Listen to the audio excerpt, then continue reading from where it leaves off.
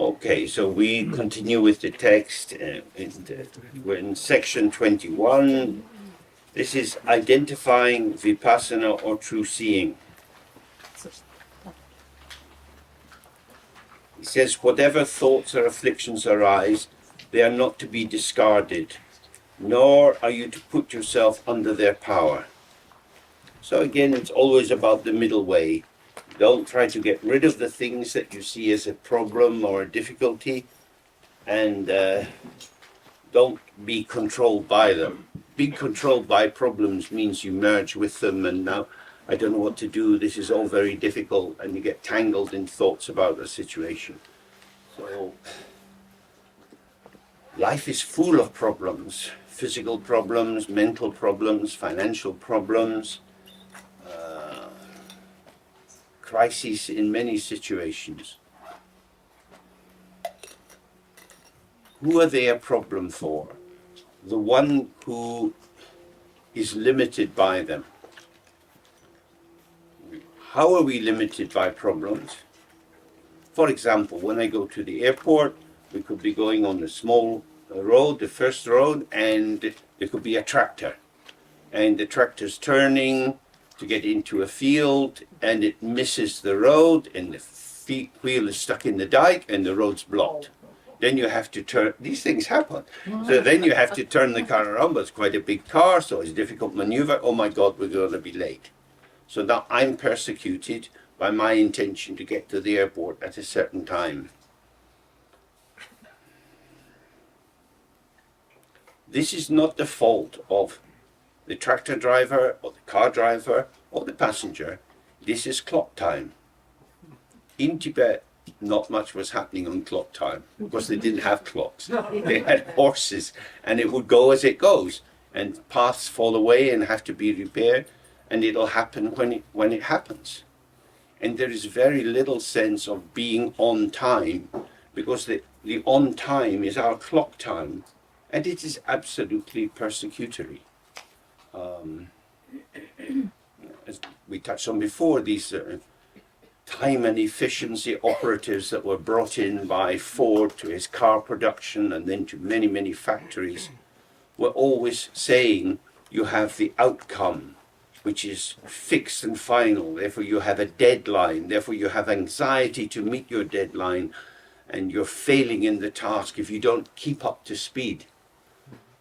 So the abstract, the clock time, becomes the thing sitting on the crown of your head, and you're trying to fit in. But what it doesn't, these fine plans, what they don't take into account is the vagary of life, like the tractor across the road. So when we have events happening, it's also important to be kind to ourselves. We make mistakes. I was talking with someone, I'm a bit late coming here, it's not so good, but that's how it is. We can always apologize, we can find a way of adapting to the circumstances. And what is very important is to think, I'm not in charge. I am not a machine. People may want me to be a machine, but I am not a machine, and I'm not in charge of all the variables in my life. So I experience a bumpy ride, and if you're in any way linked with me, you'll have a bumpy ride too, because that's how our life is. So if we could all hold that, the confidence of that, we might resist some of these incredible pressures. But imagine if you worked in an Amazon warehouse. It's absolutely foul. You know, and so many of these modern distribution centers, you're not allowed to have a break to go for the toilet, or if you do, you get penalized, it's held against you. It's an immoral system that says the financial system, the production system, the distribution system, these are all high, holy and special, and the ordinary people's system, no, because we can get someone else to do your job. So it's a denigration of human beings and a apotheosis, a rising to God level of machine world. Sounds like science fiction, but some people are stuck in it. So, however, whatever situation you're in, don't try to get rid of them. Well, that doesn't mean if you have a toothache, you shouldn't go to the dentist. You know, you do whatever you have to do, but the working with the circumstances of going for the dentist occurs because you say, it's my tooth in my mouth, it's part of my world, you include it. But if you try to discount it, it becomes very difficult. Whatever occurs is to be left as it is without doing anything with it. So he's talking here about meditation, of course, not about embodied existence in the world. However your mind is. So, say you sit down and you find that you're very sleepy. You can just sit with a dull, sleepy meditation. But I don't want to be like this. This is a waste of my time. I could make better use of my time. That's a conclusion, and there may be some wisdom in it, but you can also sit. You can sit in hopelessness, despair. You can sit in joy. All kinds of experiences can be arising. If you're with them as they are, you taste precisely what they are, because you're not taking up a position with regard to them. You're not judging them. You're not applying some template of interpretation. You're just with the experience. And of course, the experiences are all arising and passing, arising and passing. So at the heart of it is, if you react, you make it more real and you lose your awareness. So don't try to change it. In ordinary terms, you're like, yeah, but that means I'll be trapped in it. I have to use my agency. I have to keep my life on the road. I have to do something, which out in the world may well be often the case. But in terms of meditation, as we've touched on before, whatever arises is a potential. It's like an ingredient which may be useful in relationship in the world. So we've got the space of the mind, the potential of what arises in the mind, and then our embodied participation. So if you're heartbroken in a relationship, or you're worried about a child in hospital, you feel powerless, ill at ease, if you stay with that feeling, that will increase your empathy for other people who have that situation. Because you won't just have a cognitive interpretation of how it might be for them to be like that. You'll actually have an embodied resonance, because it won't be the same as their experience, but it will bring you into an energetic alignment with them. So even the experiences that might seem limited, pointless, persecutory, can have a function when you release yourself from the central point of your ego referencing. Some of you remember that example we use sometimes of this thing they sell usually in the fairground. In English we call it candy floss.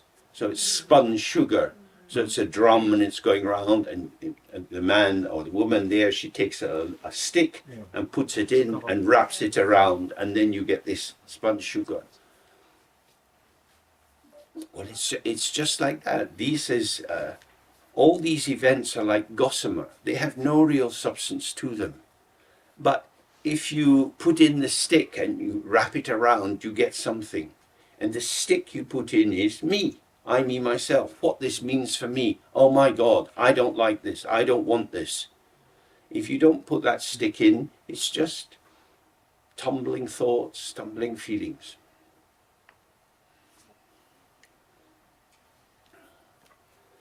By recognizing it in the instant of its occurrence, it is purified in its own place without being discarded, and thus it arises as emptiness. So this is a point that's made in the Dzogchen text as well. to recognize the occurrence on the moment or on the point of its arising is only possible if you haven't leapt ahead into the future, if you haven't leapt into management mode, if you're not looking over your shoulder at what else has happened. You're just here and you're available. So we say the past is gone, but what he's pointing here is you have to live the fact that the past is gone. A thought arises and it's gone. It's gone. It's happened. It's not available. It's over. So if you're worried about the past, thinking about the past, or even if you are in a seemingly healthy way trying to learn from the past to better prepare for the future, you don't have the open availability. So you're sitting relaxed, no agenda. Something comes, is gone, that's it. You're here and now, here and now, here and now, not there and then. And so something new comes as it's arising, and it arises very, very quickly. Catch it. Oh. And what you're catching is the fact it wasn't there, it is there, it's going. It has no true existence.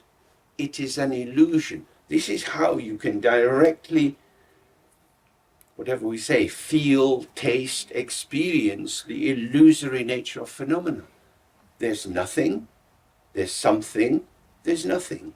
And the something was as if nothing. Oh, the thought has no essence of its own. It's like the sunset. There's some quite nice sunsets here. So the sort of greyish colour, bits of blue, and then suddenly some bands of red arise.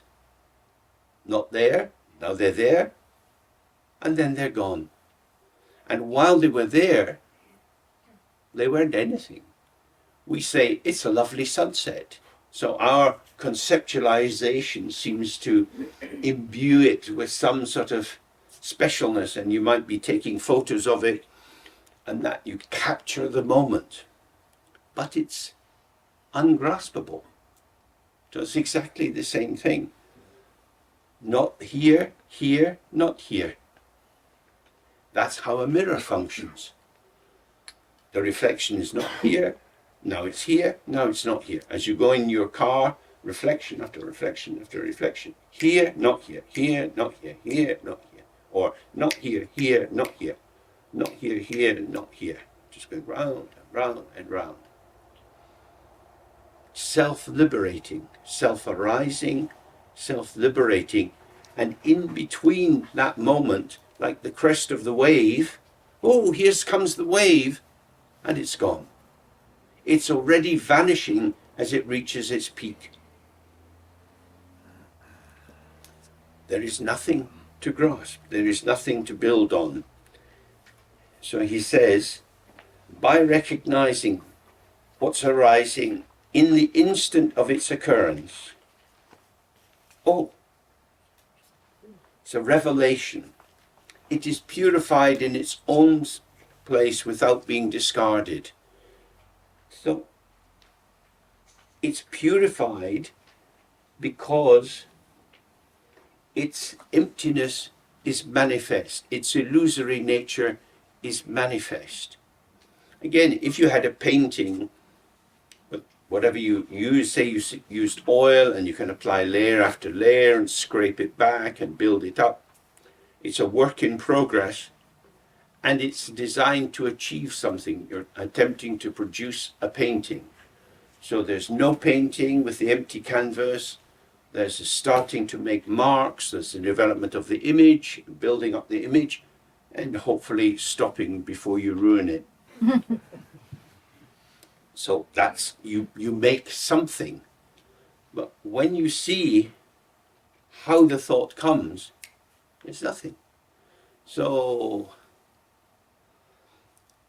in this short practice of Padmasambhava, in the first case where we visualize Padmasambhava in front of us, It's got two-line description. It's essentially in the mode of Anuyoga, where it says the arising of the deity is like a fish turning in water. You know, you see the trout just coming in the surface and just the tail cut and it's gone. It's like in a flash, in an instant. This is Padmasambhava. Or in another kind of practice, in an instant you become Padmasambhava. There's no transition. You don't have to let go of yourself and then build up the image of being the deity. It's just all at once. So when we're sitting, the thought arises. Paintings don't do this. Novel writers can't do this. Poets can't do this. Speaking sentences, word after word, can't do this. It's just like a reflection in a mirror. The reason we use the image of the mirror again and again is because it's the best way of showing all at onceness. The mirror on your car shows all at once, all at once, all at once, all at once, all together, just this, just this, just this. So that's what we're experiencing in the practice, and it doesn't need any purification, because if it's coming in the mirror, it's an illusion, it's a reflection, it has no self-substance. Remember, illusion is just another way of talking about the inseparability of appearance and emptiness. When you see a mirage on the hot day, you have an appearance, but it's empty. There is no water there. You can't find any water in the mirage. Yet undeniably, it looks as if there's water. So that's the purification, that you have nothing to build on because it's already vanishing. And so he says, and thus it arises as emptiness. So if you want to know what emptiness is like, the emptiness of, as it were, the object side, this thought which is now vanished, parallels the emptiness of the subject side, because your thought going towards it also dissolves. You can't apprehend it. It's just here and gone. The dualistic subject onto object doesn't work.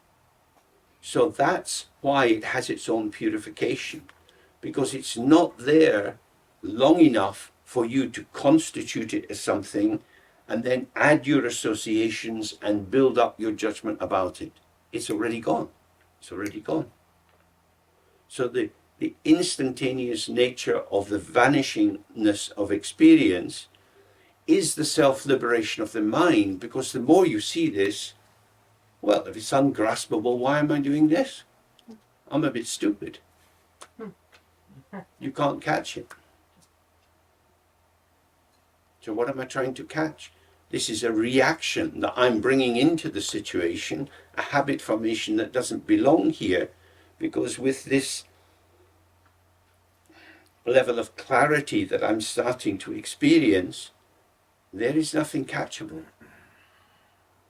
So, not only do we have the freedom to let the mind come and go as it does, but we also free ourselves from the task of catching an occurrence, thinking about the occurrence, working out what its significance might be, making sense of it, trying to apply it. All these ordinary things that you do when you get hold of something, it's just not there. And that's what he's saying is emptiness. That is the experience of emptiness. Emptiness is not empty, empty. Emptiness is empty full. It is the mirror. It is your mind. Your mind is always empty and always full at the same time. If you want to see the emptiness of your mind, look at how your mind emerges, which is appearance and emptiness. Image, thought, memory, all vanishing. To be looking for empty, empty mind is searching for fool's gold. The real gold is always there, which is the self-liberation of whatever occurs. So this is very important for meditation. By means of this way, one is able to take all adverse circumstances as the path. And this is called taking circumstances as the path.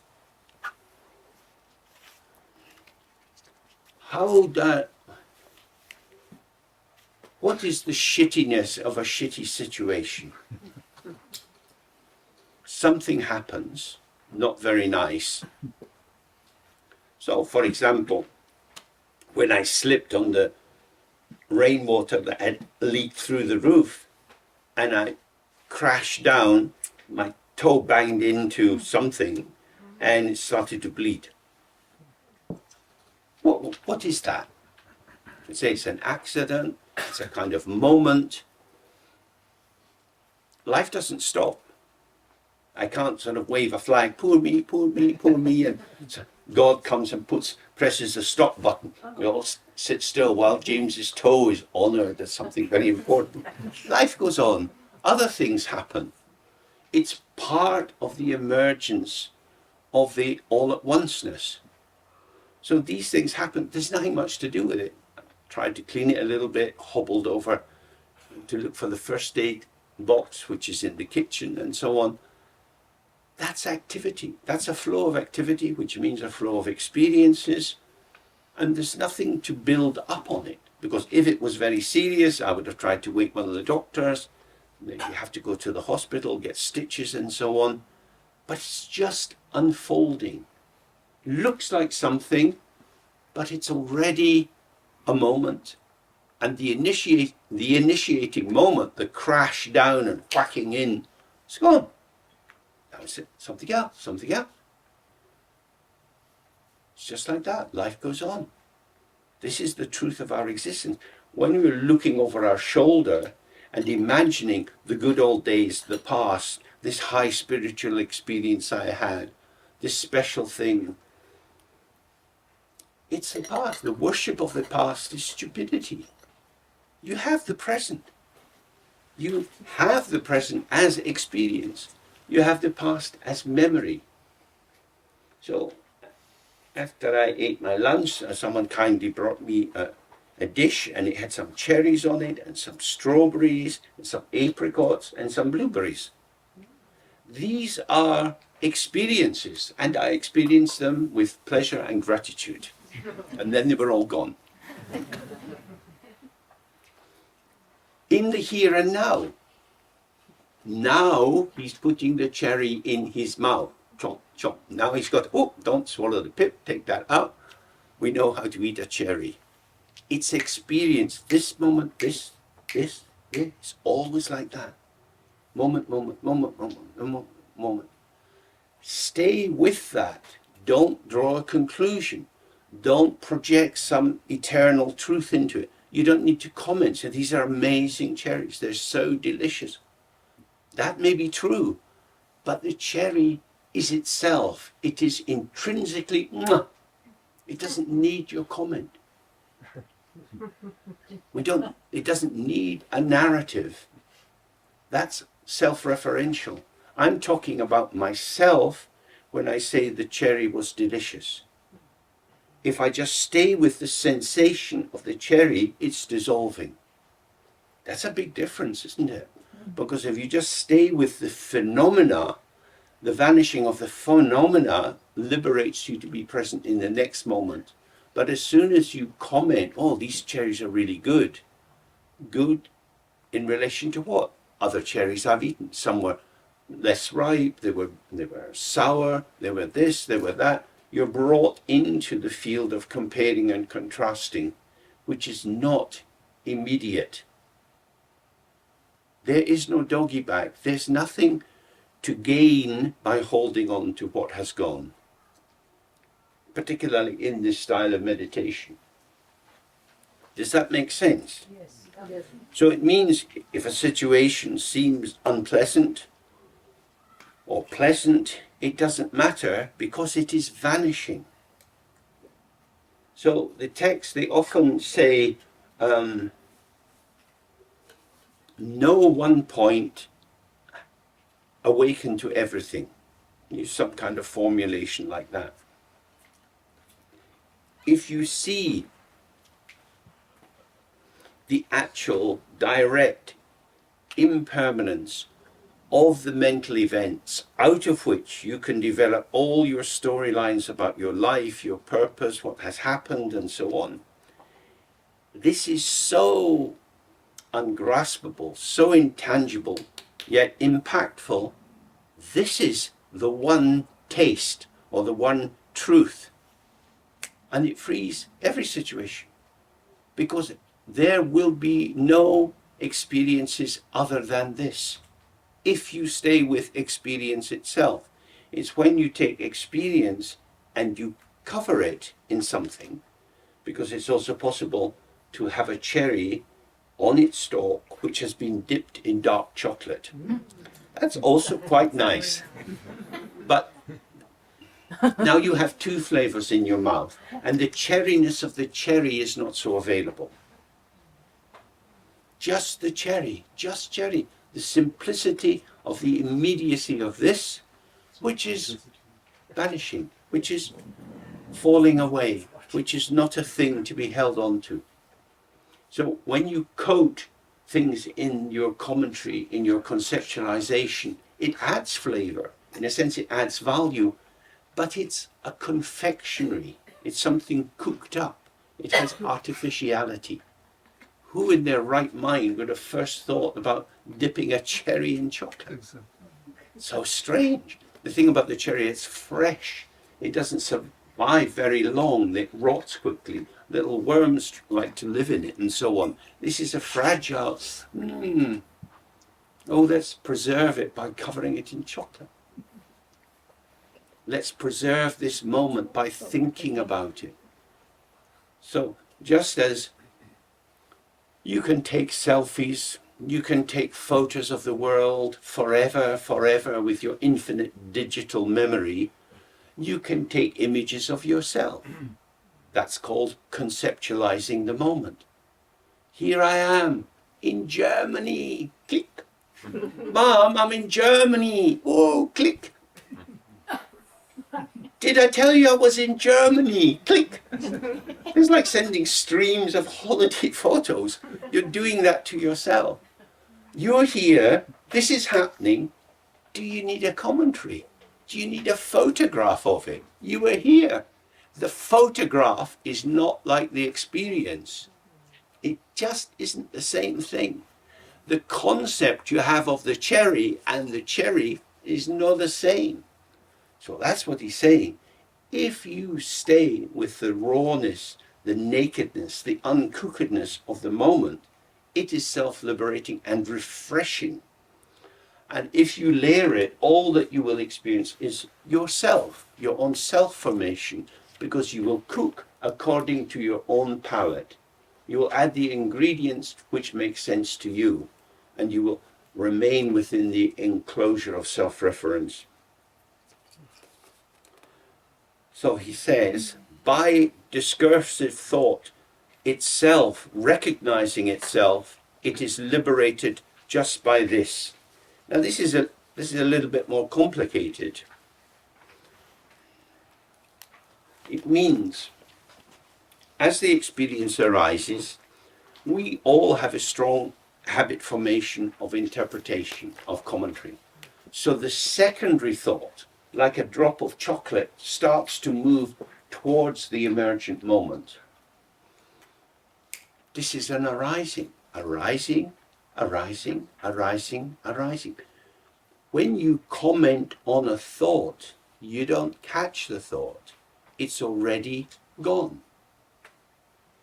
You're commenting on the space of the absence of the dear departed.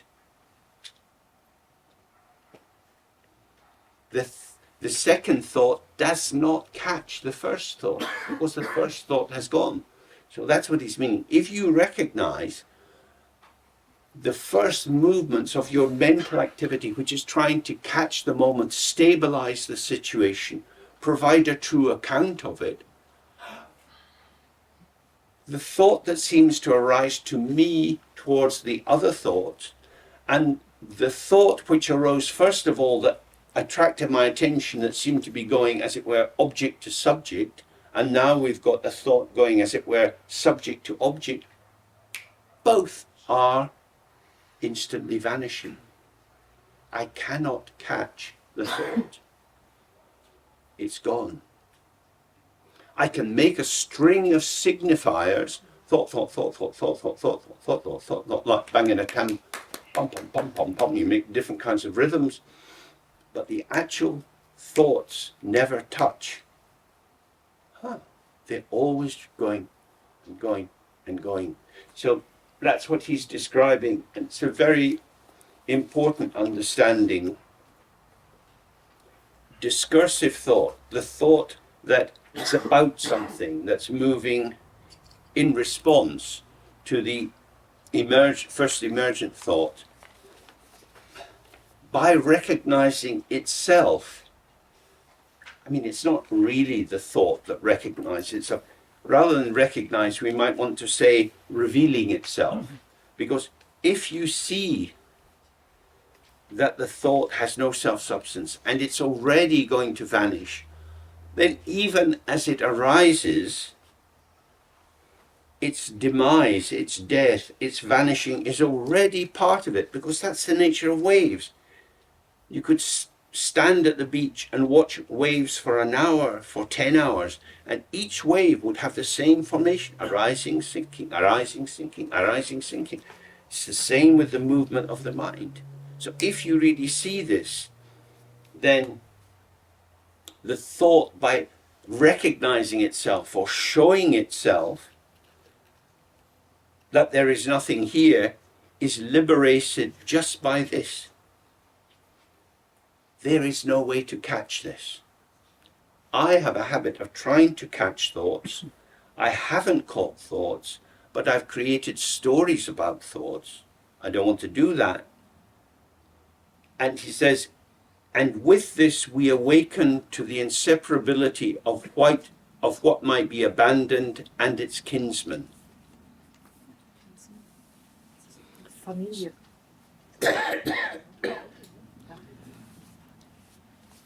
The thought and its kinsman, or its doppelganger, means the emergent and the emptiness of the ground. The thought doesn't leave emptiness. They are together. And this inseparability,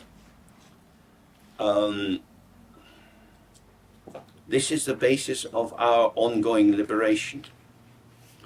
There is nothing to get. So we stop grasping. So we looked a little bit at the sequence of the development of unawareness. We have the grasping mind, Zimpi-Sem, and the graspable object, Zungwe-Yul. And this grasping mind and graspable object keep interplaying and rolling and rolling and rolling.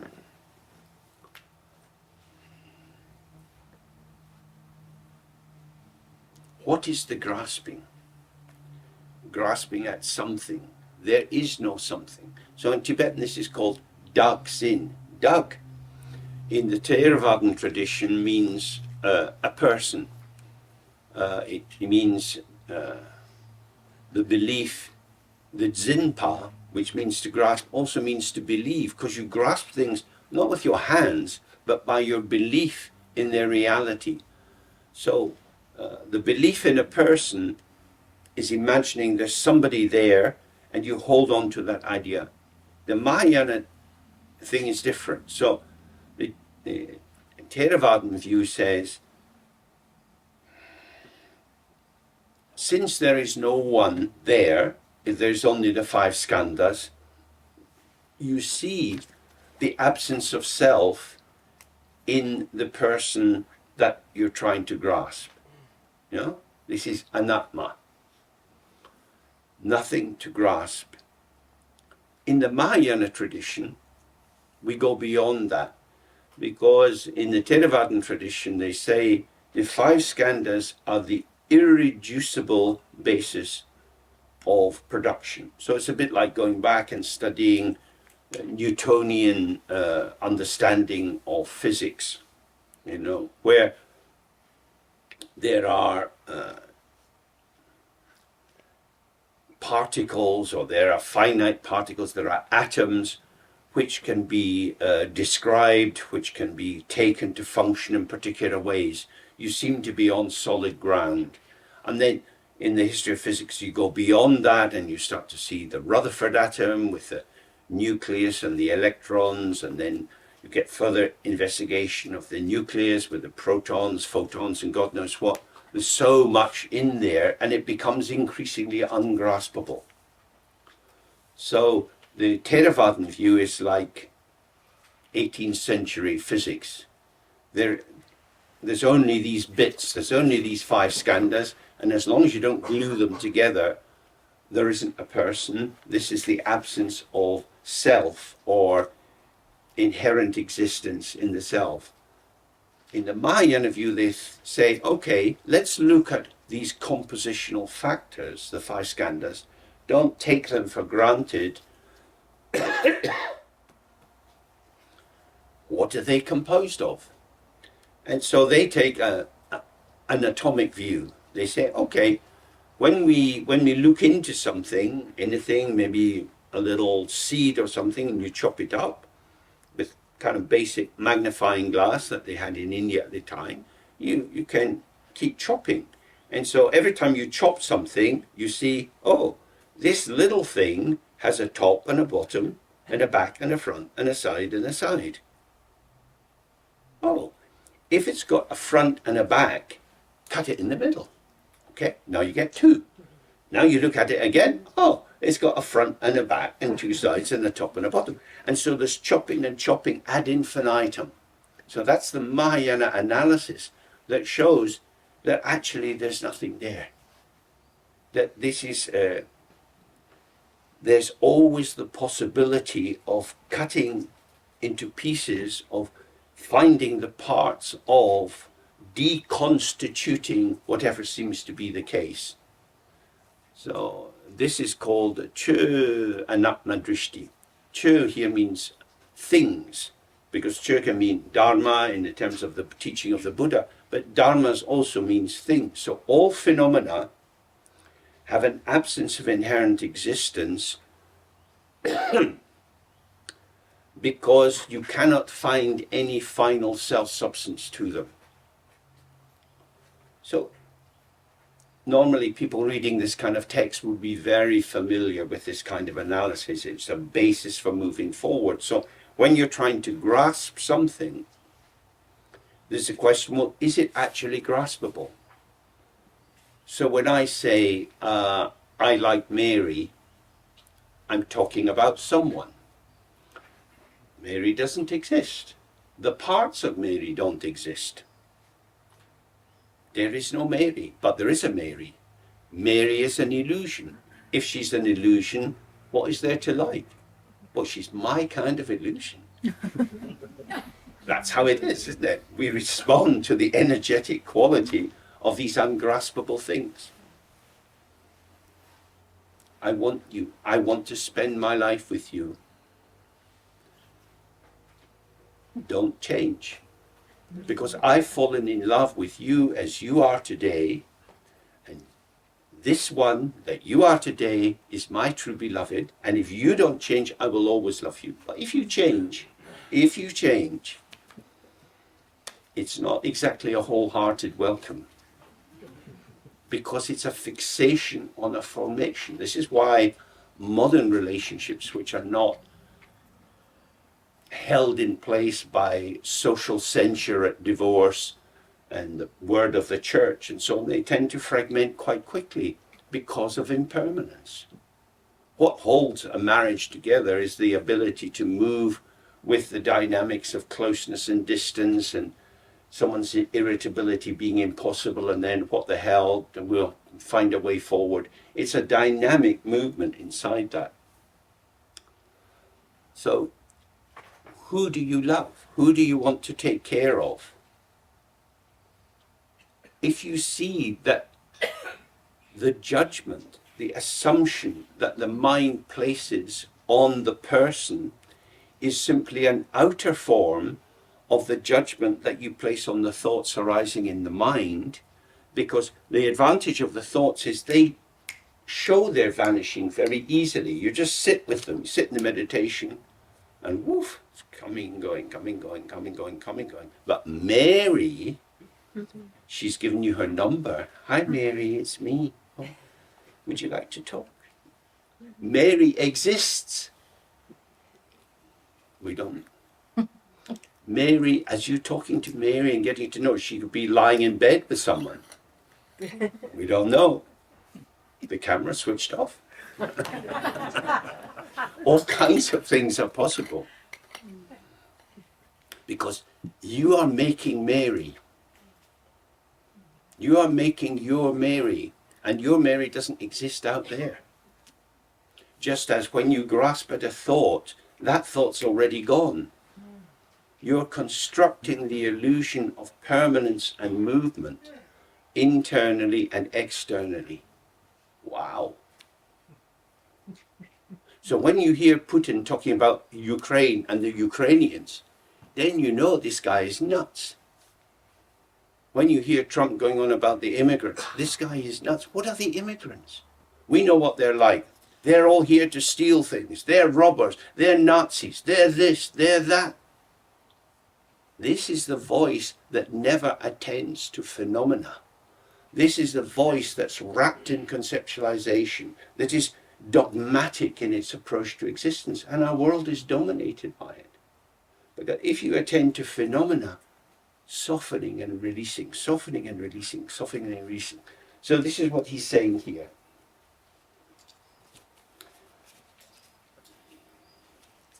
We awaken to the inseparability of what might be abandoned, the thought.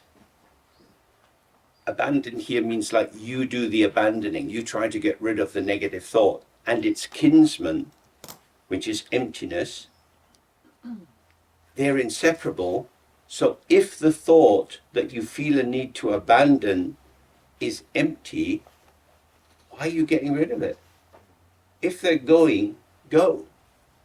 If you're in a club or a bar and you have unskillful bouncers, the bouncers will start hustling people out if they don't want them there. Someone's a bit drunk, they're a bit rowdy. It's not very skillful.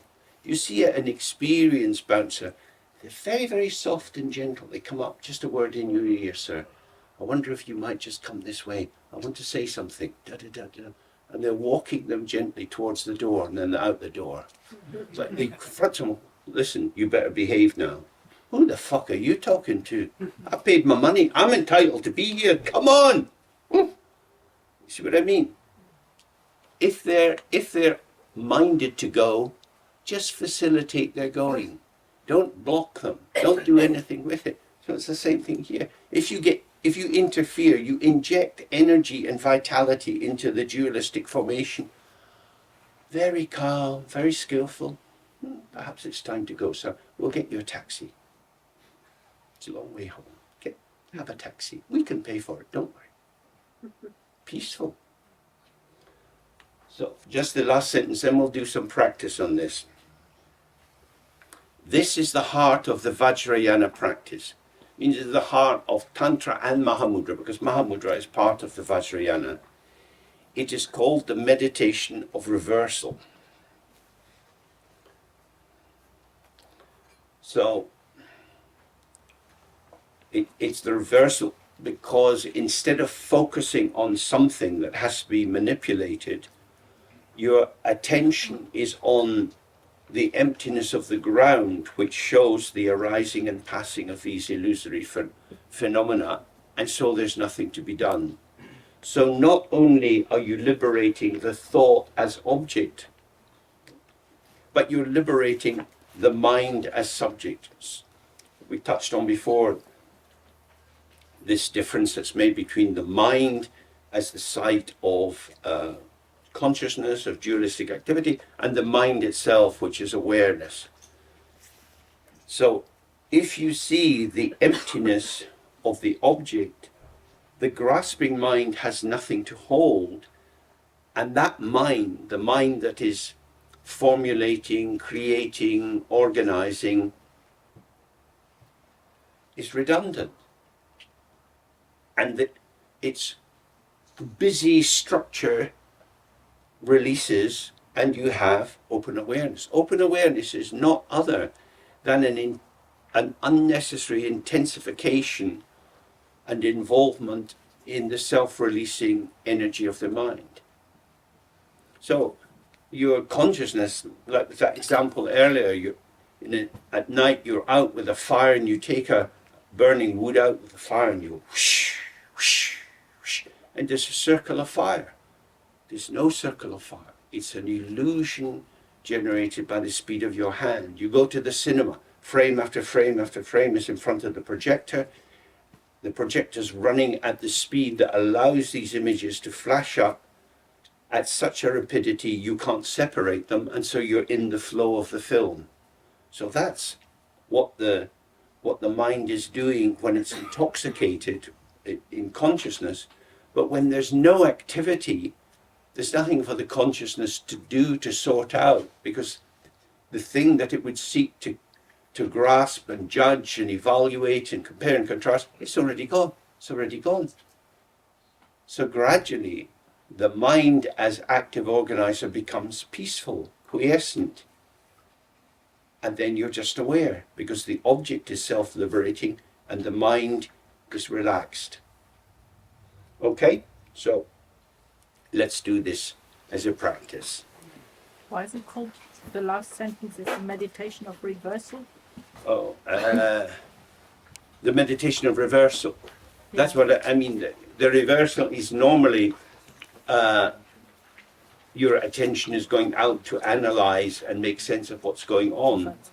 And when this activity is not mobilized, it's as if you have the reverse of construction, which is deconstruction. So all the things that you could bring together, it's like, you know, if you've got one of these old-fashioned projectors and you run them in reverse, instead of people running up the stairs, somehow they're running down the stairs backwards. Yeah. So it's like that. It's incoherent. And if it's incoherent, it means it doesn't stick together, and therefore you don't have a basis for accumulation. So we're just sitting, however the mind is. No doubt you'll be fortunate and an unpleasant thought will come and visit you. Or you feel disappointed in yourself, or maybe in me, or the situation here, or whatever. Some kind of not quite rightness may occur. Just stay relaxed and open with that. It's not really what I thought it would be. It's not really what I wanted. Whenever formulations like that come, just be present. Don't merge in it. Don't try to get rid of it. Just let this, give it the hospitality to just be here and observe what happens.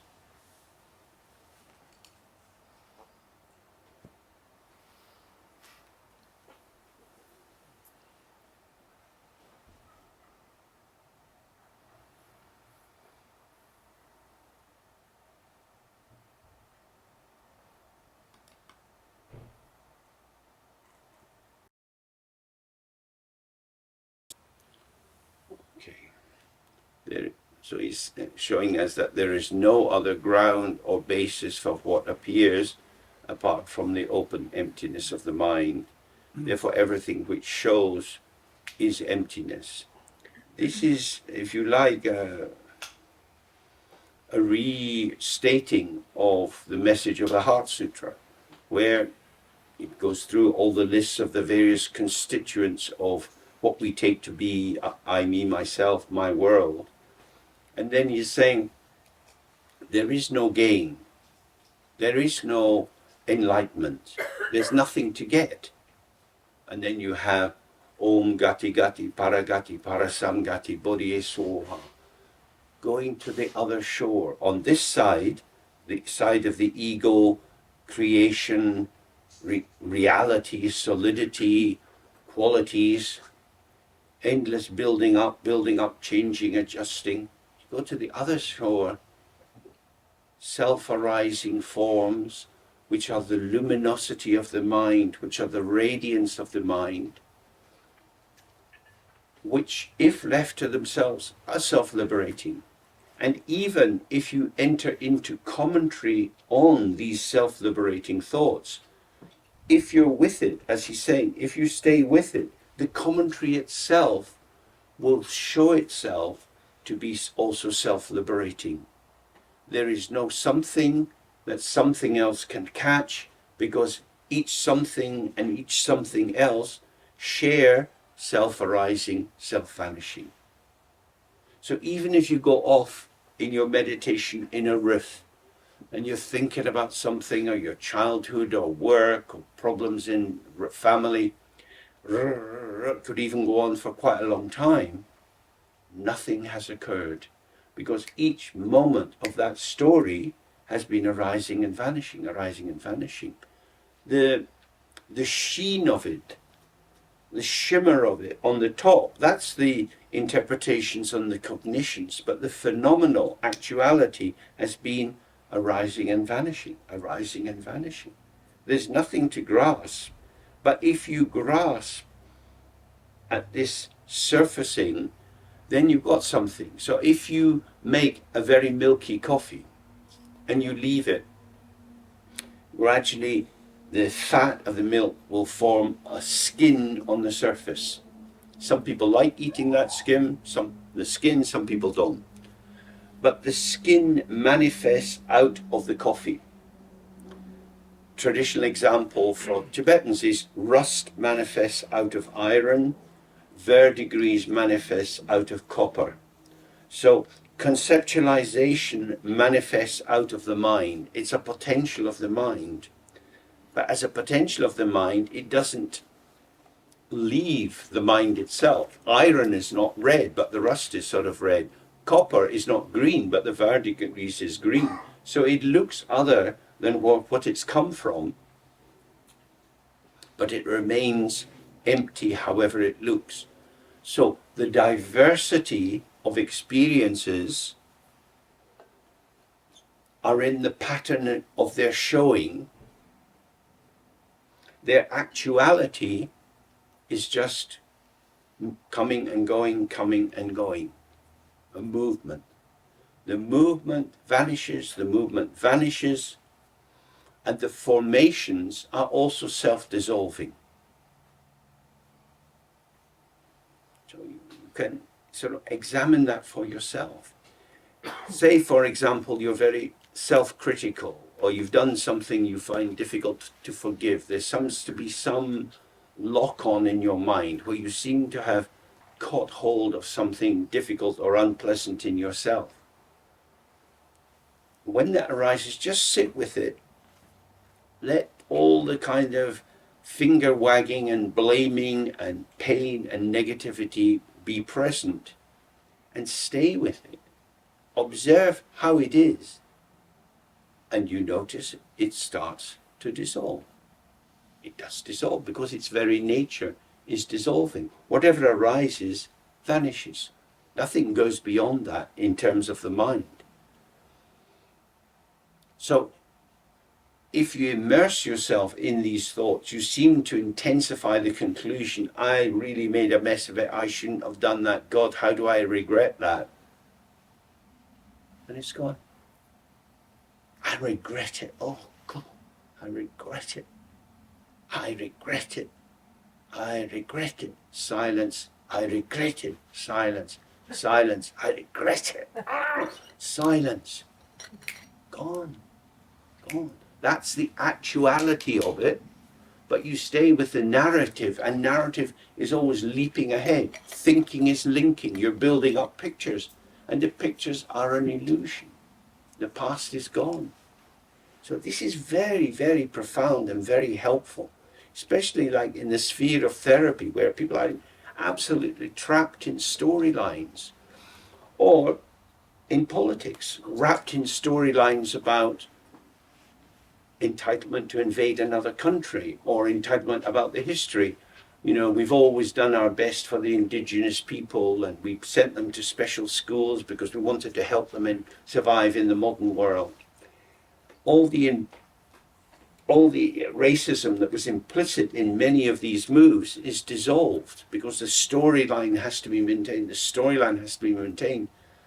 And if you're the holder of the story, contrary stories are very difficult because it seems like somebody's attacking it. Margaret Thatcher, when she was Prime Minister in Britain, kept saying, "Stop talking Britain down."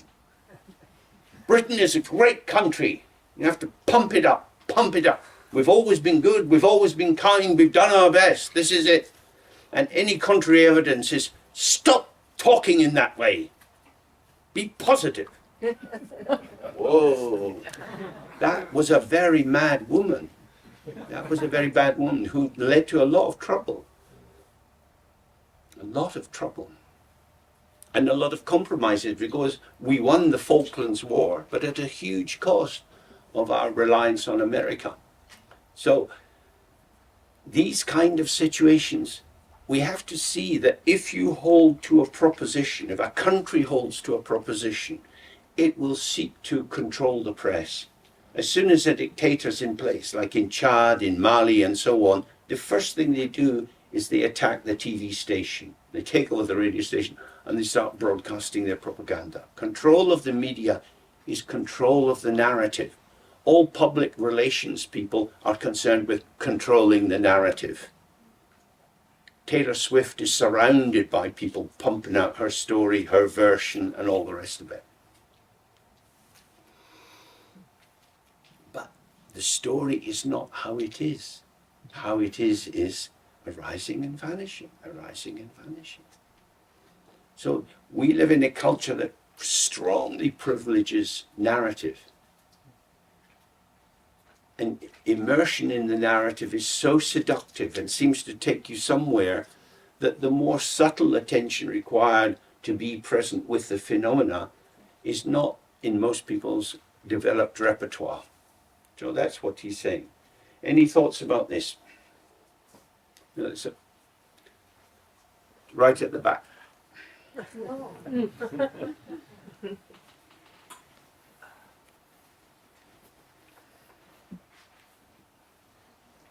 I'll try and come to the front.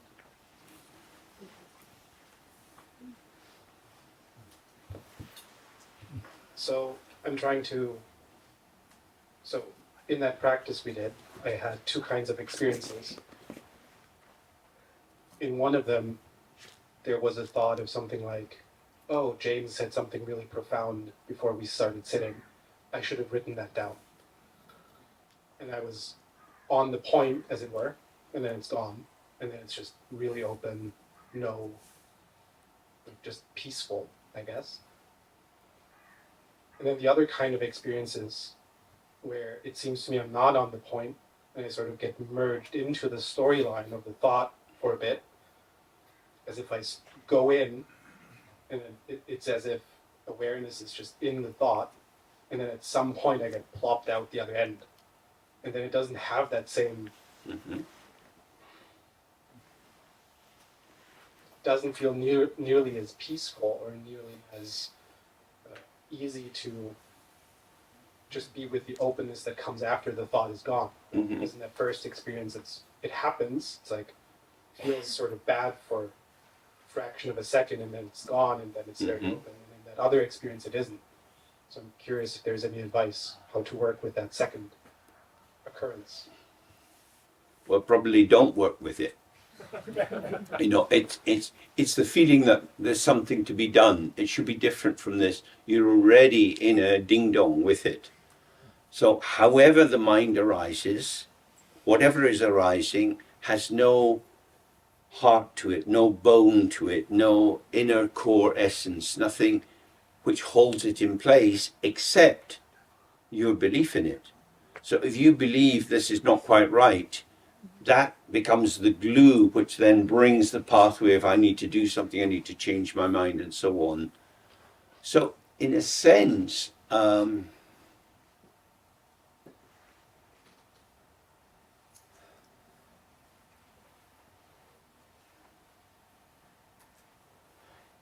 this kind of practice is the end of manic hope.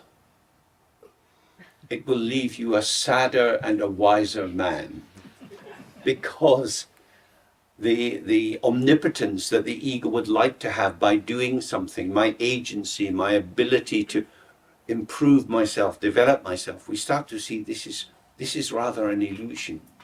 And that instead of putting all my energy into formulating and changing, if I relax it and I refine my attention into a relaxed awareness, I see the intrinsic purity of whatever's arising. But my ego self is redundant. I'm not required.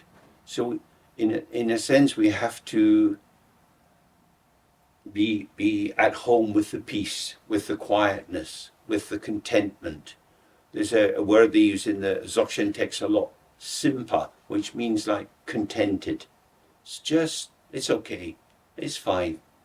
No need to do anything. It's okay. It's not saying it's perfect. This is ideal. This is the way I want it to be. But it's fine. It's an appearance and emptiness, appearance and emptiness. Yeah.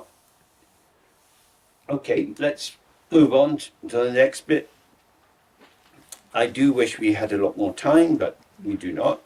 Towards all sentient beings who are not awake to the nature of their mind as it is, the best kindness is then born. So that is to say, when you consider all the people who are wandering around and they don't see that their mind is unborn, they take life very, very seriously. They think that having a new car that's all very shiny and impresses other people, this is really, really important. That maintaining an admirable life is important, or helping other people is important. That manifest qualities and the development of an identity which is honored by others, this is a real achievement. Well, it's an achievement, but it's not real, because it comes into play with circumstances. Siya Lama often used to say to me, when a few more people had come to live around him in Bengal, he used to say, "Oh, James, today you're number one, but who knows tomorrow?" And it's very, very helpful, because I've been there a long time and knew a bit of Tibetan. I was useful to him. So he was always calling me in to do bits of work and so on, but someone else could arrive with better qualities than that one, because it's a pragmatic situation. We are functional. Things function for a while. As this artificial intelligence expands, there are many people who've got jobs now who will lose their jobs, not because they were inefficient or stupid or lost the company money, but because the mode of operation has changed. They become redundant. Their skill set is no longer operable, just as that of the coal miners is no longer operable, or people in making steel ships is no longer operable. So whatever you construct and you create will vanish. So when people don't realize that, and you see that they're, in English we say, rearranging the deck chairs on the Titanic. The ship's going to sink, and you're carrying out some kind of maquillage, some makeup thing to deal with the appearances and the identity. It's going to vanish. It's going to vanish. We're going to die. I don't know how long I'm going to live, but probably not very, very long. It's impermanent. Whatever I can do today, after some time, will not be possible. Could be very close.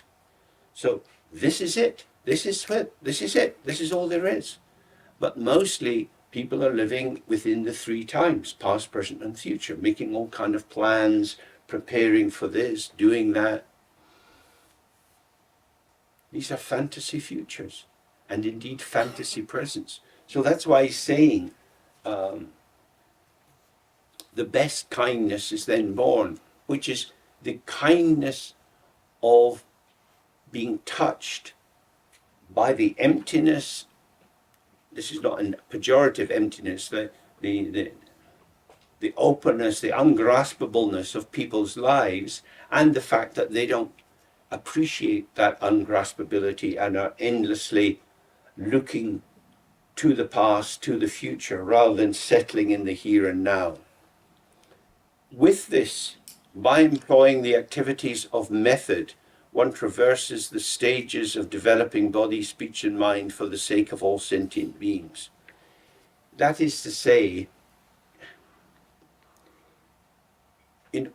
both in terms of meditation, of extending warmth and good wishes to all beings, but also in our actual encounter with beings, whether it be dogs or frogs or humans. If we can see there is no fixed identity, they're arising as dependent origination, their actuality of the truth of how they are is open and empty without any personal defining essence. If we see that and we relate to people in that way, we don't catch them. We're with them, we do our best to respond, but we don't catch them. Because how they will come on another day, we don't know. In the hospital system, the world of psychotherapy is full of thousands and thousands of pages of nonsense. These are people's reports on sessions. I saw Mary today. She is ... This is a story. Next time he sees Mary, oh, Mary's different. Mary's just fallen in love. If you want to lose your patients, get them to a dating agency, because they fall in love and they stop therapy. Why wouldn't you? A radical life event happens that makes you happy. The key point here is you can't, what you write in reports about people is never them. All these Stasi reports that people, you know, who were formerly in East Germany went back and read the reports on themselves, like, who is this? What is this? This doesn't fit. This is an ill-fitting mask that somebody has projected onto me. Because we are not stories. We are not stories. We function interactively through storytelling, through the exchanging of constructions, just as if you were dancing with someone, you'd be exchanging kind of movements with your hand and your body. But you cannot arrive at the conclusion about anyone, because there will always be more. There will always be more. So what he's saying is that the true kindness is, don't grasp at people, don't fit them in a grid of interpretation, don't believe that you know who they are, but relax and stay open in a responsive way so that you can be with them however they manifest in this meeting. That's very different. So then he says, by employing that way of true knowing, that is to say, being with the impermanence of momentary formations, any grasping at truth, that is to say, any sense that you've got to the bottom of it, you've worked out what's going on, you know what the real situation is, any grasping at truth is completely purified, and so no affliction will occur due to the poisonous terminating activity of power mantras. That's not something that's likely to concern us, but for village lamas in Tibet, the capacity to use power mantras to start the rain, stop infestations of insects. There are many, many mantras. There are mantras to find lost sheep, and they are different from the mantras to find lost cows. When I went to Bodh Gaya to see the Dalai Lama, they were selling Tibetan books, and I bought a pile of them, and I showed the first one to Sialam, and he said, oh, this is really good for farmers. And it was all list after list of these things. When you're churning butter, it goes sour, recite this mantra instead. Incredible. So these are power mantras that act on the world to do something. And what he's saying about this is, no affliction will occur due to the poisonous terminating activity of power mantras. That is to say, people who are trying to control the world, to maintain people's health or kill their enemies, if you step outside that, you realize it doesn't accomplish anything. There's no need to be afraid that if you're not protecting yourself and you're not sending hostile mantras back, you'll be in danger.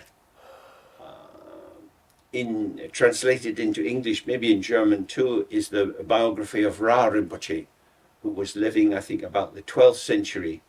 And it's very interesting because he was a master of mantra, and his biography tells all about the people he killed with his mantras. People insulted him, people acted in a way he didn't like, and he'd do the mantra and they would die. So there was a whole lot of that. We remember the story of Milarepa at first, when he grows up and his uncle's family steals the property and treats them like servants. As he starts to get more competent, he runs away, he trains in black magic and he comes back, manifests this huge scorpion that pulls the pillars of the house down, and all the relatives who had hurt him and his mum and his sister are destroyed. And then he goes through the purification of meeting mantra, of meeting Marpa. But that was very real for people in that time. So it's saying that there's ordinary manipulation of situations, but there's kind of magical manipulation of situations that also won't apply. Practicing in this manner is taught as the path that neither adopts nor rejects anything that occurs. So what you hopefully can see is that this whole text is just a spiral going over the same territory, going more vast with it and more deep with it, more vast, more deep. So if you stay in this state of non-judgment and openness, directly on the point, in the here and now, there's nothing to be abandoned, nothing to be adopted, nothing to be afraid of, nothing to be gained, because it is as it is. It is as it is. And it's empty. And if you see that again and again and again, the fantasy that somewhere there are real things that I can get and this will make my life secure, you lose that. Whatever's happening, it's okay, because the mind is open. And the more you do that, the more you see, my mind is like a mirror, and none of the reflections damage the mirror. Or like the other image we had, the crystal ball on a green cloth and then on a red cloth. So difficult situations arise and it looks as if you're suffused with difficulty. Happy situations arise, looks like you're suffused with happiness, but the crystal remains clear. It was a transient manifestation. It didn't touch you, it didn't shape you, and most important, it's not a basis for stepping into the next moment on the basis of this, that. So it dissolves the structure of dualistic production, which is dependent origination. On the basis of this, that arises. But this is empty. So on the basis of this emptiness, that emptiness arises. So what you have is the patterning of illusion, the patterning of ungraspable empty images. Nothing to be gained, nothing to be lost. So maybe we'll have a break soon, but let's just sit for a little bit with the sense that whatever comes, comes. However it is, it cannot be other than this, because I am seeing the nature of thought. That's what we started with in this section. If you truly see that thoughts have no substance, that they are ungraspable, then whatever kind of thought arises cannot build anything. It has no basis for construction. It's not like a brick. It's already dissolving. So whether good times arise or bad times arise, if you stay with the openness, you're not deflected from the here and now in the hope of hanging on to something that was there before or preparing something better for the future.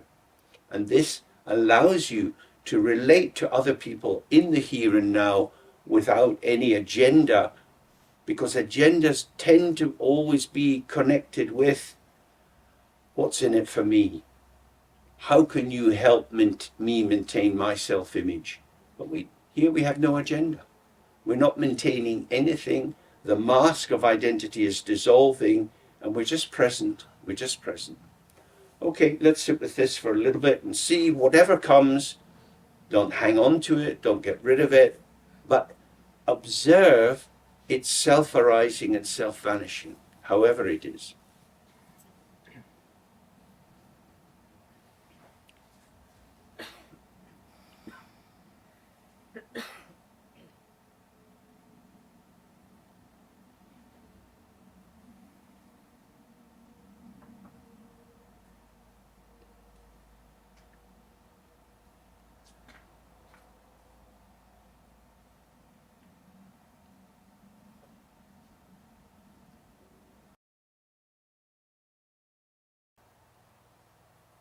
Okay.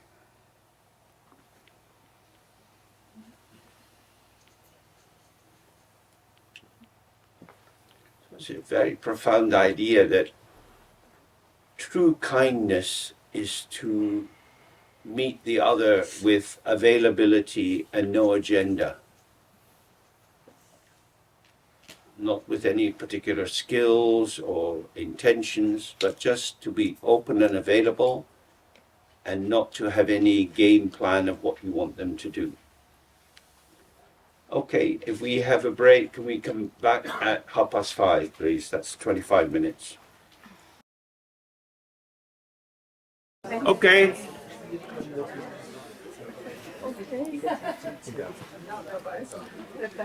So that was a very interesting thing he's saying at the end, that kindness or compassion is inseparable from this direct experience of emptiness. And so if you follow the path of seeking emptiness, compassion will arise in the heart, because when the mind, when you relax out of the mind, the dualistic mind, your egocentric mind, when you relax out of that, the point of self-reference dissolves. So everything arises all at once, and that includes whatever arises in your mind. So you could think, may all sentient beings be happy, and it's as if all sentient beings are in your mind at that moment, and there's no alienation. You're not having to think about them, but they are directly here because the mind is open and empty. So it's a very profound and radical awareness to have. James? James?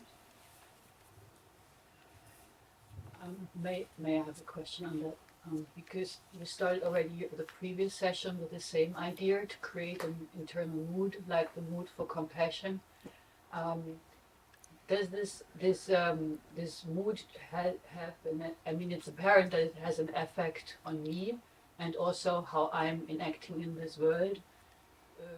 Would you say, from your perceptions, that you can also have an effect outwardly? I mean, there is this study that when the whole Washington is meditating, there is a less, or many people are meditating at the same time, there is a very sharp decrease of crime in Washington, stuff like that.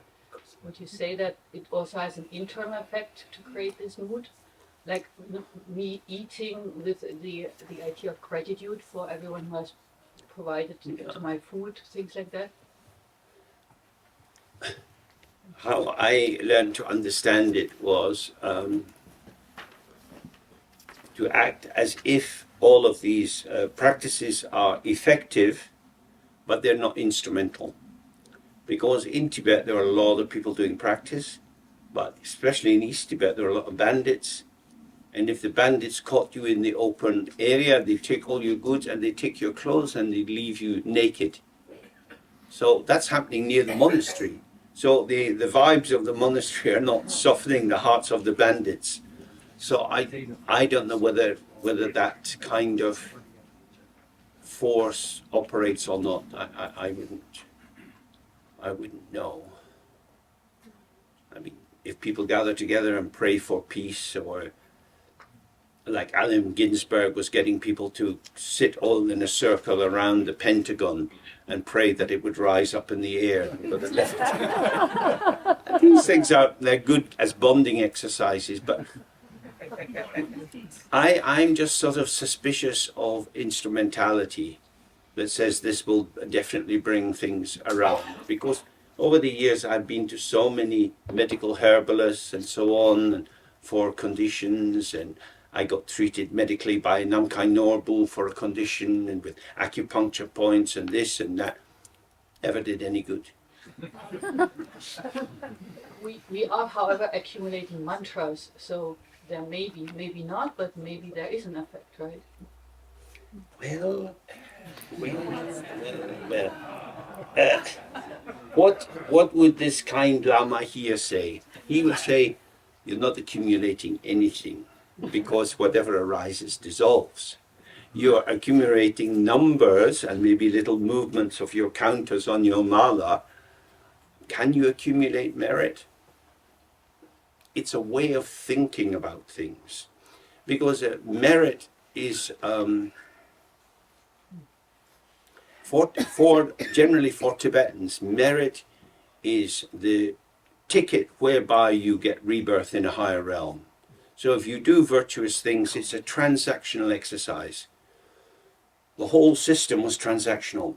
People plough the fields. In ploughing the fields, they kill insects to make food, to take up to the monastery, to pray for the monk, to offer to the monks who will pray for them because they killed insects making the food. So you get they say food goes up the hill and blessing comes down. So you have an interactive thing, and the merit is an extension of that, I think. However, if it keeps you on the straight and narrow, why not?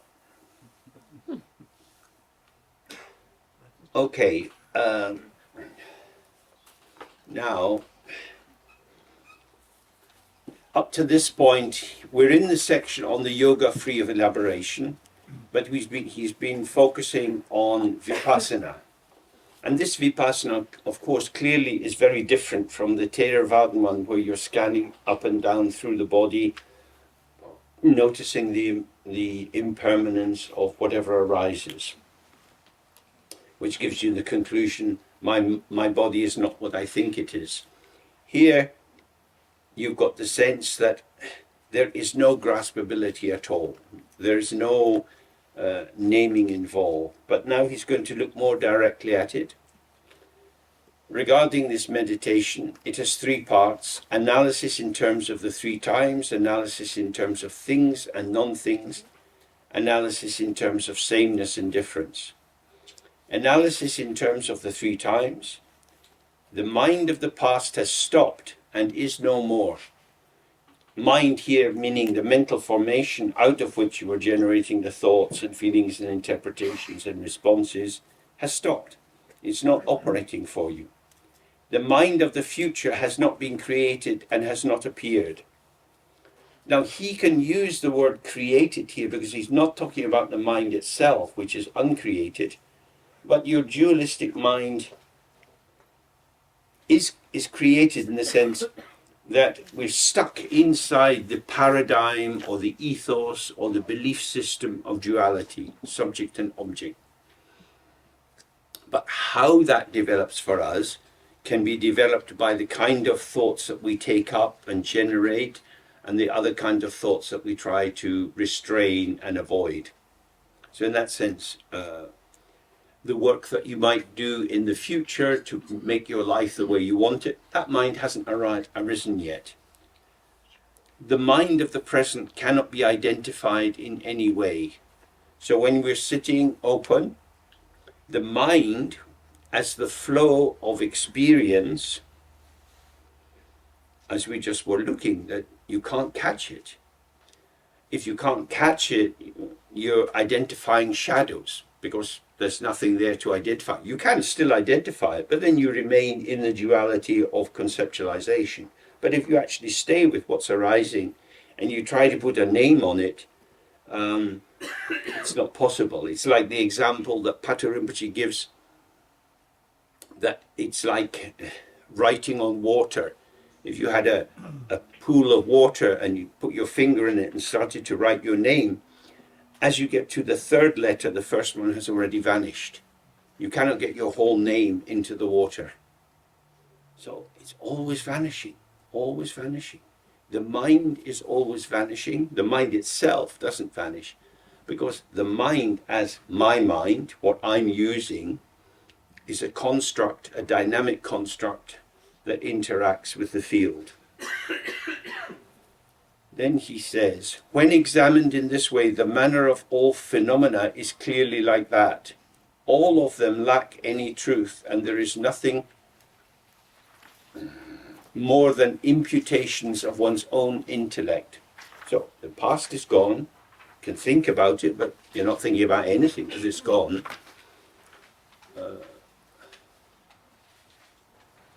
You can try to make it real by intention. So again, Mr. Putin is obsessed with the idea of what was lost with the ending of the USSR.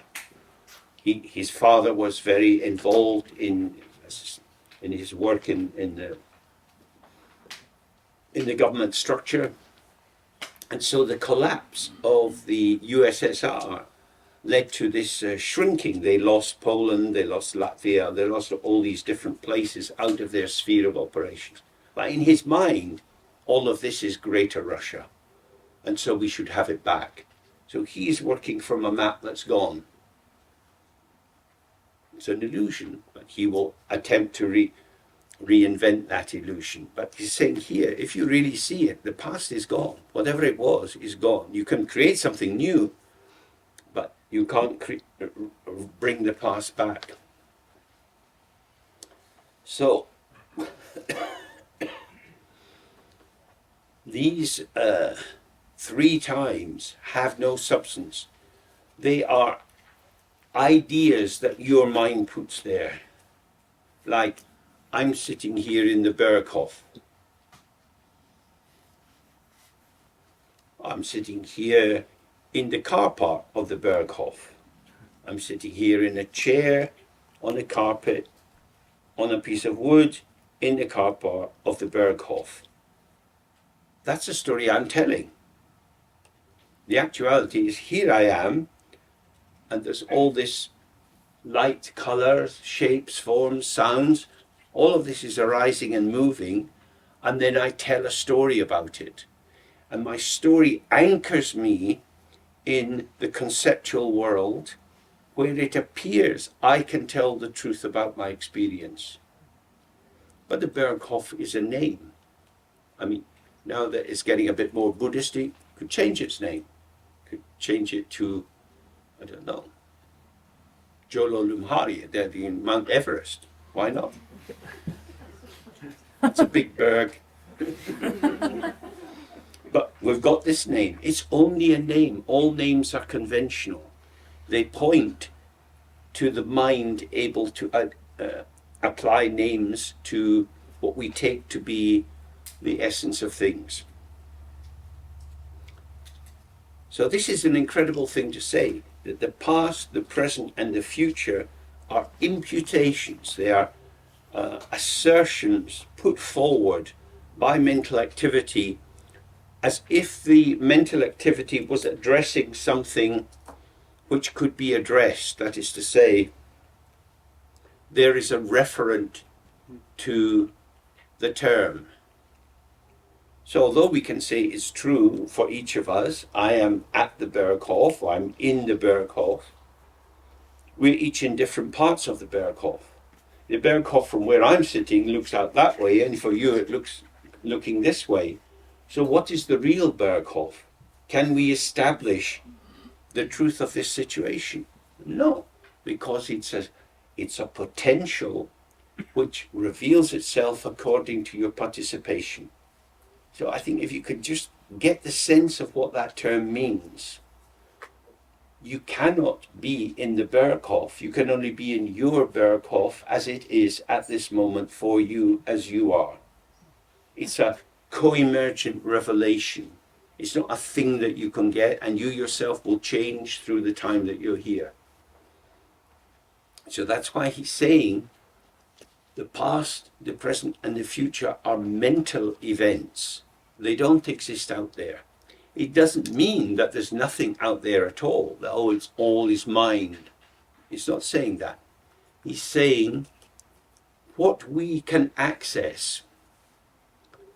So now I have 2 stones from Scotland, which is very nice.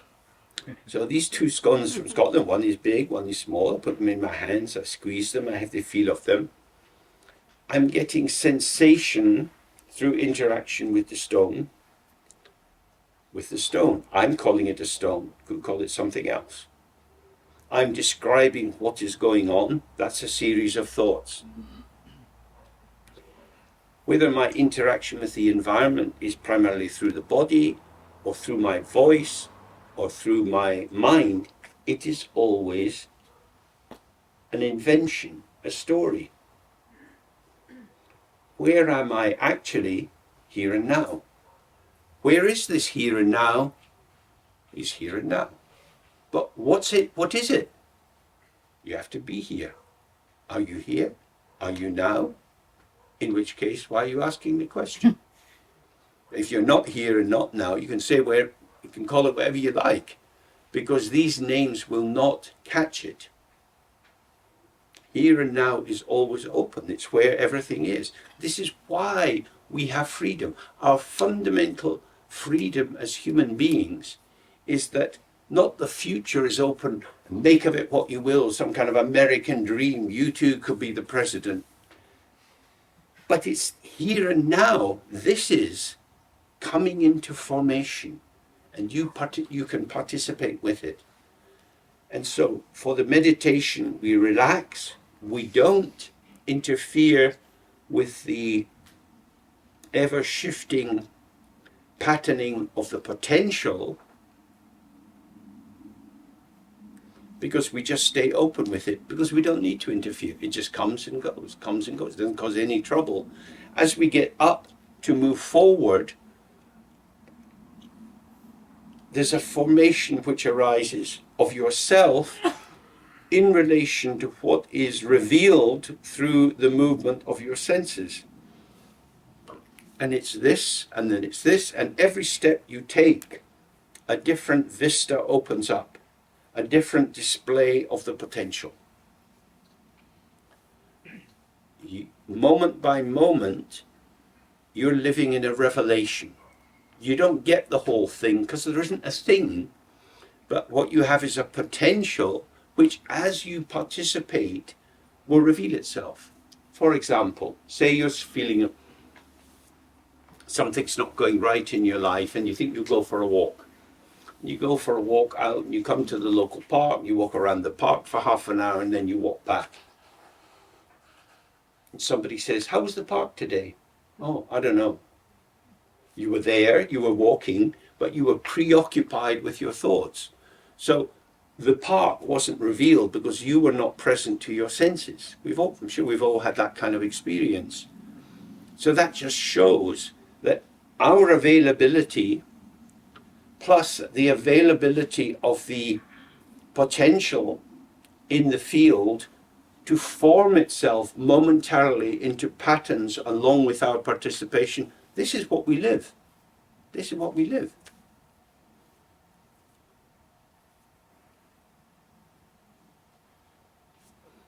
It's always just like that. So that's your freedom. You have some potential for what you attend to as you move through the world. You can attend to the aesthetics of the situation, the beauty of the patterning of the trees and the plants, the nature of the sky and so on. You can attend to the structure of the hill. You can imagine an old granny who doesn't have a car, who lives in a wee cottage up the hill, and she goes down to the market.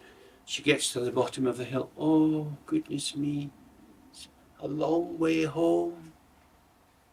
You could imagine that. I just imagined it. So you can imagine any of these things arise in your mind, and that's your life. Your life is what is happening for you now. So if we stay open and don't become conditioned by the story, you can be fresh in the next moment and fresh in the next moment. Okay?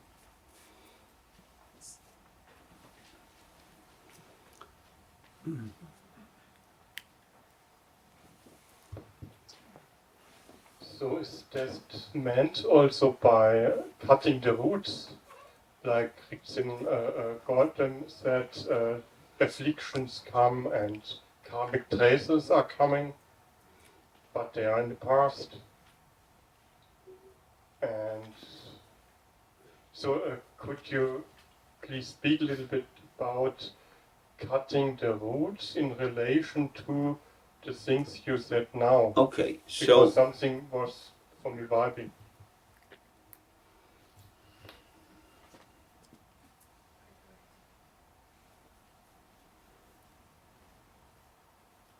many habit formations are already rooted in us, if you like. That's why we have them as a habit formation. They seem to grow. There was some seed, maybe some trauma in childhood, some attitude of teachers or whatever, but these little formations started to grow. So we have our little internal forest of tendencies and attributions and so on. How would we cut the root of that? When a familiar thought arises, we slip into it very easily because it feels like our thought, it feels inherently meaningful. You could be thinking about the past, some sadness, maybe one of your parents died when you were young, and this feeling of loss, a feeling of having missed out, all kind of, these thoughts just gather together very quickly. What is the root of them? Something happened.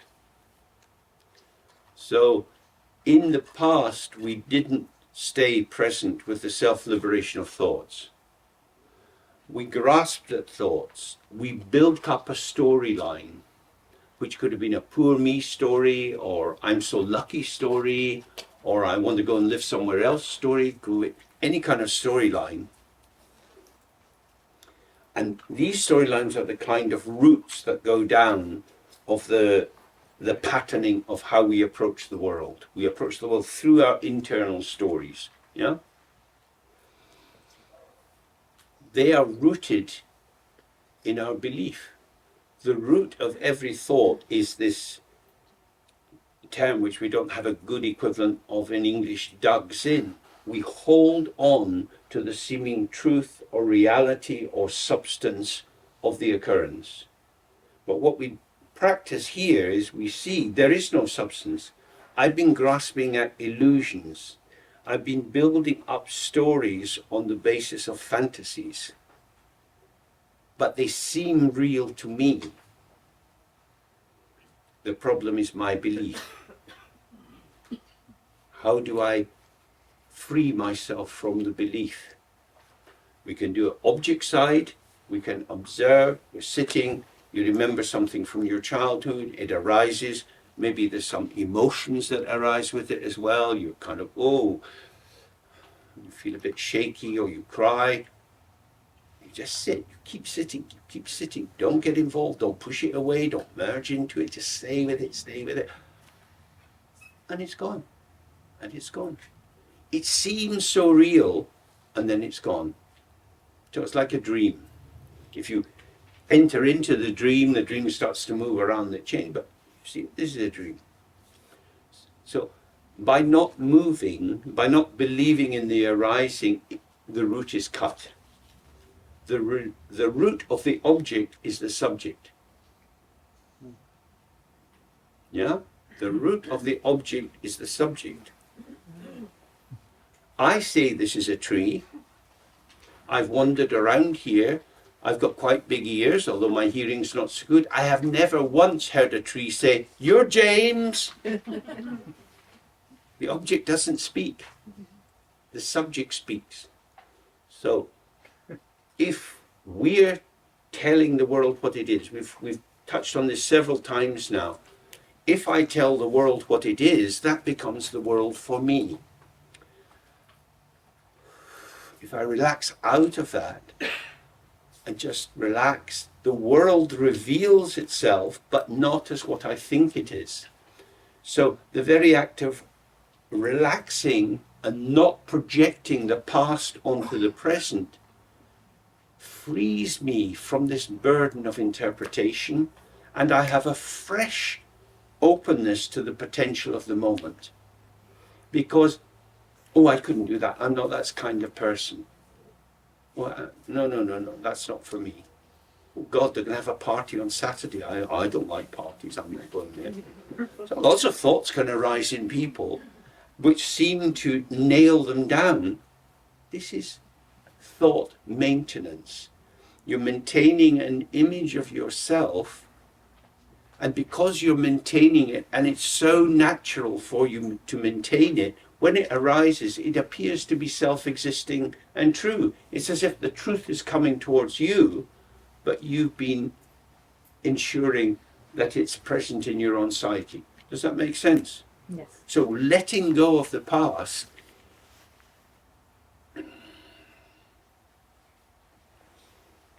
is exactly that. You're holding onto it with a rope. It's like if you were in a small dock area and somebody was in a dinghy and they threw you a rope and said, catch the rope, and you're holding onto the rope, and then somebody says, Jimmy, oh, you let go of the rope. We're drifting out. They're drifting off because you didn't hold the rope. Thoughts, patterns, neuroses will drift away if you don't hold the rope. The rope is the belief, this is important, this is for me. And that's where they're rooted. Yeah? I can say that this way, that way, many different ways. The key thing is that you investigate your own mind and you see, I do this. I am the cause of my misery because I keep holding on to the imagination that I exist as someone knowable, someone restricted. And by doing that, I lose contact with the open potential of the moment. Okay? My question goes in the opposite direction, the future. So if we rest in the present, I would assume that even the Mahasiddhas would have thought and think in some fashion about the future to secure an adequate food supply to do whatever's necessary in order to... That's right. So is it like I'm in the present, and in the present I'm thinking about what may be necessary to do for the future? I mean, Well, God willing, inshallah, I will be in Frankfurt Airport on Sunday afternoon. I'm thinking that in the here and now. That thought hasn't gone out of here and now somewhere. There's no future to go. It's not like playing darts. You want to get a bullseye. Well, got it. There's no target. There's no aim. There is no future. So when a thought of the future arises, it's always here and now. This here and now is all we have, and it has everything. It has the past, it has the kind of pseudo-present of our thought production, it has the future. So if we rest in this, everything comes to us, because it's the only possible place for experience. That's something quite amazing, isn't it? So you don't need to run around, you just sit and it's here, and it's here.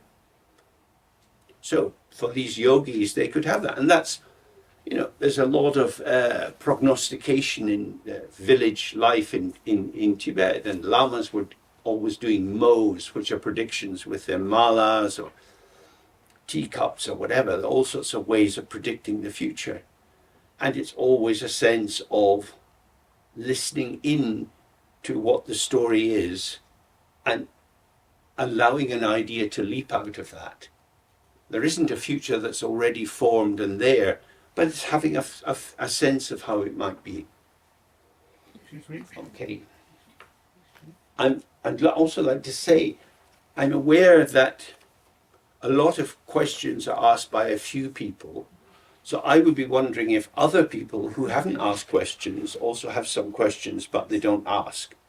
So it may be, if that's your situation, in one of the breaks you might want to have a chat with someone sitting close to you and see if you could develop a question, you could ask it together. But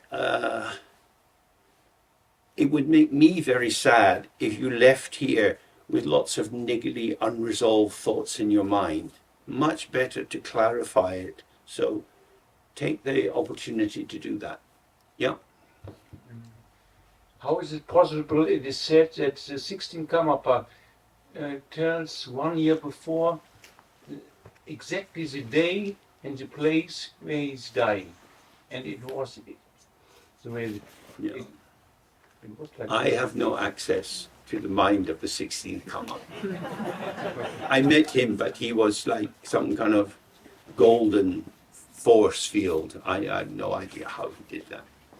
I mean, presumably his mind was very, very spacious a great deal of the time.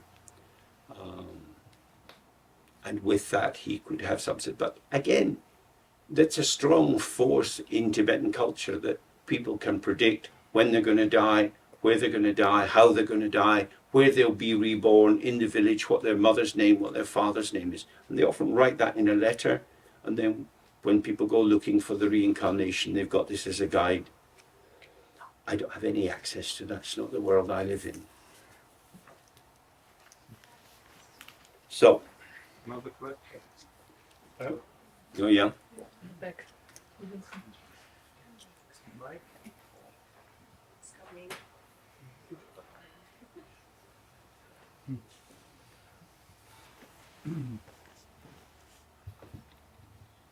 I wanted to ask about enlightenment because for me it's very abstract because it's also a concept.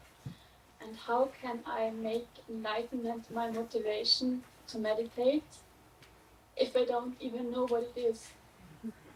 Mm-hmm.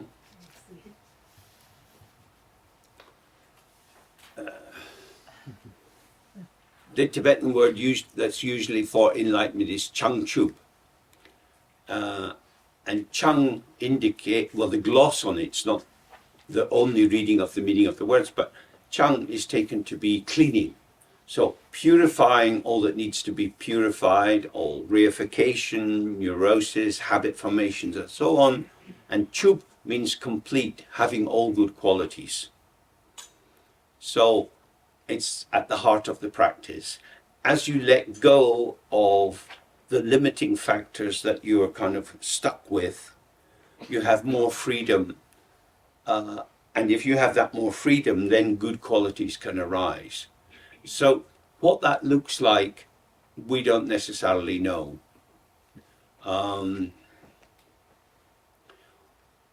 It's almost like there's two traditions. There's formal Buddhism, where Buddha Shakyamuni is described as having webs between his fingers.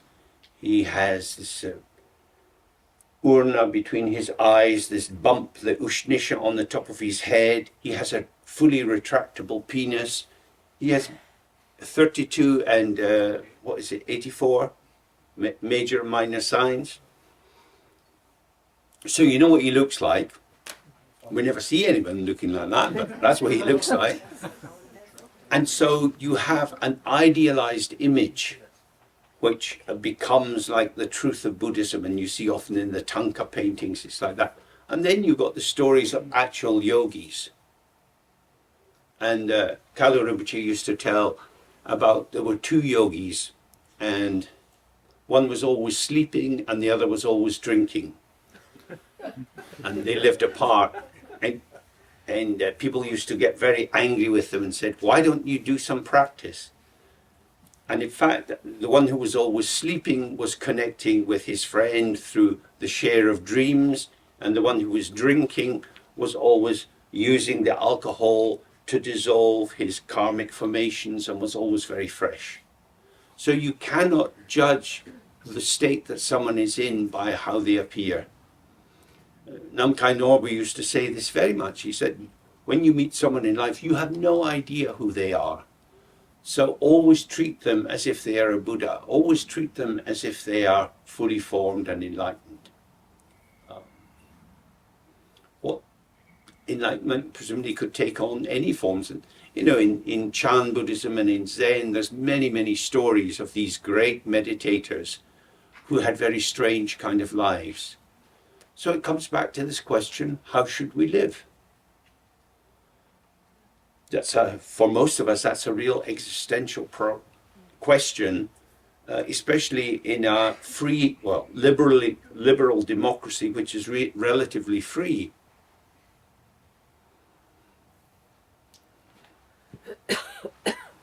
We can live in whatever way we want. We could take our practice into whatever way we wanted it to be. So how then would you decide that somebody is living a good life or a bad life? Whenever you do that, you're bringing an interpretive matrix, a template of what's good, what's bad, what's right, what's wrong, and you're applying it. So if somebody lives as a monk or a nun, and they've got their hundreds of rules as to what they should do and shouldn't do, it's fairly easy to read their scorecard, because they have said, I'm going to live in this way, this is what concerns me, and they can deviate from that or align with it. But how should we live? How should we live? Who knows?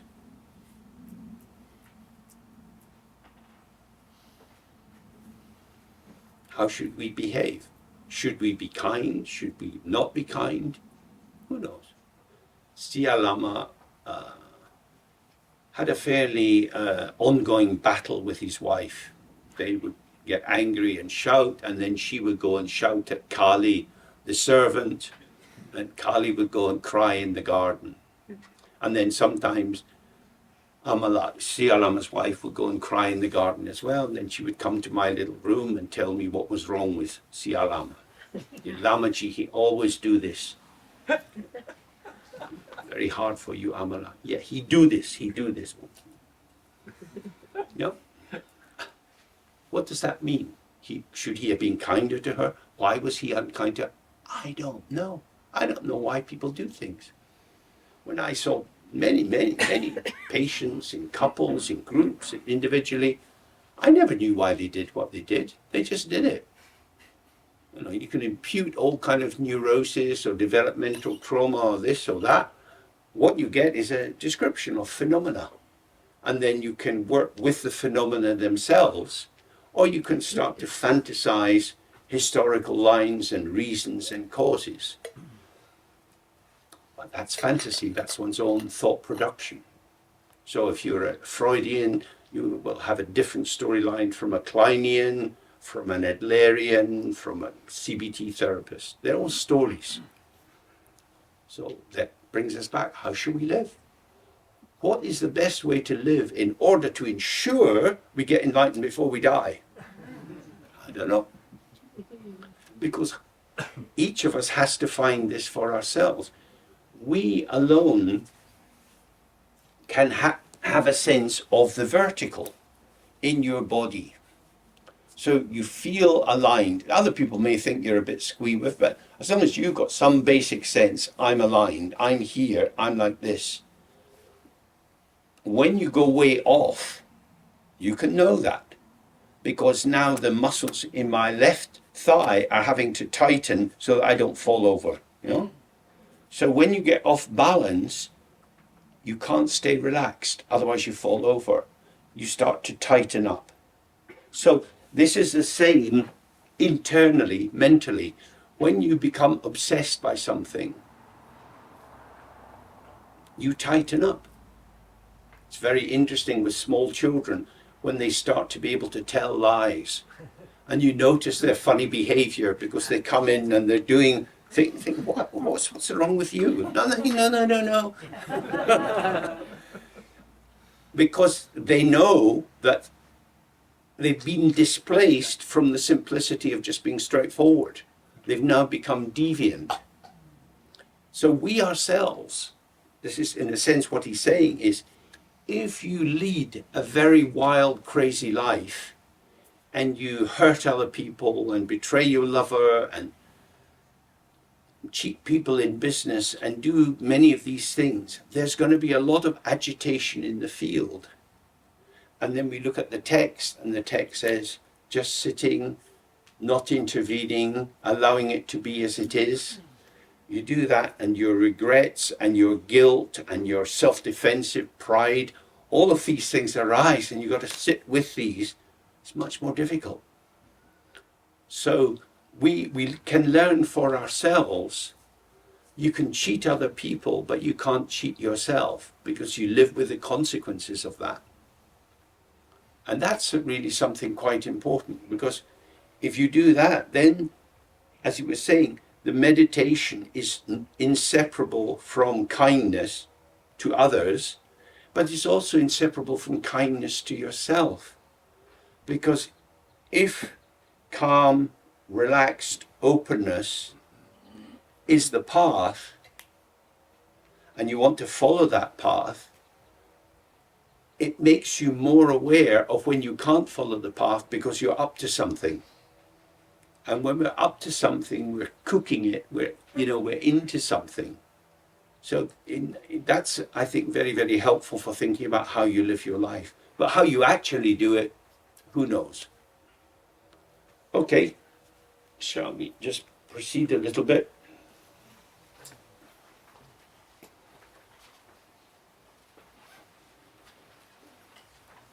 So he's pointing out the nature of the three times. We see that all phenomena are like that.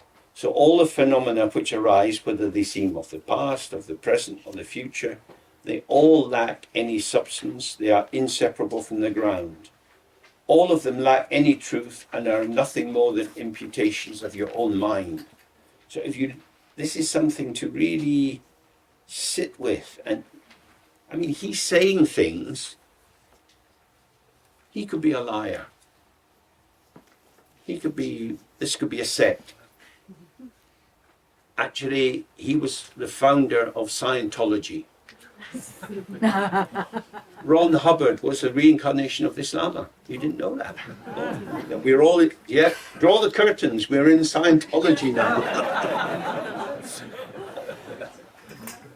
So we use this as a way of investigating. It's not a dogma to belief. It's like a kind of support for seeing more, almost as if you stood on a stone in order to see over a wall. You get a bigger picture if you use these thoughts.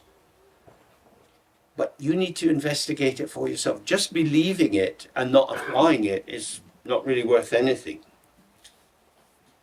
By considering this, you will know that they have no existence through birth, cessation, or abiding.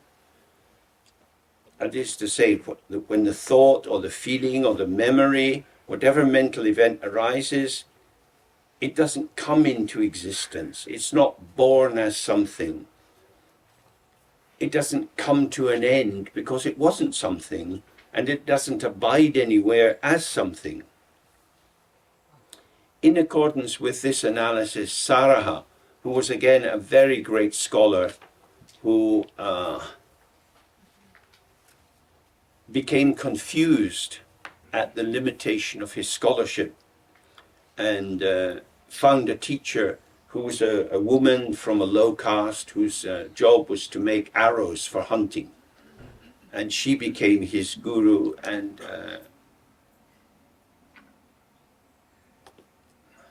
because she didn't buy into, he's a great scholar, he knows all these books, she didn't know any of the books. So she would just say things to him, you're stupid. But because he started to trust her, he would be really troubled by what she said. And he would allow himself to hear criticism from him that if he was back in the monastery, he would have been attacking back. But that's how she managed to get to him and help him. So he says, the birth of things is completely pacified like space.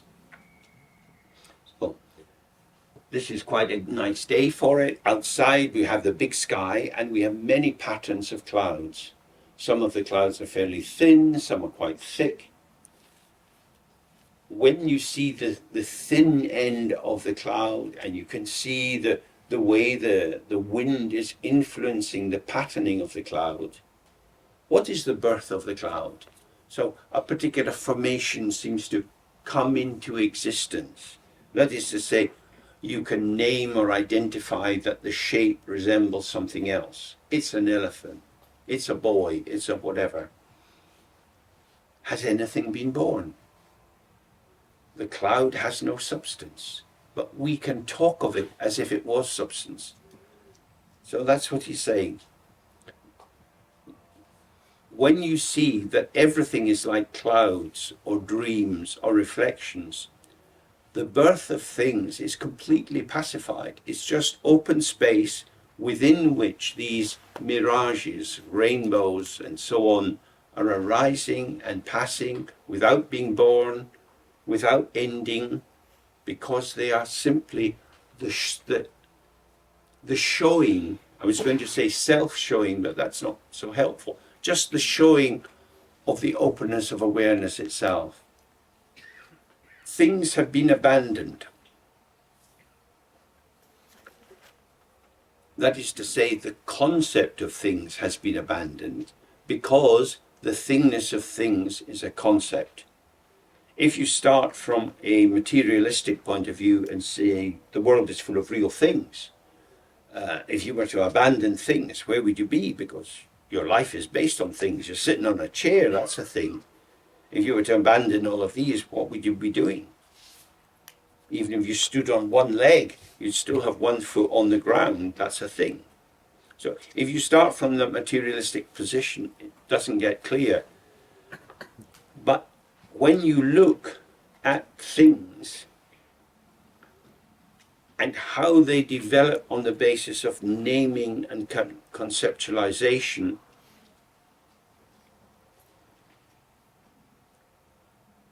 we realize that our mind is the basis of the thing. So, I'm sitting on a chair. I could use the chair to kill you. I could hit you on the head, plop one of the legs into your eye, and turn it around right into your brain. Possible. Or I could protect you against a wild animal that's coming from the forest. Much nicer. In which case, it wouldn't be a chair. It would be functionally a weapon. Now you might say, oh, James is using a chair as a weapon, so you're carrying over what you take to be the true nature of what it is I'm sitting on, and the function of it as a weapon is only secondary. But maybe we're under attack. It's the only weapon I've got. And so I've got this weapon and I'm learning to use it more skillfully every day. It's a weapon. Remember this idea, the mind is open, it has the potential, which is not yet born, but is kind of fizzing with possibility, and then you come into the world as participation. How you participate determines what this is. If we had a 2-year-old, they'd crawl under the chair, you put a little blanket over it, and they're in their tent, and they're having a really nice time. So for them, that's what it would be. Who are we to say it's not that? Because it's functioning as that. So that's what he's saying there is, don't rest in your assumptions. Observe how you use language. Observe how you use concepts. And have the sense that you could apply the concepts differently. It may be that somebody who has applied the concept of I love you to you at some later stage said, you're a bastard. That's a different kind of concept. Now, if I was really the beloved, why are you calling me a bastard?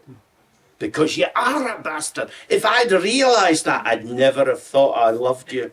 That was a delusion. I know a bit about Buddhism, it's a delusion. The real thing is you're just a bastard. Isn't it? So you flip across in these days, like the text say, the Buddha said, friends become enemies, enemies become friends. We see this in European politics, in the politics of the American continents and so on. There's a whole issue now for free movement in the South China Sea. Islands are being labeled as Chinese that were never taken to be Chinese before. The maps are being redrawn. Increasingly, the map of China now just spreads right across Tibet without any notion of the autonomous region of Tibet. It's just being subsumed into it. So that's a naming, and that becomes the functional reality. And if you're a Tibetan refugee, you might be thinking and feeling so strongly about what Tibet really is and the truth of Tibet, and they should stop doing this. They've stolen our country.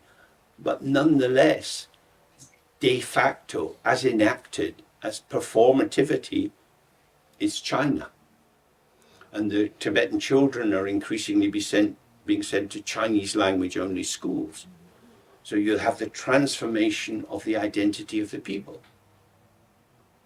Just as you had in the west coast of Scotland with the introduction of public education from 1896, setting up schools, free schools. There was an insistence that children should go to school, and in many of the schools, children who only spoke Gaelic, when they came to the school, could only speak English. Even in the playground, they had to speak English. And so they were being belted for speaking their own mother tongue. And that's happened with many other people. Happened to the indigenous population in parts of Canada when they got sent to special schools. It's a kind of re-education. So definition and identity is about power, the power to name. And we looked at these different levels of ignorance and the ignorance of naming. It's very, very powerful. And you can make a name stick. And you can wipe out all the people who remember the other namings. And that happens with the obliteration of many, many troubled people. We've lost so many languages in the world. Yeah. It's incredible. So if you look around the world, you can see the validity of what he's saying. So he's saying in terms of the practice, when you abandon things, that is to say, when you see that the words you use are like a sky flower, which is a traditional Buddhist image, like a flower that seems to blossom from the sky. It's not plugged into the earth, it's not real, but you can imagine it. And that all the things that you think you know exist for you as your interpretation. They exist for other people as their interpretation. Therefore, this work of grasping at things, of inventing stories about what is there, they have been abandoned. So then he says, consequently, what could be born? If there are no things, and the thinging, the production of things is a mental process which has no basis except its own self-belief. I know what you are. I know what this is. What is born? Because to be born from this is like cutting the umbilical cord. The thing comes into true existence. It is now autonomous. It's there in and of itself. So I'm sitting on a chair, and the chair is a chair whether I sit in it or not.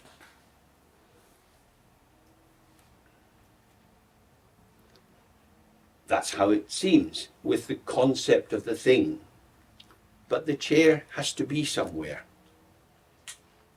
And so when we look at the chair, it's just there, almost all by itself. But it's placed there. And before, when we were doing this 9-round breathing, I had to move it forward so I didn't whack my arm on the table. So I moved the chair for my purposes. The chair is here. Someone has put it precisely here. And it has to be somewhere. Where should we put it? If we're tired of it, put it in the bins. They'll take it away. They'll maybe recycle some of it.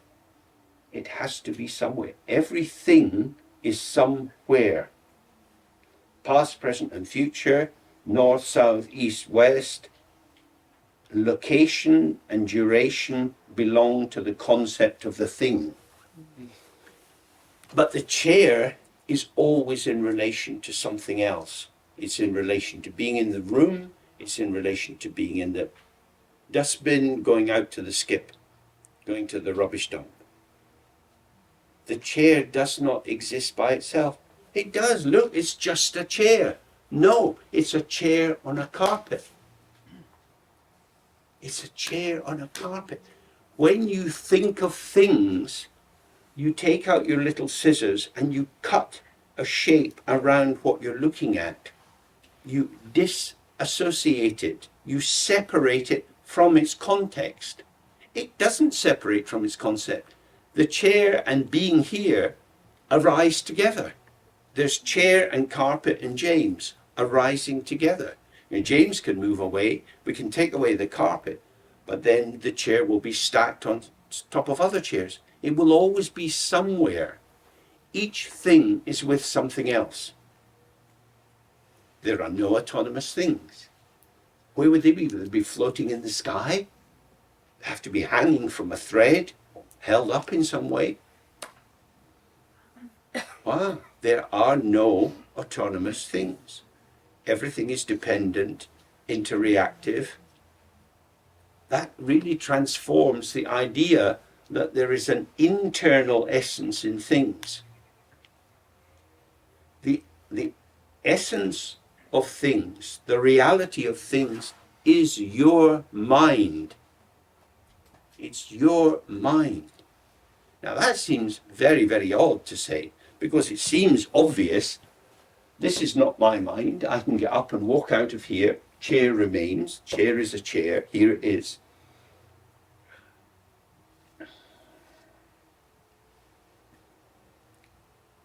But I am interpreting the shape. So we've already seen it could be a weapon, it could be a tent for a child, it could be a plaything. It is a juxtaposition of shapes which are being put together on the basis of an idea of having a sellable item, because people don't make this just for fun. They've got a factory. They want to have a model of chairs that are good for stacking, that are not too expensive, and so on. There's a lot of conceptualization in this. So when we look at it, we lose its conceptualization.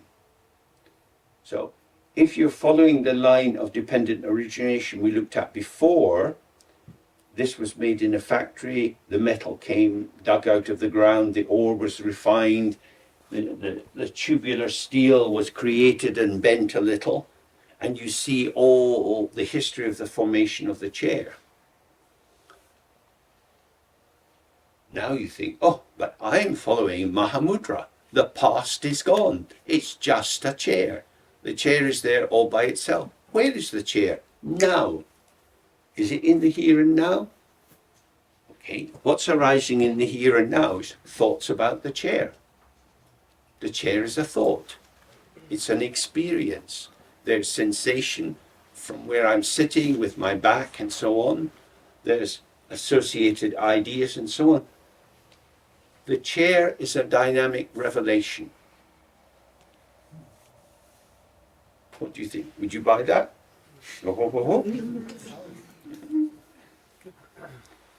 One use second-hand concept. Would you like to buy it, madam?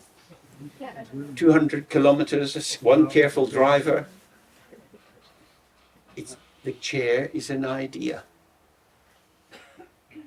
It's very difficult to really think in these terms, because what we do is we project our idea into the chair and then see it there. It's a projective identification. You project and then you identify what you projected as being in the other. We do it with objects, we do it with people. So the reality of the chair is our thought of the reality of the chair. Now you might say, but James, if the chair wasn't real, you wouldn't be able to sit on it.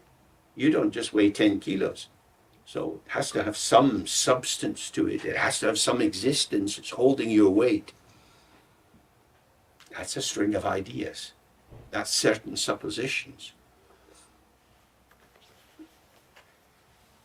The fact that it's holding my weight is the shaping of the chair, the distribution of the weight down through the four legs, the strength of the metal. These are the interplay of interdependent factors. It doesn't confirm the true existence of the chair. Does that make sense? So there is a functioning there, just as I am a functioning, and function or pattern of experience. This is the rich complexity of our life.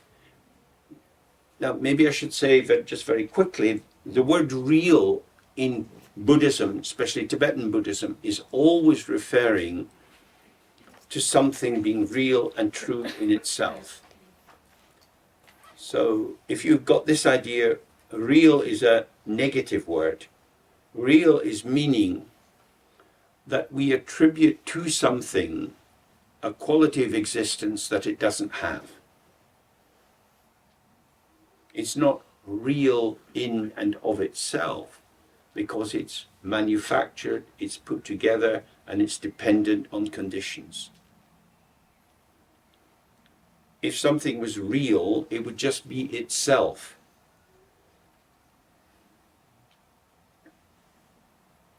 And that realness of itself would be independent of any of the factors around it.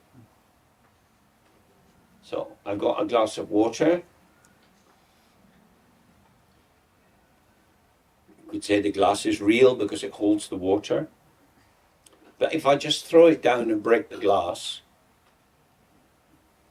it's unlikely that anybody here is so patient that they'll go and get their little tube of glue, take all the bits of glass, glue them all together, and then say, look, I've made a better glass. It's a bit wobbly, and it might leak, but it's still the glass. When it's broken, it's broken. So its value is its present condition. And the present condition of the glass is not independent of the people who lift it up and put it down. And sooner or later, it's going to get chipped. Things being moved around in the kitchen with lots of people, they end up being chipped and broken. So the reality of the glass is inseparable from the care and attention of the people who use the glass. Does that make sense? Yeah. It's not belonging in itself, it's a conversation with the environment. That's a very radical, disturbing thought to have. That every time you think you've got a handle on something, that's the truth of it.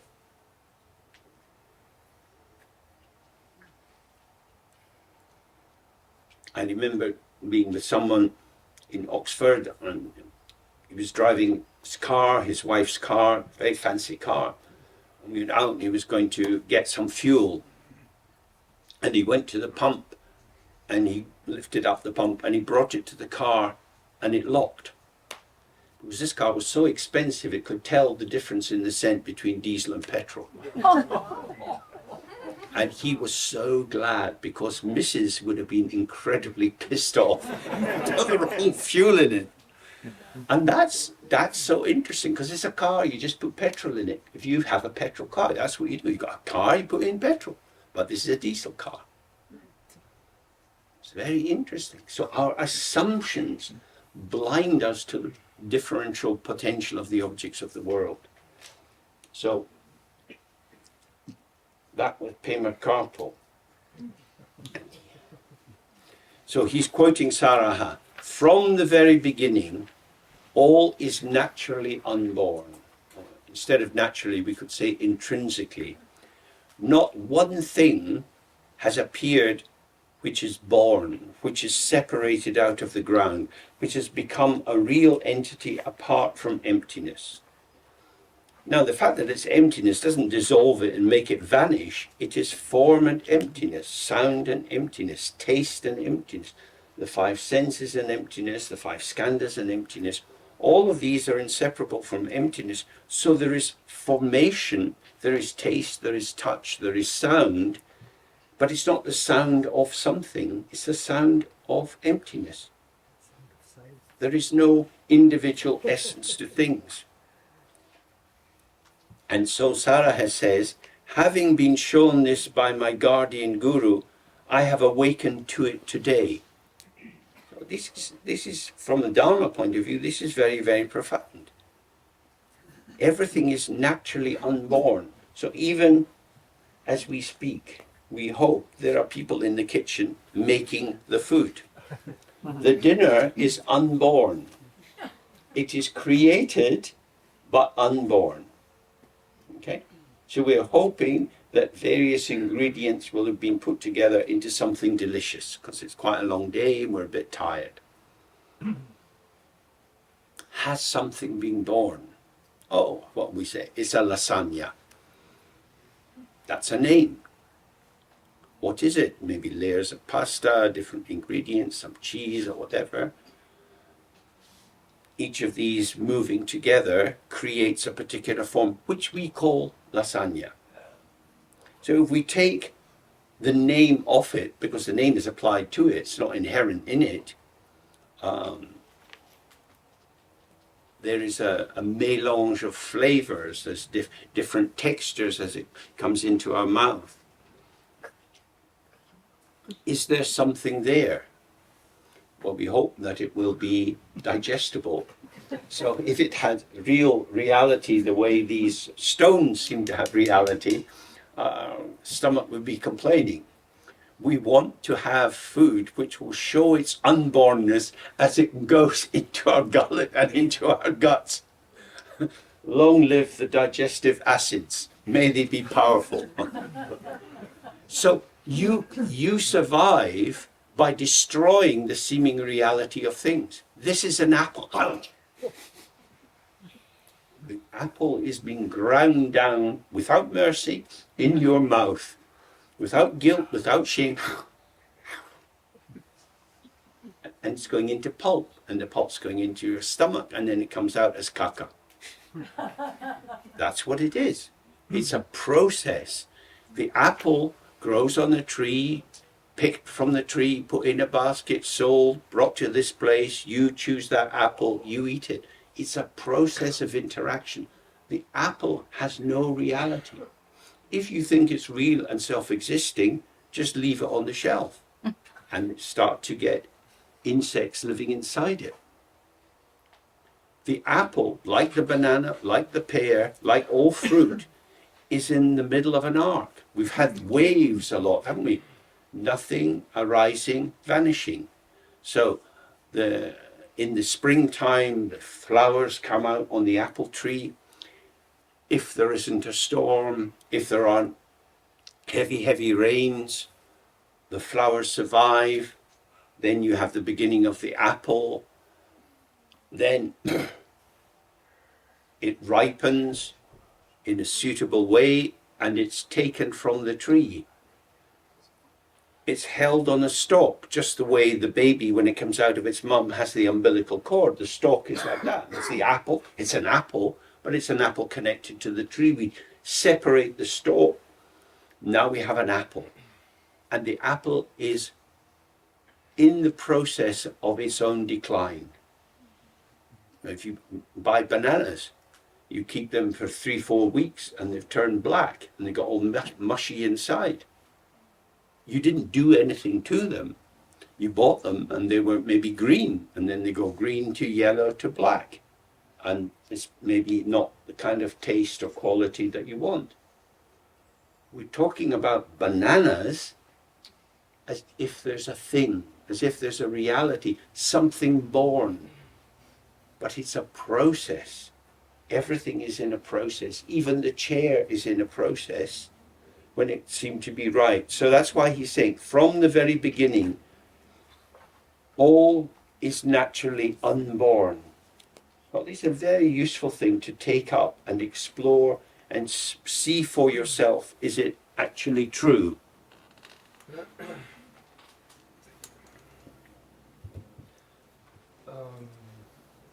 I'm still struggling a little bit with this idea that your chair is just a concept. Would it be proper to say it's a confluence of of a stream of concepts together with some energetical manifestation of things, or well, things is probably not the proper word, of energy itself showing as something that is independent of my concepts, that is just there, and by naming it, it gets a function, but it's not only my concept. Yes. My Yeah. It's not an idealistic view. It's not saying everything is just the mind. What it's saying is that we only can access things through our mind. We live as creatures of experience. We experience ourselves, we experience each other. That is our mode of arising. I'm fine with that. Yeah? Super. Okay. So, we've got a little bit of time. This is all to stretch your poor, tired mind. So now he's moving on to the second aspect, which is analysis in terms of things and non-things. This is as follows. Thus, is your own mind existing as an existent thing? No. Presumably, we wouldn't be here if we didn't have minds. You got a mind. Does your mind exist? Does it exist as a thing? Does your mind exist? Now we talk of your mind. I really minded what you said to me yesterday. I found that really unhelpful. Yeah? So my mind minded. I reacted to it. My mind took on a formation of, I don't like this. Okay? So is the mind that goes into a dislike or an antipathy against something, or a joy? Oh, I'm so happy that you said that yesterday. Is that mind a thing? Is it doing something? So we can go through these questions fairly quickly, because as long as you can understand what the sentence means, that's your homework. You yourself, sitting on your own bum, have to enter into that and really inquire. Because when we talk about ignorance or unawareness, we're talking about living a lie. We're talking about not getting it, not seeing clearly. We're talking about direct seeing being unavailable in a moment and replaced by imagination, by conceptualization, by invention, by creation.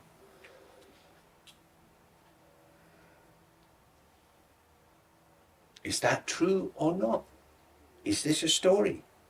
Are we really Scientologists? The only way to prove that is to take up the questions. These are all ways of looking at yourself. When I was a kid and I used to go to the barber, and I'm very happy that, having had long hair for a very, very long time, I have not supported barbers. Because they used to terrify me when I was a kid. Be sitting in the chair, and hanging on the wall there'd be this long leather strop, and they'd be shaving someone next to me, this razor blade. God. And then they would trim your hair, and then they'd bring up the razor, and they'd we're just tidying it up a wee bit. So in these situations where we have these experiences, we're imagining things. Imagining people being helpful or not helpful. We're brought into the barber shop or into the hairdressers because we've got a sense, my hair's too long, it needs cutting, I want the dye reinforced, or whatever it would be. We have an intention, so we're moving all the time, shaping and creating. And these ideas are useful. The one useful thing about being in the barber is you're sitting in the chair and you're looking in a mirror in front of you, and at the end they pick up another mirror and they hold it behind your head, so you can look in the mirror and see the mirror that's behind you, and that way you get to see the back of your head. Do you remember that experience? So that's what these questions are. They are a mirror that allows you to examine yourself from an angle that you wouldn't normally do in your life. And through that, you get a more rounded notion of how you are. So it's putting things into question so that you can bring your attention and see how it is. So I'll just go through them, and I can only encourage you to have a look at them. So we'll run through. Thus, is your own mind existing as an existent thing or existing as a non-thing? If it exists as a thing, does it exist as the grasped or the grasper? Is your mind doing the grasping, or is it something you're grasping by thinking about your mind? If it exists as the grasped, how is it shape or color? Because it must be something. The grasper is exhausted in just that appearance itself. Because if you can't find an appearance that you can hold on to, the grasper falls away. If it is taken to be a non-thing, then what has made the diversity of appearances? So if your mind doesn't exist, but you have an awful lot of experiences, how come you have all these experiences? Surely your mind must be there to hold the interpretation of all of these things. If your examination affirms that it exists as a real entity, then it is fitting to keep it as a thing. So if you are one of these rare people who can find your mind as a real thing, then hang on to it and donate your brain to medical science when you die. It's insane. If you really believe that you exist as a thing, full stop, end of the road. You're not going to inquire any further, because now you know. I exist, I'm me. You think I'm not me? Who do you think I am? I'm me. Come on. I'm here. This is it. Back off. Leave me alone. I'm me. So the ego fusion with dualistic consciousness becomes quite defensive. So that's why we use these questions, because it's to try to slip around the defenses of the castle of yourself, to see behind that, how are you? Not what are you, because the ego says, I am. It asserts existence. But we're wanting to see, okay, bracket this statement, I am, and let's think, how are you? Not how you're doing, oh, I'm fine, but how, attending to the actual phenomenology of your existence, the arising of thoughts, of feelings, and so on.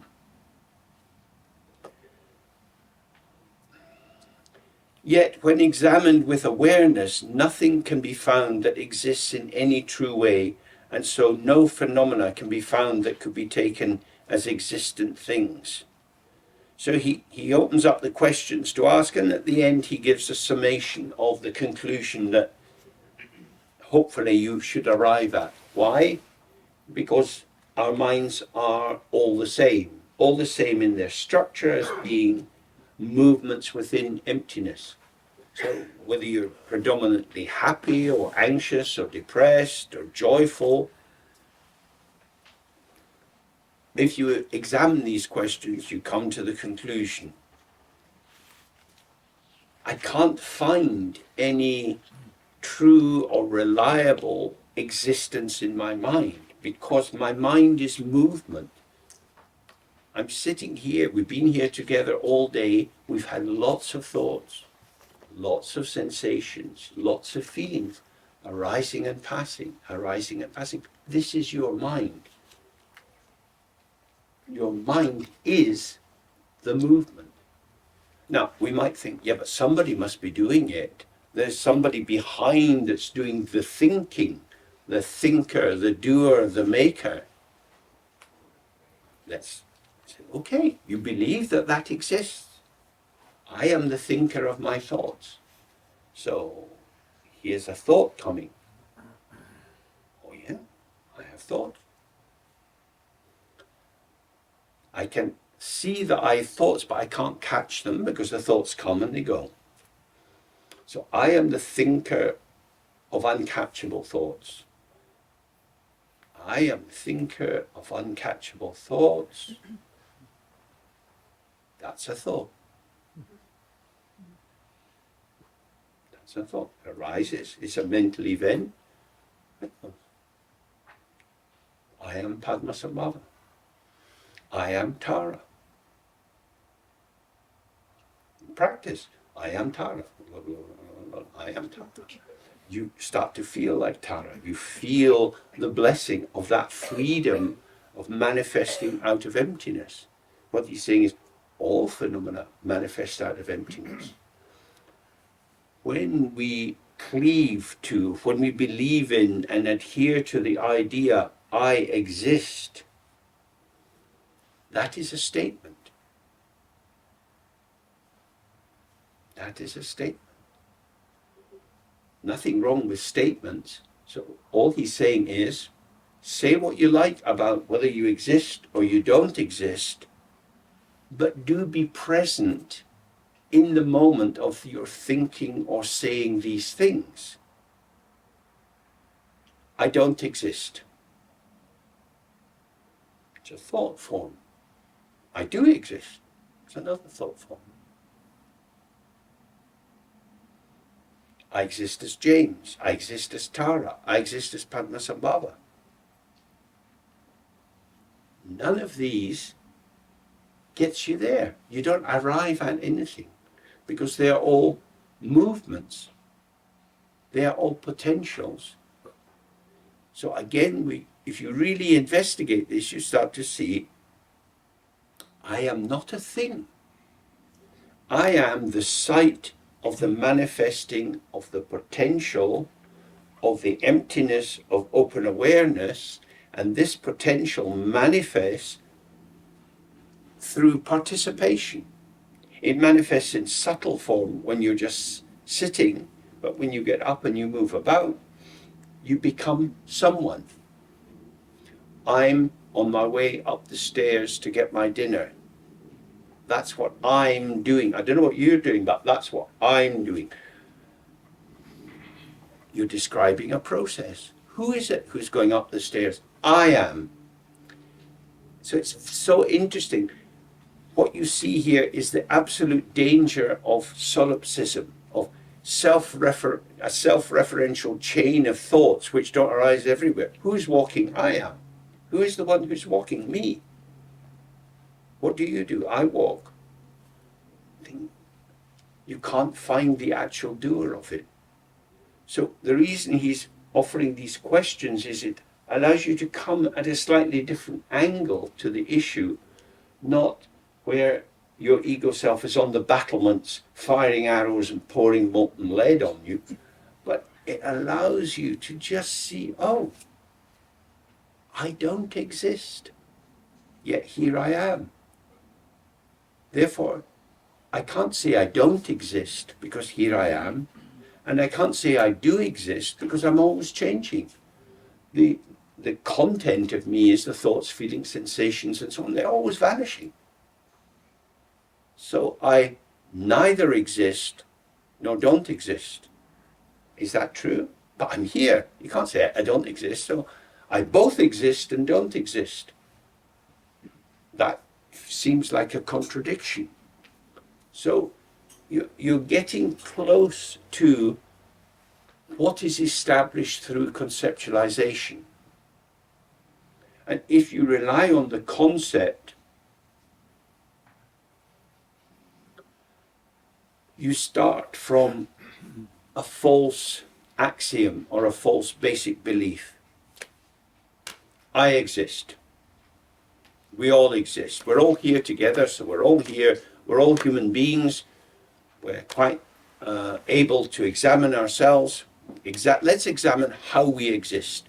That wouldn't be an unkind thing to suggest, because it seems obvious we all exist. You look around, you see people. They're not sort of floating in space. You exist, you're you, you're not you. Two people having their own separate existence. But how do they exist? That's dynamic. The contents of each of us here is this stream, this revelation of the patterning of potential, like turning a kaleidoscope endlessly, endlessly. A kaleidoscope into which fresh supplies of different colored glass keep arriving. So the patterns are very different. The continuity is the axiom, is the starting belief, I exist. So that's the string in the mala that we were looking at yesterday. When you take the string out, you think, I don't exist, all these balls are there. And they can then move around in different patterns. You can make mosaics, collages, rather than have them strung in a sequence. So these questions are very, very useful if you want to get close to your mind in a way that allows the optimal possibility of the mind revealing itself and you being present at that moment, so that you're revealed to yourself as yourself. I don't exist, and here I am.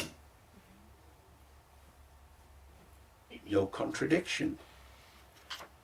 Here I am as a non-existent manifestation. My manifestation arises in interaction with the factors in the field. It's not the expression of a truly existing me, it's the expression of the relation between potential and field. So going back to the issue about, well, is everything just your mind, or does the world exist?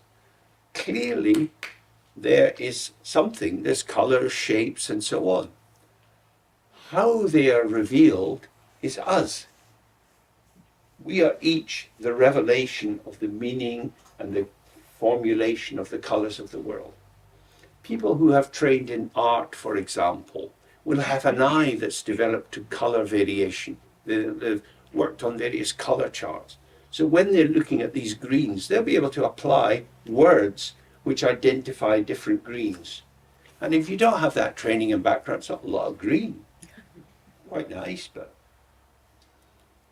you apply the names and it creates the differentiation. So we all have factors that feed the differentiation of experience. Nothing is real, yet everything is experience.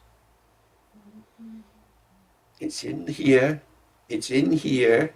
You have to bring this and this together and it'll get clearer. It's not something that's a magical understanding, because what you're doing is you're putting into question the assumptions that have kept you going for a long, long time. You may decide at the end of it, actually, I'm happy with my assumptions.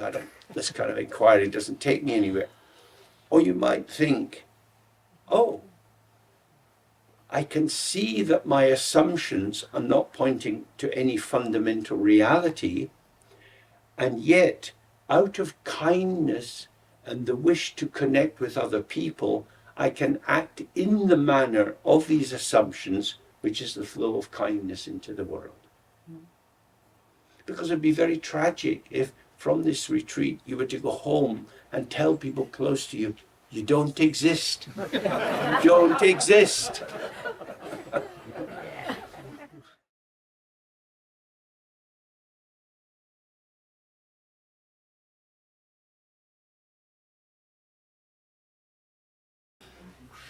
But because people's lives are very busy, and even to put aside 1 week to focus into a text like this, which is a very rare opportunity, is difficult to maintain.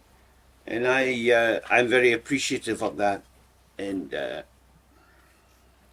so it's always in the back of my mind, what is the best way that we can make the teachings available? If I do it on Zoom, we have different translators, so it's available in more languages, but then I don't get to see you, and then I'm very sad. And we are I'd too. really like to be here, you know. So we need to keep thinking about that. Anyway, even if you're here for a day, you get something of the flavor of it, and due to the kindness of Martin with the audio recording and Rainer with the video recording, you'll be able to look at it later and continue it. Yeah.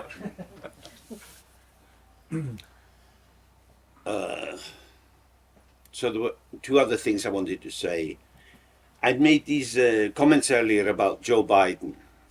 I use politics because I do genuinely believe that the structure of power in the outer world parallels the structure of the ego, and I have no bias in American politics. It all looks very unpleasant to me. But I noticed now that I have this marvelous phone, it was saying that at this huge conference that is on at the moment, Biden had addressed the president of Ukraine as Mr. Putin. Now, this is what we were talking about the knowledge of capacity. And one of our dear friends here, Dr. Rainer Schadler, was a full-time doctor, and now he's retired from much of this. And as you were describing the other day, now he's available in the village to do a bit of this and a bit of that. And that is such an important thing. You know, if you're in a city and you have to park a car, you need to have a reverse. If you can't reverse, it's very difficult to get your car into a space. But we have a culture that's all about forward, pushing forward, ambition, getting to the top. And so practicing reversing, being able to do less, to retire, to admit that something you thought you could do, you can't do. For example, taking vows to do mantra recitations, realizing you can't do it. If you reverse, if you politely hand it back, you can hand back the vows. Pushing on, pretending that it's all okay is not very wise.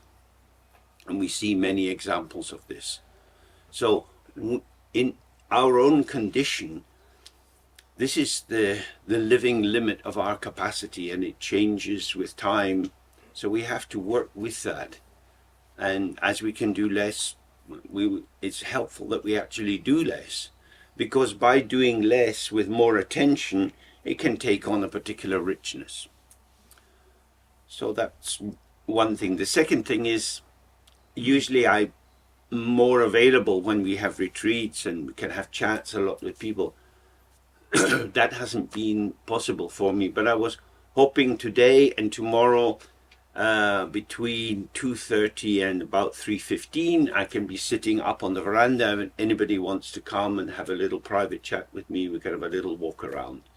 Because you know, if you want to make contact with me, that's why I'm here, and I'd like to have a chat with as many people as possible before we end.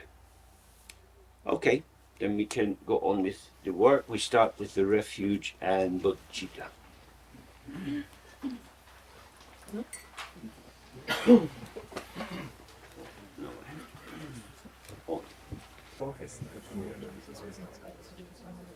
Also mich fragen.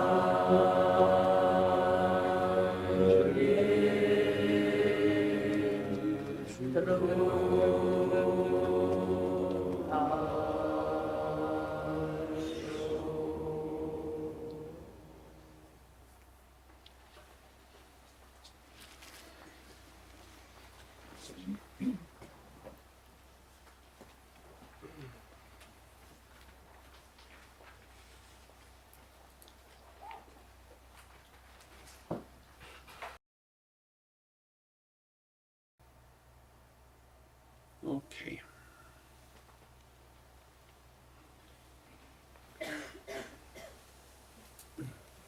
So with the help of the text so far, hopefully we start to see that if something arises and we go after it, we never leave the here and now.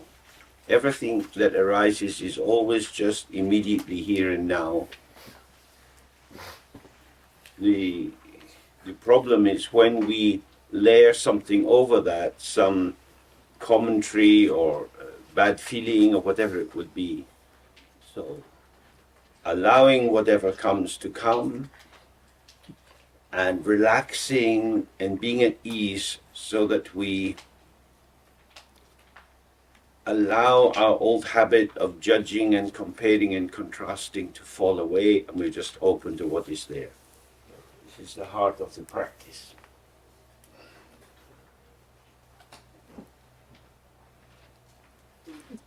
Because an awful lot of the comments we make about our experience and other people's experience are not necessary.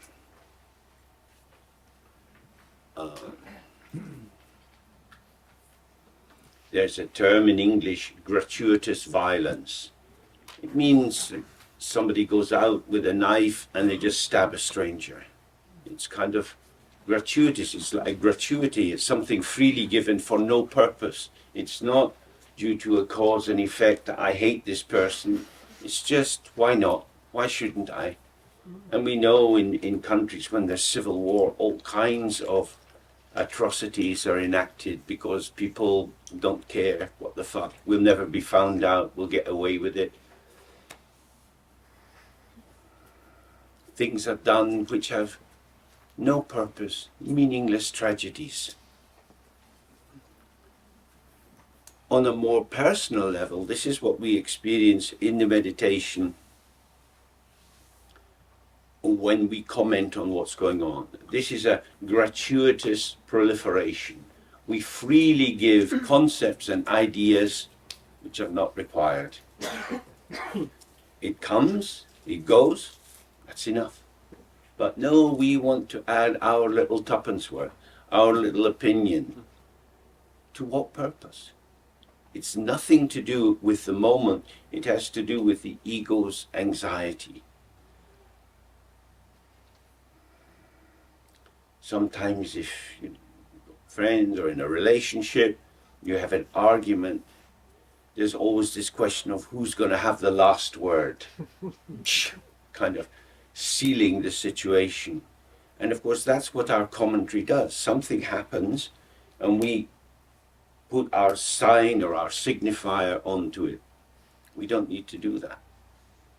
The issue is not the free movement of the fresh energy of the mind, but our habit formations which cause us to pull into this open present moment attitudes, opinions, anxieties, which actually don't belong there. But we want to maintain them because they seem to be the vital constituents of our sense of self. So it's always these two things, opening to what is arising now and avoiding adding the unnecessary. Both are helped by relaxation. I, as my ego self, am irrelevant. There is, when you're sitting in the practice and we're just open, there's nothing that my ego can do to improve the situation. Because the thoughts are coming and going, the feelings are coming and going by themselves. I'm not making them. But when our ego responds to them, it's got nothing to do with being here in the openness. It has to do with maintaining an out-of-date structure. A self-referentiality to a self that doesn't exist but is constituted out of the repeated actions of self-referentiality. So when we get caught in that We're running a commentary. We're securing the territory. We're not allowing freedom to the field, which means we're simultaneously denying freedom to ourselves. Because only if I can allow the mind to be as it is, with all its particular movements, very often on a cognitive level, meaningless. It's just patterns. But we're not needing anything. So sometimes on a summer's evening, in a warm country, you're sitting outside, and little fireflies arise. And they're moving around in the dark, these little movements of light. They're not doing anything, they're not painting like Picasso, but they're somehow in enchanting. And we look at them, wow. There's nothing to be gained from this except delight. Delight in the freshness of it. So that delight we can also have in the sitting practice. That's why they're often talking about dewa or happiness or joy or bliss, because whatever comes is just unburdensome. It's not landing on us and requiring us to do anything, and it's in fact deburdening, because it takes away our, or it releases us from the need to do something with it. Meaninglessness might seem a terrible thing, because we seem to be searching for meaning. But meaning is a construct, and it speaks to how you are yourself. In the Theravadan tradition, they talk about the 3 marks of conditioned existence: no self, impermanence, and suffering. And in the Mahayana tradition, they talk about, if I can remember, they talk about emptiness and mompa mepa, without hope. It's kind of hopelessness.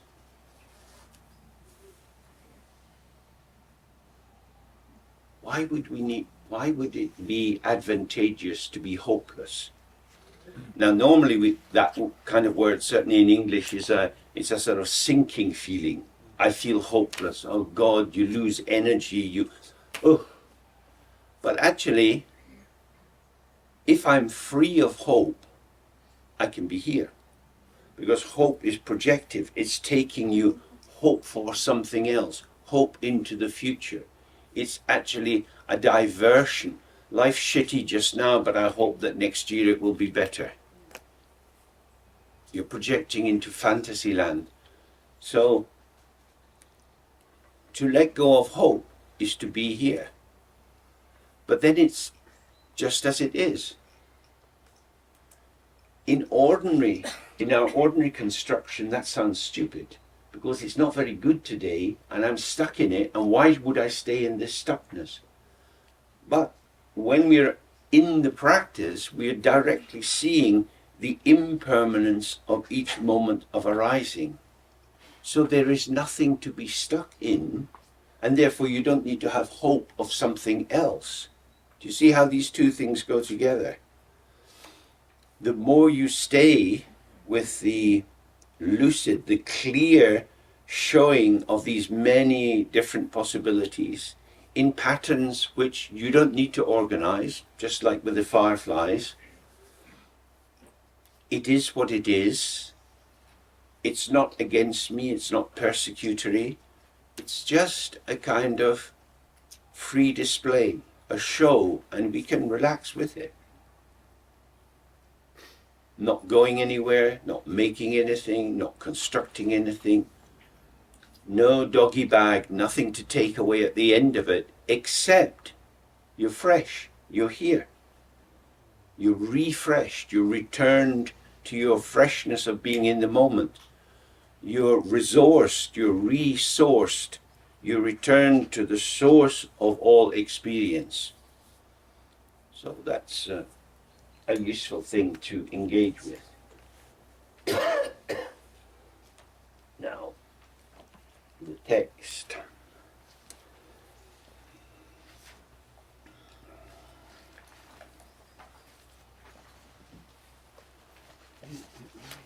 So, in 23, at the end of the first paragraph, where we finished yesterday, he said, when we examine how the mind is with our awareness, not trying to work it out, but just being with it, nothing can be found that exists in any true way, and so no phenomena can be found that could be taken as existent things. So there is experience, but it's not the experience of anything. It's like a mirage. There's an experience, but there's nothing in the mirage. You're experiencing color and shape, like experiencing a rainbow.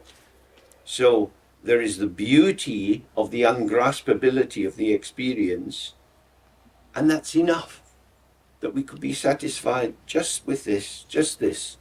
Then he continues in the next paragraph. Yet there is the sphere of activity of the original knowing of intrinsic awareness.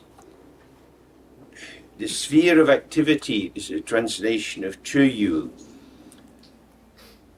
For example, Padma is described as having Sai Chogyal. His sphere of operation is the earth, because he's in Sangdapalri, which is on the, well, it's an island in Chamaradvipa, and he's there, and so people have the belief you can go there. He operates in the human realm with people. He went to Tibet, he engaged with people. This is where he operates. With Dakinis, their sphere of operation, sphere of activity is the sky. Tibetan for Dakini is Kandroma, means the feminine movement in the sky. And means the Dakinis are not solid, they're not fixed on the earth or in a location, but they quickly come and go. They are connective movements. So the sphere of activity of the original knowing of intrinsic awareness. So it means intrinsic awareness, the capacity just to be present and open, is,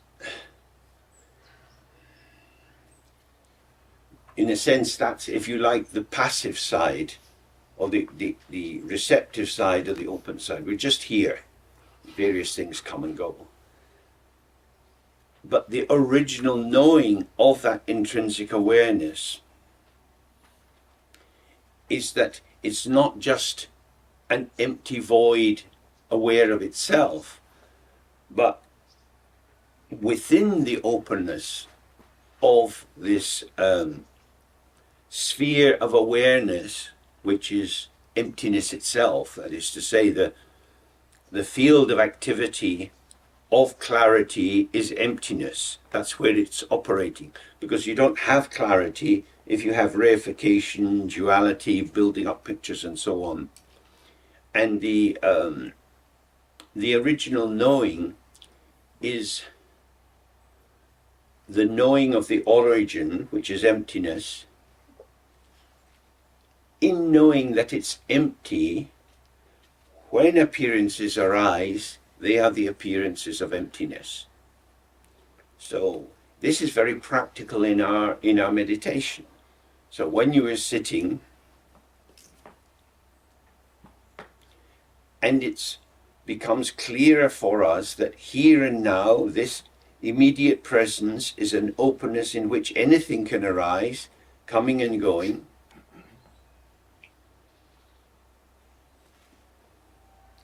There is movement. The movement in this openness is unborn. It's a potential. So it's like if you were at the seaside and it was a calm day, you just have a gentle movement. It's not really a wave yet. In English they call it a swell. It's just like that. When there's activation, then the waves become more distinct and it looks as if there's a wave and an ocean. But when it's just like that, it's like a pulsation on the surface. So this is the potential of the mind, is these unborn movements, and this is what we're aware of when we're sitting. We don't activate an arising by thinking about it or claiming it to be something or making it self or making it other. Just leave it as it is, and it's part of the great ocean of experience. So this is the original knowing, the knowing that knows that everything is inseparable from the source. So however it is, whatever it is, it's the source.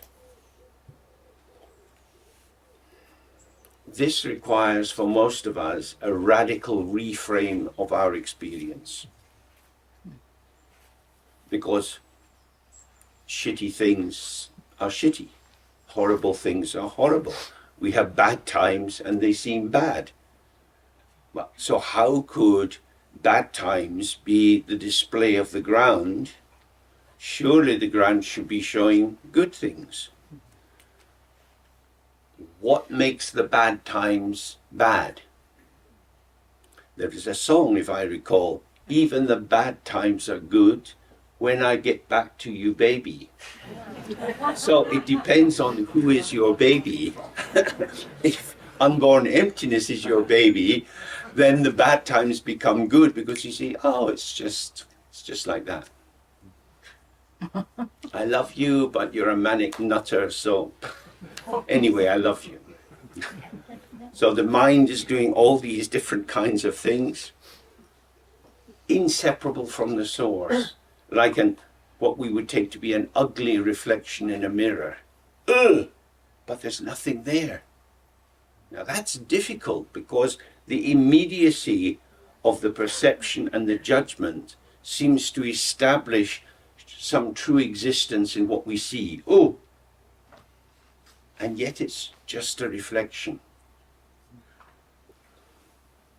I remember when I was up in Nepal and in a small retreat place, Dujun Rinpoche, this famous Lama, was coming to visit, and I got very, very sick. I was vomiting and all over the place, and very high fever, and there were two monks there and me. We had no money, we had no medicines or anything, so they wrapped me in a tarpaulin, a bit like a tent, which was not very warm. And one of the monks said to me, "This is a blessing. Dujun Rinpoche is like Padma and he's coming here, and look what's happening for you." So this is, you get a head. When I was in Sia Lama's house, I had headaches most of the time, and I used to use a balm, like this Chinese balm, and I would rub it on my forehead to try to take the headaches away. And I rubbed it on so much that the skin had burnt and it was all red and had little pustules on it. For years I had these terrible headaches because being around him was just, it's like cooking everything. And there was no way to please him, and I was always in the wrong. And poor little self-pitying James struggling through, and it's like that. And then this other Lama came to stay, and he said, "Oh, you're so lucky to stay here. This is so fortunate."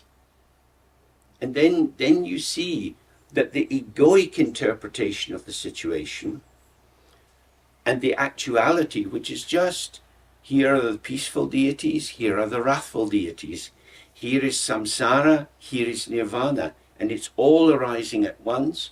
And because we get our scissors out and we cut away between the two, we say, good is here, I like it, I want more. Bad is there, I don't want it. And as long as we stay in that, we're in this duality.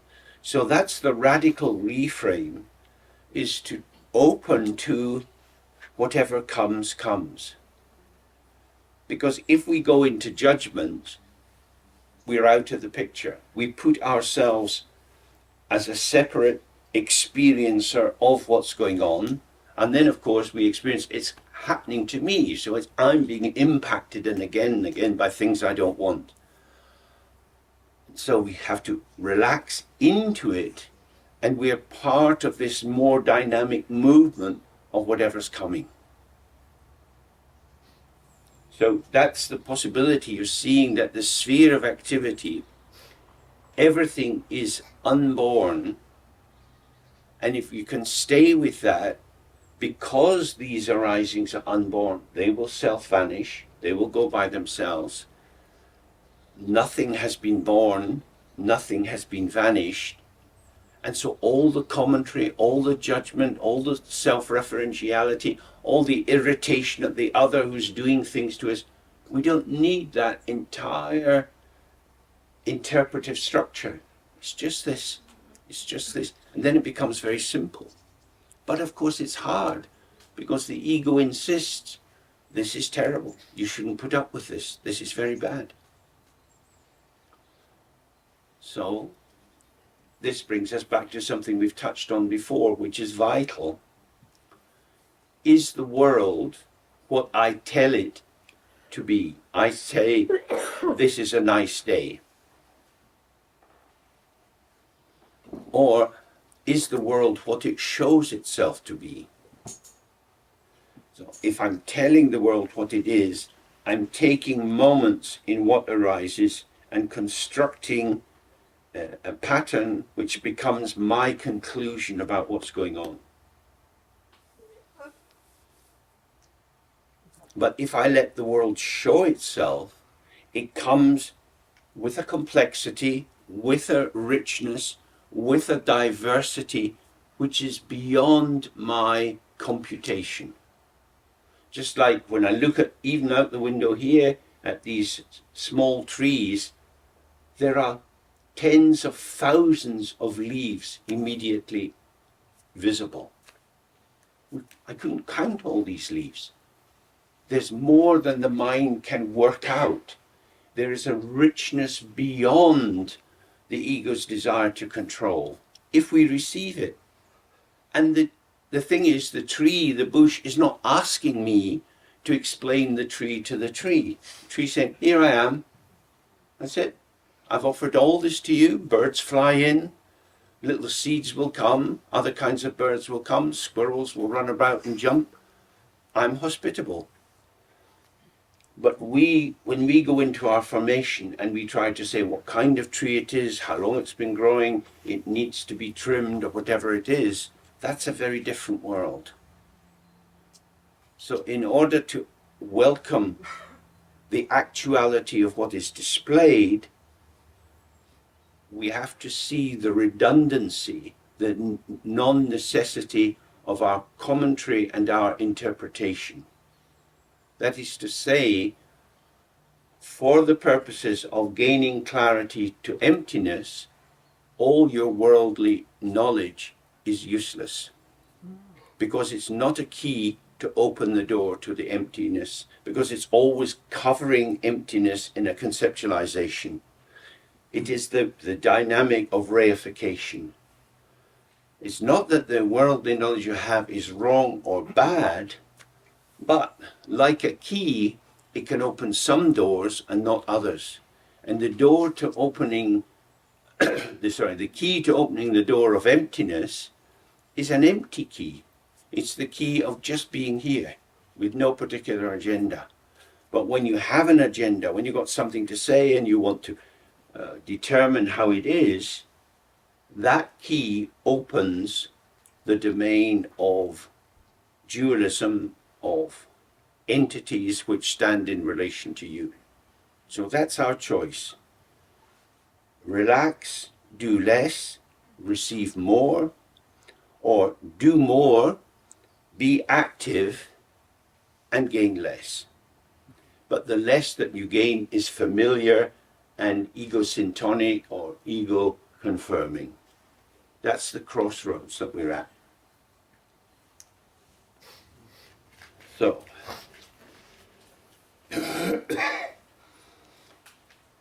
this original knowing of intrinsic awareness, he says, if this is present, and so occurrence is not non-existent and has not gone in the direction of no thing. If you're present, there's always a lot going on. It's not that the world is shut down unless you're busy making it. What is revealed is structurally not different from what's revealed by thinking about it, because the basic structure is emptiness, but the clear revelation is beyond conceptualization, and the ego's structures are limited by dualistic conceptualization.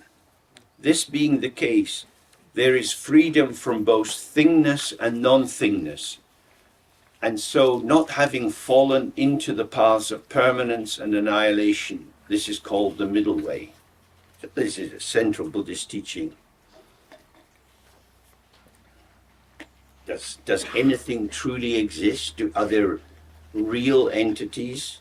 By looking in this way, we see the immediate impermanence of all appearance. So there are no things, and yet experience is undeniable. There is a stream of this and this and this which is occurring, and so there is the thingness of the impact of what's arising, and the no-thingness of the ungraspability of what is arising. When you have freedom from both of these, that is to say, you're not taking up a definitive conclusion about them, you don't fall into this is permanent, this is impermanent, this is reliable, this is unreliable, and this is the middle way which runs between all extremes. Because in Dharma, as we can see from the Heart Sutra, it's concerned with both and, like this. Form is both form and emptiness. It is form and emptiness. These two arise together.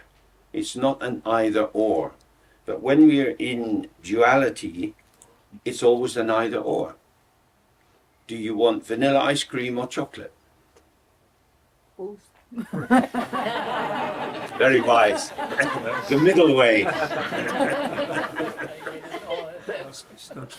That's how you get the Buddha belly.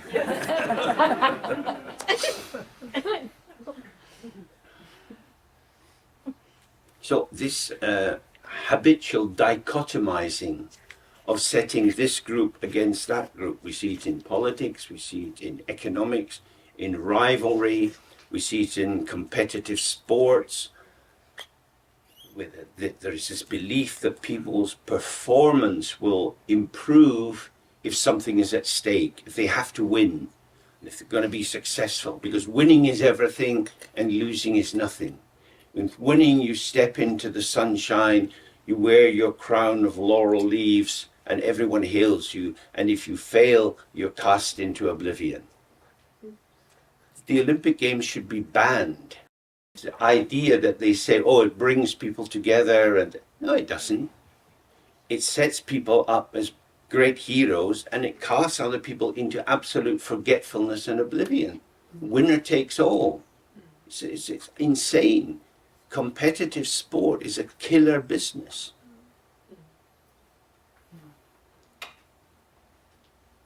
We've been discussing, and you're just not up to it. There's no place for you in our team. You're just not up to it. Now, if you were having a friendly football match, it wouldn't matter, because you're just kicking a ball around. In collaboration, there's a place for everyone. In competition, it's very, very different. Competition is exclusive, excluding, and collaboration is inclusive.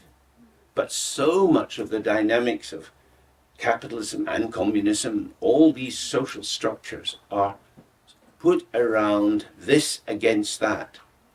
So this is what he's saying, is that the middle way allows all, that you can actually be there together. It's clear in the world that we're facing these huge problems with climate change, with pollution and so on. These are world problems. They affect the entire system, and so we'll all have to collaborate to deal with it. And so we have these conferences where people make statements about what they're going to do and what levels they'll reduce. they make these often for the home audience, so everyone says, oh, we're world leaders. And then, of course, they look at what other people are doing and think, fuck this, I'm set up as the Wally now, I'm the madman. I've said I'm going to reduce everything by 2030, and they're saying 2050. So I'm going to lower what we're going to do. Why? Because why should I let them win? Why should they still be burning fossil fuels when we prohibit it? We don't want to lose. So we'll go back to doing that. There's a huge thing in Britain at the moment about the oil fields off Shetland. How could you have all that resource there and not use it? So winning and losing bring a particular formation. We talk about the 8 worldly concerns, and the first pairing in that is winning and losing.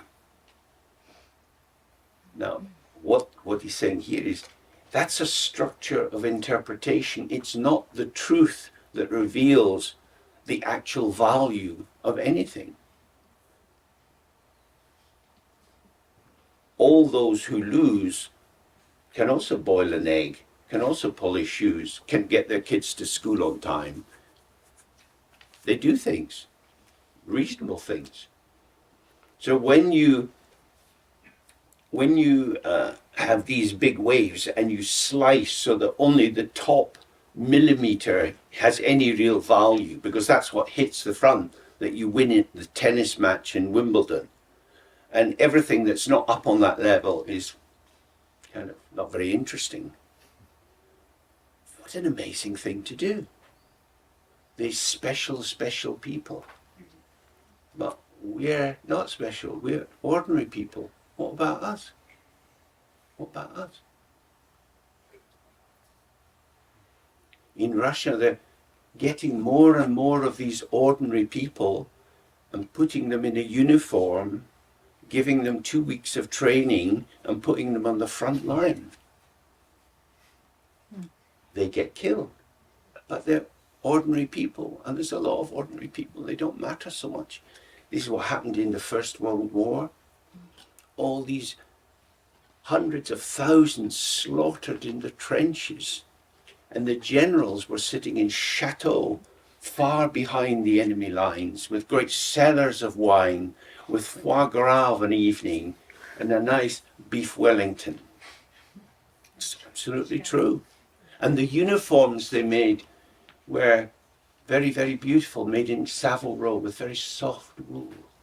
And the ordinary soldiers had this incredible rough, itchy wool, and they were the lambs for the slaughter.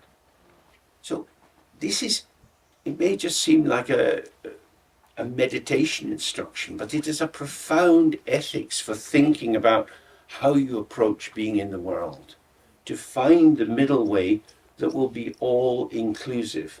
Because it's this which is behind the idea, may all sentient beings be happy and have the root of happiness. May all sentient beings be free of suffering and have the root of an absence of suffering. All.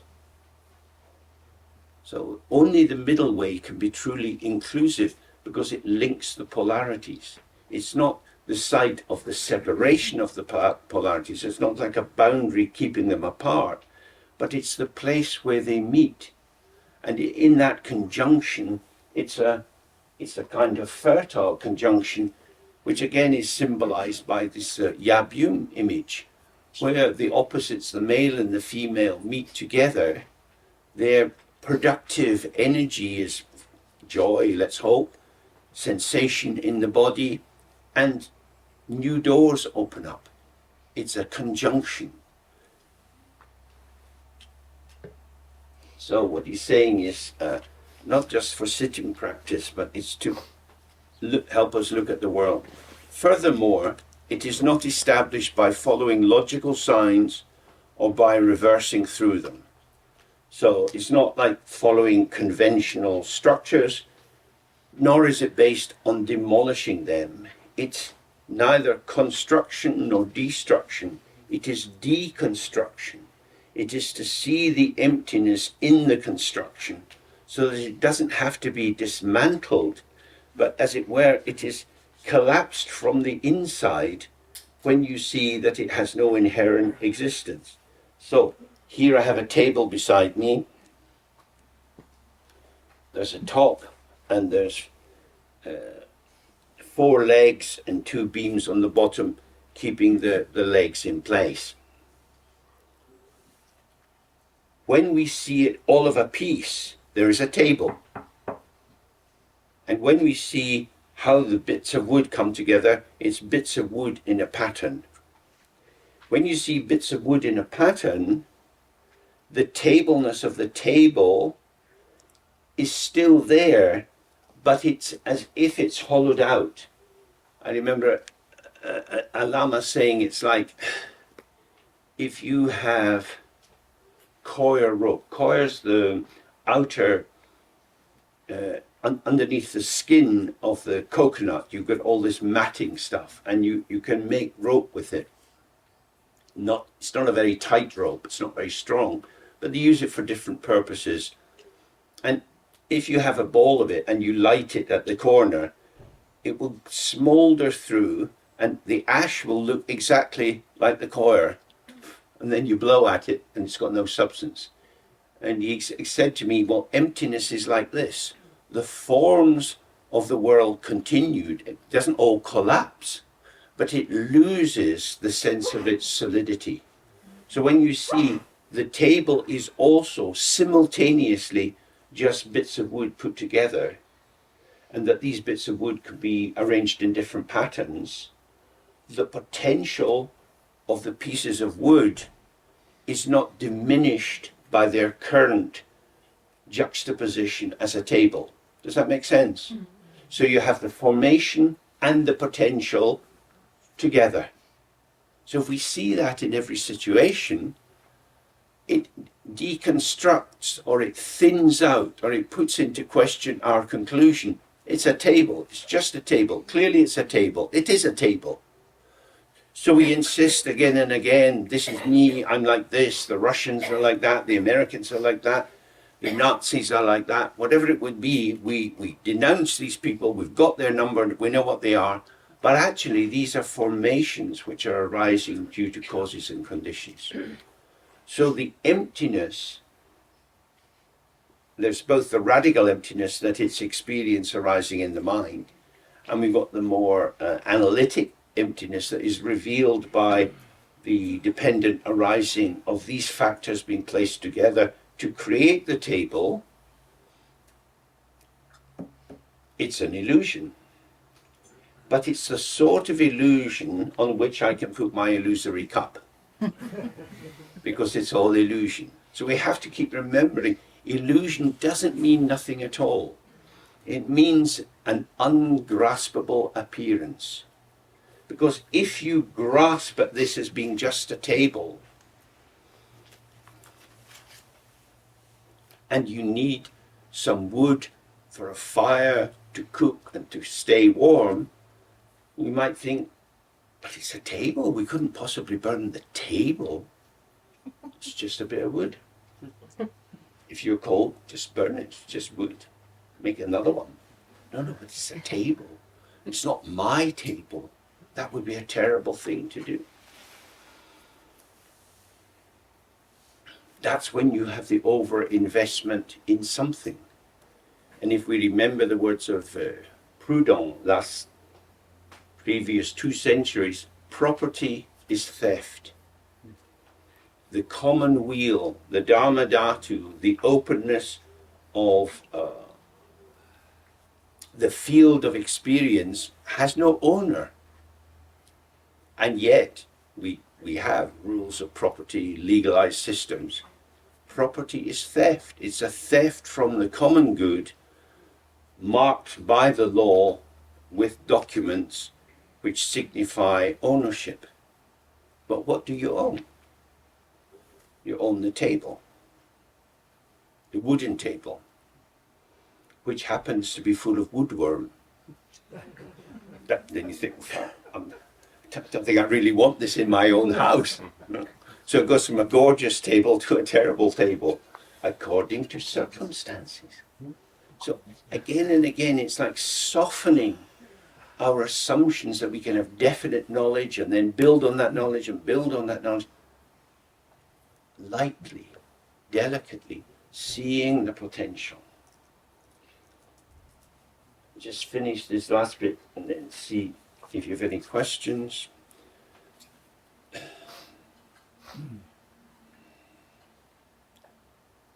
Rather, through the Guru's pith instructions, it's like seeing a treasure resting in the palm of your hand. And so it is called great. And then he has a quotation, keeping in your heart whatever your Guru told you is like seeing a treasure resting in the palm of your hand. So we didn't get this teachings in school, in university, in our family. It's a very rare opportunity to receive these, and because if we really see what this means, then so much of the turbulence of the world just doesn't touch us. Siya Lama used to say, if somebody be talking about politics or things going on, he would say, only children playing. So it's United Nations, children playing. India and Pakistan at war, children playing. What are they fighting for? India and China fighting over some empty wasteland high on the plateau. Children playing. Move the mat this way, move the mat that way. We've got more, you've got less, we won. It's children playing. Because actually, it's ungraspable. So what you're grasping at is a fabrication and a lie. And we see that in many, many countries. Okay? Yeah.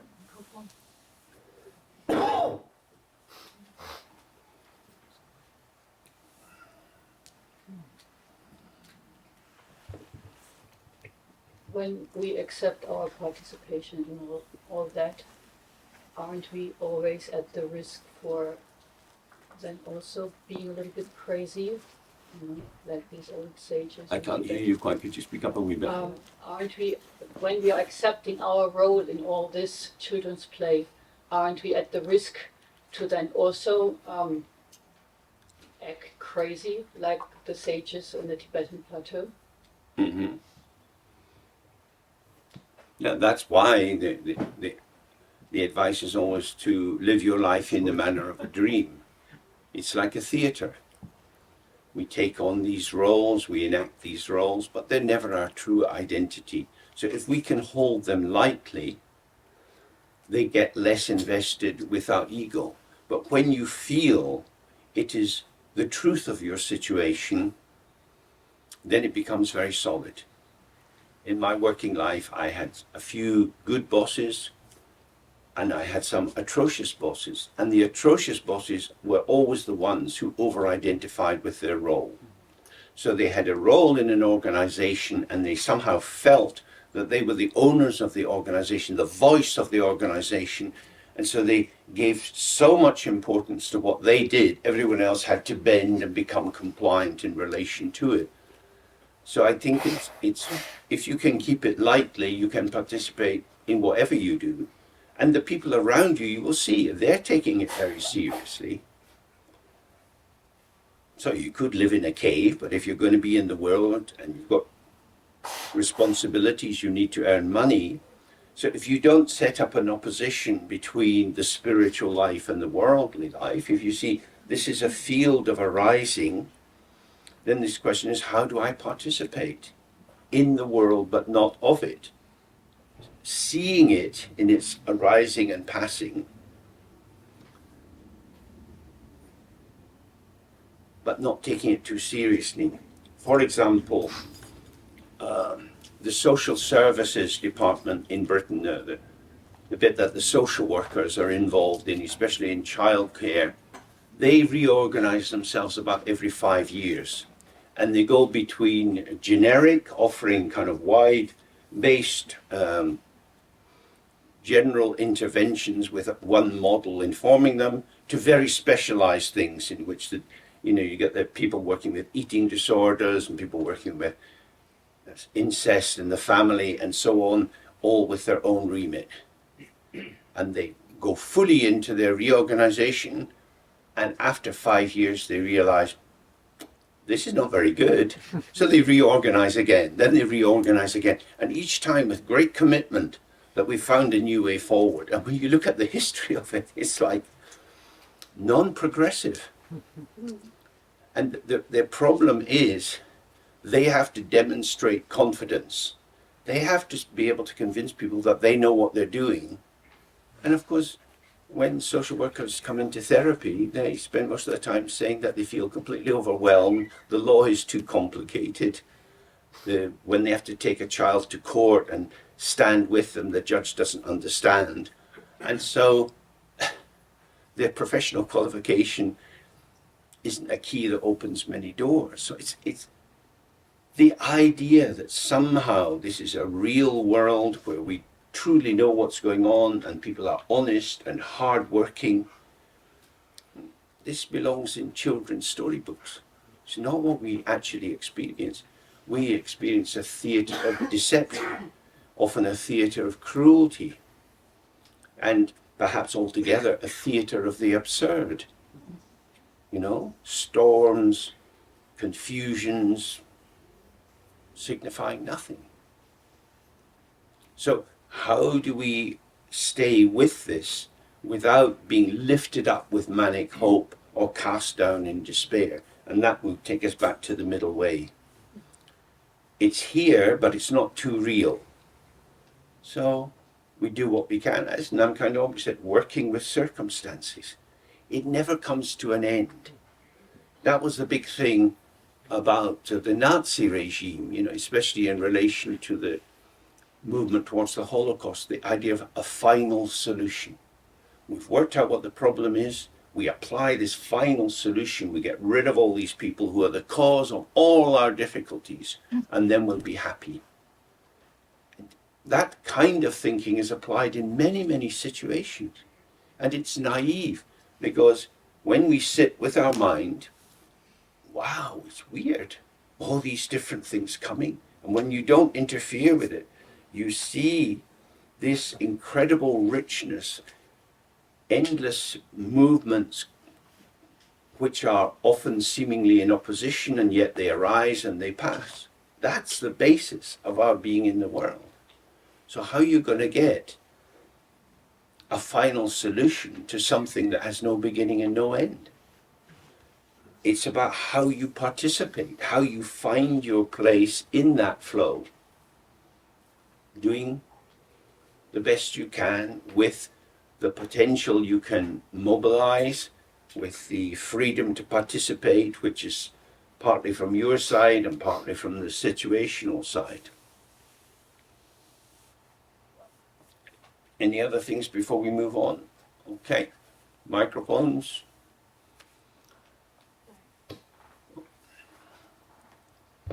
James, very quick. You explained wonderfully how to see the illusory nature of things using the table, using the example of the table. How do you approach it? I mean, the most significant thing that affects us is our interaction with other people. How do you see the illusory nature, and how do you work with the illusory nature of, people that you interact with? I will never know you. You are like a sculpture in a park, and when we meet, I have a brief moment to step half a meter around you to get a view of a certain, what do we say, aspect of how you are. Other people in other places will see other aspects of you, and they will have their notion of who you are. So if I'm clear that my access to your potential is limited, it's limited by time, it's limited by the situation we're in, whatever conclusion I would come to cannot be the truth of you. So it's like oh yes, maybe, perhaps, let's see. So I think if you bring that let's see to the situation, and you don't feel that you have definite knowledge of the other person, it allows new moments to arise. And that's stops us putting people in a box, feeling burdened by them, feeling we have to rescue them or whatever it would be. Just, yes, it's like that. So that would be my thought. Okay?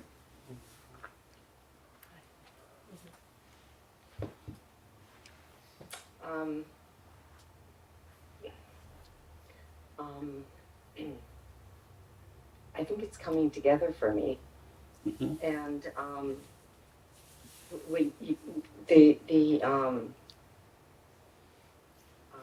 the emptiness, and then the form.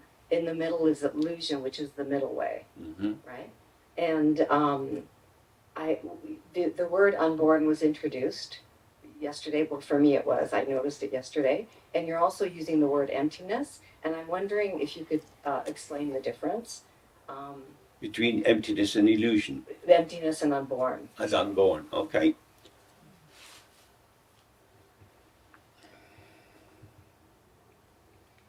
Well, in general terms, while the babe, this is an example which is 40 years out of date. I was going to say, when the baby's in the mother's belly, we don't know much about it, but now with ultrasound, you can have a fair idea of what's going on. But if we jump back in 40 years, there's a sense, there's a huge potential there. We don't even know what gender it is, and so on and so on. And then it comes out of the body, and the umbilical cord's cut, and the baby comes into existence. The baby was thriving and growing inside the womb, but it was unborn. So there's conception, growth, and then there's birth. And birth is the separation, as it were, of an entity which stands apart from the mother. Of course, needs huge support from the mother, but gradually is able to separate and have more autonomy. So the unborn is the kind of potential that's in the womb. There's a lot going on, there's a lot of development and change, but no thing is produced, because this is an integrative system where you've got the placenta, you've got the developing fetus, you've got the various ways in which some chemicals can cross the boundary and others are kept outside. So it's a state of potential. Now,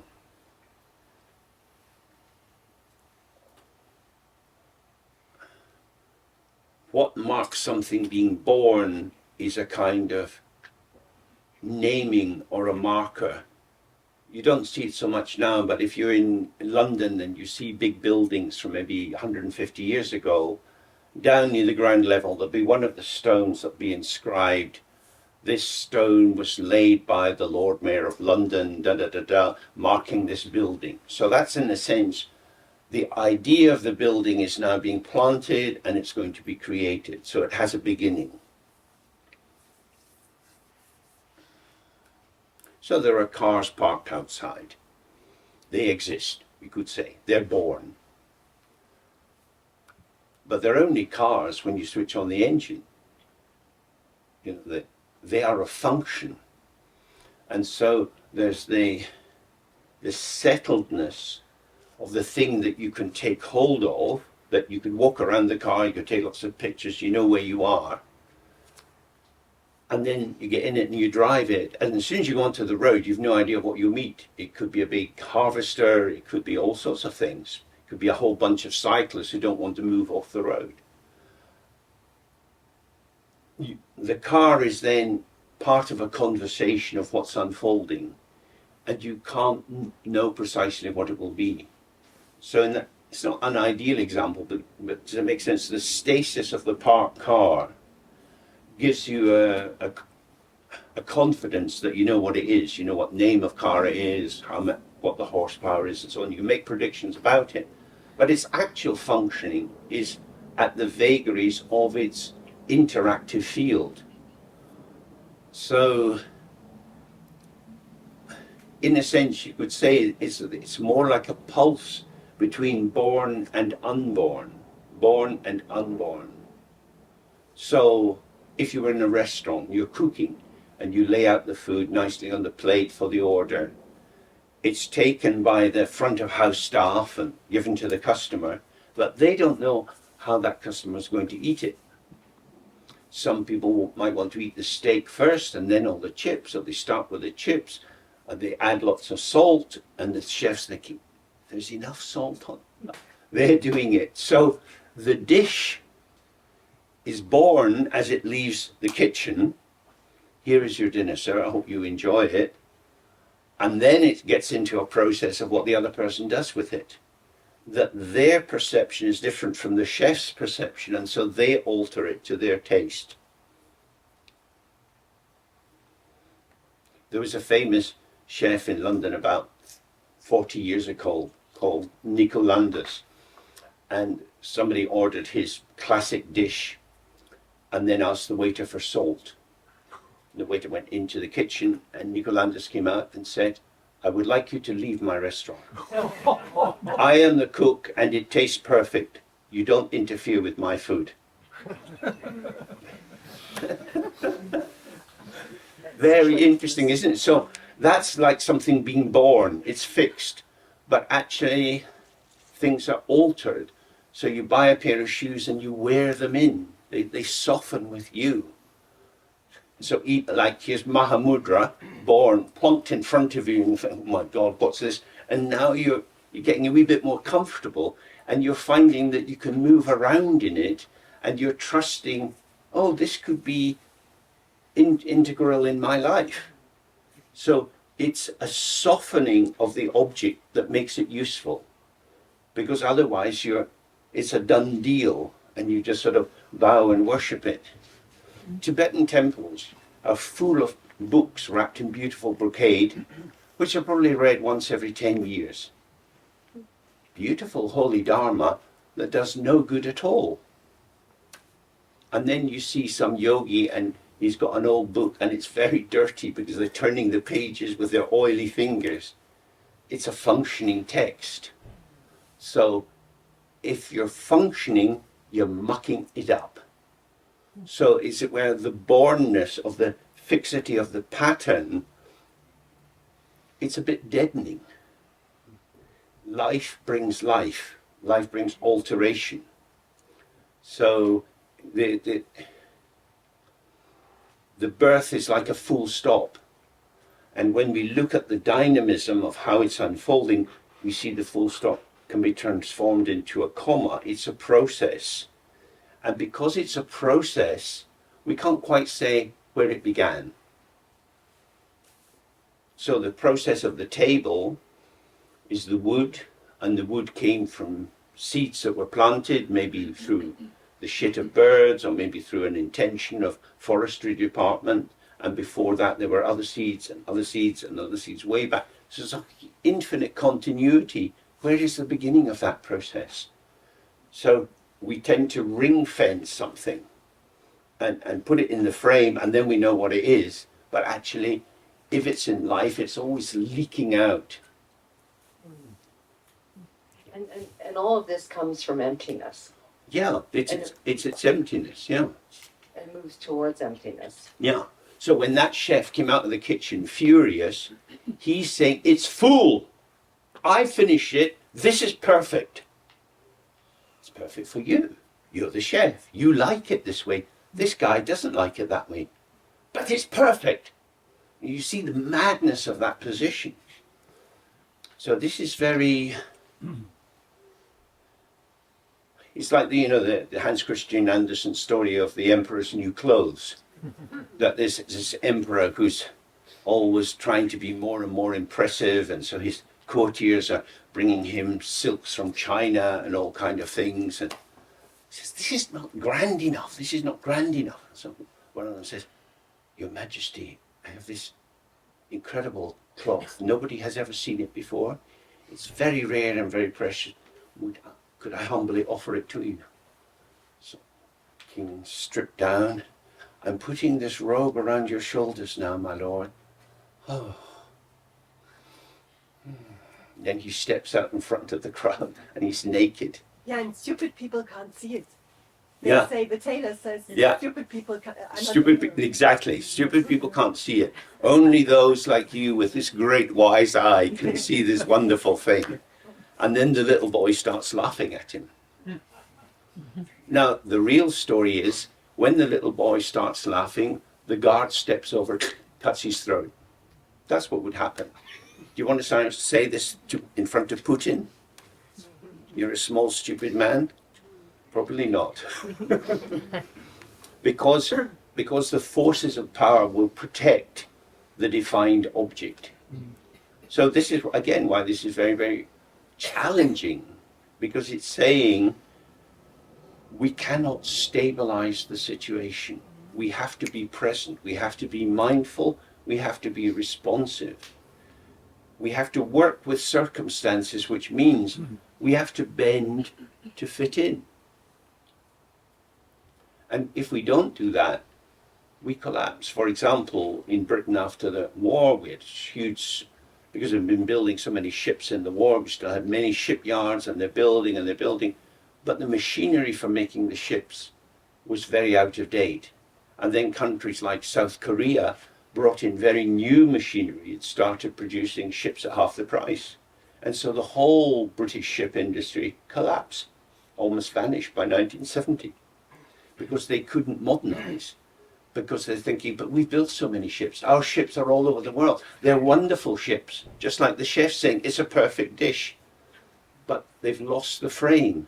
So to participate in the frame of emergence, the field of emergence, is always going to be disruptive to the birth, as it were, to something being there, something which is complete in itself, or in Buddhist language, it has inherent existence. It is what it is, but it's part of the field, and it changes in the field. So, because it changes, does that mean it's nothing at all? He's saying, no. You can see, it's a changing experience. It's neither a fixed existent nor a non-existent. It's a participant move.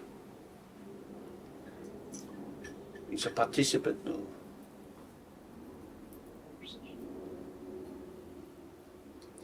You know, if you have a beautiful new white carpet, it's better not to have children. Or not to have parties where people drink red wine, you know, because you've got to protect your carpet. And it becomes a kind of controller of the joie de vivre of the people. How can you participate? Because you've all got to be terribly careful about the carpet, the carpet. So that's like the bornness, where you have to maintain a formation. There was a, you want to say something? Can you pass the...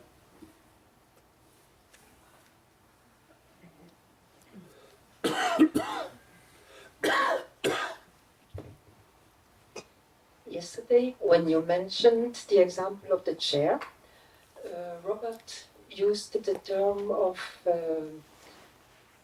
energetical formation, and you agreed with this term. Could you please say a little bit more about this? I mean, what is it that triggers an appearance on which we then project our patterns? It's very interesting, and in a sense it's a bit like having a microscope, and you can turn up and down the magnification, and as you do that you see different appearances from an amoeba or whatever. So the chair as something we can all recognize and we know what it is. If we stay with that level of magnification or analysis, it's just a chair. And then if we kind of increase the magnification a bit and we see it in terms of it's composed of pieces put together, then you get another constellation. It's a juxtaposition. It's a placing together of disparate, different separate parts. And then you increase the magnification again and you see the molecular structure. Whether you look at that in a Western way or the Buddhist analysis way, there are ungraspable elements which in their patterning generate the possibility of an interpretation being fixed on them. So with the Buddhist analysis, each atom has as I said yesterday, has a front, a back, a top, a bottom, and a side. So it can always be spliced down the middle of them. So you get this reduction ad infinitum. And it gets thinner and thinner and thinner. But of course, it's like an accordion. You open it, and then you bring it together. So you do the reduction one way, and there's like nothing, but you bring the pieces together. Oh, it's a chair. So it moves in both directions. And it depends really on the level of magnification. And so this is where sociology and society is so important, because our society provides us with signifiers, with ideas, with names and interpretations that predispose us to particular kinds of patterns and interpretations. And who is writing the script for that makes a very big difference. That we're inducted into the maintenance of our culture by seeing some things and not seeing others. So, I don't think I've said this yet. I'm getting a bit old and my short-term memory is a bit thin, but I don't think, did I tell you about the funeral of Apo Rinpoche? No. Of this So, Apo Rinpoche was a Drukpa Kagyud Lama in this lineage. And he lived in Manali. When he died, there was the funeral, and then there was a Lama was invited to give initiations. It was Drukpa Tuksi Rinpoche, who was the highest Drukpa Kagyud teacher at that time. And there was a room full of monks, and there were a few Western people allowed in, kind of sitting at the back. And one of the women, a Canadian woman who had been Miss Canada, and had learned a lot about men from being Miss Canada. Anyway, so she was kind of like, men are always up to something, and she said, Rinpoche, how is it that all the monks are in here getting the teachings and the initiations, and outside there are 20 Ladakhi nuns, and they're just cooking? They're cooking for you. Why don't they come in and get the teachings? And Drukpa Tuksi just looks at her. It's like, why would you say that? He didn't really have any frame of reference. And then it was repeated and explained to him. He said, but they do the cooking. They're doing the cooking because they do the cooking. We're doing the practice. The monks study and do meditation, and the nuns cook and serve the monks. So this was somebody who had studied this text. He probably could have said it off by heart. But within the cultural formation, this patriarchy was invisible to him. It was just a done deal. Men are like this, women are like that. So that's part of the difficulty that, like with the example I gave about the butter in a leather container and the leather can dry out. If you don't take the butter and massage it into the leather, it won't get soft. And if you don't take the Dharma and massage it into all the places of rigidity in your life. But he didn't think he was being rigid. He just thought, that's how it is. So we all have these shadow areas or blind spots where we live in an assumption, and the assumptions are kind of blindness. So as we move up and down the magnification, hopefully it lets us see that we are blind to many things. They're there in front of our nose, but because we're looking through the lens of our assumption, we don't see it. Okay, should we take a break now? So, we're still dealing with non-proliferation, non-elaboration.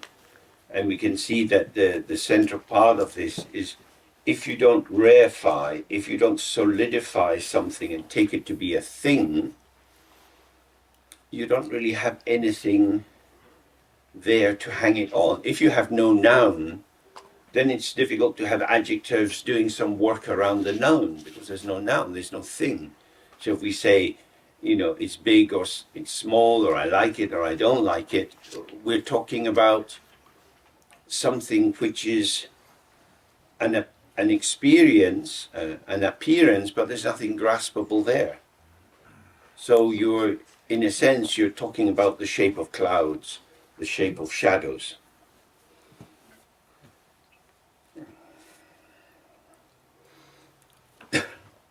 So then we have analysis in terms of sameness and difference. Is this mind singular or multiple? So you have a mind. Do you have one mind? Do you have many different minds? So he says, if it is singular, the so-called mind is designated as appearing as diversity. And so in what way is it singular? That is to say, it seems reasonable to say, I have a mind. But when you look at your mind, you find that it's a stream of experiences, thoughts, memories, and so on. These are multiple and diverse. There are many of them, and they're not all the same.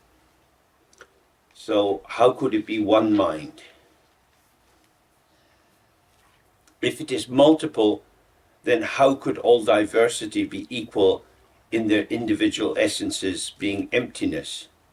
So if there are many different things happening in your mind, for example, you're sad, you're happy, and you think, well, sadness and happiness are not the same. These are different states. I may say the different states of my mind, but they're different. So do you have a sad mind and then a happy mind? So you have two different minds?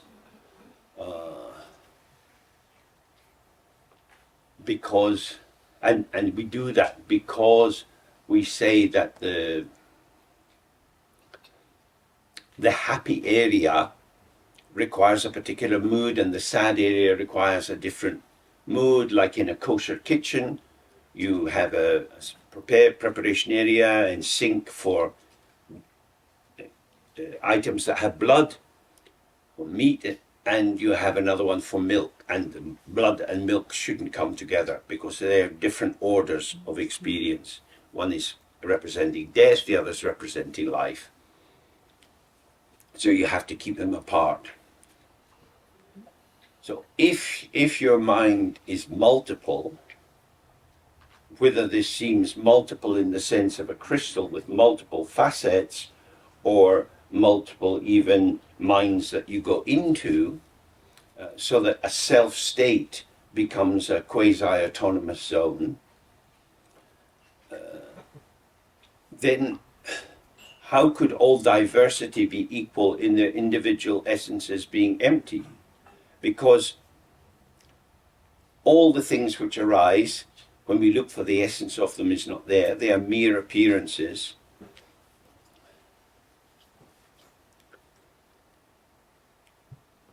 The diversity of what occurs then is hardly a true diversity, because these diverse forms are equal in the fact that their heart or their core or their essence is empty. So if you add 0 and 0 and 0 and 0, you don't get to 1. You're adding empty and empty and empty, you don't get anywhere.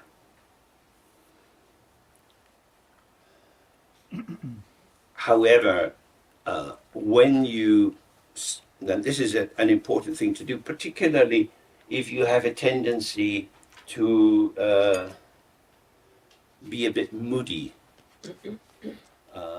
and when you get into a mood, it lingers with you. Because of the mood is a kind of encapsulation. It's as if it sets up a separate domain, and in that domain, particular qualities dominate and different rules pervade. So, for example, in modern psychology, we've got notion of personality disorders, and a very common one, the most common one, is called borderline personality disorder, which simply means that the person experiences moments of very poor communication between what we might call the subpersonalities or the self-states. And so someone with that tendency, if they get angry and they're really getting angry, there are no brakes on it, because for other people, where they have more communication going on between the self-states, as you kind of close down and the blinkers come on and you're really furious, the other aspects of yourself say, hey, wait a minute, and they try to interrupt this blind trajectory. But for borderline, so-called borderline people, or people who have this tendency, the poor intrapsychic communication means that they have, in parallel with that, generally speaking, poor interpersonal skills. And so there's a tendency to misread the other person as being something. I've got your number, you're on my case, well, fuck you and her. And so there's an arousal which is blind both to the wider field externally and to one's own potential. And so people do things, and then afterwards they pop out of that self-state and they don't know why they did it. And that's very tragic, because the courts see you as a citizen, as somebody adult, rational, able to give an account of yourself, and your inner world is not quite like that. So as a social being, you're held accountable for deeds that were not formulated inside of a balanced, reflective rationality. So the multiplicity of states in a person can be very diverse. So this is one of the reasons why, when we do the practice, we relax and really open, and we offer hospitality to everything. Because by bringing everything together and allowing it to move, we're promoting a self-correcting system. So if it tilts this way, because this side is held in relation to that side, you get, and the more you go to one extreme, the more resistance you get from the other side, and you get pulled back. Does that make sense? So it's like if you have a good friendship group and the people care about you and they say, hey, what's happening with you? Last night you got really drunk and you were very strange. What on earth's going on? People are curious. You are not the person we know you to be. It is as if you had lost the widest access to yourself and to the world around you. So what he's talking about is also, again, quite practical. And that both in terms of wisdom, of emptiness, we offer hospitality to our self-states. And so we are inclusive, and through that we've got a kind of modification, because if these aspects of ourselves are moving around, it's a bit like the way they polish semi-precious stones. They're not enormously valuable, so they put them in a drum, and the drum turns and turns, and the stones are going crung, crung, crung, crung over each other, and after a week the sharp edges have been rubbed off and they start to be polishing each other. So the more you have interaction in these aspects of yourself, the more their kind of sharp cutting edges get modified.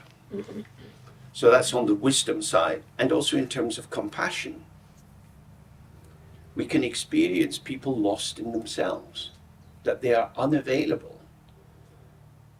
So how can our availability be an invitation to the other when their sense that true contact is an invasion? Because the two means of abuse that human beings experience in their development are invasion and abandonment. And people who've had a lot of invasion become very wary. What are you up to? What do you want from me? And because they've been abandoned, their capacity for self-soothing is difficult. Generally, people in the field would say, you learn to be self-soothing. Babies can't self-soothe. They have to be soothed by another, and by the repeated experience of soothing by another, you learn to soothe yourself. You learn to take care of yourself. So children make you could say a classic interpretation of that would be the baby's on the nipple, and the warmth of the mother's body is soothing, and then gradually the baby putting their thumb in their mouth, which of course babies do in the womb as well, and the sucking of the thumb is a self-soothing procedure. Little bits of rocking, little singing, all sorts of things small children are doing to help settle themselves. But if you haven't had that opportunity or been supported in it, because people have misunderstood it, it used to be quite common that parents would pull the thumb out of the child's mouth, and then they would paint it with this bitter aloes, so that the baby the small child put it in their mouth. It'd be horrible. So this is the main soothing that this small, frightened little person has, and they're being told that this is a bad thing to do. So the interpersonal demand of showing the world that you're a reasonable person is privileged over above the psychological attunement required. So you could see how fragmentation arises. So here he's looking at, well, are we fragmented within inside? Do we have many different minds? Do we have different moods? Do we have communication or not? Now, if we see that being angry and being happy are very different, and we want the happiness and we don't want the anger, we're starting by the attribution of a value to, we're valuing one state as positive and valuing the other as negative. So we're taking the feeling tone of the experience and seeing it as standing for some internal essence of goodness or badness in the state. But as he's saying, the ground is empty. All of these states are intrinsically, inherently empty. They're not real. So again, if you have relaxed, confident, easy parenting, children are allowed to do a number. Off you go. There you go, yelling again. What's the matter? Blah, blah, blah, blah, blah. It's okay. So the child expands and then contracts. They're not going to get crazy. But if the expansion of the showing of the grief or the anger or the frustration isn't allowed, if they're pushed back in, then you get a kind of spring that's set inside, and then it will erupt. And it will usually erupt in a blind way. So he's saying, well, when you meditate and you're truly open to whatever comes, strange things are likely to arise. They could be memories of previous lives. They could be attitudes that you don't believe you have, but somehow they're manifesting in your mind. If you simply stay with them without merging into them, without making them my view, without pushing them away as something not me, they're just there and they go and they take their place. They take their place. If whatever arises has its own place, it will leave without causing trouble. Some of us have looked at this before in terms of the story of Sleeping Beauty. I'll just say very, very quickly, there's this king, gets a wife, she gets pregnant, they're very, very excited, and the baby's born, and it's a girl, it's a beautiful princess, and so they have the baptism, and they invite people from all over the country to the party, except this witch who is known to be a troublemaker. She is a witch. This is a happy time. We don't want a troublemaking person at the baptism. But she turns up. Why? Because she's a troublemaking witch. For her, it's ideal. I'm a party pooper. Hello! And she puts a curse. She says, you have rejected me, and my gift for this child is that on her 16th birthday, she will prick her finger on the spindle and fall asleep. And she can only be awakened with a kiss. So I won't go into all the details, but this, the story, no. You want the happy ending. Because in a sense, this is a story of the return of the repressed. The uninvited comes back. And if the witch had been invited and given a place at the table and honored, welcome, enjoy yourself, probably she would have been quiescent. But the feeling of abandonment, exclusion, which being a witch she's probably had for many, many years, everywhere she goes, people are looking at her, oh God, don't speak to me. It sets up a kind of, if you think I'm a troublemaker, I'll make trouble. So it's exactly what we have with the disowned parts of ourselves. So the more we relax and open, and we allow the turbulence of our mind, which is to say, we recognize my mask is for social interaction, because sometimes that's required. People don't usually like too much honesty. But I need the honesty. I need to be with my actual face, my actual as I amness, all of me. In English we say warts and all, with the warts growing on your skin which are not so nice, with your moles, your pimples and so on. Everything is included. Which, if you express that in another way, would be no judgment. Because if everything's included, if everything's welcome, come as you are. The entry door is wide. There's no adjudication of who can come in and who can't. So when we take that into the meditation, we're just sitting. So maybe you're very tired and sleepy and you start to doze off. Maybe you're agitated, maybe you're bored, you're thinking this James, he never shuts up, he goes on and on and on. Not enough. There's all kind of things that are happening here. For sure.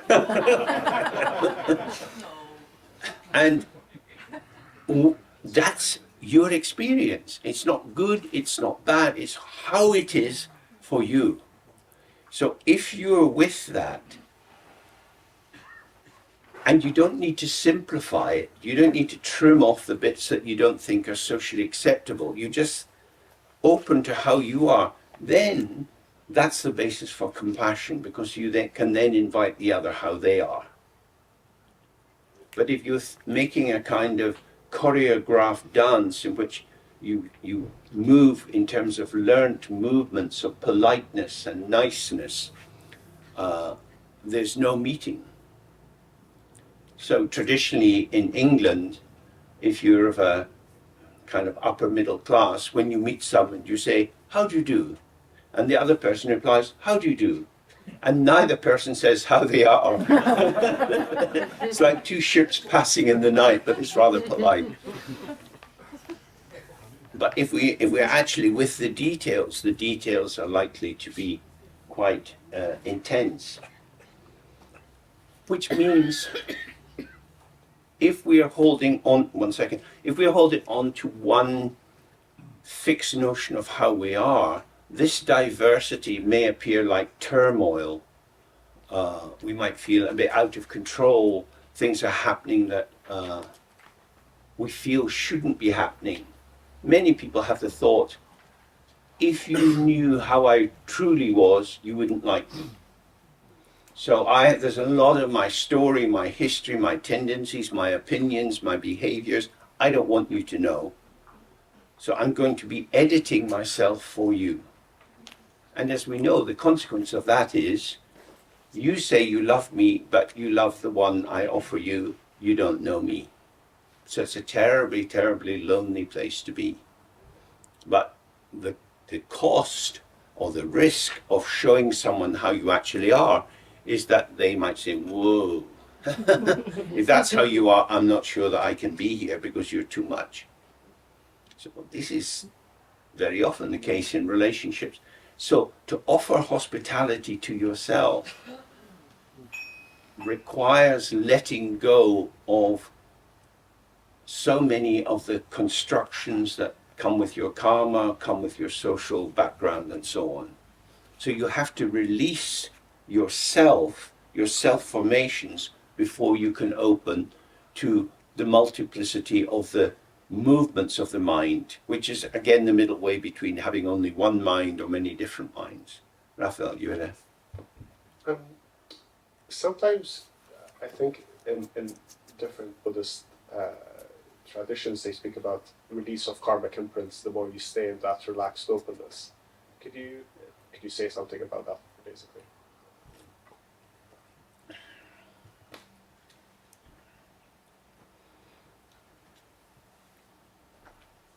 When we looked at the 4 stages of karma, we had the underpinning structure, self and other as separate, and then the intention.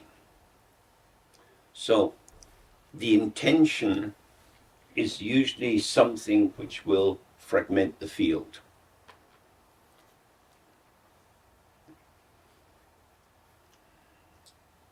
So say I decide to steal your wallet. There's you and your wallet, and they go together. And my intention is to separate you from your wallet. So I'm cutting into that. Or if I was much younger, I might say, oh, I'm going to get your girlfriend. I like her. You can lose her. I can get her. So there's a kind of splitting the field of possibilities. So if you've got an inclusive positioning, the energy that says this one thing is so precious that I will cause a rift, that I'll take what I want from you and fuck you, pulling in and pushing away, that wouldn't arise because it is how it is and good luck with her and I hope you're happy. So my projection onto that girl, she's the ideal one for me, I think that's a thought. Thoughts arise, they come and go. But the more you brood, the more you develop it in your mind, it becomes dangerous. So extreme form would be de Clerambault's syndrome, the stalking syndrome, in which I'm sitting in my lonely little bedsit, knowing that your girlfriend really loves me.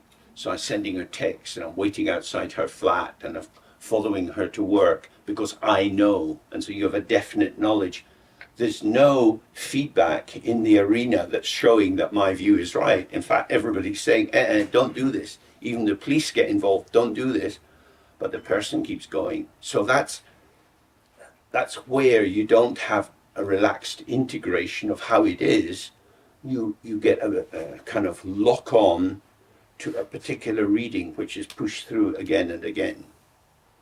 In mental health, there are many of these formations. So to relax and allow life to be as it is a narcissistic wound, if you like. That is to say, many of the fantasies or hopes that might arise in my mind will not be realized. Because if I were to realize them, if I were to make them real, bring them into the world, make them happen, it would be a violence. I would be cutting into the field, I'd be doing things that people wouldn't like, and I wouldn't be caring. So may all sentient beings be happy, except for the ones that don't want me to get your girlfriend. These people fucking, all the ones that want me to get her. So when you get that kind of obsession, you get the tear. But if you say, may all sentient beings be happy, and they seem to be happy, and she looks gorgeous, but never mind.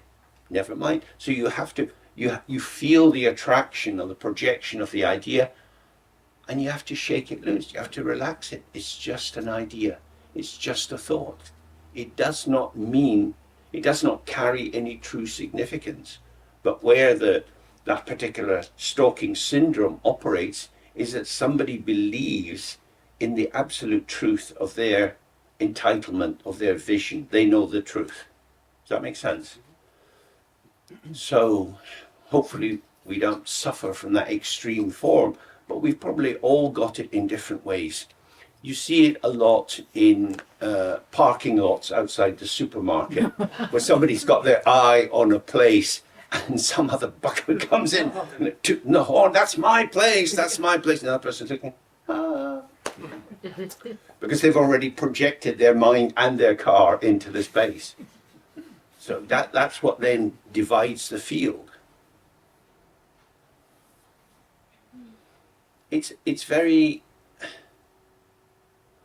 like I was saying earlier, if you want to park a car, you have to be able to reverse.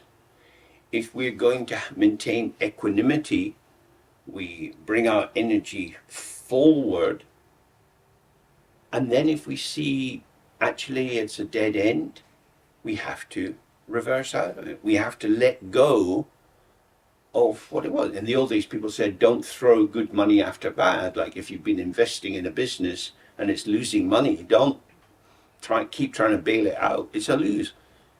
Cut your losses. That's what you lost. So you had a hope of promotion, you had a hope of working in a particular environment, someone else gets the job you want. You could have sour grapes, you could brood about it, you could feel your life's been spoiled, all kind of mental formations. Oh, you say, these things happen. It is what it is. That comes and goes. Very difficult. Because it feels like losing. So if the focus of your attention is, I can only be happy if I get what I want, that's a very different organizing formation to my goal is equanimity. I want to be peaceful and relaxed and open and responsive. That's my aim, not to get this particular thing. So you can see how this links with the meditation instruction, that if you get fixated on a particular thought or feeling, you're pushing other thoughts and feelings away because you're making space for your special idea, and this creates an imbalance in the field. Life is as it is. I would imagine for most of us, as we get older and we look back, we're kind of surprised at our life. Probably never thought it would turn out like this. When we were 20, we had all sorts of ideas and plans of what we do, and now thinking, what on earth happened? What on earth happened? How did it occur? And it just occurred. So the idea that I'm in charge of my life and I can make it happen, if that takes you over, it causes a lot of trouble. So in terms of the karmic issue, if you're getting hung up on something, release it. But maybe this is getting to me because it's very important. Release it. It's not. Nothing is that important. Because if you're getting cut off from the world around you, if you're brooding, if you're not wanting to see your friends, then you're going into a tunnel vision. And that won't be good for you, and it's probably not going to be good for other people.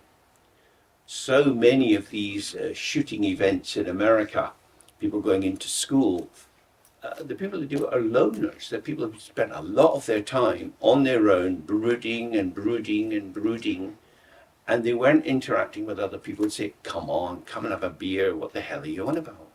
This is ridiculous. You know, school was bad, and you had a hard time, that's true, but just it's gone. You've left school. Why would you want to go back there? But put the blinkers on and you can go for it. So the meditation instruction here is exactly however your mind seems to be, whether it seems singular or multiple, whether you get a fairly constant stream of harmonious similar ideas, or whether you get cacophony of diverse ideas that bump in and out of each other and you're a bit ungrounded. However it is, stay relaxed and open, because your true nature, the mind itself, is not defined by the content of the mind. That's basic freedom. The reflections in the mirror don't define the mirror. However, the content of your mind, we commonly take that to define ourself. My thoughts are me. I think this is how I am. So then, if you get a sequence of narrow or tight or difficult thoughts, they're going to shrink your present sense of ego self. You're going through a bad time and you become hurt and aggressive and easily aroused. But the ego self is also an arising. The ego self is a content of the mind, it's not the mind itself. So that's the point he's urging us towards. The focus is the intrinsic openness of the mind, which is never touched, never scratched. Remember, like the crystal ball, it can take on a brief coloration, it shows a color, but it is itself not colored. So it's always fresh and always open. But the ego self, in being a content of the mind, in being a construct, has a fragility and a requirement for maintenance, and so shifts in the field factors and the other things around can whack it, and that's why we have the reactivity. So I, the ground of I, my basic presence, we're again at the crossroads. Is this I open, spacious awareness, or is I the beginning of the identification? I am me, I am like this, and then you merge into your ego self and you assert, this is my identity, this is who I am, and so you get reactivity. Now, the openness of I, the luminous, reflective potential of awareness itself, is the illumination of all the constructions of the ego self. The finite is within the infinite. All these finite mental states are within the openness of the mind. So that's why we can always find liberation here and now, because everything is here and now. We don't have to go into psychoanalysis 5 times a week, going into early childhood, because your early childhood is here. It's not anywhere else. And if it's here, you can bring it in through drama therapy and get into an immediate reaction with the internal structures which stay with you. That's why people like internal family systems now. So we've got these 3 things. We've got the mind as the word that we're using for the stream of experience. We've got the true nature of the mind, which is the luminous or the aware space within which these experiences arise. And we've got the ego positioning, I, me, myself, which is seeking to allocate value to moments in the stream of experience. Does that make sense? The thing about the ego is it's also in the stream of experience. So going back to these 4 stages of ignorance we looked at before, the first is when something within the openness of the mind says, I'm just me, and seems to seal itself off. It's inside. So that's like a child that says, I'm not part of this family, and they go up and they make a little sign, my room, keep out. Stick it on their bedroom wall. This is me. And then Mum says, are you cooking your own dinner tonight? No, Mum, what are you cooking? So it's because it can be quite humiliating to belong, and you realize I don't have autonomy, I have dependence. And dependence should bring humility. But I don't want to be humble because I have to assert myself because I've got a fragile sense of self. So being a teenager or being pre-teenage now is very, very tricky business. So when we see that the ego is part of the stream of arising, we can, with all its aspects, we don't need to change it, but we stay with the arising and dissolving, arising and dissolving. This is process, this is appearance. It has no inherent substance. But when we merge ourselves into this illusion or delusion of being a separate entity, I am myself, all the factors that this self claims to be it belongs to the stream of experience. Our body is made up of all the elements that are in the world. There's no special James Lowe ingredient in me. I'm cobbled together from oxygen and hydrogen and all these outer elements from the social factors in the time that I was growing up. You know, I'm part and parcel of a dialogue with the environment. I am in the conversation. To be a human being is to participate in the ongoing great conversation of mutual working out how can we be together. But the ego says, I exist, I'm autonomous, I'm not dependent on you, and I start in me and I can go towards you and I don't have to. I can just be me. This is delusion. So that's, again, what he's saying is that if you see the source, the only stability is the Dharmakaya itself, is the mind itself, is unchanging awareness. Everything else is movement.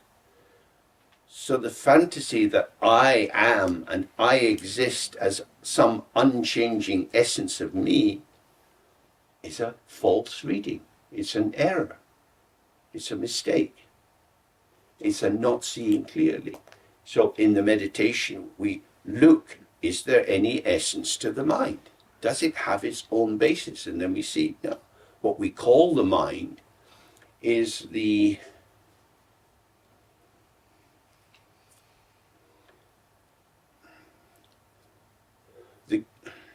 it's not summative, it's not totalizing, so it's the kind of the interplay of all the factors that are operating at this moment, which can seem external and can seem internal. That's my mind.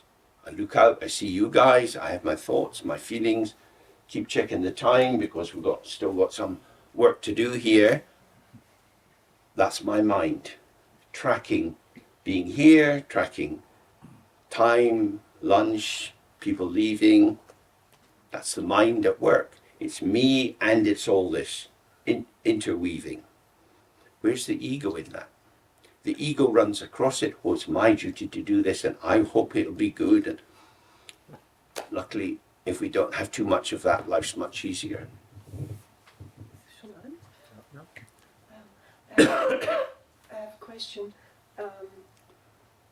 This awareness, it is not the full awareness you have. Or I can't know what you have. But I perceive only a bit. Mm-hmm. And my senses don't go very far, and that is, I really don't get that. I wouldn't perceive what is like where the pension where we live in is now. Mm-hmm. There, my awareness is not getting to the point when I'm sitting here, and I just get from this perspective. So you're troubled by the delusion of an objective reality. There is a true pension where you're staying and it's not here. It's over there somewhere, maybe 3 kilometers away. I know that it's there. Not necessarily, Okay. but like at the moment, I don't perceive the tent from your perspective. Yeah, I just that's true. From this point. Yeah. So, is there the tent? Which person in this room has the most accurate perception of the tent? Me.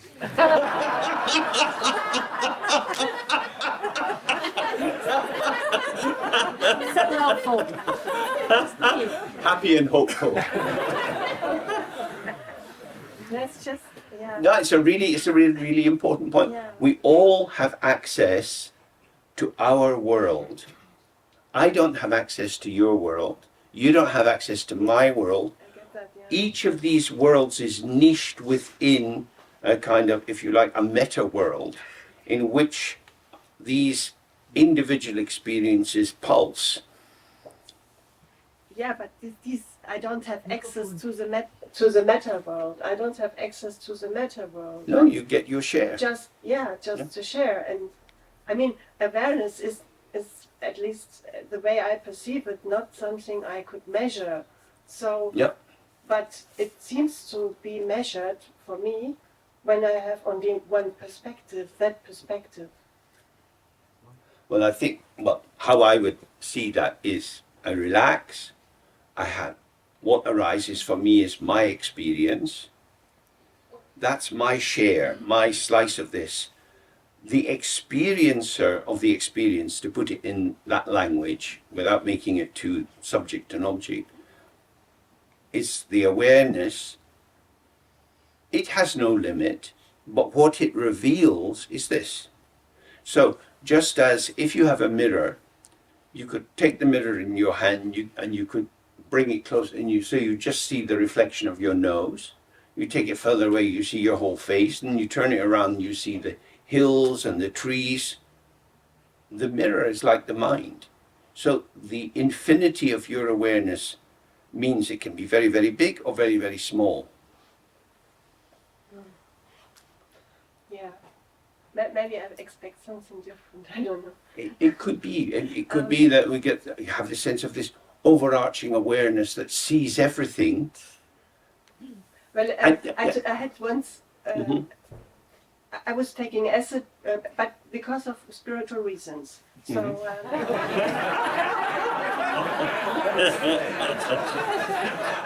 Yeah, it was a kind of research in my anyway. And in that experience, I was the whole meadow, and I could perceive myself as a beast, and I had this feeling of the body of the beast, and and unfortunately, it didn't last for. It lasted quite a long time, but take more. Not. In that time, I really thought maybe that is the solution for the world, to put acid in the water supply. It was very, very good. But anyway, but then I wasn't this perspective. I was definitely multiple perspective. It would be nice to renew the feeling. Okay. So we can experience that as well. We go outside and we sit on the hill, we relax and open. In a sense, everything arises, and it is everything for us. By adding for us, I don't mean to diminish it, but it is the infinite as we experience the infinite. There is nothing other than this. When you're just fully present, there's nothing other than that. It's just this. It's just this. Oh, but what about America? Is South Africa in your mind or out of your mind? These are concepts. Yeah, no, I get that. But just to be the bee and the grass and everything, and to be that and feel like that. Yeah. Not just sitting here. So you might need to bring some marriage between LSD and Mahamudra. Well, it's interesting. In Tibet, they had various kinds of mushrooms and things that yogis took to have that sort of experience a little bit. And of course, for yogis in India, they have datura, they have all the different ways of preparing cannabis, indica. Yeah.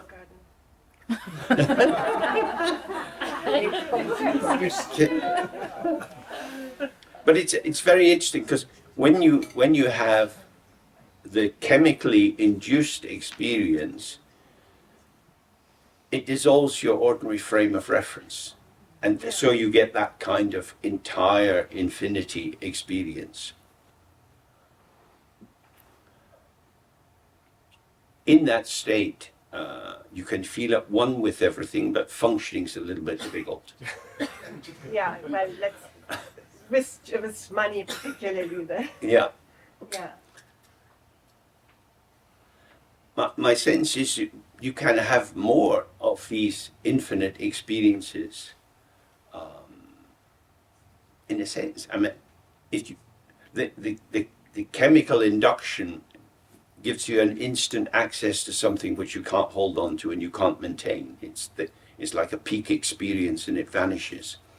What we can do through the practice is gradually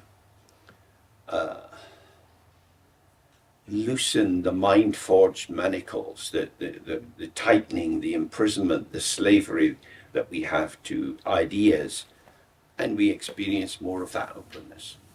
I mean, I felt it quite a time. It was like a hoover on my brain that the thoughts. But then I felt like it was like half a year or so when more and more thoughts wanted, and I felt attracted to the thoughts and get more, and I felt that everything tightens up in me again. Yeah, but I wasn't aware that I can't go back then. Well, that's the thing, that how do you keep the non-duality of the openness and the thoughts? The thoughts have a finite formation, the openness has an infinite formation. And all that we've been looking at so far is the intrinsic integrity of the two. And if you go to one extreme, then it's as if the other then becomes a contaminant that's destroying what you've had. Yeah. Whereas we have a kind of integration of it. Okay. Yeah? You need the micro, can you? Raphael, you've got the mic. Oh, sorry.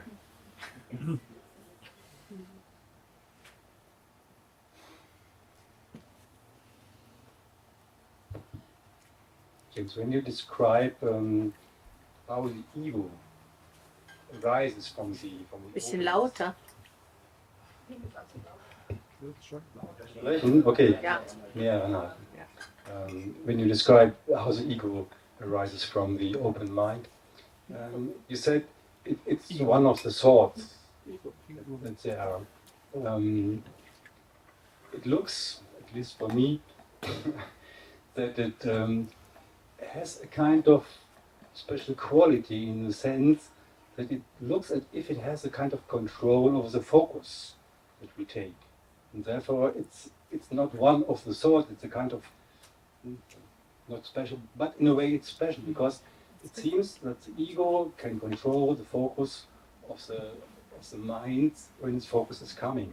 And therefore it has this kind of power because it's not a thought like, oh, there's somebody sitting there.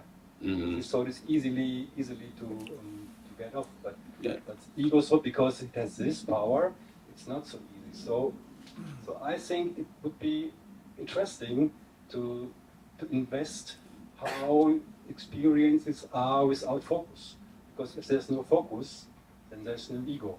Yeah. But if you, whatever you take your ego to be, if you're just sitting with that, each strand of the ego is arising and dissolving. There is no permanent substance to it. So it's almost as if, as in the old images, it's weaving. So the fine threads are spun and then the yarn is woven and you get more and more interplay, and that's the kind of tapestry of yourself. But it's actually composed of little threads which are appearing and dissolving, and so there seems to be an onward going of something, but it's actually a patterning of experience. It's not just one thought, it's a kind of whirlpool or a nexus, and that's what gives it its power, because it's a collaborative system of many different thoughts. Okay, so we return to the text.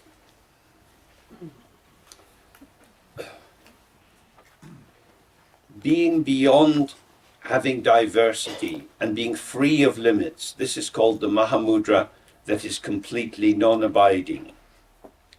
So, this is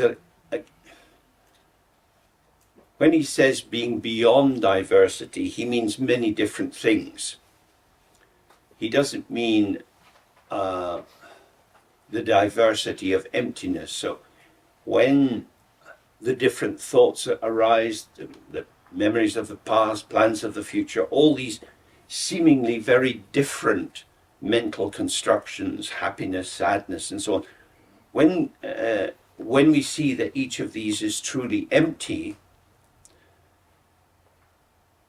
there's no true difference between them, because they're just like reflections in the mirror. This reflection in the mirror is attractive and I go towards it, but I can't get it. This is repulsive and I'd like to get rid of it, but I can't take it out. It's not something which is separate from the mirror. So the Mahamudra that is completely non-abiding is we're resting, and we're not resting on anything. We don't have an individual isolate as our ground, and we're not producing anything. We're just the site of display, the display of multiple illusions, of appearances that have no substance. For the yogi and yogini who is awake to this, their equipoise in each and every moment is simply the original knowing of intrinsic awareness. It means that they have, if you're in this state, you have equipoise, you have balance. But you're not balanced by avoiding going here too much and trying to avoid going there too much. You're not, with the example we had earlier about a bicycle, you're having to manage the tendency to veer in different directions. He says this equipoise is not manufactured, it's not manipulated, it's not something you have to maintain, because it is the quality of resting in intrinsic awareness. So that's a very different thing. That's why you can really relax and feel you're not going to lose it, because everything which occurs is occurring in the here and now.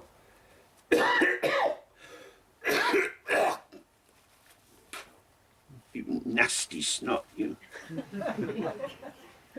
Give it a good example. So,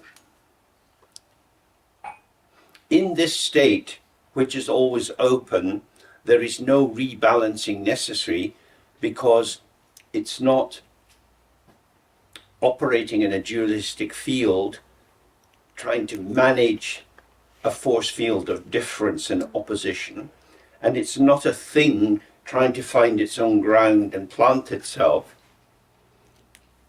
It's just presence itself. So the more we settle, the less work we do, we find that disturbance is passing through, and we're not getting on board. We're not being carried away by it. We're not being moved by it.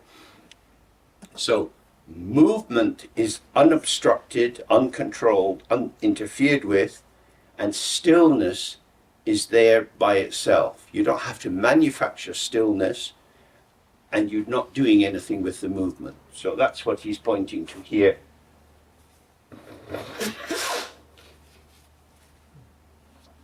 So then he says, there is not the least appearance of anything other than this, and so it is called without appearances. So imagine we had a huge wall mirror, the way you would have in a ballet school. One wall's all mirror. Many different reflections are there. Different dancers, different moves, each of them trying to check the line of gravity and what their posture is like. You have diversity in the dance room, but when you look at the reflection in the mirror, the reflections are just reflections. The reflections are equal, and so they're equal in their emptiness or their unbornness or their insubstantiality. There's nothing graspable there. And so from that point of view, there are no phenomena, because they're not appearances showing us a basis of something. Now, as an example, this is difficult because you've got the dancers in the room and they're being reflected. But if you just stay with the simplicity of the metaphor, in the mirror itself, there is diversity without existence, without separation, without substance. The field of the mirror is undivided because the reflections arise all together. And so it is as if there are no different phenomena.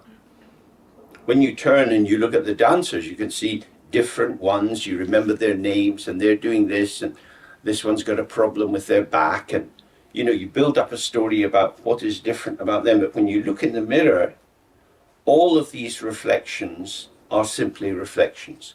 So that's what he's saying. If you see that everything that is your experience arises in your mind as your mind, the only way you can have any experience is with your mind.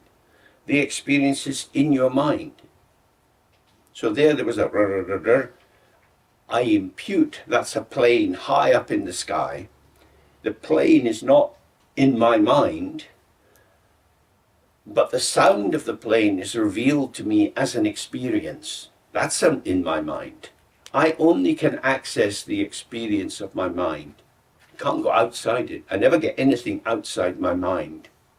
And that's a very strange thing to say. The only thing the mind does is stay with regard to the mind. And it can stay regard to these two aspects. It can stay regard to the mind as movement, as patterning, as thoughts and feelings, or it can stay in relation to the mind itself as emptiness. And if you can bring these two together, then all the movement that's possible is just your experience. So to say, oh, that's a plane flying high above, that's a name put by the mind. We don't need to do that, but it's sound. So the field is full of sound. And then the more you do that, the more you say, I don't know what's going on. Now that could be paranoia inducing. I don't know what's going on. What is going on? Nothing is going on. This is appearance and emptiness. So we're like in a middle territory. We're not quite open to the ground so that we can relax in it. And we're trying to gradually loosen up our reliance on fixed concepts. And this transitional zone in the middle is a bit difficult in the meditation, because if I let go of my dualistic consciousness organizing experience in terms of it is this, it is this, it is this, it is this, what is it? I don't know. That's scary for the ego because it feels out of control. But what is it? It is the mind. Now, we're talking here about meditation experiences, not driving a car. It wouldn't be a good idea to be in this state. Coming to a roundabout with lots of other cars. Do I exist or not exist? Well, you won't exist for long. But it's allowing the appropriative, the stamping, the naming, the claiming movement of the mind on its experience to relax, so that there's a free flow. I'm not in charge, but I can participate. All that's arising is the potential, which arises and vanishes, and from that potential I can manifest in the world in different ways. But I'm not in charge. Mahamudra is not a path of mastery. It's not a path of dominance. It's not a path of control. It's an approach to collaboration, to being with, to working with the circumstances, not against them. You're not trying to impose order. You're trying to find the order that arises from connectivity. So what is that? How do we connect? We're available, so sounds arise. Do we need to do anything with the sound? Between I know what it is and I don't know, there's the possibility of what it is. Could be whatever it is. I'm not in charge. I'm not in control of airspace, what sort of sounds should manifest in the sky. It comes and it goes.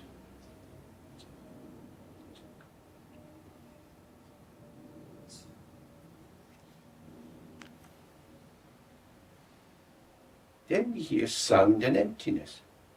It's just sound. We hear the sound dissolving.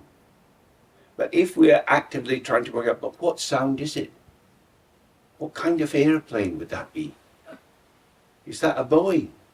Boeings have a tendency to fall out of the sky. You know, once the thoughts go there, you're adding the thought and the thought and the thought and the thought.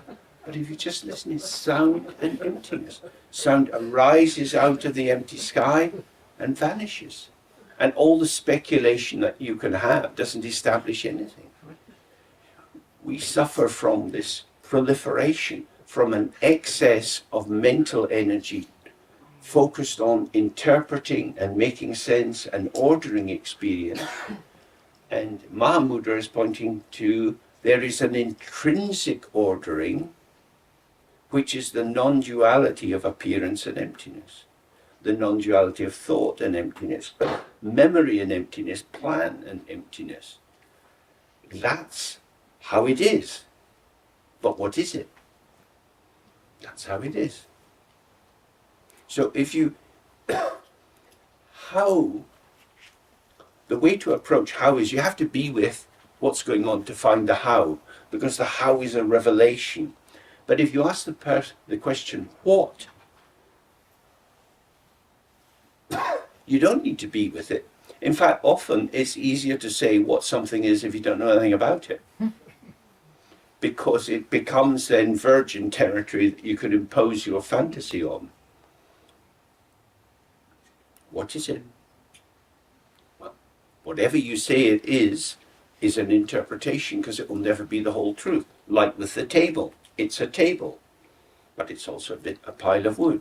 So on this site, this four-legged site, many kinds of interpretations can come. None of them can get to the real truth of what this is, because it is a potential. So that's what we're looking at with the chair. I mean, with the chair, it's in some ways it's easier because it's more fixed and somehow limited than the table. This is a chair. We know it's a chair. We can apply the term chair to it, and we feel a confidence with that.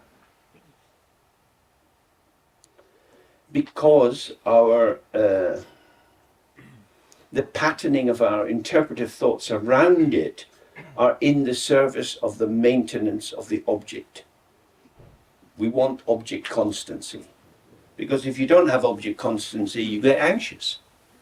You know, developmentally with small children, that's absolutely the case. They need to have a prediction of who is mum, who is dad, that they're going to be fed regularly, that there's always water available and so on. It's the regularity of the beat of their existence that you give them a bath before they go to bed, and after the bath they put on different clothes, and then you tell them a story, and so there's a kind of rhythm of that, and that predictive rhythm allows a settling. So when we say this is a chair, this is like a lullaby. This is a reassurance to yourself, which takes away the other possibilities.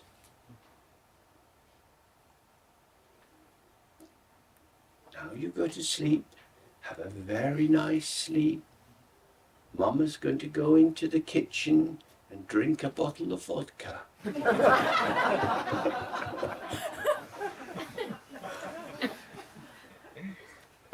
We don't want to know these things. We just want to know, I'm okay, it's safe, it's a chair. The chairness of the chair is your mind. It doesn't mean the mind invents whatever it is, because it's a hard thing and it brings sensation. But it is the mind which is identifying it as a chair.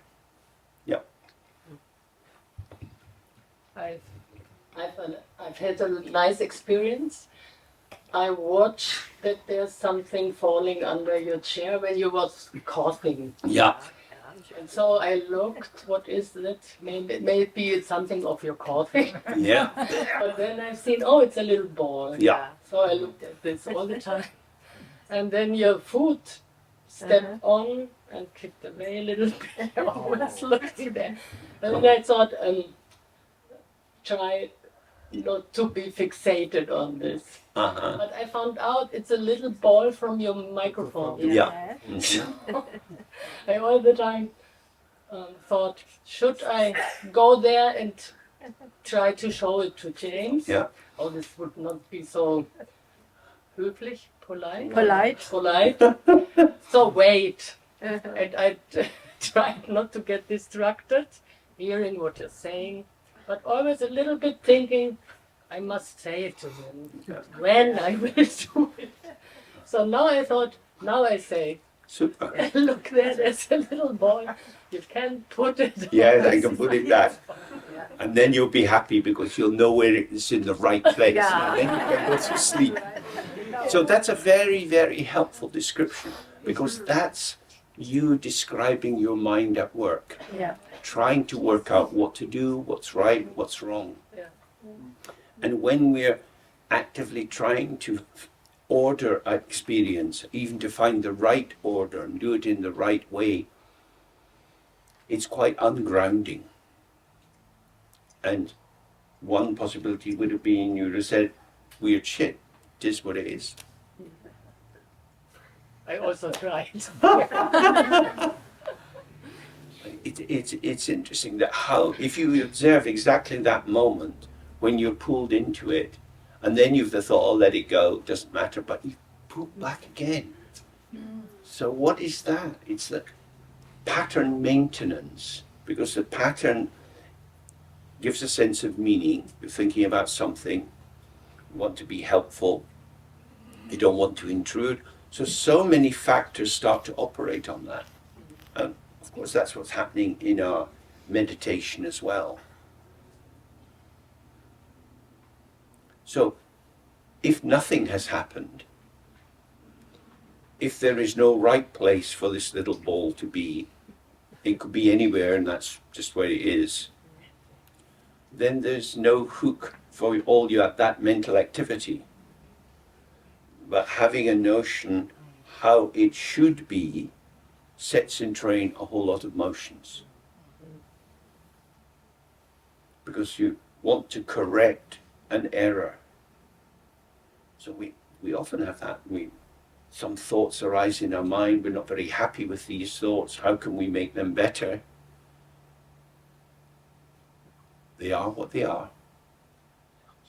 So the first stage there is thinking, oh, something's gone wrong.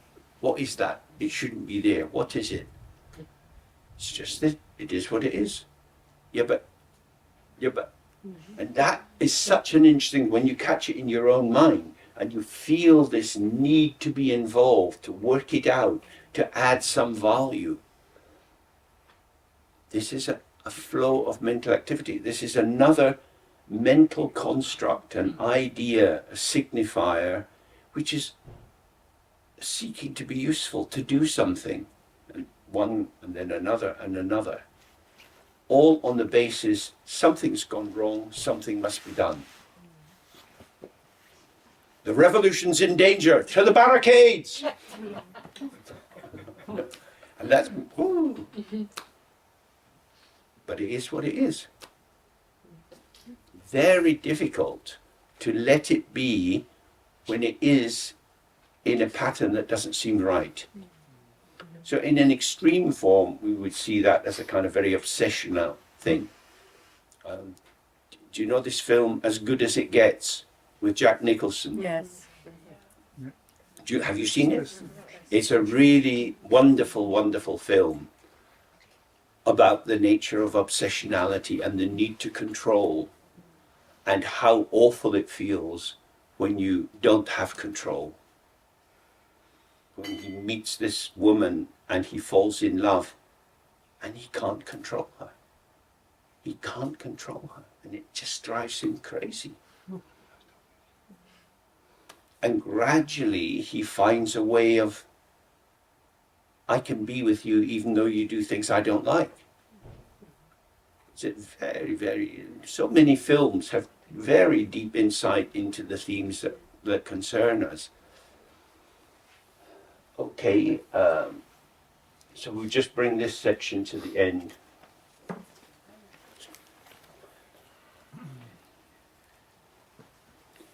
There is not the least appearance of anything other than this, and so it's called without appearance. So, there is not the least appearance of anything other than this. It means all appearance is the appearance of the ground, of the source, of Mahamudra, of emptiness. So, whenever anything is there, it's empty. That is the truth of it. That is, it's an appearance of emptiness. And so there's nothing to work out. Whether it's big or small or red or blue, that's not the key point. The key point is it's there, inseparable from its ground. Because with this path, all clinging to true existence in phenomena is purified, in post-meditative experience, appearance is like an illusion. So,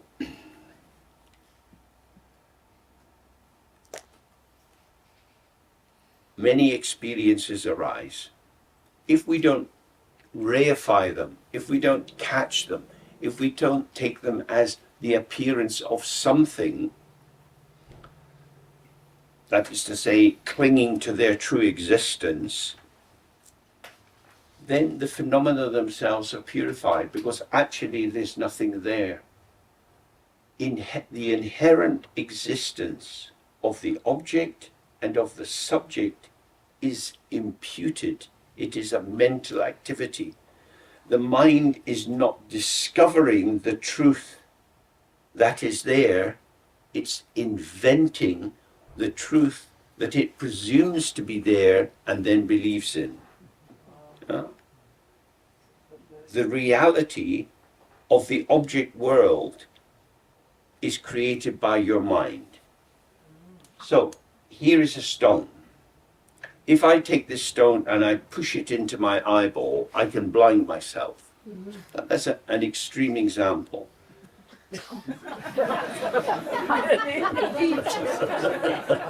It's that sort of a day.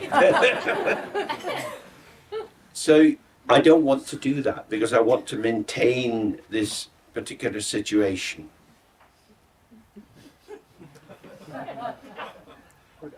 What is the truth of this stone? The fact that I could blind myself with it doesn't make it strongly real. It means that in terms of density and density and hardness, my eyeball and this stone are not in the same league. The eyeball is soft and tender and full of water, and this is a stone that's hard all the way through.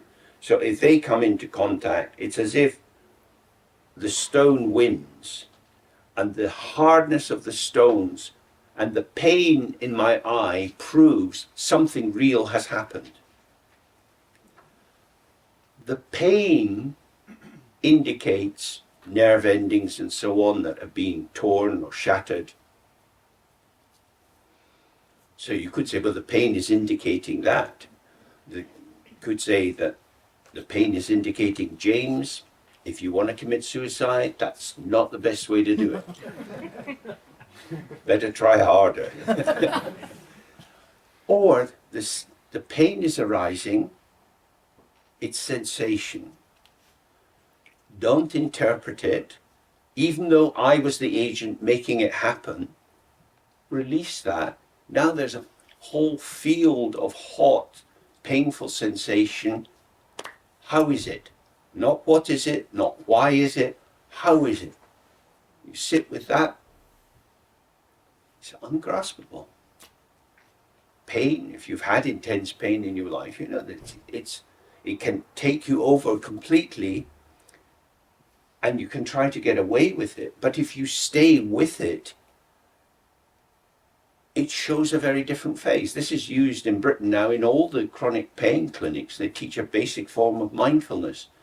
Because if you try to manage the pain, and it's spinal injuries or whatever, and it can't be managed, and surgery is not an option, this pain is your pain. I don't want that pain. I wish it couldn't happen. Can't you give me a drug that'll take it away? I'm sorry, there's nothing we can do. This is your pain. So it can take quite a time to accept that. But if you put your arm around the pain, it's within the field of your experience, and you see, because you're attending to how it is, that it can be hot, it can be stabbing, it can be heavy, and that pain has so many flavors and aspects, you can't bring it into one. So your feeling of being persecuted by the pain, this fucking thing, it doesn't go away, it doesn't go away. That's understandable, but that's been made based on a what? That you know what it is, it's a pain and it won't go away.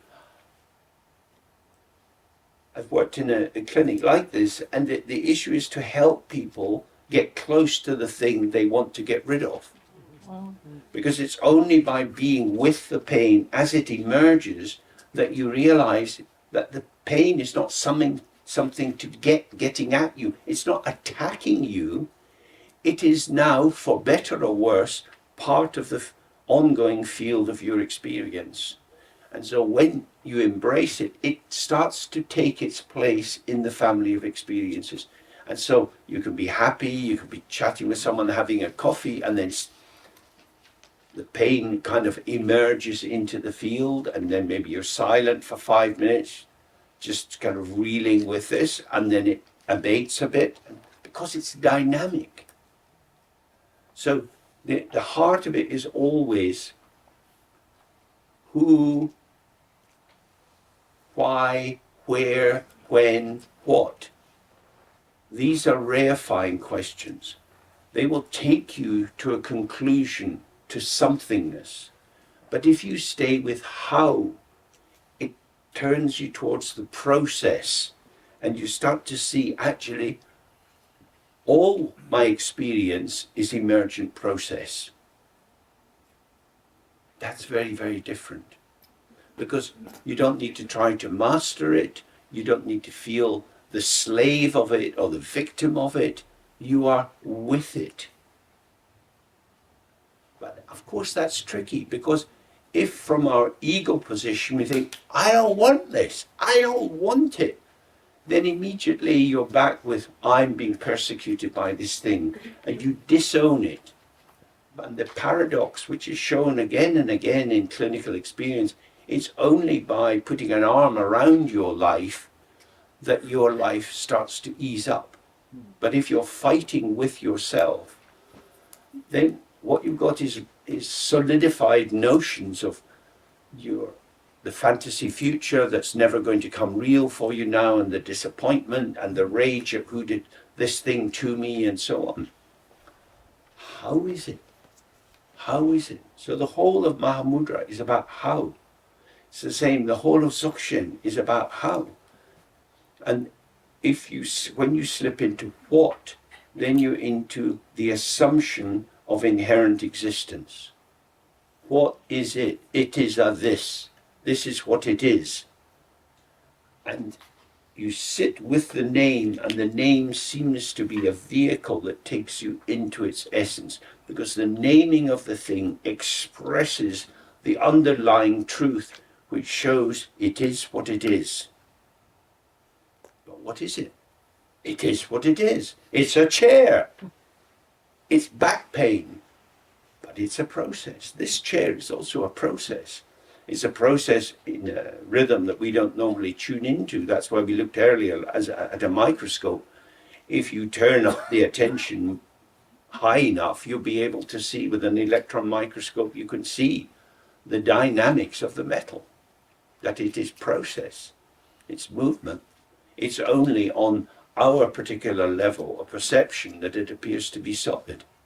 This is the very traditional understanding of Mahayana Buddhism. So then finally, he gives a quotation. At the front and at the back, and in all 10 directions, towards the presence of whatever is seen, today the protector has cut all present confusion. Now there is no one I need to question about this. Because he's saying, when you see that there are no phenomena, and you see this clearly in the meditation, then in the text just before he says, in post-meditative experience, appearance is like an illusion. So post-meditative experience means when you get up for the meditation, and we'll be doing that soon, as we get up and we go out, various things occur. It's like an illusion. So if you're going, you go out of here and you go up the stairs to where the serving room for lunch is. One foot goes on the step, and then next foot goes on the step, and with each step a new vista appears in front of you, a new range of appearance. It's fresh, it's fresh, it's fresh. So it's like an illusion. Appearances which are ungraspable. What are they? Why is it there? What's it for? It's just illusion. It's just illusion. You get to where the food is. You get your plate, you put on some of this, you put on some of that. You get your knife, your fork, whatever, and you sit down. And the object out there goes into your mouth and dissolves. It's like an illusion. It's something going into nothing. Something going into nothing. If it really existed as something, then you could have this stone for your lunch. Because you could chew on this, but it wouldn't change. Now you've got a reliable lunch.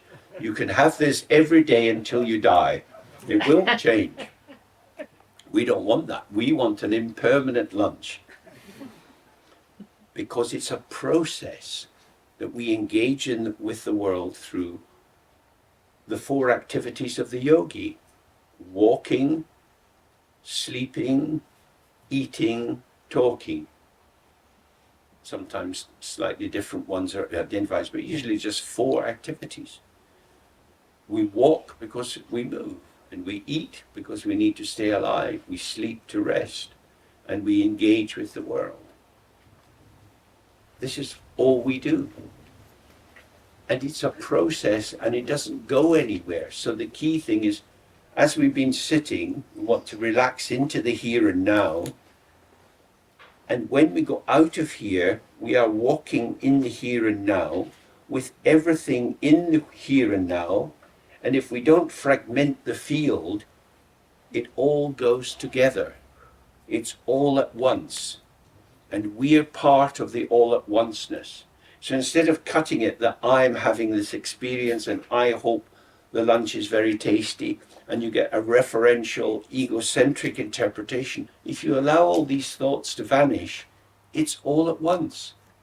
And you are on the inside of the all at once. You belong, and this is called the Dharma Dhatu. This is the mandala of all the Buddhas. So let's hope that lunch lives up to its title.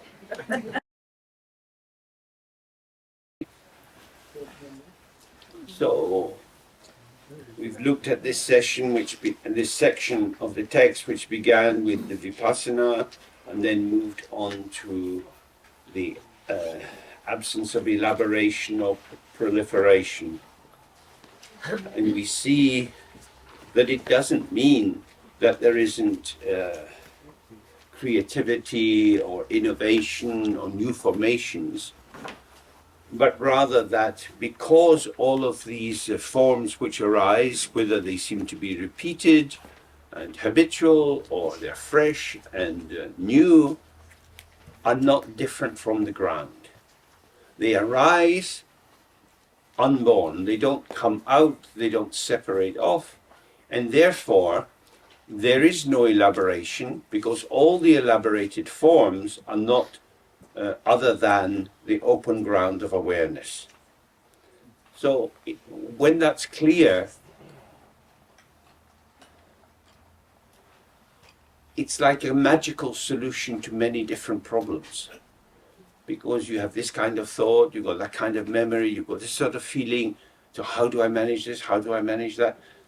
That occurs when what's happening seems to be something you should take seriously, something you need to take care of, whatever it would be. When we look in this way, we look at the mind, we stay with our experience, however it is, and we see it's always in the mind. Just like with the example of changing in an instant in Anu Yoga, like a trout coming to the surface and just turning. Its back breaks the surface of the water and then it's down in the depth again. So the thought comes up and it seems to be registering and then it's gone. And then it's gone. So when we really see that all thoughts are like that, everything which arises goes back. It doesn't actually come up or go down, but that's what it feels like, because we've got the sense it wasn't here, it is here, oh, now it's not here. But it isn't a sequential thing. In a sense, it's instant. The ground shows itself as this. So when you focus on the event, then it's as if you experience the event not here, here, not here. And when you focus on the ground of the event, it's just open. Whether there's a lot happening in the mind or very little happening in the mind itself is open. So that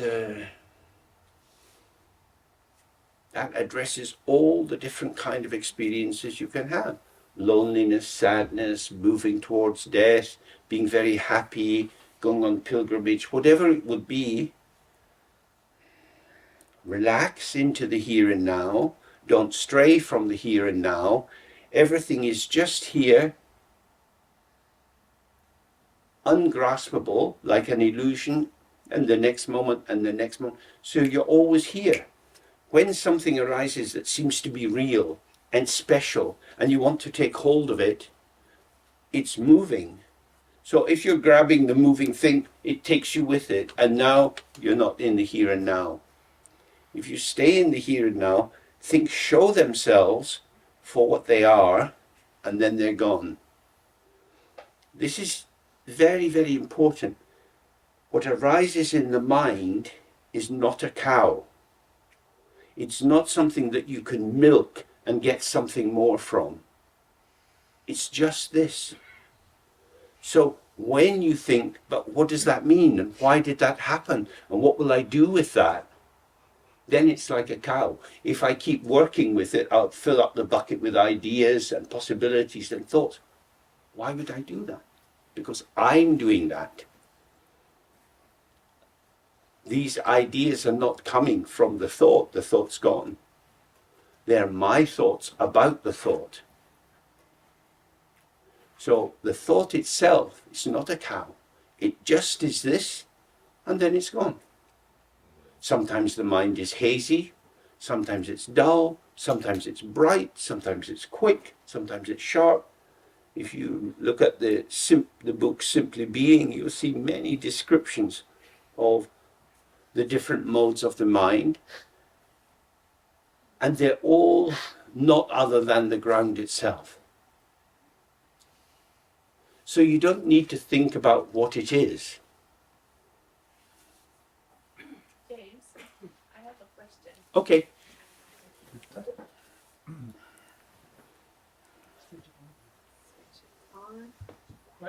Okay, so how do I know when I'm doing something spontaneously out of what's arising in the mind and out of my ego self? And how is the ego self, kind of arising? How do I recognize it better versus, everything else that is happening? Who's talking just now? Good question. I think it's my ego self wants to know something. Okay. Wants to understand something. Okay. So I can, So you're formulating something with the idea, if I can get an answer, that will help me. Yes. Yeah. So that gives you a sense of the structure of the ego self. I mean, you can ask the same question could be more open, but it's when you check with yourself, is there a little anxiety in asking, or what am I trying to do? So it's not that the thought comes with a label on it that says product of the ego self or not. The thought itself has no label. The label comes afterwards.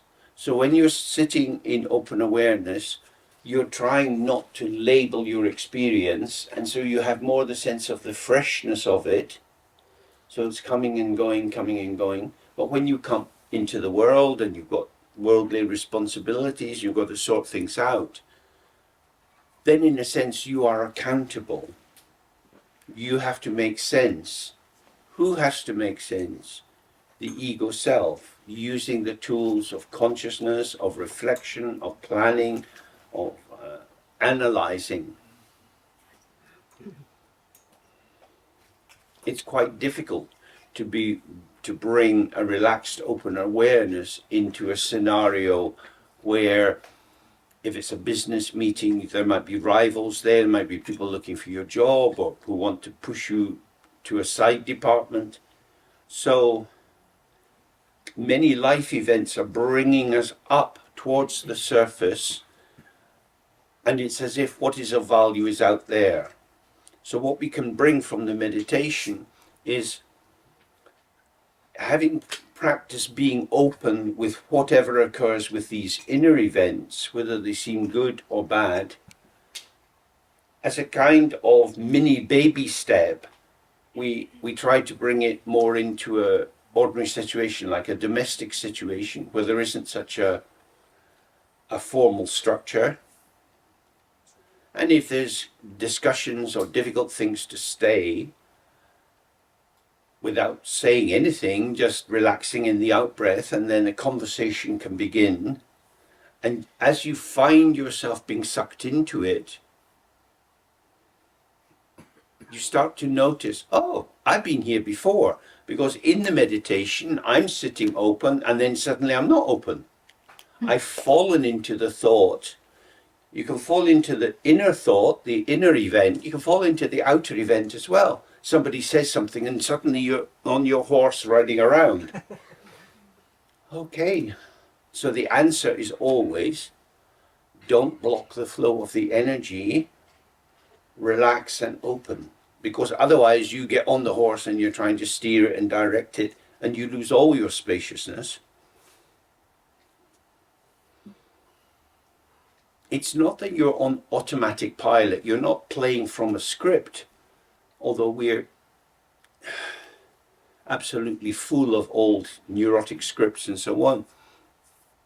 Say you've got some friend and it's a bit problematic how you communicate with them. If they have a tendency to try to work it through by blaming, either they blame themselves or they blame you, it's like, oh, this is mental activity. They are using words, feelings to try to stay in control of the situation. I am going to use relaxation because they're going towards arousal and control, and I could do that, and I have a habit of doing that. But if I just relax and stay loose with what's occurring, what I do is I release myself from the hooks of reactivity, because a great deal of the positions which arise in conflicted situations have the structure: there's something in the freezer, take it out, into the microwave, ping, onto the plate. It's old food reheated quickly.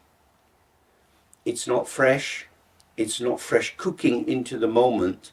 That's what a neurotic pattern is. It's a pattern that's already established, but it's cooked, so you can reheat it pretty quickly. It just comes rushing out. So you're there's a sense of power and agency in running an old number, but it doesn't go anywhere. But if we stay relaxed, what are the actual ingredients or the possibilities of the situation? And maybe I could bring them forward. Now, the ego can't do that, because the ego's too much of a planner and a structural. So the ego's usually involved in either being overwhelmed by what the other is doing to it, or coming out trying to install its own position. But if we can be relaxed, we receive the feeling tone of the situation, and a response will arise into that. So it's not that we have to do it. Who's doing it is connectivity. Non-duality is an unblocked highway. When you have duality, then you have a border zone, and on this side of the border you're trying to work out, what should I do, what should I say, what would be the right thing to do. And that's the terrain of the ego.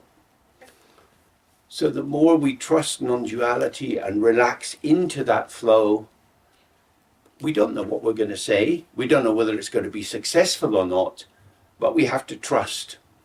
So I think it would be something like that. The ego is hard work. Yeah.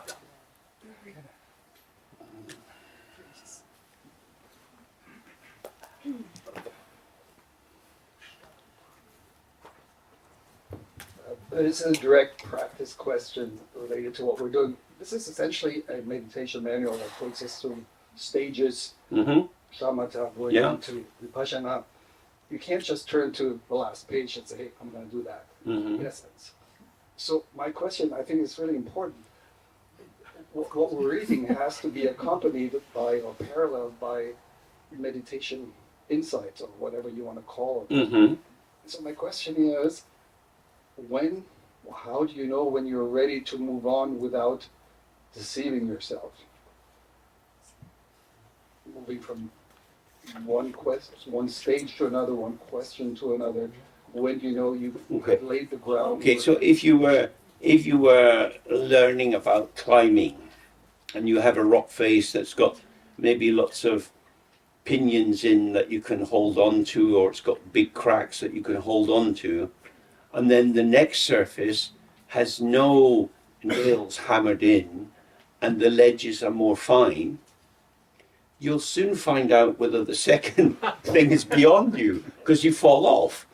So I think it's just like that. You try something and you feel like the village idiot. You're sitting there and you're getting no traction and it's not working.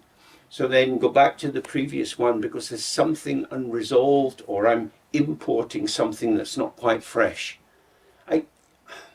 It's tricky, but if we can't trust our own experience, who are we going to trust?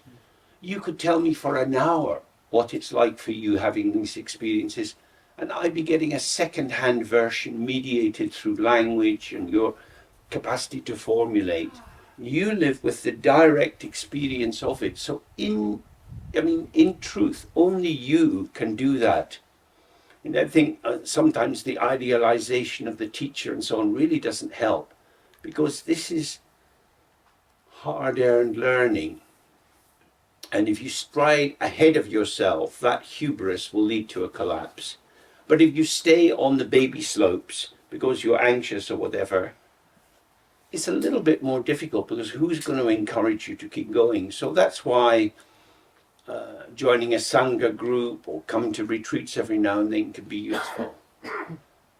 But it's a very intimate thing. This is my mind. As we were looking earlier, we don't access the objective world. We have our share of the environment, and each of us has our own share, although it's a share in a sense with a common basis, because there is something there, but it's our very means of accessing it which particularizes it to be our share. So I think it's the same with the mind. You read the textbook and, oh, the mind is like this and this and this and this and this. But when you approach it, you approach yourself through yourself. So you're approaching the clearing of your open mind through the jungle of your busy mind. And what's happening in the jungle, not to react to it too much, not to take it too seriously, not to get upset that you've been doing it for a while, but it doesn't seem to get any easier. And then we realize the problem doesn't lie in the formations which occur, but on how I respond to it. So even when my mind is dull and heavy, I don't seem to make any progress. It's just, what's the point? Stay with the one who feels there is no point, and you're on the point. And you'll see that towards the end of the Simply Being book, Nuden Dorji writes this, and Pato Rinpoche writes this. And it's always the same thing. However it is, if you take it as a what is happening to me? Oh God, it's like this. You will get trapped and lost and sink. This is arising. It's arising for me. Get close to it. Don't merge into it. Don't stand away with it. Just be with it. Or in this language, talk to on it. You're just on the beat, on the beat. You're not in the tune, but you're on the beat. And if you do that, you're directly there with the resolution of the dissolving of the moment. And that's difficult because it's really about timing. And if you're in the 3 times, past, present, and future, you're off the beat. You've got to be here. And being here is the beat. It doesn't come with a big bang and a drum. There's no metronome. It's like this. It's like this. Okay, so now we're going to look to the second pairing of the 4 yogas.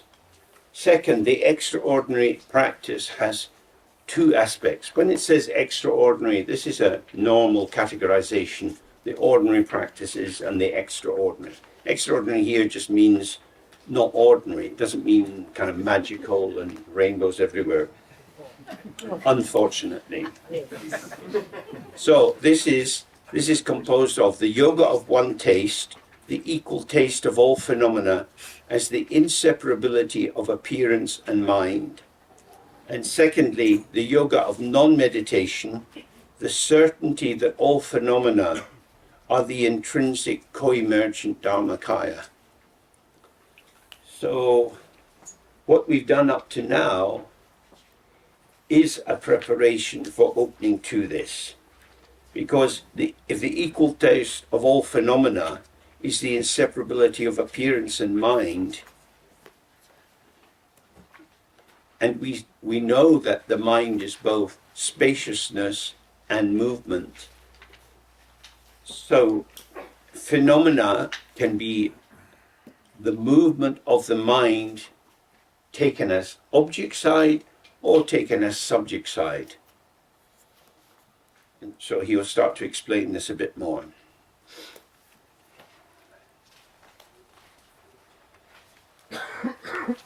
So, the yoga of one taste. The equal taste of all phenomena is the inseparability of appearance and mind. So it's just repeating that. This has 3 parts. Appearance is introduced as mind by means of the example of sleep and dream. Secondly, appearance and emptiness is introduced as unified by means of the example of water and ice. And thirdly, the certitude that all phenomena are equal in taste by means of the example of water and waves. So we've already used some of these examples. So, regarding appearances introduced as mind by means of the example of sleep and dream. During sleep, there are many appearances, yet they do not move away from the mind. So you can be dreaming of all sorts of things. You could be dreaming you're on a journey, you could be dreaming that you're by the seaside or in a boat, or under the sea in a submarine. All kinds of things are possible in a dream. But the dream doesn't leave the mind. You don't actually go anywhere. So one of my teachers said, samsara is like a situation where there are two brothers. One is lying in bed asleep and dreaming, and the other is beside them awake. So the brother's awake and knows here in the room, and the brother that's asleep is off in the dream. But they're off in the dream in the bed. But they don't know they're in the bed because they're off in the dream. So when the second brother wakes up, they wake up in the bed where they've always been. Yeah. So that's the thing. You didn't go anywhere. It was as if you went someplace. So we know this in our modern world through the movies. We know it through novels. You read a novel, you go into this world, and then you come to the end of the novel. Oh, it's a kind of a shock. Or you're really into a movie, and then it comes to the end. You go out of the cinema, and you're kind of suffused with the feeling tone of it. But actually, you were sitting in a cinema. You weren't in the film. What was occurring wasn't real. It was professionally created to pull you into the illusion. So, cinema and novels, fiction is very similar to the world of the dream. You're always where you are when you're reading the novel, yet it is as if you've gone somewhere else. When you're lying in bed, you're in the bed, but it is as if you've gone off on the dream journey. And the key point here he's saying is, you don't go anywhere else. So if you're in the here and now in awareness, a thought arises, you instantly merge in that thought, and it's as if you go off. There's some kind of riff of connected thoughts. It takes you away, yet you're here. You haven't gone anywhere. It feels like you've gone anywhere, because what's arising for you is unfamiliar, not usual, but it's happening here and now. So this is vital in terms of understanding non-duality, because the beginning of samsara is, as we've touched on a few times, something occurs and it's taken as other. Oh, I exist, this is me. This is very crudely expressing it. But there's there, and the somethingness stands in opposition to the openness. So instead of the something being part of the openness, it seems to turn its back on it. I'm me, leave me alone. So the thought, I exist, creates a kind of threshold around me. But the thought is arising in the mind, and the mind remains open, and the thought cannot leave the mind. It's a thought within the mind, or an experience within the mind. And remembering that, of course, that experience can be redolent of sensation and so on. And it's through the identification with the multiplicity of forms of vibration that are around that gradually bodily forms and memories and so on manifest. Something is always a form of nothing. If nothing means imagined. So if nothing means the basis for the imagination of something. The imagined doesn't leave the unborn openness of nothing. if we put a gloss on nothing as no thing, because there is no thing, there is no limit. So now in Europe, because you have this open borders policy, you could drive in your car right across Europe, you get to the border, and in almost most of the countries, the border's open. They just drive straight through. They don't check your passport or anything. They've probably got a camera reading your registration number, but you just drive straight through. So it is as if this is a unified territory of Europe, although in formal terms we have the nation states, each with their own languages and ways of behaving.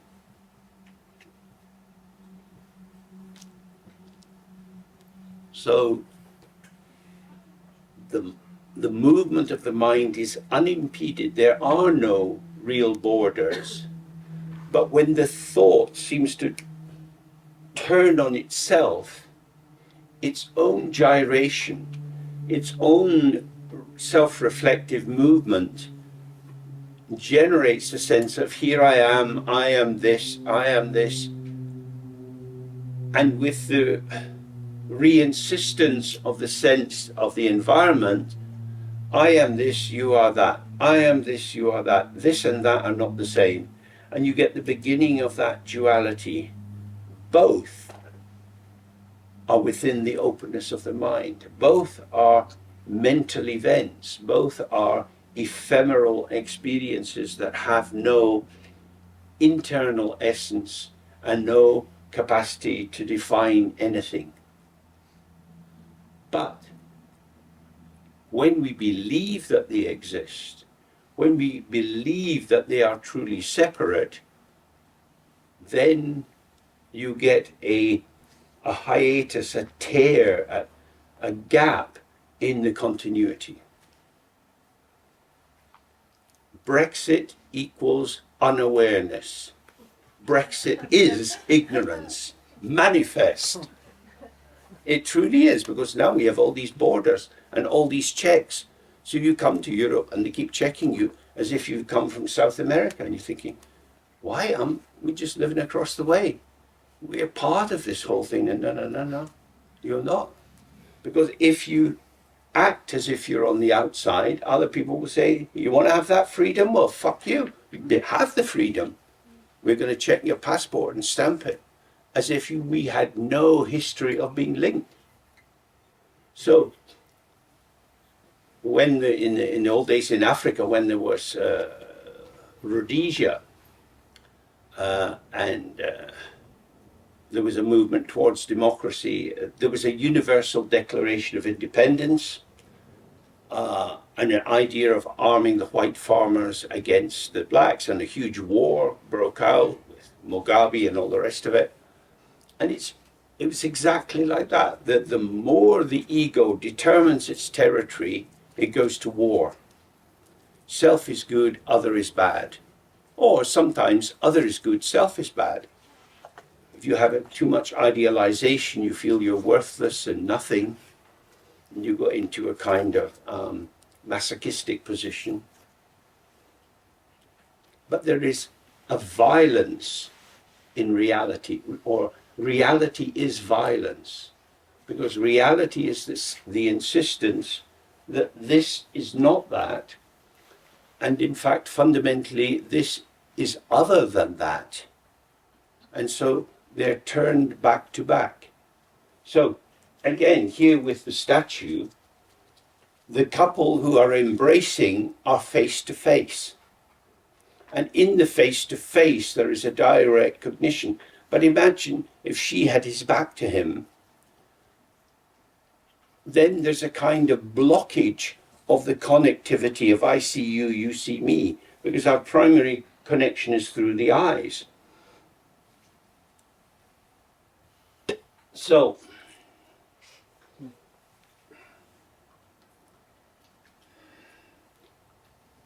the binary disjunction, hot is not cold, high is not low, inside is not outside, is a way of establishing a structure of the world through inclusion and exclusion.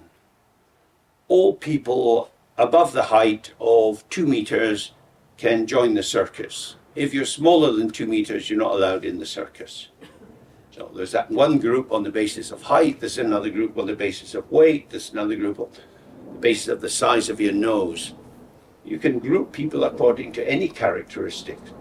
So once you have the definition of the group formation, those that don't meet the criteria of membership of the group are made other.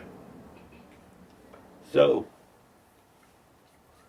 this is what's being addressed here. During sleep, there are many appearances, yet they do not move away from the mind. Because there are two aspects of moving away from the mind. There's just moving away from the mind, where the thought seems to take on a life of its own. But as it arises as something, what arises with it is its other. I'm male, that means I'm not female. I'm Scottish, that means I'm not English. So whatever the beginning definition that represents the emergence of this from the open ground, a differentiation, it brings with it a that. So subject and object arise together. So that we looked at these 4 stages of ignorance. The first is this, and the second was Khenchi Chepi Maripa, the arising of this and that as dualism. So in our mind, when we're meditating, part of what we're doing is relaxing our tendency at judgment. Because judgment and definition is what imputes an essence into the other. So you are not me and you are like this. That's a double movement, because you're not me, in a sense that's quite clean. But now I'm going to tell you who you are, or at least tell myself who I think you are. And I'm filling you, the other, with my thoughts, which I'm believing are giving me true access to you. I know the truth of me, I know the truth of you. And this is the delusory dynamic in duality. So having filled the other person with our thoughts about them, we then need to be able to release these thoughts. And that's what he's talking about here. Because it's the infection of the arising form with these thoughts that blocks one taste. We're here together, but how could there possibly be one taste that we all could inhabit? Because we're different. All human beings are one. Bullshit. I'm not like you. I'm not like you. So as soon as you're insisting on some definition of me, not you, self, not other, there's no one taste. Do you get the point? So if you understand one taste, you dissolve the problem of separate entities. So that's a really big thing to do, because we spend most of our lives evaluating and giving levels of value to different phenomena, bringing closeness and distance, inclusion and exclusion. This is the ego consciousness work of managing the field of experience. Does that make sense as you recognize that this is what you do?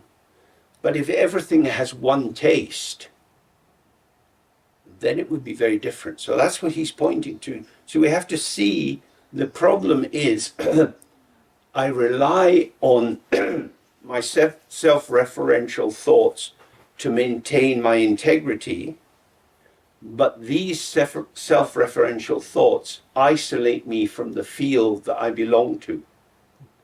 So I win in terms of self-maintenance at the same time of depleting myself because I cut myself off from my own ground. Yeah? So you do that, but I'm not like you. So I can't do what you do. So the availability of the sites where I can nurture myself is limited by the fact that you do things different from me, and I don't want to do the same as you in case I become like you, because I don't want to be you, because I'm me. That leads to all sorts of conflicts in couple relationships, where people meet because they are often opposites and there's an attraction that you're going to be completed by the other person, and then you start to realize they really are different. What the hell? Who is this stranger? What are they up to? And then how can you feel at ease when somebody seems to be dancing to a different tune? And they are. They're hearing a melody that you can't hear. So that's what happens when you get the isolation of self-referentiality. You're focusing more and more on the factors that confirm I am me, I am me. And so your ears are tuning into a particular wave band as being the important messages, and the other vibrations and possibilities you tune out. But other people are tuning into them. And so you get differentiation. And there are two words here that with a text like this we need to be a bit clear of. We have diversity, which I think I've tried to use very precisely here as diversity within the field. Yeah? So at the sea there are many different waves, and each wave has slight differences. So there is a diversity of waves, but they're all waves. But when you have a strong differentiation, that goes with the imputation of an essence, and then you have isolation. You have the twofold isolation: isolation from the ground, you exist, you're there, you're not me, so I don't see you as some emanation of the Dharmakaya. Hey, none of that bullshit. You are you. So there's a solidification in your apprehension of the other, and also a separation from them. I exist, you exist, we're existent separate from the ground, and we mutually exclude. So that's the basis of the ego self, and that's what one taste is designed to dissolve, because if it doesn't get dissolved, it's difficult to get off the treadmill of thought. Shapes. Yeah.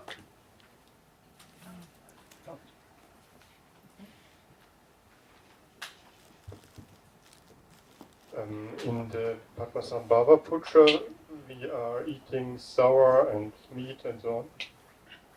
And sometimes your teaching was, if I remember well, but my remembering is also not that good, but your teaching was that is one taste, the sour and all the things. Mm-hmm. That's not this one taste. That's not this one taste. Mm. Could you say a little bit about this one? No, I couldn't do that. Because you don't have to, I don't have to. No, I wouldn't do that. I shouldn't do that, and I wouldn't do that, and I won't do that. If you're looking for a recipe, don't look in the telephone directory. Yeah, that's a tantric text. It's not exploring the mind.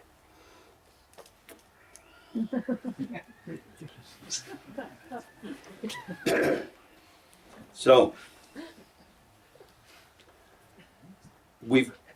some people have a lot of dreams, some people are very used to moving in and out of dreams, some people can practice and develop lucid dreaming. Dream here is a metaphor. If you don't dream very much and it doesn't speak to you, we can come up with other metaphors. But the key thing he's saying is whatever arises in the dream appears to have its own validity, its own truth, but it's within the dream.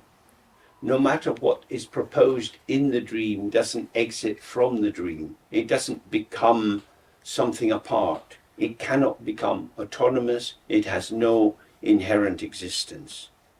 So if you know what a dream is like, as you're experiencing the dream and you can be present in the dream, you see this kind of cusp point, the joint point between strange appearance and nothing strange about it, because it's just a dream. It's just a dream. But in the dream, especially with nightmares, something real seems to be happening, and it's terrifying. You can wake up screaming. And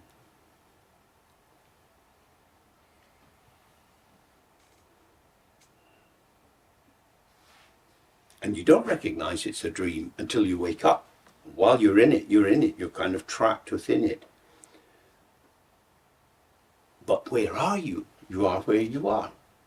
You haven't gone anywhere. You're not in a dungeon. You're not being shot by bad people. You're not being hurt or harmed. You're sleeping. But it is as if. And as if is a very important idea, because it's where we experience the imagination creating something we can believe in. So again, it's like theatre. We go to the theatre, we suspend our disbelief because there are people on the stage pretending to be people they're not. If we stayed in our critical attention, it would be boring. But we suspend that belief, we allow ourselves to be seduced into the flow of signifiers that outline the movement of the script, and we are carried by that into the dramas of the text, which could be comedy, tragicomedy, deep tragedy, and so on. We are in it. So just as you're in it with a play or a movie or a novel or a dream, you haven't gone anywhere. You're sitting in your seat, but it is as if it's happened. So if you get that,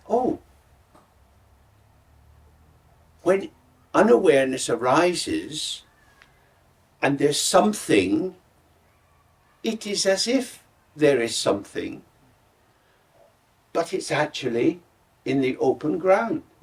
It hasn't gone anywhere. There is no dislocation. There is no separation.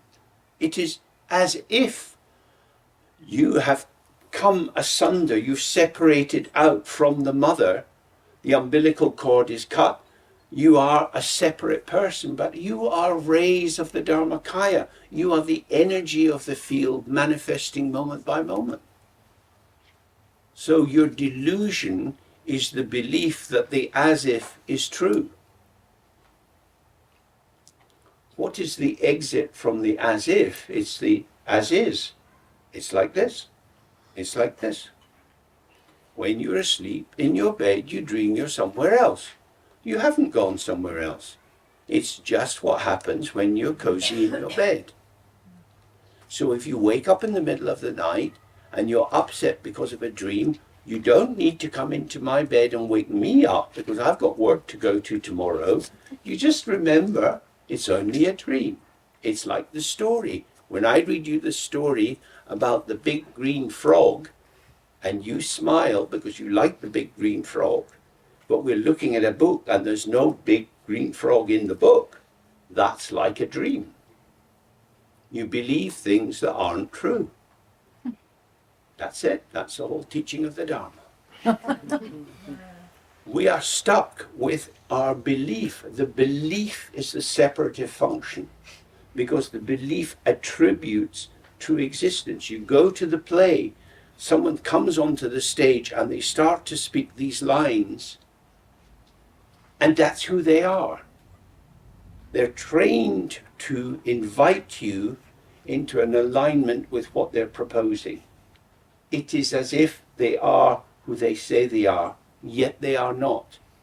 They are an actor enacting lines from a play, and it's marvelous because they are. They bring it to life. They inhabit it, and we go into it. So it's just like that.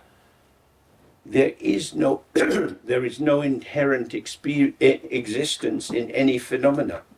So what are we carried away by? dreams and ideas. The Ukraine belongs to Russia. We're simply getting back part of our territory that was stolen from us. So that's a reasonable belief. It's just a belief, but most beliefs have some possibility in them.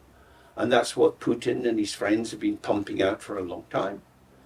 On the other hand, Zelensky and other people in Ukraine say, no, Ukraine has a huge, long history. It's had its own kings for over 1,000 years. It's a completely separate terrain. And we are not under the power of Russia. That happened for a while because we got invaded. So you have two narratives, and the different actors believe in these narratives, and they turn to their different audiences. So Putin doesn't bother trying to get Americans to believe his narrative. He started at first, but now he's turned around and he said, North Koreans, my friends, my brothers, you know our story. China, communists together, we work for the people. Ukraine has always been ours, and Tibet has always been yours, my buddy. So it's a shared belief system. And the other people say, no, we stand by the Ukraine. Their story of their national independence is true. It's conflicting beliefs, it's ideas, and the ideas lead to death, of course, because ideas mobilize energy when you take them seriously. If you don't recognize that a dream is a dream, that's quite something to be aware of. If you believe that dreams are real, you can do any kind of behavior. Yeah. I think that's the case with everything we do, basically. We believe constantly some little story. I mean, we don't have to go into politics. We just have to see our own little stories, what our little beliefs are. Mm-hmm. And if we look at it a little bit more closely, we can see we are in the same kind of Putin, whatever names you call, mm-hmm. Stories in. Yeah. It's not so far away as you... It's nice to have those examples, but I think there's enough examples we can look at ourselves where we caught in this belief systems. Yeah? And it's basically when you're not awake, you're in a dream. Mm-hmm. Very simple. Yeah. Either you're on it or you're off. Exactly. There is nothing else. That's it. And when you're off it, you're dreaming you're on it. Yeah. That's what's happening. Yeah, that's exactly what happens. Thank you for sharing your dream. Are you in? That's a good question now. He wants. Question about the one taste, how to get acquainted to it. When one is standing above a valley, like over there, and one has a wide view, the eye consciousness is relaxed, mm-hmm. and there is a rich diversity of experience, mm-hmm. of the mm-hmm. sky and the trees, and we could name it, and one goes away from naming and just opens to the experience, and mm-hmm. all, in a way it is all there mm-hmm. at once, mm-hmm. and in a way it tastes the same. It is mm-hmm. just one situation. Mm-hmm. Could this be a way to get acquainted to mm-hmm. one taste? It's an all-at-once illusion. The whole shebang arises with with a vivid insistence, but no substance behind it. So if you start to analyze it, you say, this is a pine tree, and think, well, let's get to the core of the pine tree, and you cut into the pine tree, you just got these ring after ring after ring, and there's no heart to the pine tree, because the pine tree is existing as a conduit for the water and with the minerals and so on rising up through the trunk. So there's no thing to get. And the whole shebang, everything all at once, is a dynamic field of interaction like that. So that gives you a taste of it. But what he's suggesting here is you should start with in the meditation, and when you have more clarity of that, take it out into the world. So let's get a little bit more sense of how he's describing this. James, may I ask another question? Yeah. Yeah. Here, it's just on your left side. Oh. Oh, let's see. Yeah, yeah. It's just a short question. I understand that dream is used as a metaphor in this text, but what do you think about doing dream yoga to deepen the understanding? Oh, maybe I didn't say it clearly. No, he's talking about real dreams as well as a metaphor. But because not everybody has access to very vibrant, deep dreams, working with dreams or doing dream yoga wouldn't really function for them. So you can see it as a metaphor, like a mirage or an echo, which will give you the same kind of feeling. But it's both in this text. It's both in this case. So, he's talking about sleep, and these appearances don't come out of the mind. Similarly, all the appearances occurring in the present are erroneous dreams arising within the sleep of mental dullness. Okay? So the sleep of mental dullness is our normal state, which means we look around the room, I'm here, you're here too, that's very nice. I exist, you exist. That's the dream of mental dullness. Or put it another way, the dream of the true existence of phenomena, or the dream of the autonomous existence of phenomena. We imagine that that's the case, and because we all believe it, the entry ticket is, if I believe I'm real, I'm willing to believe that you're real. So do you believe that I'm real? Because if you do that you're real. So this is a real folie à deux. We agree to cheat ourselves and to cheat each other.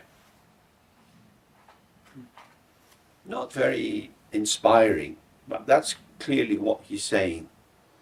This dream of mental dullness, or you put it in a different language, the dream of reification, the dream of the imputation that there is a true essence there. The dream of the essence, the dream of the somethingness of the something. And when we realize there is no essence there, it's just something we imagined. That's what he means by the dream, or rather the erroneous or wrong dreams, mistaking dreams, misleading dreams arising within the sleep of mental dullness. So he says all appearances, everything that you're in touch with in the present, occurring in the present. Now we have to remember, in the present doesn't mean in the non-dual here and now. It means the present in the arc of the three times. So past, the present, the future. So what's happening now in this wave of movement, which seems to be now, it's happening to me, this impactfulness of something occurring is an erroneous dream. What does that mean? Morning, I was going to give an example, but it was from a conversation, not from here. So, some people have lots of pain in their body. It would be not very helpful to say, well, that you're just dreaming that. But what the dream is the importance and the power and the interpretation of the meaning of the pain. Very often we think pain means there's something wrong. We know that women go to see, I don't know in here, but in Britain anyway, women go to see general doctors, local doctors, more than men. And men have a tendency to disregard symptoms. Oh, it's nothing. These things happen. Never mind. The woman said, I think you should go and get that checked. Nah, be all right. It's fine. So the idea that it's fine, that's a dream. That's an illusion. I don't know if it's fine or not, but I can imagine it's nothing to bother about. Ah, we'll be fine. There's no ground for that. There's no basis for that. On the other hand, you can have somebody who's quite anxious and is always telling their partner, I think you should go and see the doctor. No, really, I think when you woke up this morning, your face was so drained. I think there's something wrong there. No, I'm really worried. I'm going to go to the doctor and tell them. That's not very helpful either, because that's a projective thing. We know that we can have these conditions of valetudinarianism, imagining disorders which are not actually present. So when an experience is arising, or as he says, an appearance, because appearance and experience are kind of two parts of the same thing, because I look outside and I see some people are sitting outside. That's an appearance, but I'm also imagining it because I'm registering they're sitting outside the tent is an idea in my mind. So there's both the perception, which is, if you like, the basis of the interpretation or the imagining there are people sitting outside the tent. The perception seems to be robust enough to hold the interpretation, and so the interpretation tells me the story, there are people sitting outside the tent. I imagine that. We might think that we can go and ask them, but we don't proceed like that. We just take it for granted there are people there.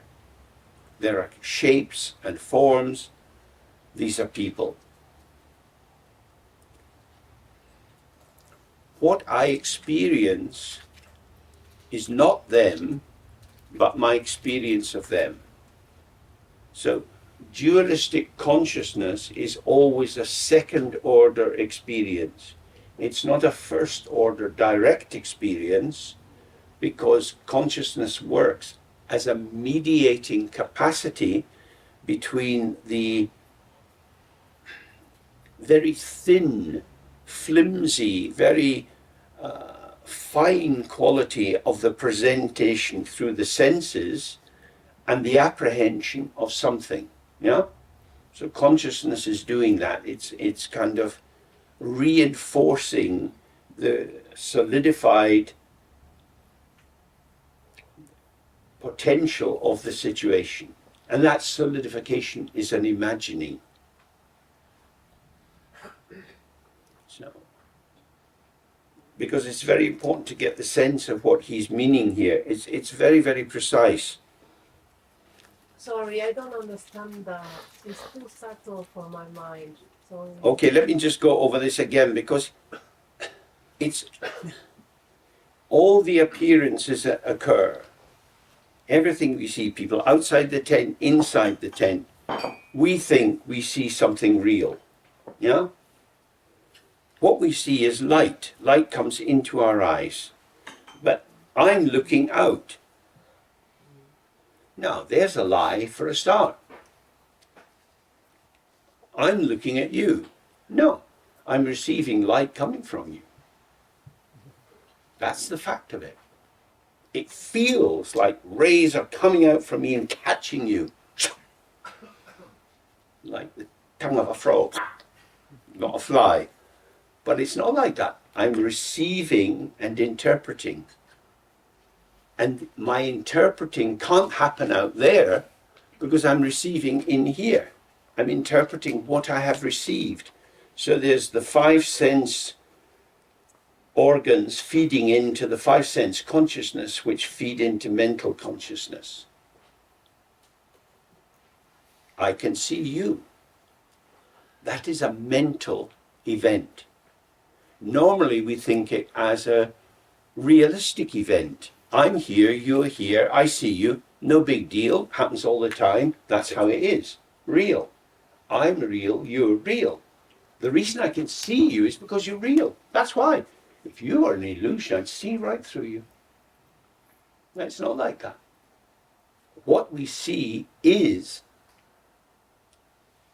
in its form as it arises for us, an experience. It is our mind that we are experiencing when we see another person. Now this may not be how it feels for you, how you're used to thinking about it, but if you try to follow this movement that he's describing, the you that I see is not the you that you are, or certainly not the you that you think you are. So the you for me is always my you. Yeah? I can't get your you. Your you belongs to you, but my you belongs to me. And whether your you and my you have anything in common, we'll find out, which is why we have marital therapy. And that's why there are multiple interpretations, because his mind is going to see you in one way, and I'm seeing you in another way, Precisely. etc. Precisely. It's crazy.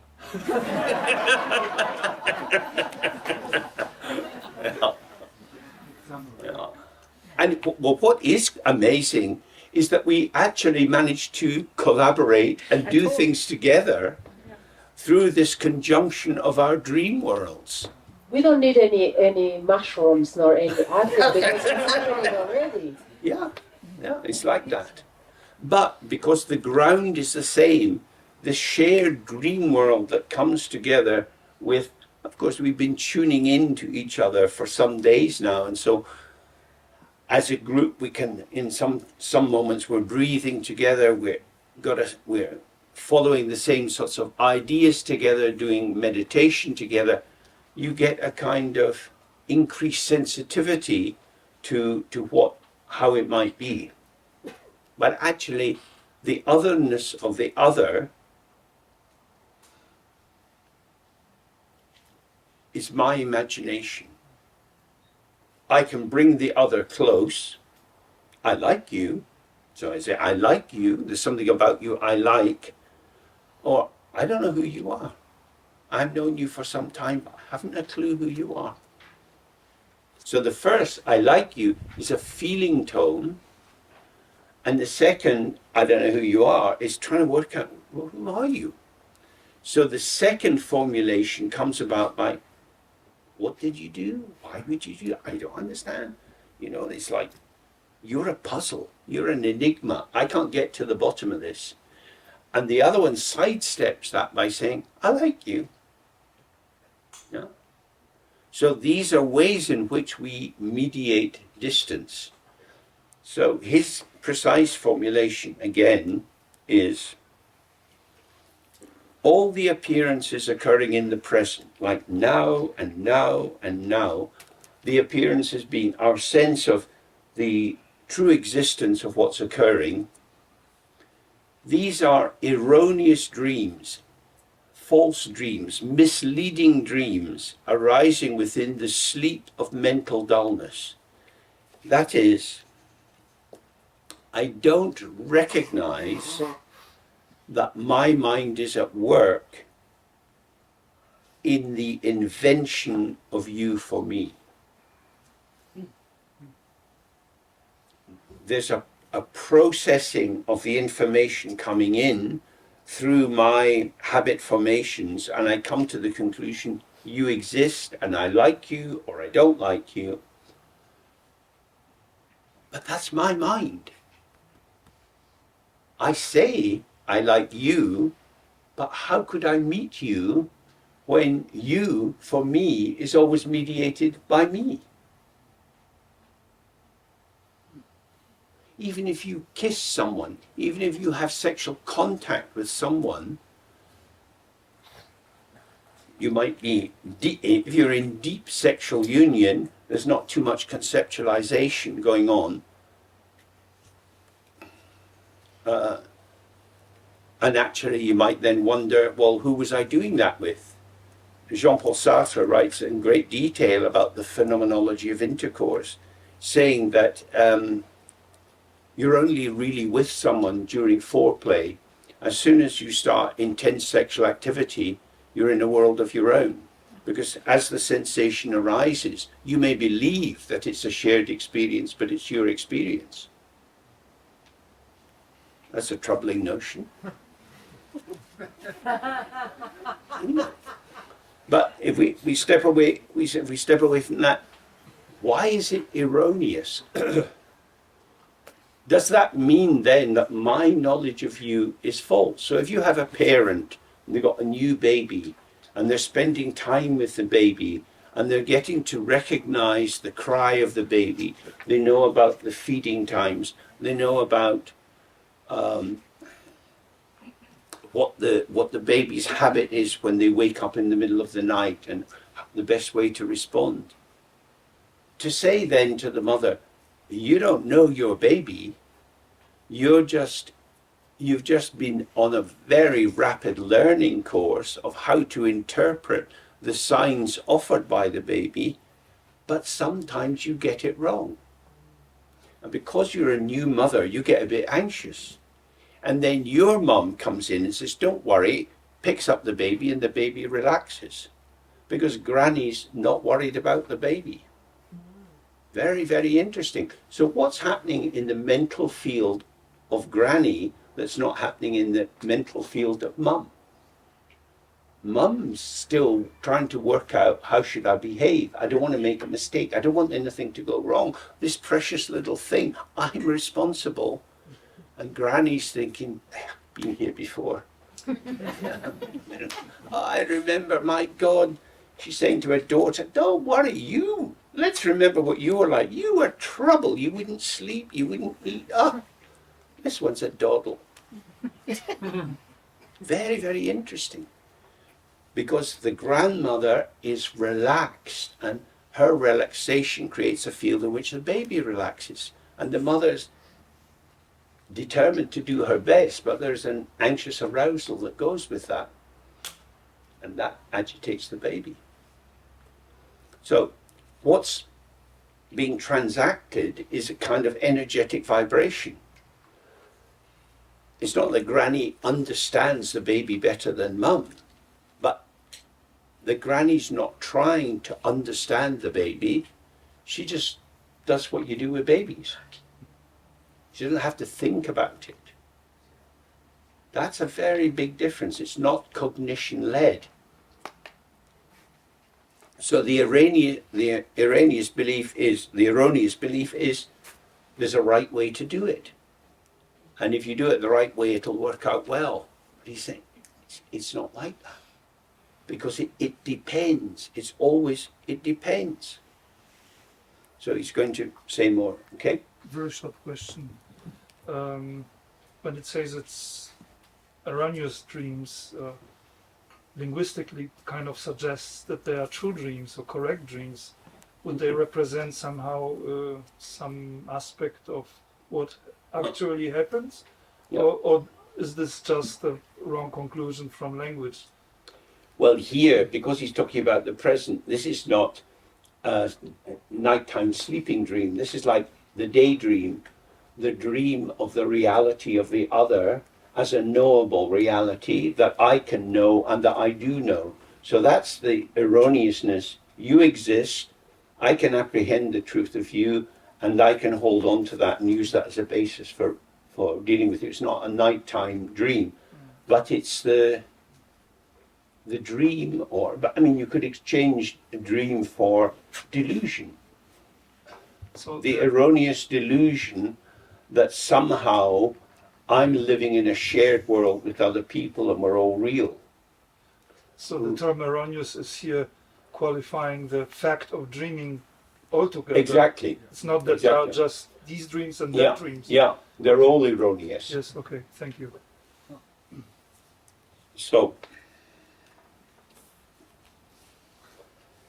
yet there is nothing other than one's own mind. So whatever dreams you have about who other people are and what they are or what they should do or what politicians should do or what the cook should be doing, this is your mind. you cannot step out of your mind. Your mind is the medium that connects you with what you take to be the field of experience. Now, that's quite something, isn't it? There is nothing other than one's own mind. Now, this kind of sentence, we have to kind of get a sense of it. He's not saying it's all just your mind. What he's saying is, there is nothing that you can access other than your own mind. So there's you for you and you for me. And you for me is my you for me. Someone else's you for me with the same, seemingly the same person will have the constellation of a different profile. Yeah. So if we talk about what's happening with Mary, if there's three of us talking about it, there'll be three Marys being discussed. Yes. There is no object that we arrive at.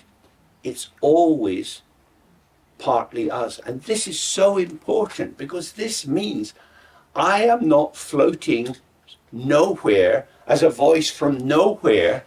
I am always already connected. I'm on the inside, and what arises is the display of the inside, the ground, the Dharmadhatu, as it occurs for me.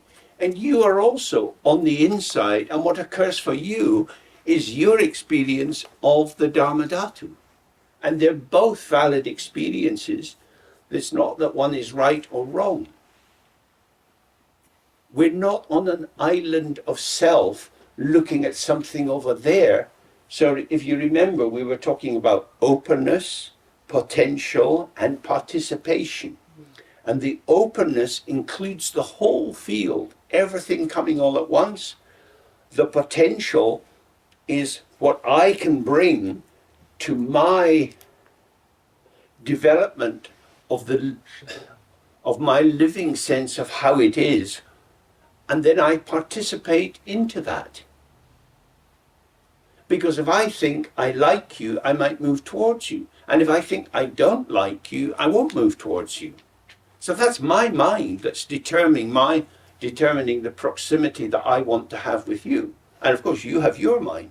So if you see me coming towards you, you might think, whoa, this is not very good.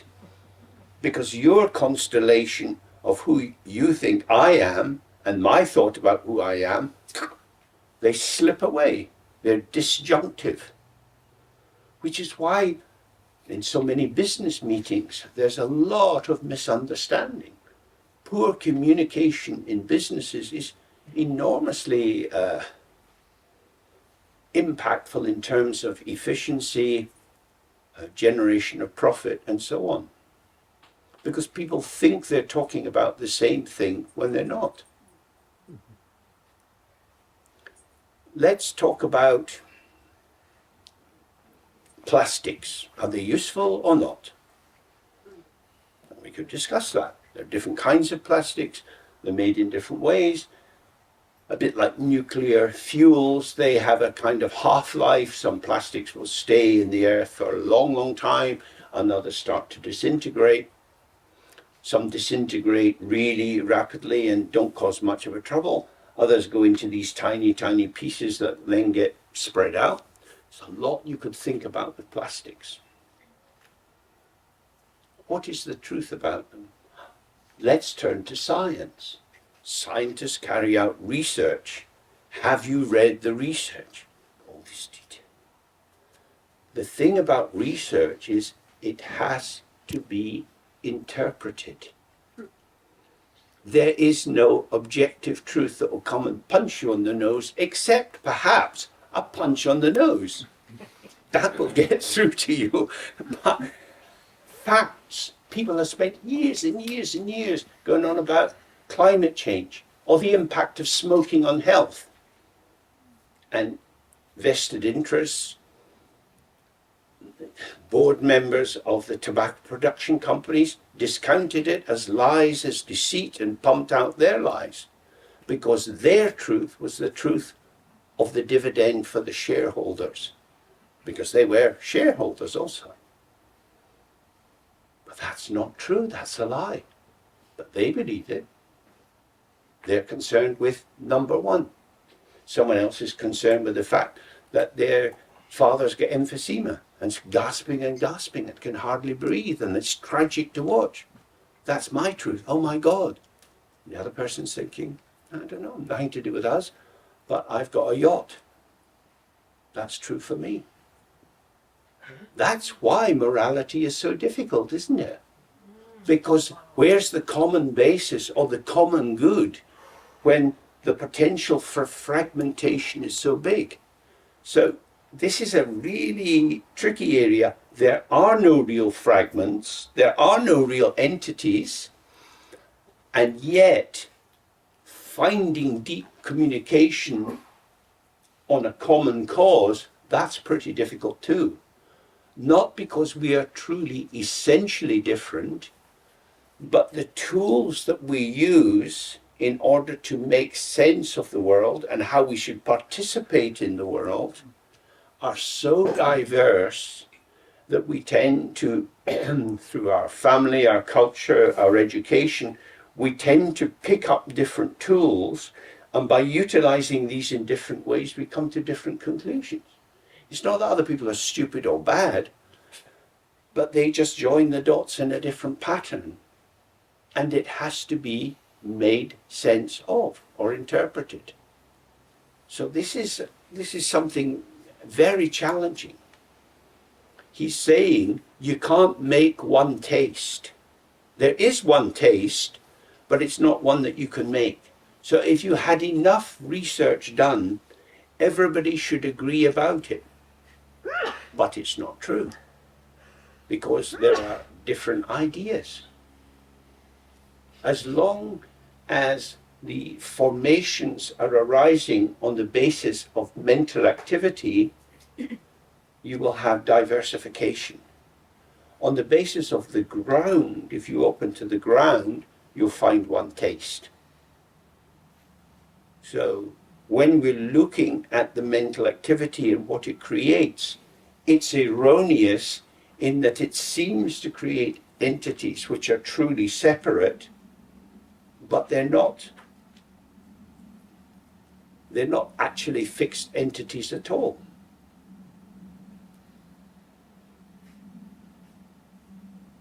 For example, the political situation in Hungary is that the government has very, very skillfully managed to get quite a lot of money from the EU and is able to say to the EU, fuck you. You tell us we shouldn't do this. You tell us we shouldn't do that. We like the money, but we don't have to do what you say. Do you want to push it? You really want to push it? We're quite close to the border. Do you want us to get crazy? You could do that. That's the threat that's bubbling there. And that's exactly the threat with Israel to America. Keep giving us the money. Fuck off. We're not going to do what you say. Don't we have a bargain here? Don't we have an agreement? The EU will protect all its members and we all work together. No. Surely we're in it together. We have to agree and work together and it'd be good for all of us. Fuck off. How can you say that? Well, up. It's not so difficult. You see that in front of your nose, you think, well, but that's crazy. You're working against the common good. Yeah? Do you want to throw us out? You can't. That's a lot of power, isn't it? Delinquency is very powerful. The stupid ones think conformity is powerful, but no. Skillful delinquency, that's where the real power lies. And there's Mr. Trump riding into victory. Highly delinquent, unbelievably delinquent. No brakes on that car. And there's no brakes around for him. So that's what this means. That beliefs, any kind of belief, can be mobilized and people can be intoxicated by it, as we know in European history, whether it was under Mussolini, Franco, Salazar, Hitler, Winston Churchill. They're all quite dictatorial, quite bossy.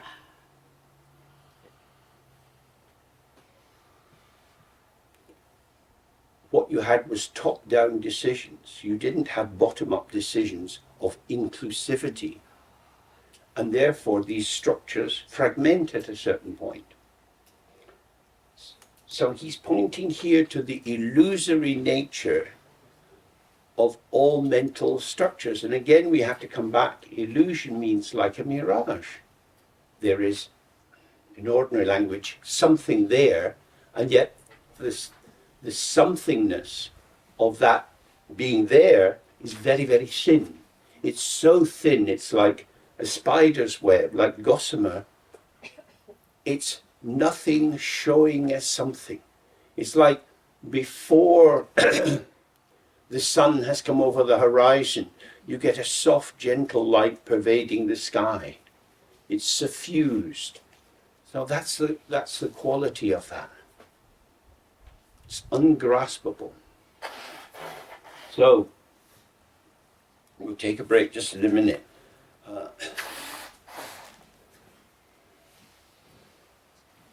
So, after he says there is nothing other than one's own mind, therefore, whatever appearing object appears, whatever is coming for you, whatever is constituting your experience at this moment, relax and rest exactly on that occurrence. So that's on the point, exactly on the occurrence, not ahead of it, not behind it. If you stay with it, he says, due to this, the next object that appears and one's own mind merges one taste without any separation into two. Because if you're on this, a thought comes, and you're just right on this thought in your practice, when the next one arises, it arises just here, and you're just with it, and you see that the arising object and your mind are not two different things, because this is arising from the mind, in the mind, as the mind. So, the object that appears and one's own mind merges one taste without any separation into two. I'm not thinking about what's occurring, I'm not looking at what's occurring. In a sense, I am what's occurring as the arising thought fills the space of my presence. I'm neither the object nor the subject, but it's a bit like the reflections in the mirror. The reflection is nowhere to be found except in the mirror. The cloud cannot be found anywhere except in the sky. This appearance is in the mind, and as the appearance arises, on the point of the open empty ground, the mind which appreciates it and the experience appreciated are not two separate entities. This is one taste. What we take ordinarily as subject and object to have two tastes, two dimensions. This is one taste. It's not a merged taste, it's a co-emergent taste. So one taste is not fusional, it's not through a blender, but it is the one taste of union. And the union is the non-dual. So here we've got a statue of two bodies, but they're intimately connected, their sexual organs are joined, and so if we say there are two, it is as if they are one. They are not one, but it is as if they are one. We can't really say that there are two because it is as if they are one. They are neither two nor one, they are together. So that's what he's saying here about one taste. This, in Sanskrit, this is called Yuganada, or this union. In Tibetan, Zungjuk. So it means putting into conjunction. So what could be two, this and that, because they're arising together, there is no separation and no fusion. So experience arises with the mind. The mind is not coming after the experience trying to work out what it was. It's not ahead of the experience preparing the way for it. It's the what shall we say? It's the luminosity or the clarity within which the experience occurs. So that's what we, when we'll come back from the break and we'll do some more practice. And the focus of the practice then is on the moment of the emergence of experience. Yeah? And there's quite a lot of experience coming. Okay, let's have a break.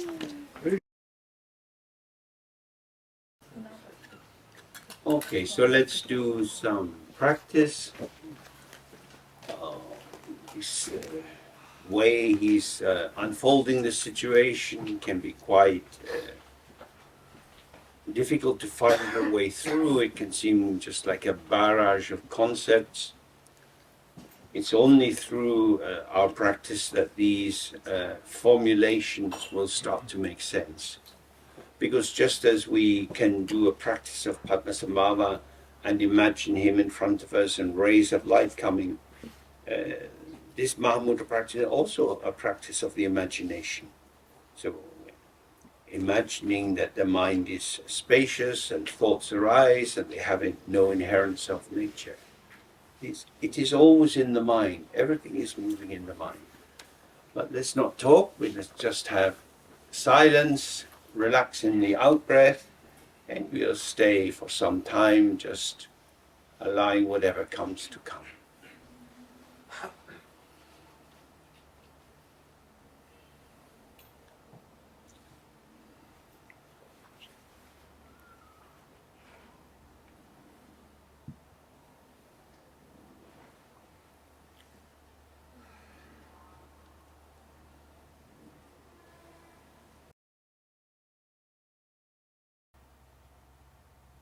Okay.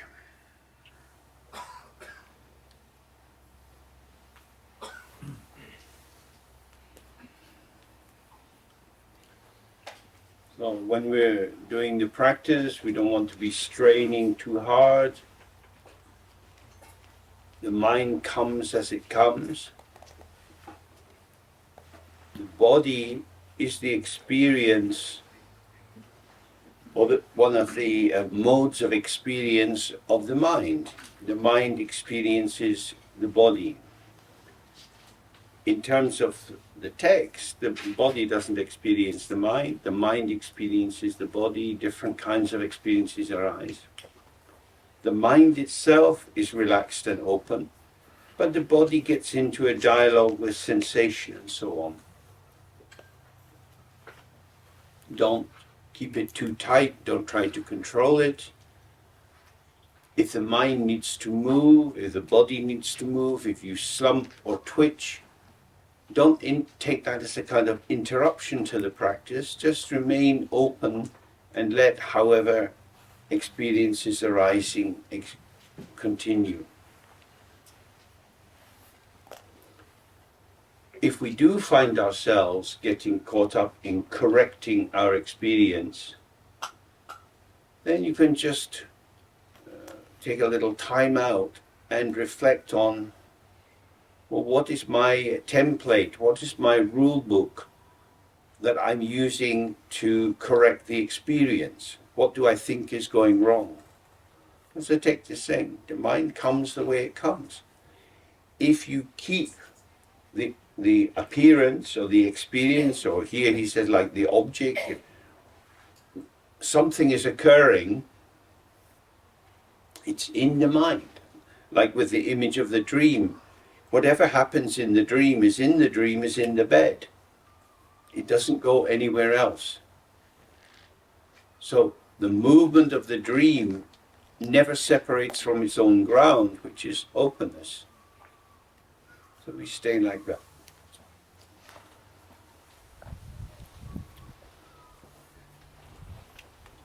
to this little last bit of this section, and we'll leave the text for the day.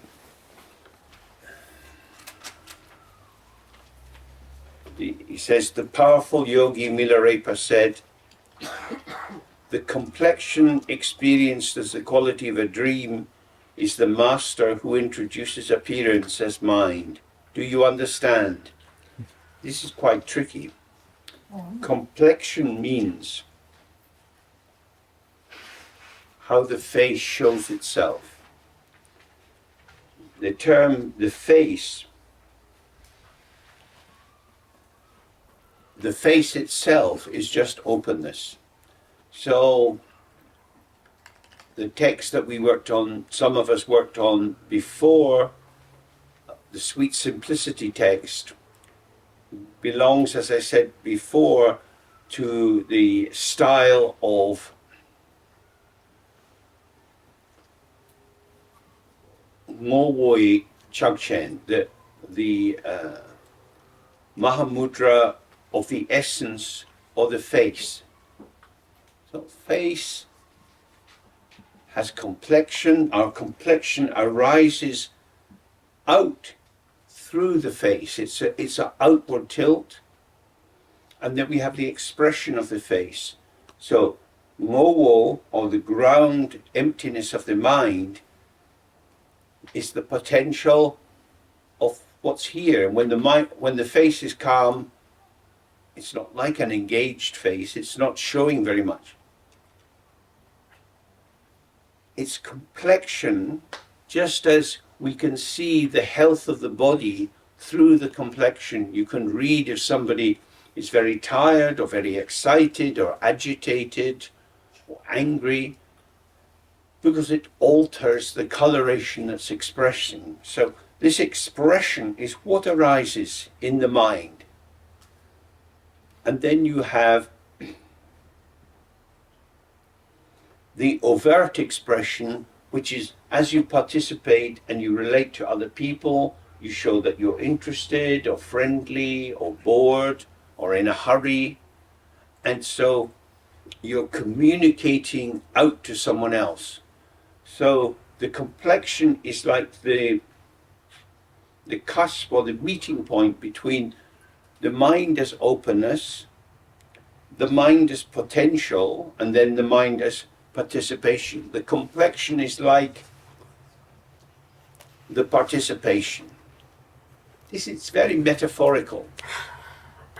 But what it means is you're sitting and you have a particular mood, particular experiences are arising.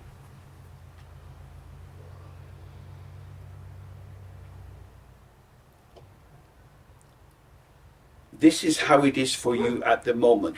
We might call this a disposition, a tendency, a coloration that's there, which will influence what occurs next. So he's saying the complexion experienced as a quality of a dream.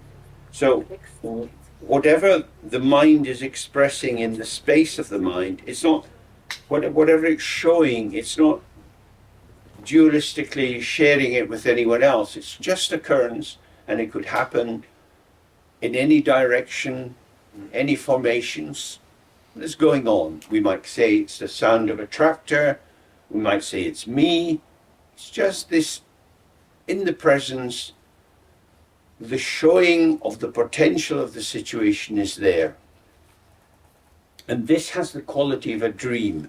That is to say, it is as if something is happening and yet nothing is happening.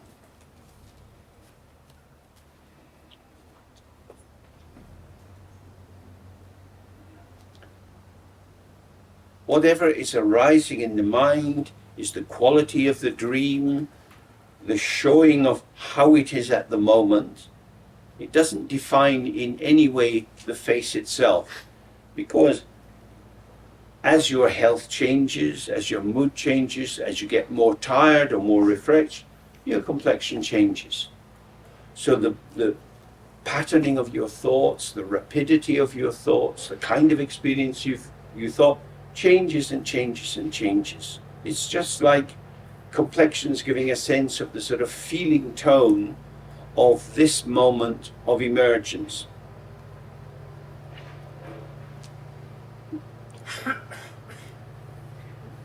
And this complexion, he says, is the master who introduces appearance as mind. So, how your thoughts come, your thoughts, your feelings, your memories, not announced as something, but just like this. This is the master of appearance, inasmuch as you go from the complexion to the expression. You go from the potential to the participation, to the manifestation. So, emptiness doesn't direct anything. Emptiness doesn't have any formation or anything to convey to us. It is the sight of the possibility of appearance. So we're sitting, this is arising. It's like this, a particular constellation. Now we've got the sound coming quite strongly around us. This is part of the field of experience. So when we are open, we just allow that. We allow the sensation in the body, we allow everything. It's all like together.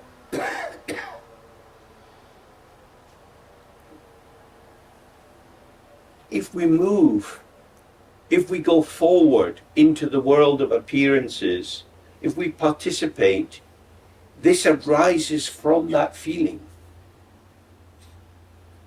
So the connectivity is the face itself. Another name for that is the Dharmakaya, the mind of all the Buddhas. Another name for the complexion is the Sambhogakaya. Sambhogakaya means the mode of enjoyment. That when you enjoy something or don't enjoy something, your face changes. It shows an eagerness or a non-eagerness. So this is the complexion.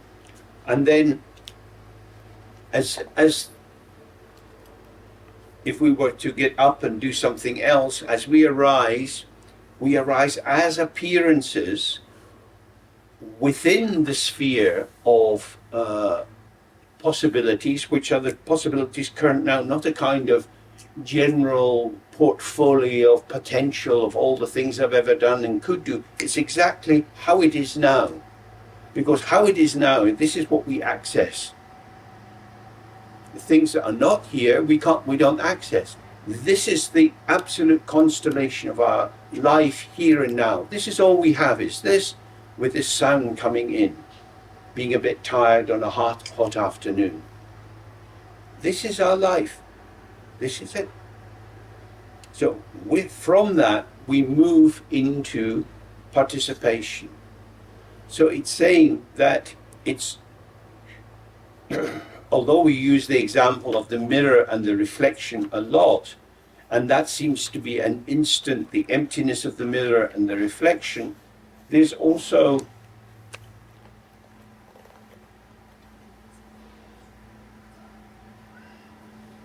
a kind of tilt or a possibility of what could appear, which is present as the complexion. So the word for the face is ngowo, which means the actual or the simple or the true. And the word in Tibetan for the complexion is rangjin, which means the kind of quality, just as the complexion is the quality of the health, showing the quality of the health of the person. But rangjin also means face. These are three modes of our face, three modes of how we manifest. So we're here with this potential.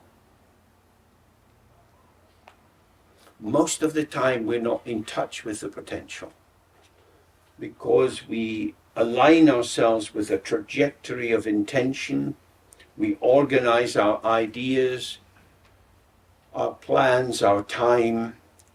The ego self is managing the situation, looking ahead, difficulties, de-snagging, and so on.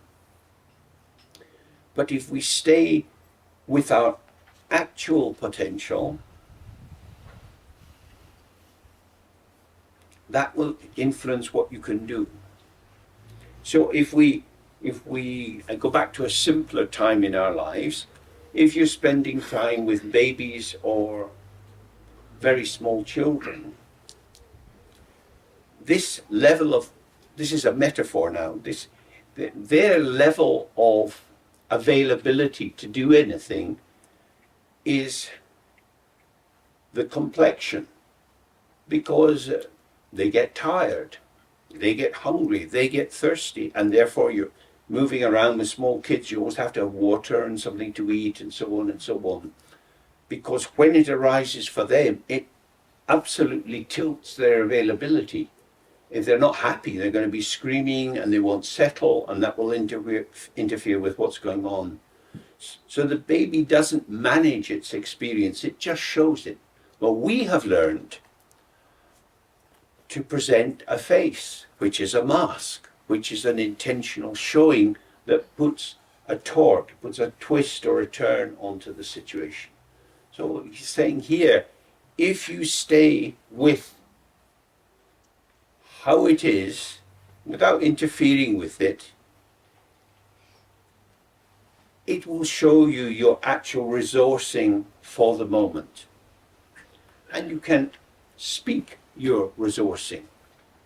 So we probably all have the experience of being false to ourselves, because we've learned to do that, to rise above ourselves, to go beyond our barrier, not to stay with the actual configuration of ourselves, and to bring it in as part of the picture. We think, how can I help you? What shall I be for you? And we get in role, which is again a kind of mask. We form ourselves into the task. And this ignores these subtle formations, which, if we stay with them, will tell us about the availability. This is important, excuse me, this is important in terms of the meditation, because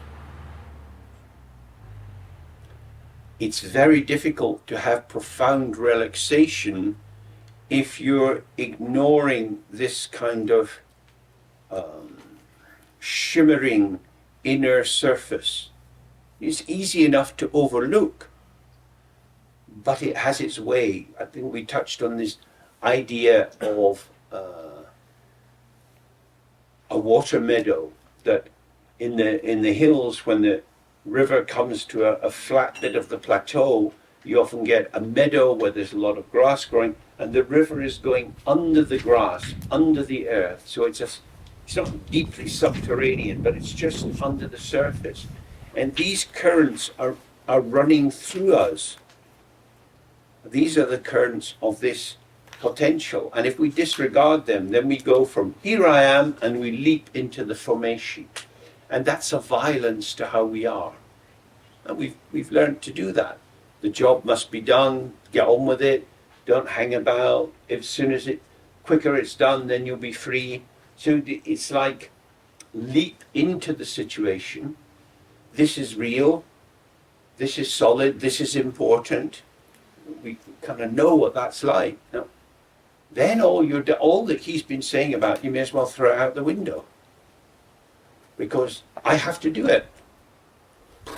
This propulsive usefulness or necessity, where's the openness of the mind? But it's real. Come on. It's going to storm later, for God's sake. We've got to get it together. Whew. That kind of arousal is around a lot in people's lives. Importance, imputed importance, necessity, drive, the will to power, carry through, make it happen, meet the deadline. It's a very, very different kind of experience. Here's open, there's a shimmering field, and moving with the shimmering field into connectivity. because the shimmering field is the the alive and vital potential which you can activate in the moment. And if you stray from that, then the violence it does to you is helpful in the world. You get rewarded for it, but there's a tension that goes with it. So most of the time we're not tuning into the subtle, we're overriding the subtle in order to stay with the beat of the world. Yes, you wanted to say something? Do we need the...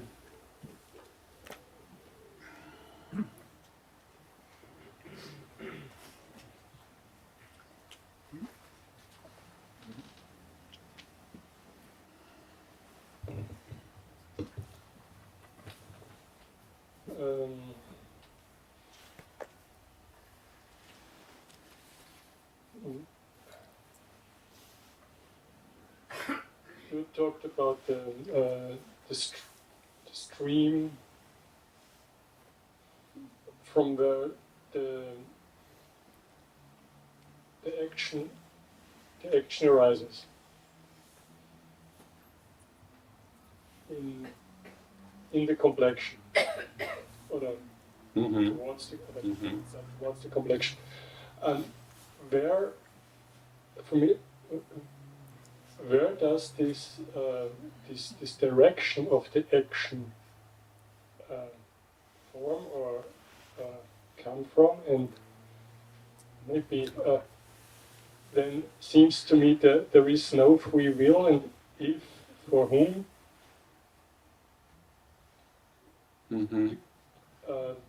Because it seems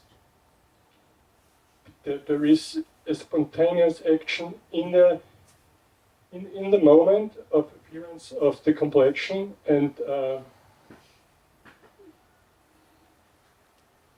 there seems to be no choice. Okay.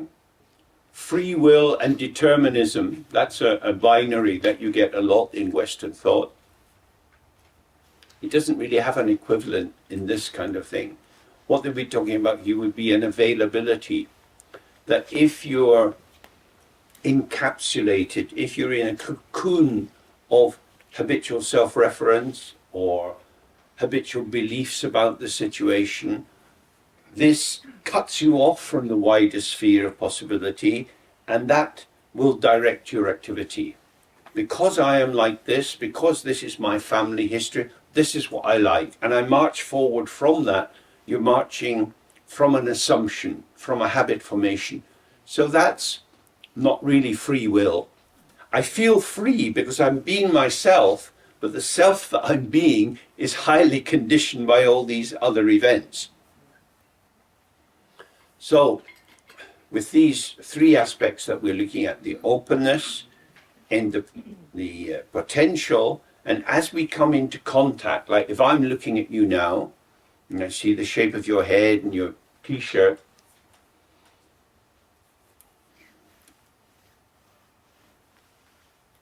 I hear what you say. There's a kind of bridge of connection between hearing, receiving, responding, and my speaking arises from the hearing. So it's not that I have a free will to decide what I'm going to say, because it's a response to you. So my speaking, looking at you, being as much as possible with you in this important question, is a co-emergence of the meeting in this situation. So I don't have to have it all formed in me. So if I'm looking at the text and then giving some kind of commentary or explanation of a piece of it, I read the lines of the text. I have my own different experiences which arise, if you like, as the potential. I keep looking around and seeing how people are, and I'm using the felt sense of connection with how you are to ease the arising of the words, because I'm speaking to you and with you. Does that make sense? So it's not all up to me. Otherwise I'd be sitting here, fuck, what do I have to say? What should I do? Should I tell them a joke? Da, da, da. And you end up being a performer because you've gone to the surface. But the one who does it is not one. It is the connectivity that does it. So that sidesteps the question of free will or determinism. So the question of free will doesn't even arise. It doesn't even arise. Yeah. Free will is it's a terribly lonely concept. I can do what I like. Well, this American notion, I'm a self-made man. Really? Look, I've made all this money. How did you make the money? Through interacting with other people, quite possibly in an exploitative way. How could you be self-made? You're part of the world. So it's always about participation. And the basis of this kind of participation is ethics. Because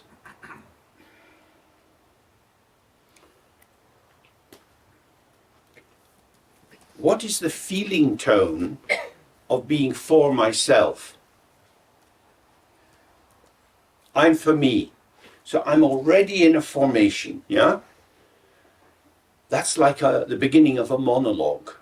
I'm for myself. I'm going to drive through my text or my reading of the situation. That is essentially a violence on our being here together.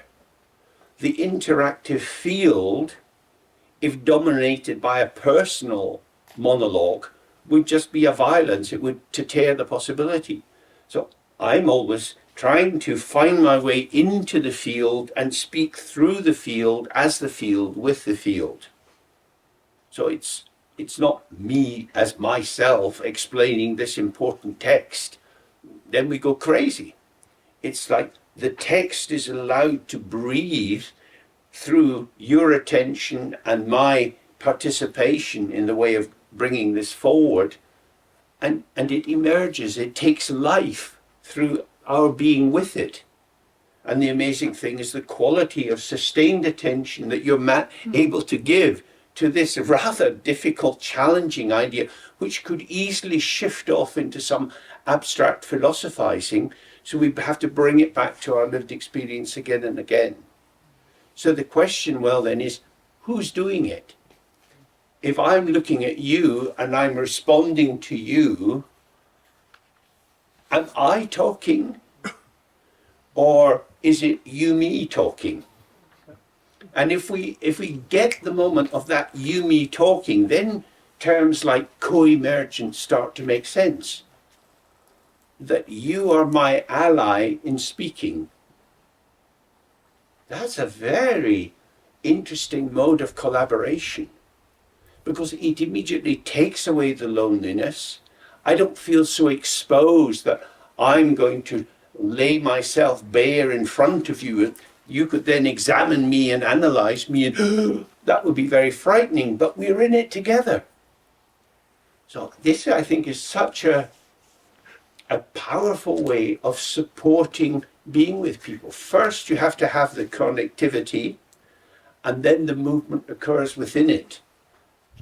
And when we sit in the meditation with all these things arising, what's happening is we're dissolving the castle of the self.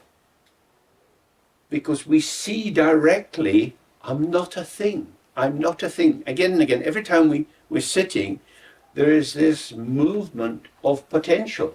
New formations are arising. We don't know what's going to happen for us.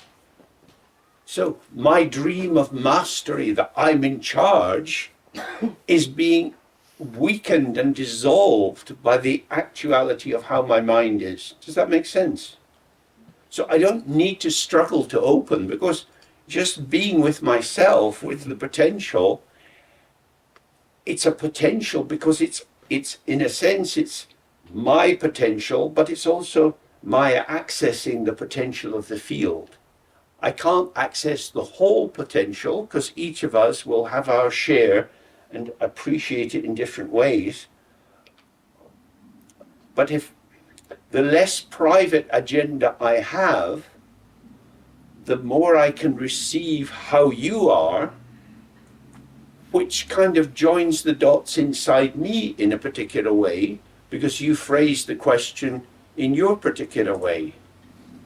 So my potential is being shaped by how your potential shaped itself in giving voice to the question. Does that make sense? So it's almost like a dance move. Your body moves in this way, my body moves in that way. Or like if you're doing pushing hands, who's leading? It shifts from one to the other. And you know, when you have an enjoyable conversation with someone, it's like that. But if somebody speaks too much and it goes on, it becomes a dominating monologue. So receiving, responding, receiving, responding. And that's what he's trying to show, is that this is not just a kind of education in courtesy, how to be a nice person and give some space to the other. But he's saying the fundamentals of our lived experience is when we look for our mind, like with the 5 questions, we can't find something. That's the Ngowol, that's the original face, that there's nothing there, and yet immediately the complexion is there. We have the patterning of our current experience, and with that we have the participation as events arise. So there's the 3 kayas of the Buddha. That's our manifestation. It's not something esoteric or spiritual or far away. It's the integrity of manifestation within openness. So when he uses the example in this case, he's saying you don't move out of the dream. The dream remains within the mind, and the movement of your body in the dream doesn't go anywhere else. It's in the bed. So in that sense, when we're with the field of experience and connected, we're responding in the field. Now, we can talk about anything. We can do all sorts of things with our bodies. And why would we do that? This is, in a sense, you can say, it's not the place where we do it. Why isn't it the place where we do it? Just because of the mood of here. If you were in an exercise class, then you would do these things. Let's do some Zumba and jumping about. That pertains to that environment, which is a striving environment, a pushing through. Come on now, somebody's getting the course going. But here, we're tuning in and we're allowing our unedited, our unartificial how-it-isness to become the basis of our participation. So it's something very different. Yeah. I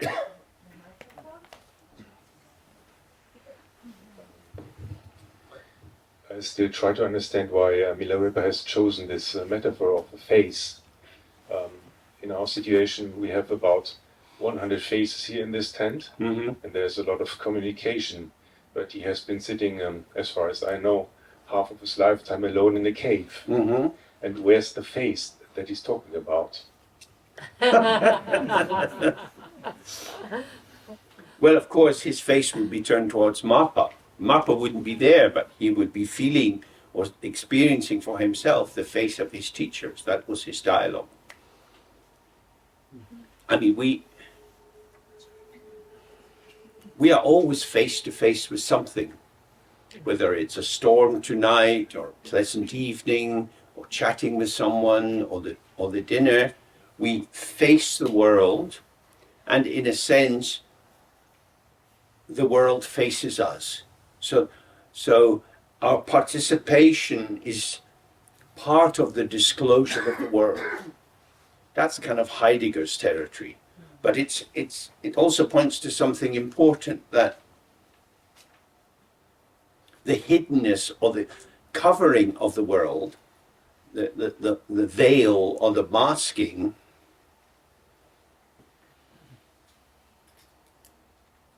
becomes a loss of free participation. And when you mask yourself, when you have a role that you have to adopt, when you have to obey orders, there is a loss of authentic, whatever, being in the world. I mean, the interesting thing with Heidegger is how on earth would he have been interested in National Socialism? All these people in uniforms marching up and down, and in a sense he's saying go for the unique specificity of the moment. So that just indicates that shadows can catch us, the dispossessed can return, the return of the repressed. So with back to Milarepa, he uses it because it's part of the technical language of Mahamudra, and it was in India as well. So when looking at me, I'm walking alone at a river. Would you say the experience of the river is a kind of communication in between my minds? Is our experience talking to us in a way? Could this be the face?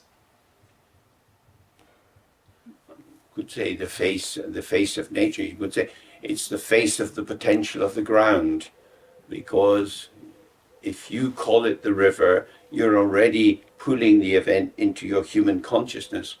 But if you just relax and you look and you do a little kind of check with yourself, this is the river, whatever, Berg. This is the river Berg. I'm looking at the river Berg. I'm looking at flow. When I call the flow the river Berg, I lessen my ability to be with the flow, because I've taken refuge in a concept which organizes the flow of the water and loses the flow of the water. So that's a very interesting example, isn't it? That life is flow, we can't predict how it's going to be, and if we over-conceptualize how we are with it, we reassure ourselves by giving us the repeatability, the reliability of the concepts we rely on, and we lose the freshness of the situation. Because the freshness of seeing your face is that your eyes glimmer and there's a look around your mouth. So, in a sense, your empty face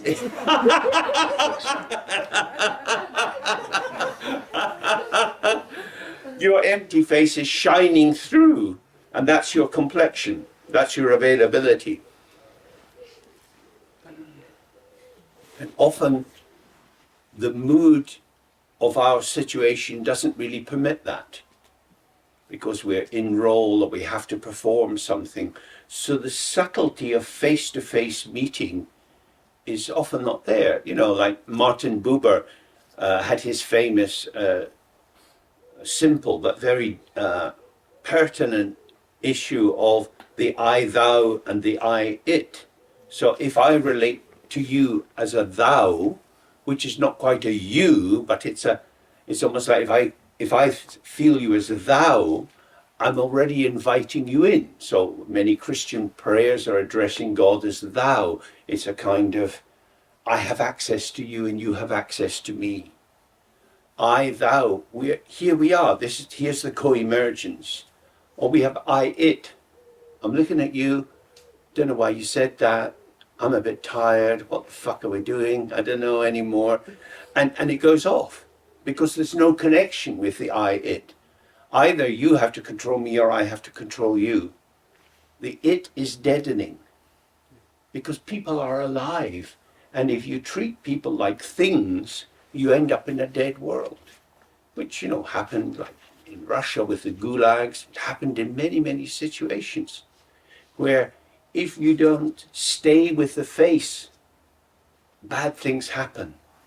We know that, you say at Baba Yar, when they had a lot of these mass executions, people were lined up, they had to kneel down, they got a bullet in the back of the head.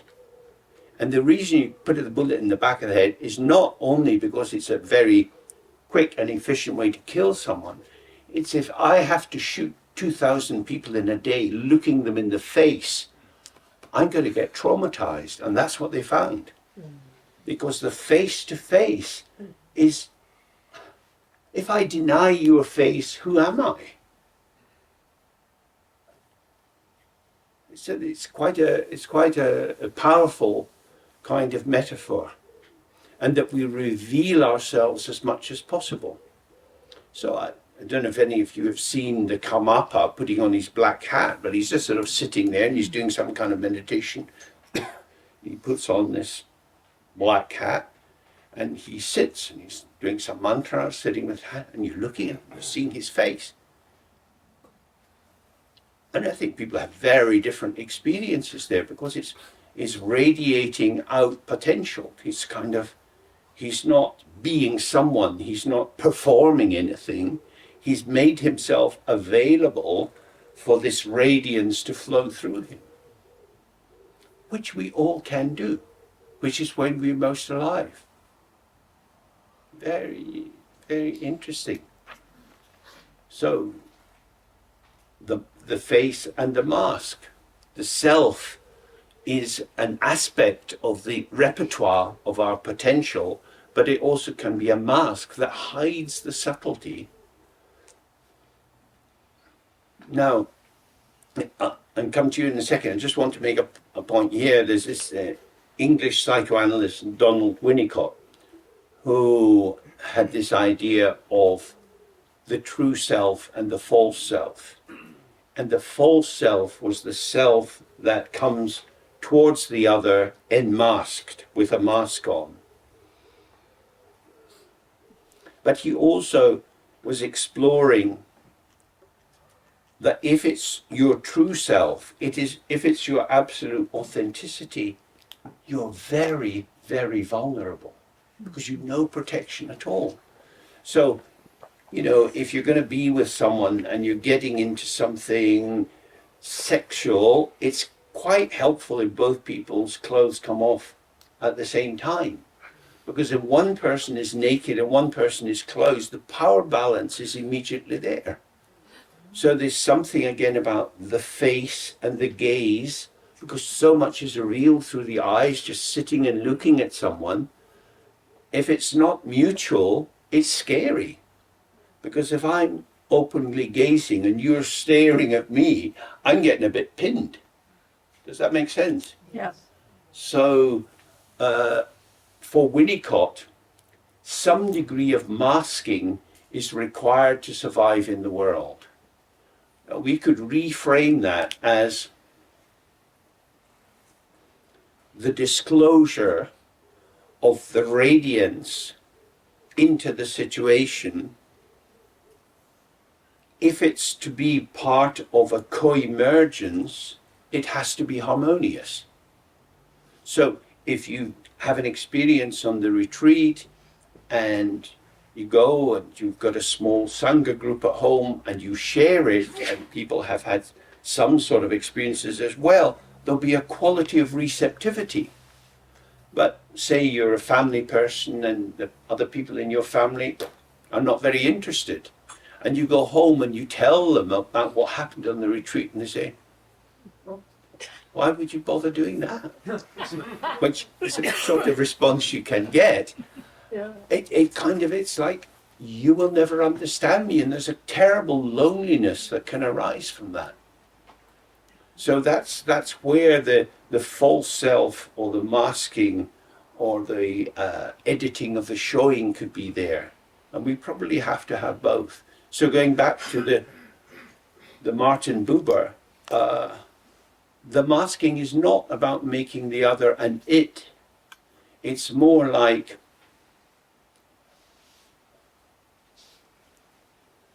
I want to meet you, so I want to find you. So I want to find you by being in a place where I can offer an openness, a welcome, what Carl Rogers would call unconditional positive regard. I'm for you. And he would also say, you need to have empathic attunement. So how you are is valid, it's important, and I'm going to respect it. So I'm going to work with your formation at the moment and not override it, not say you should be talking about something else, or we need to talk about your mother and your childhood. It's how you are now. This is where we are. That's the empathic attunement.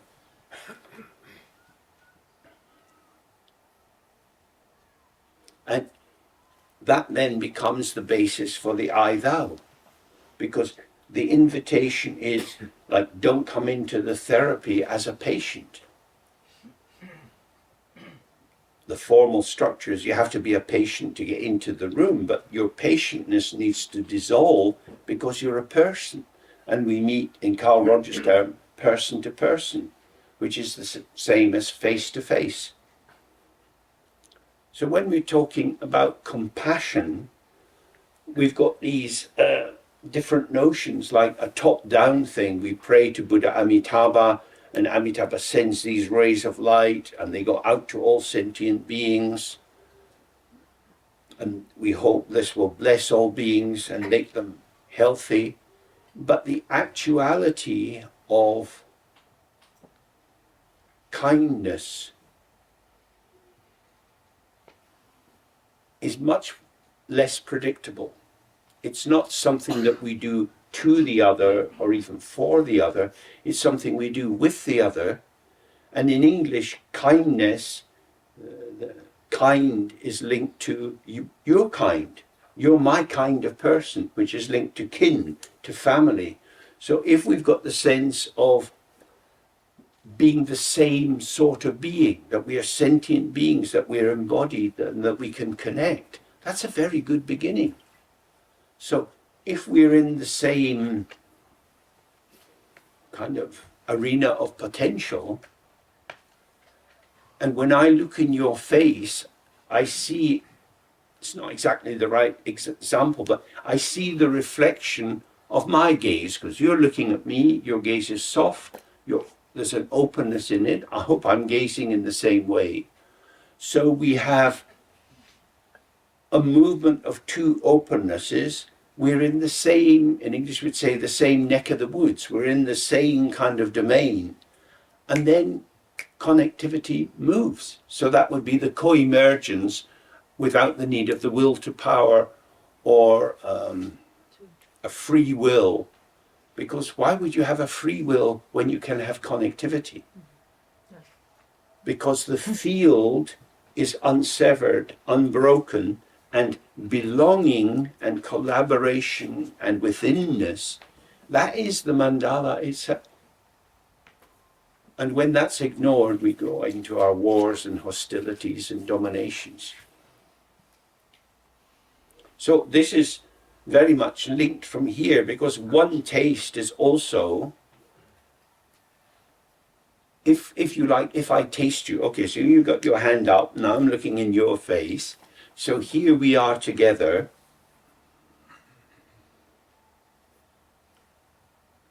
There's a kind of expectation or curiosity or something in your face, and hopefully in mine. So there's, in a sense, there's an alignment of taste or flavor or mood, and that facilitates the possibility of a meeting, which is why I'm always in favor of very relaxed encounters, absence of hierarchy, ease of movement, talking on the retreat, because it's through the interaction that we find new pathways to ourselves and to other people. So you had a question, I think. Thank you. I'm wondering if we act out of our participation in the field, then this acting will automatically somehow be acting in an ethical way. Because also our predispositions are part of the field, and this can lead to probably unpredictable results. Also, your example with the Lama, who wasn't aware that the women were sitting outside, and probably he was quite a highly developed person. And there are other examples also how techniques of meditation can be getting in the wrong direction. For example, what was it? Mindfulness of a sniper, for example, is also something. So I'm wondering if ethics is automatically coming into our acting when we act out of the participation in the field, and what is about our predispositions coming from, past, whatever. So say, for example, when I look at you, I suddenly get a sense, God, you look a bit like my brother. I never liked my brother. So now there's a basis for a projection onto you, a masking of you, so that your capacity for me, not for you, but your capacity for me to show yourself is now diminished, because I've come to a conclusion that's taking me away. So that's because I've lost your face. If I stay with your face, what would be the basis of that linking or projection? What would it be functioning? If I think about my brother and you, I've lost you. And you're here, you're now. This is my lived experience. And the other is some person who lives in Scotland, far away, and this and that. It's an idea. So if I sacrifice the immediacy of being with you for an idea, then you have the beginning of the unethical, I think. But I think if you stay with the face, that will be a protection against the intrusion of these other ideas. But then, as you said, it's all about connection. If the connection is not there, then this interaction is not possible. But there are so many things we can influence without having any connection with what we influence. Yeah, I agree. What about that?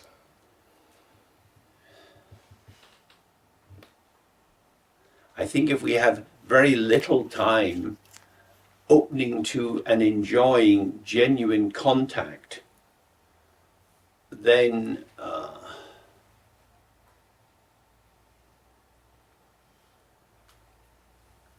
we remain hungry, we remain needy. I feel that I'll just very briefly describe the Gestalt cycle, which is a way of thinking about how we come into real contact. So it says there's a stimulus, you become conscious of the stimulus, like, I'm a bit thirsty. From that, there's a mobilization, I need to go and get some water. There's the activity of pouring the water into the glass. And then there's contact. So I'm in contact with the glass, I'm drinking the water, but I'm with the water as I drink it. And so I taste the water. I have the fullness of the water. And you may have experienced that if you drink in that way, your thirst is sated, is made peaceful, much more than if you just glug it down.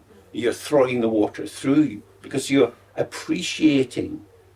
There's an aesthetic opening to the water itself. Yeah. So in that formulation, if you get full contact, if you're fully with the moment of meeting, then you have satisfaction. And if you have satisfaction, you have withdrawal, and then you have a kind, they call it a void, but it means like a spaciousness, just, nothing's impinging. And then another event can impinge and you go back into another cycle. So what happens a lot of the time is that we have a stimulus, get it, we mobilize, we act, and we sort of slip by the contact and we're on to the next thing and the next thing because we're busy and busy and busy. So we're ticking off mission accomplished, but we haven't actually stayed with it. We haven't absorbed the fact, I'm here with this. And very often work environments are not very complimentary. You know, somebody writes a report and people acknowledge it in a formal way, but it's 100 hours going into this. It's a lot of work. We are grateful. When is that truly expressed from the heart? Because everybody's just in this alienated performativity. So I do think that profound contact resting on profound availability will actually ensure an ethical move.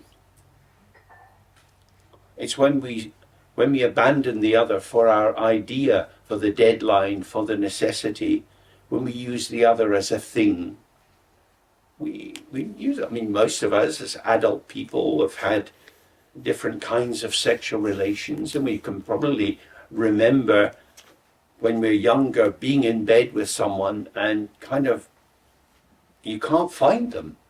So you're doing all kind of body kissy things, and there's some arousal, but there's an absence, there's a kind of gap, and you can do sex, but it's a bit lonely. You're just kind of in the physicality, and where's the warmth? Where's the connectivity? So there's the possibility of doing things to the other, even seemingly with the other, but losing the other in it. So I think it's always about the fine-tuning, and I would suggest that this whole text that we've looked at up to now has been about dissolving the barriers to genuine contact, to being with. And when we're looking at the first shamatha, we're focused on distraction. So if you're distracted and you're thinking about something else, if you're having to run something through your mind, you lose the other. And with the vipassana, it was like fully seeing or fully receiving. So you have to be with the other. You have to be able to experience the nuances. And first of all, you're doing it in yourself. You're tuning into, how is my mind? I'm not telling my mind what it is. I'm not telling myself I have to get myself ready to do this.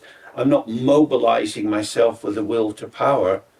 I'm tuning into how I am, which is not so efficient, but it's richer and deeper.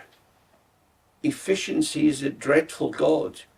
It dominates so much of the culture because it's usually about premature mobilization. And it doesn't allow the, if you like, the foreplay, the coming together, the making relationship that makes it a joint task. So I think this, it has all sorts of resonances for how we live in the world with others. Any other thoughts before we come to an end today? Oh, there's a question at the back.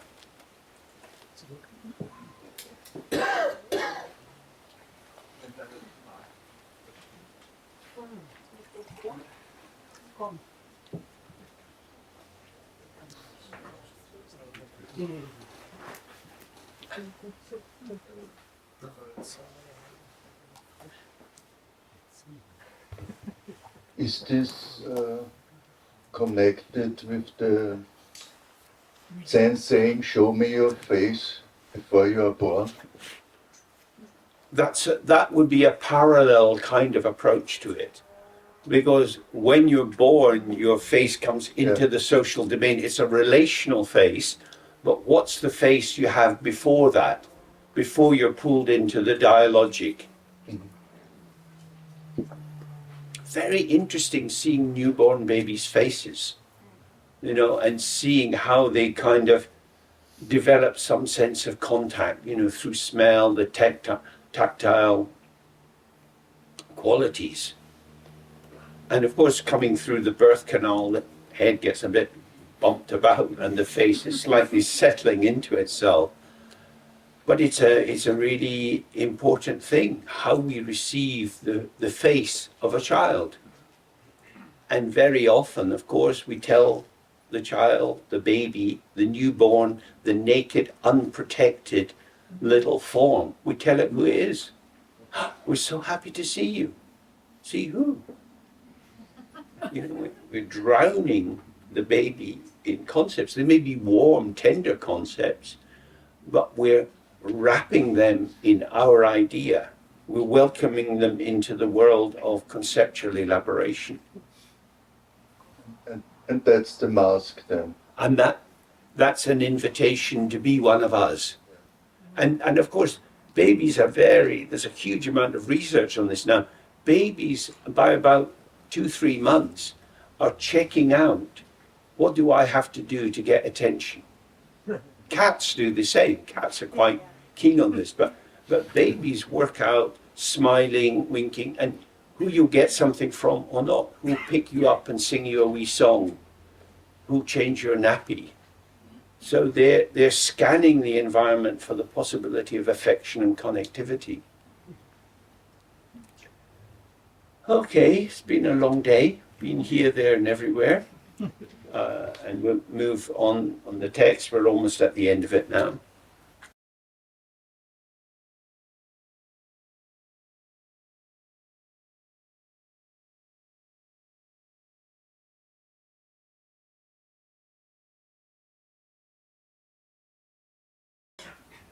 Okay, I think we're all just about here. If we start with the refuge of bodhicitta and then go into some quiet sitting.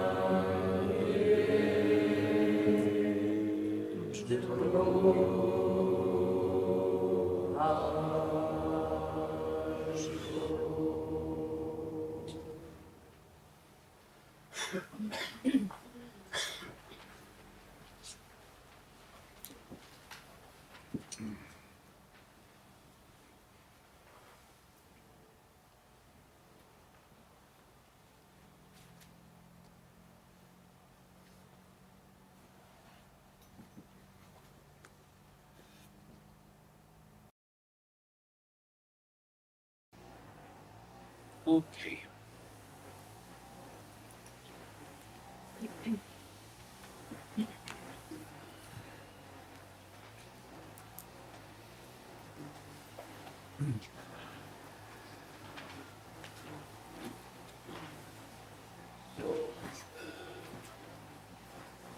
We'll continue with the text today, but I thought it might be useful at the beginning to think a bit about learning and preparation.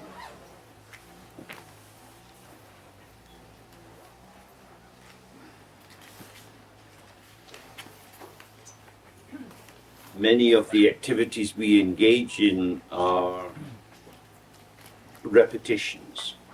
They're never precisely the same repetition, but there are things we can learn. For example, if you're doing the Padma practice, you can learn how the chanting tune changes as you progress through the text. You could learn the mudras, you can start to learn the meaning of the Tibetan words. You could also work on making a more beautiful translation in your own mother tongue, one where the lines were scanning more easily and you could bring a musicality into that. Hopefully that's a work that some of you will do in the future. But of course, every time you sit, particularly when you're sitting with other people, it's different. So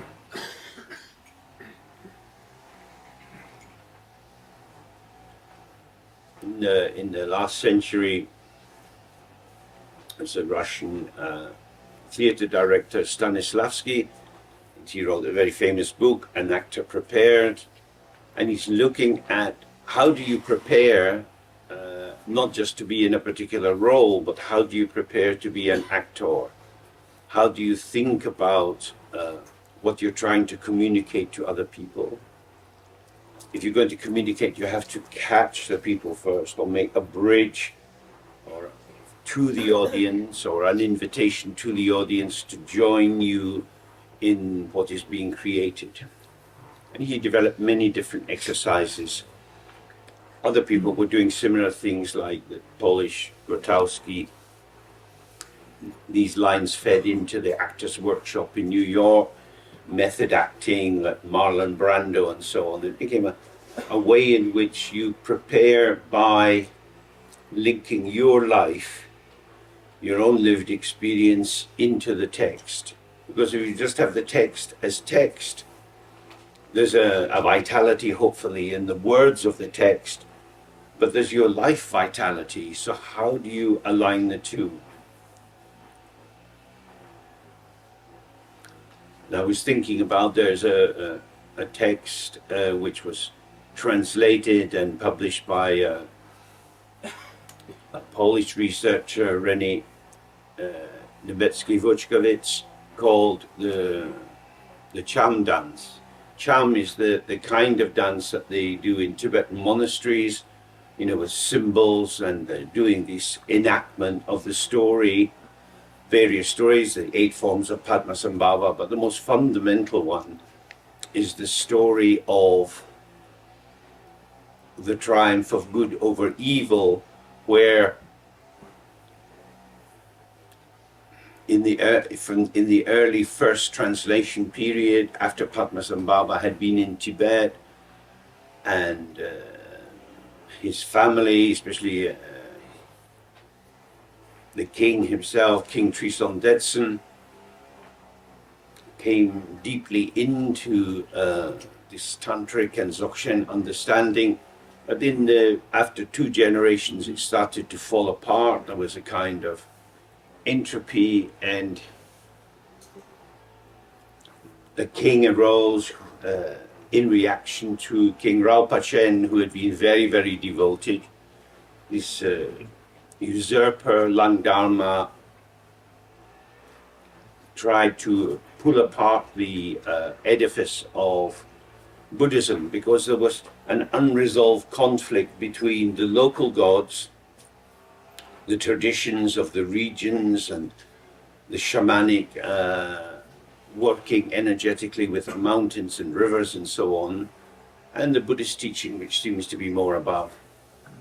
So in this Chamyik, this description of how to do the Cham, which interestingly is in Changter, it's in the lineage of Siya Lama, it's pointing out how to get into role, how to synchronize with the music, and what's to be brought forward. Originally, these kind of dances were done inside the Shlakang, inside the temple, and there was no audience at all. Everyone would be participating. Those who were dancing would be doing the meditation practice, which is usually Drukpa, the wrathful first practice in the Changter. And so everybody can be visualizing the arising of these deities out of emptiness and how they move and their function. So every day that the people have been in the monastery, from taking refuge, from learning a bit of logic, every bit of Dharma can be brought together in the task of supporting this enactment. And that's an interesting way for us to think about our lives, because we come on a retreat like this, our time together is almost over, we go back into the complexities of daily life. We have to find our way. Hopefully we want to continue with some of the clarity or the insight or the mood of what we develop here. So how do we do that?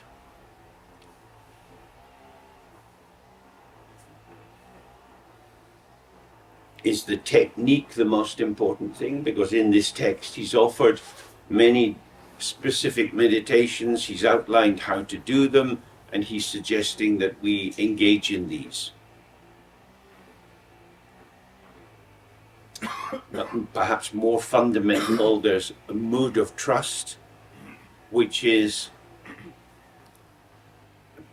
specific to Mahamudra and Dzogchen, that we're not so much constructing something like visualizing a mandala as peeling away the coverings over the intrinsic mandala or the intrinsic purity of our own mind.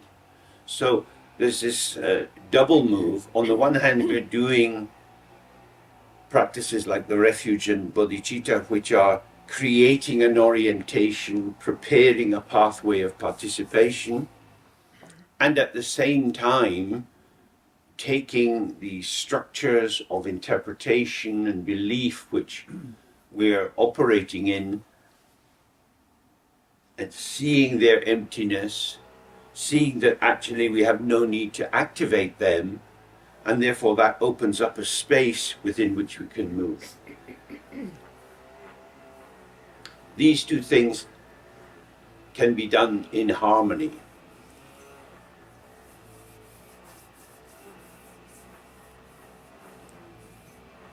So a question for each of us might be, does my experience of daily life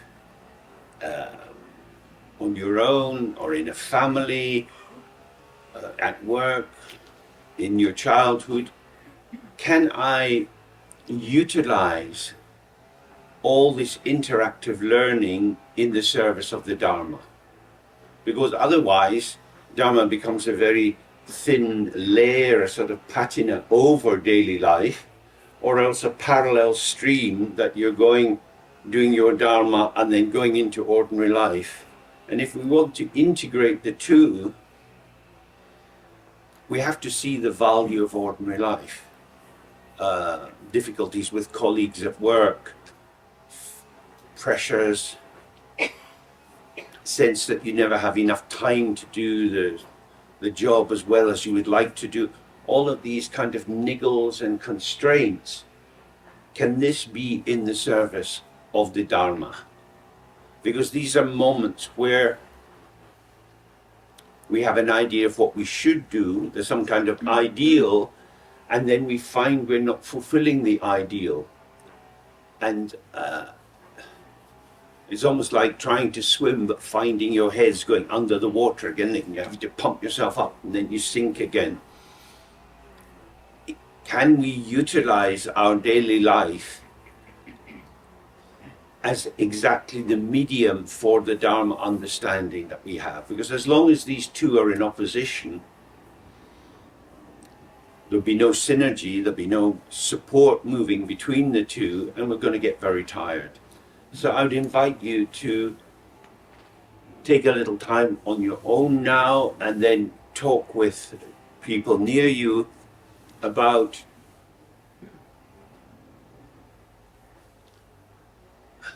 does your life, all the things that you've learned, prepare you for studying and practicing Dharma? That is to say, have you been able to use your developed tendencies here when we're together to take you deeper into the text? And also, how can what we're learning here and exploring and bringing alive as much as possible in ourselves, how can this become the medium for our participation in life? Because this integration is vital. As I've noted with you many times, we don't live in a world with stupas and big prayer flags everywhere. We don't see monks on the road. We don't hear music coming from the monastery. We have to keep all this in ourselves. We've got to maintain this vision in the midst of many advertising signs, many signifiers that say consumerism is good, enjoy life by going off on holiday in the Bahamas and so on. This endless advertising that says you can have more, you can have a better life, just go somewhere else, do something different. And the Dharma practice is saying, can you find the truth radiating through each moment of your life? So I'd invite you to reflect on, does your ordinary life prepare you for the practice of Dharma? And does your Dharma practice prepare you for moving easily through your ordinary life? Okay? So have a reflection on that and then share with someone close to you.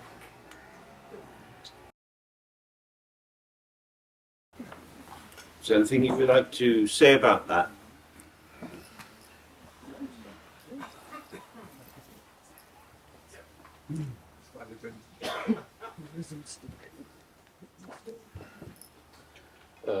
This is a point actually that's following on the thing we discussed yesterday.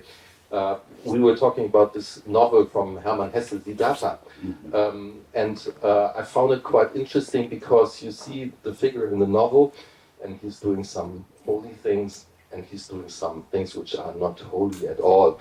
So he becomes a businessman on, you know, he cheats on people and so on and so on. He's gambling, and then in the end, when he looks back into his life, he realizes that it was part of his journey.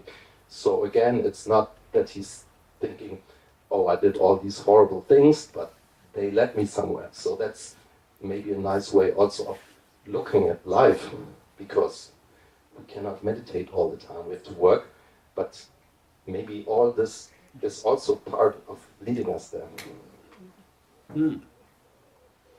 So again, every time we engage with the environment, which could be one person or many, or an inanimate project, there's some kind of dialogue which will be shaping us as well as ours, shaping the world.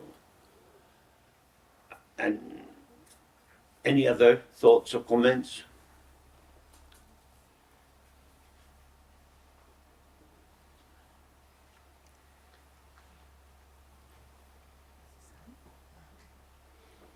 Hello? I found the last few years Dharma really, the way I perceived refuge in a totally different way, because during the pandemic a lot of stuff and things were accumulating. You know, you knew my mum, Waltraud, and it was not such an easy time, and with her passing, and she passed in our home, and there was a lot of things accumulating in this special time, and sometimes I thought, I can't handle all that, and then even more things came, and in that time especially I experienced refuge on a totally other level, because it was really a refuge when so much turbulences are around you, and then I felt like in the eye of the storm, and could find the rest there, and felt kind of a bit desperate to go in that, to get some rest of all that. And I found this time also on an outer level very teaching to me, because I couldn't, these circumstances were so extreme, I couldn't manage them. I couldn't have the control. I only could do certain things. I could see what is in the situation, how can I maybe soothe a bit, but and especially if you accompany somebody who's dying, I mean, you can't cure that. That is happening, and so but it teaches you, not you, me. Me too. I think it was a precious time, and if I would just describe it with words, then it would sound awful. But if it was I can only say it as a blessing and as a happy end. Yeah, maybe it's a construct, but anyway, it was a beautiful happy end for me, and a very precious time where I could, I was good that I had Dharma.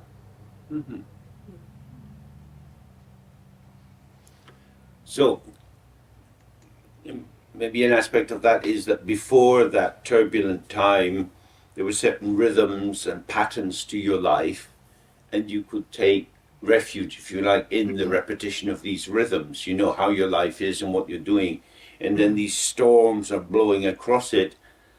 The rhythms can't be enacted, and so the outer formation of who you are and what you do and your competence fades away. So what then is there inside that you can hold on to as reliable? I had to react always very flexible. As you said, no rhythm were there anymore. And that was really not good feeling. But then with yeah, that was exactly as you said it. I had always to, because things were changing frequently, so I had always to adapt. I could make plans, but the plans I could be safe that they would change because things were always happening, and then for me it was really important to have a rest, but I really couldn't find it outer rest because too much was. And there was nothing reliable anymore, but that was this quiet inside that was very reliable, and in a way it was much easier to access it than on everyday life. It was maybe when one is desperate. I had the same also with the tendency of a bit of being anxious, and but it's also not so bad that I have it, because when you are anxious, then you are a bit alert and then focus more on something. Not so easy to be distracted from things. And so in a way, yeah, for me it was good. So that might be indicating that we live in some kind of pulse between the predictable and the unpredictable. And in easy times, the predictables may be predominant, but in more difficult times, the unpredictable increases. But no matter how much you practice and you have a sense that you know how to respond, there's always unpredictable elements coming in. And so what he was talking about, the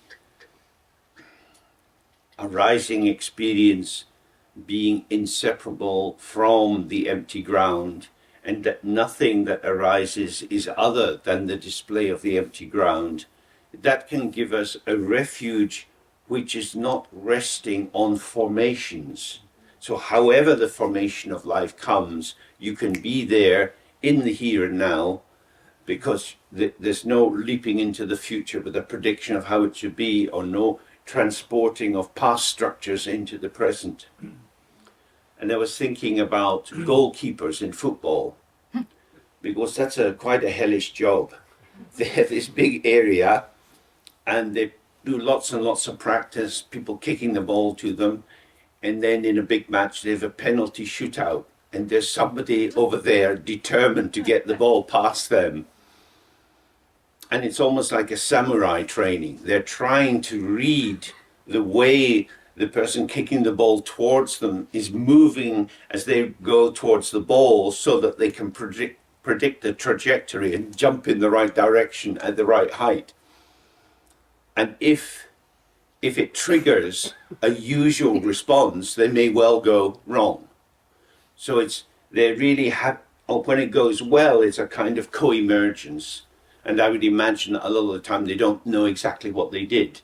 They just stayed with it, which would be, like a intuitive, spontaneous dance, or sort of playing, jamming together with other people. You don't know exactly what you're going to play, but somehow the music is synchronizing the diversity of the people without there being an external score or a conductor.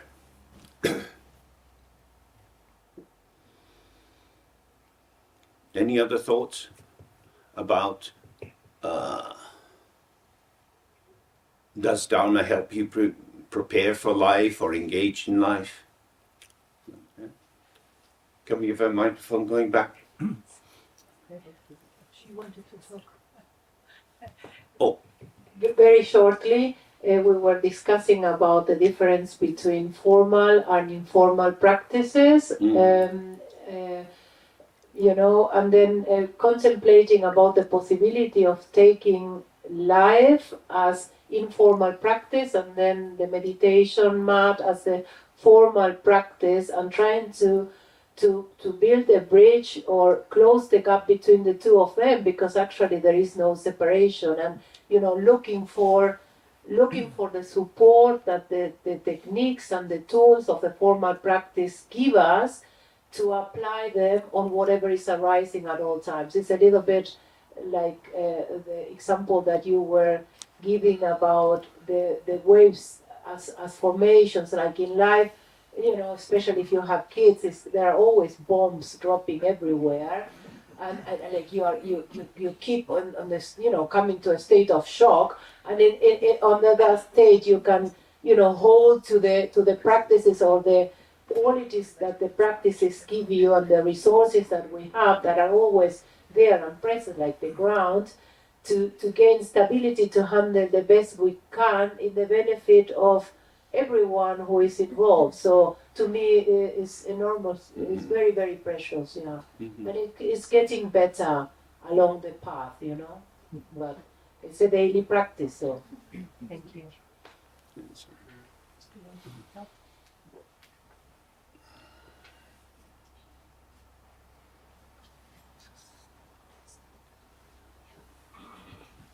So, in our discussion, Clemens, brought up that in his daily life, the best way for him is as a teacher to be always fresh in the meeting, especially children then. And in this moment he was saying it just really came to me that that's not a one-way drive, and it means in the same time I'm allowed to be fresh and open with myself in every situation, because I experience in daily life very often I'm blind to that.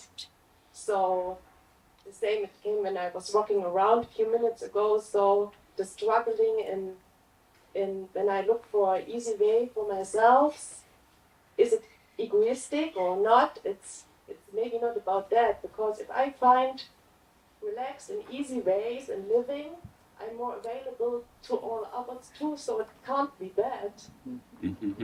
So I just really open up some little bit within this. That if we remain in the situation where it feels it's all up to me and I have to struggle to do it, that becomes very exhausting. And if you open up to yourself, something can flow through you, perhaps. Which of course is the structure of this Padmasambhava practice, because in the first part we are imagining Padmasambhava in front of us. He is quite other, and then we pray and we bring devotion and the recitation of the mantras, and you can add the 7-line prayer, and there's a kind of revitalization of Padmasambhava. So you move from a monologic urge to get close to Padmasambhava to more sense of a dialogue. Then the light comes into you. Then you merge. Then you arise from that. And the text says, this form which arises, you as Padmasambhava, this is the inseparability or the union of the vow form and the intrinsic form, the Damsikpa and the Yeshipa. So the Damsikpa is the form of Padmasambhava, which you access through your connection with the practice and through being introduced to the practice. So it's a kind of formal relating. And then from Zangdopauri, where the actual or the living actuality of Padmasambhava is, he's invited, and that Yeshipa merges into the Damsikpa. And then you're no longer doing the practice. So we go from, it's up to me, our agency that we've been looking at in various ways, to dissolving the sight of agency, open emptiness, to arising in the field of co-emergence, and then Padmasambhava becomes the fluidity of your non-dual engagement in what's going on, and you do more of the mantra, the 7-line prayer, and then the rest of the text is about opening it up to life situations. So this points to you can prepare again and again and again, but you have to let the blessing in. You have to dislodge your ego self from the throne, from being in charge, being the master. So in the 7-line prayer we say, I'm going to follow you. I want to be like you. So that's my intention. That's a kind of do my very best. And then the next line is saying, Jinji Lochi Shesu Sol, I pray that you will come and bless me. So this is asking for the inspiration to come. And when we have that inspiration, then, and Padmasambhava is breathing into us, is living inside us, it's a very different transformation. I'm very fond of Sufi music, particularly from Pakistan, and look at many of these traditional songs and Sufi poems being sung by different groups, and there's a lot on the YouTube. And it's very, very interesting because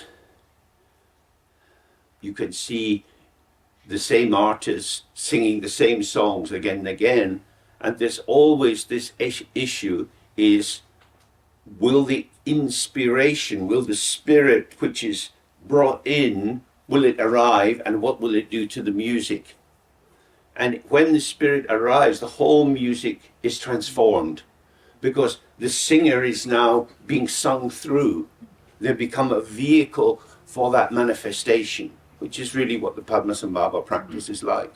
So it's always,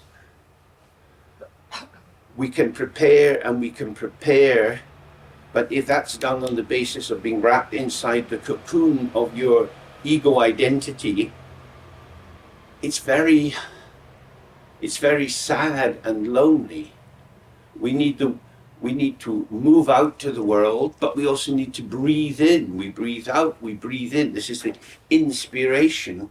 We have to let ourselves be inspired, and it's that inspiration that frees our own spontaneity. So I'm freed to not manage myself. I'm free to, as it were, surf with the potential of the moment. If I release myself from the burden of the one who's doing it, it's all up to me. I have to remember and do it the right way. So, in a sense, the Mahamudra text is exactly going in this direction as well. That if you, as we discussed yesterday, you need to do these preparatory, relaxing and inquiring procedures to see that the basis you act from is unstable and unreliable. So when we think about death, when we think about impermanent, we're thinking, whoa, this is a bit wobbly. No, I'm going to do this. Muslims would say, Inshallah, God willing. Because if it's, I'm going to do it, then you end up with this bleakness of the self-made person, the person who can push through pure ambition. When you add this triangular thing, here's the task, I'm going to do it, God willing, with God's blessing. In a theistic system, that brings a kind of, it's a kind of structure where I can't just put the blinkers on and lock onto the task, I'm going to make it happen because God willing. So there has to be some openness to let the breath through. So again, with the shaman's got rhythms for chanting, they learn dances, they're learning substances, and they're inviting. They're inviting. Whether the guest will come or not, we don't know. Whether the spirit will come, how they will come, we don't know. So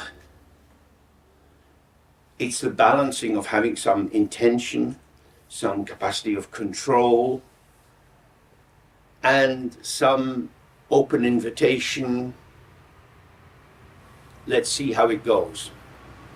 And this is a very, very common structure that you get in religious life. you know, at the famous event towards the end of Jesus' life, when he's saying, Father, take this cup from my lips. I don't want to do this. Don't make me do this. And then he has the resolution, not my will, but thine be done.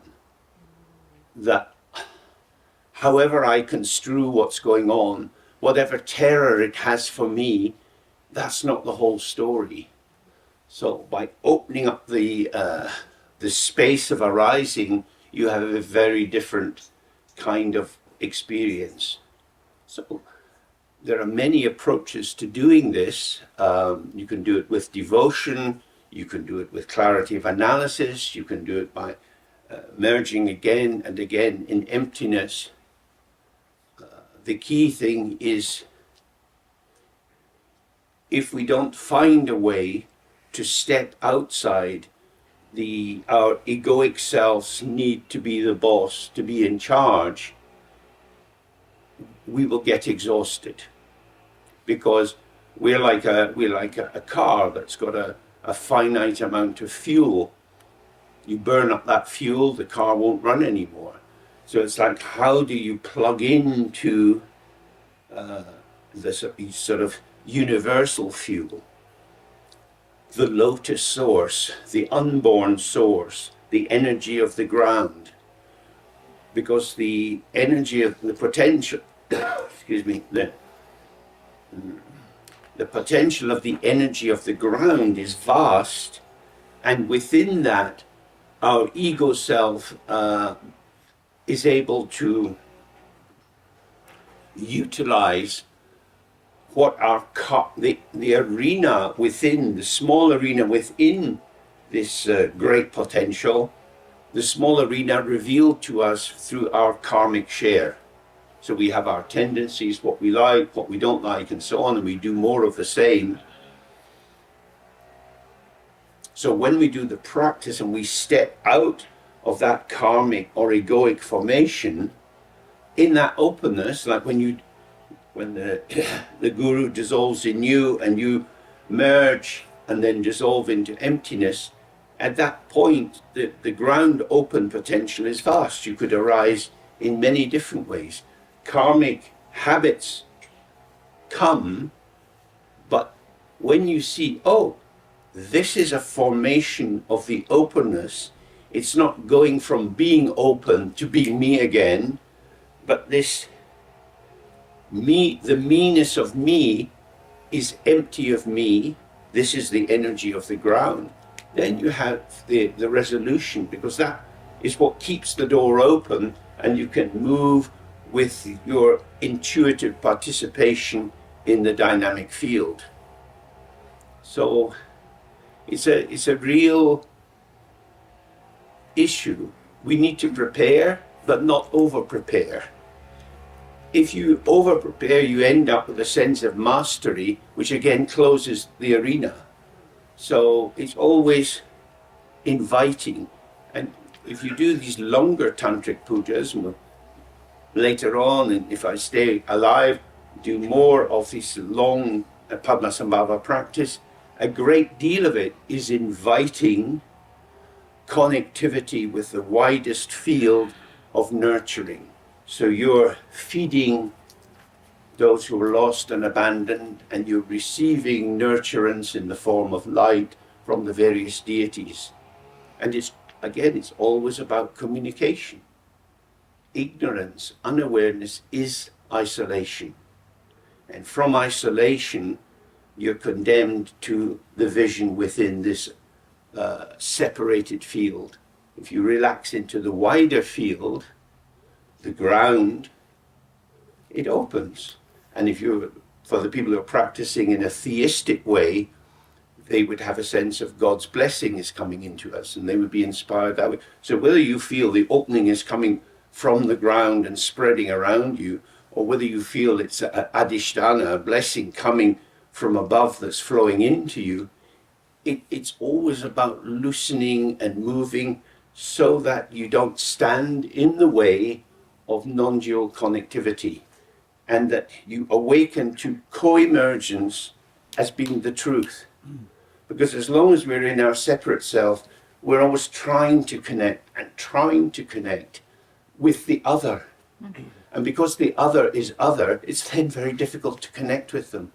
But when we have the sense of this open field, and what's emerging is the non-dual yet dialogic play, this like this, the Yabum sculpture represents, when you are in dialogue with the field of your experience, where do you isolate? Because you're called forth, and you're calling forth. So it's like a ceaseless call and response, which again you have in many, many shamanic traditions. Any last thoughts before we have a break?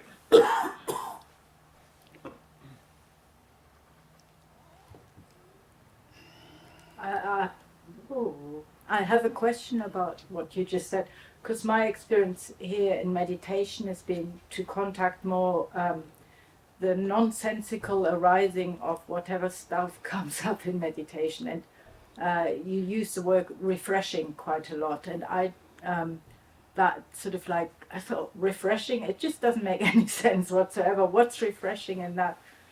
So I just wonder whether that's connected, because habitually I'm quite, I just think like, what's all this? I need to manage it somehow. And then the manager becomes dominant. So here, now I feel like I've been more able to just let this, it felt like a spring, just spring up with whatever, anything. So I just wonder whether what you just said, whether that word refreshing relates to actually allowing whatever nonsensical me shows itself to just become fully present. Don't piss on your food. If you say it's nonsensical, you've already entered into a judgment which will bring up a barrier and an alienation. This is your life shining up. This is like rainbow shooting out of every stone, every flower you see. It's not this again. Oh my God, I get trapped in this. When we feel we're doing repetition, this is a neurotic interpretation of what's there, because everything which arises from the ground. It has to be fresh. How could it be otherwise? So the here and now in this moment is the site of accessing the ground, which is cooking and offering and offering. The old, the burdensome, the same old stuff, this is the trajectory of the 3 times. So if we're trapped in past and future and present and the familiar constructs that we have, then we're in, as you say, we're in the position of the manager, trying to get less of the bad stuff and more of the good stuff. But because it's dynamic and moving, there's no end to that. It's like, as I said, Siya Lama said, you can't think your way out of samsara, because there's so many thoughts. And especially because, as we see with this kind of practice, we're not the thinker of the thoughts. The thoughts are coming to us, so they'll catch us unless we see that the thought is the luminosity of the ground. It arises and vanishes without being born, without being a thing. So when we feel persecuted by our old habits, by maybe anxiety or loneliness or desire, ambition, some particular formation that gives us a sense, I need to do more of this, or I have to do more of this. What's, I think, very helpful is to feel the contraction that's in that. Kind of get into it. And you're losing the field. The more you're into a particular formation, you lose the field. And as we touched on before, you have the field of everything, and something becomes figural, and you focus into that figural, it seems to get bigger and stronger and brighter and more important, which brings a parallel receding of the felt presence and importance of the rest of the field. The field hasn't been affected. Nothing has actually happened, but the distortion lies in your privileging of this moment, or this aspect of the field, as something special. So if A is special, B is not just ordinary, but abject. It's set down, it's deprived of value. And then you've got your hierarchical thing. Instead of having an open field of diverse possibilities, you've got, oh, this is the good one, I want to get more of that, and this is the bad one, I don't want any of that. So again, always relaxing. When we say relaxing, it means collapse the hierarchies, collapse the evaluative structures, open to the ground, and allow the free flow of what's occurring. Easy to say, difficult to do. Because we are living in a culture which privileges specialness. And just one point, the specialness, when we look at the presidential candidates, when we look at Britain's new Prime Minister, these tedious people or mad people become special because the role is special, but they're not special. And as countries become more powerful, with more guns, with nuclear weapons and all the rest of it, the role becomes huge, and the occupants are tiny little stick insects. And that's what's so terrifying. How could anybody fulfill that role? So this is what you started to see with some companies, that if you have a structure like that, as a commercial company, the CEO is often crazy. They're greedy, or they're fucking the secretary, or they're up to no good, or they're telling their friends in advance of when there's going to be a new release of shares. They're up to something. And therefore, if you start to flatten the hierarchy, if you start to have more open dialogue in the company, that it belongs more and more to the workers, like a workers' collective, then it's something very, very different. I mean, that's a bit of a pipe dream, because the urge is always the fantasy of the special person. We're going to be rescued. This great person will lead us to the promised land. There is no special person, and this is the promised land. If you want to do. Yeah.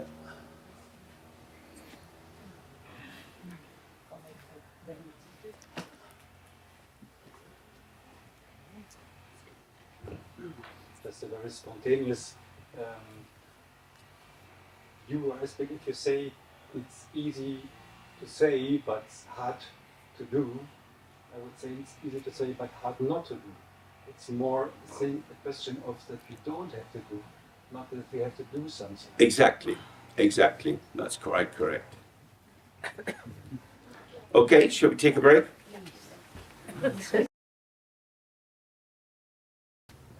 Okay, let's go on with the text.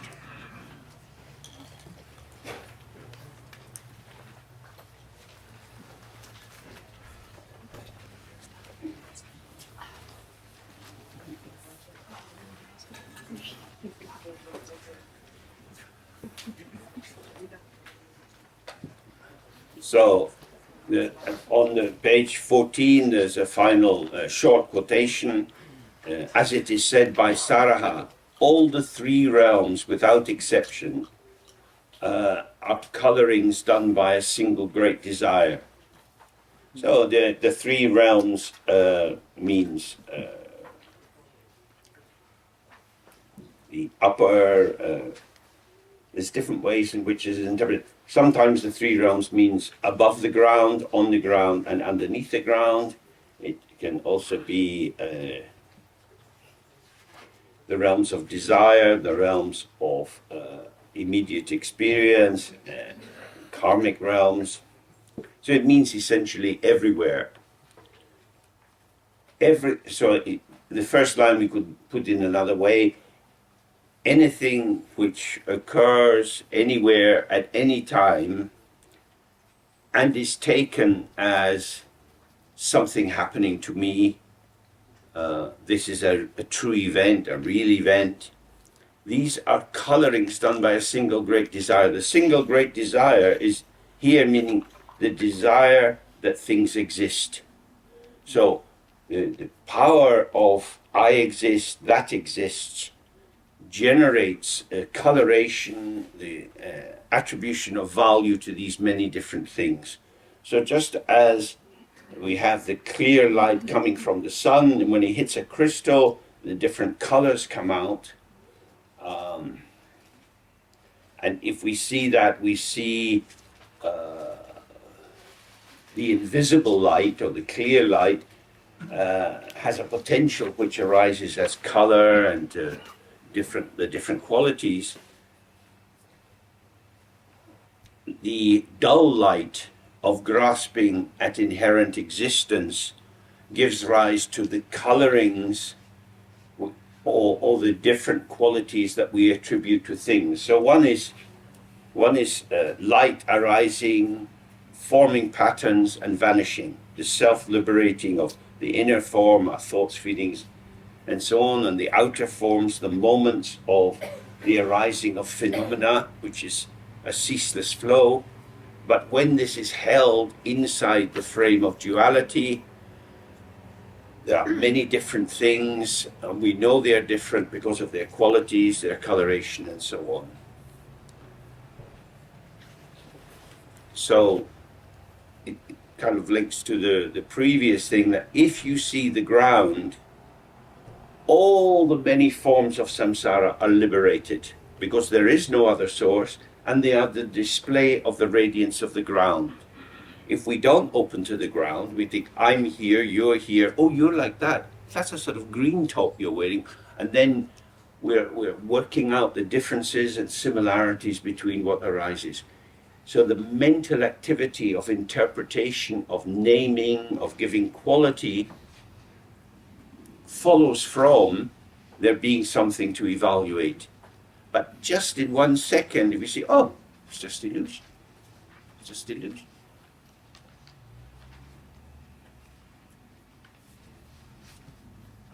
That's all. It's just illusion. There is no substance there. There is no inherent existence. And so all that we say are only names put by mind. We give this attribution.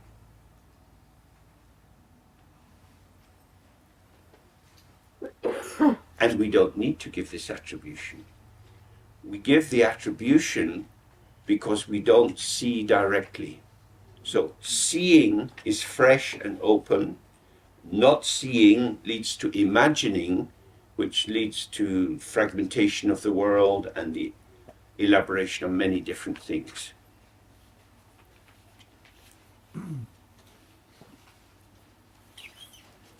The generation of pseudo-entities. And we experience this every day in our life. Okay, so then he says, appearances and emptiness are introduced as unified by means of the example of water and ice. And again, this looks like a kind of, if you like, philosophical description, but it's actually a practice. So if you're at home and you're reading this, you try to have the sense of water and ice. You might want to go to your freezer and take out a piece of ice and pour some water in a glass and look at the water, look at the ice, look at the water, look at the ice, allow the ice to melt, and then you really see, oh, it looked very different, but it was not actually different. And if you catch that, then what is the freezer? The freezer is your own mind. This is what we call reification, or the attribution of inherent existence. So he says, how all phenomena appear is that at precisely the time of their appearance, they are not in any way established as existent entities, and so are said to be empty. So something arises, there's an appearance,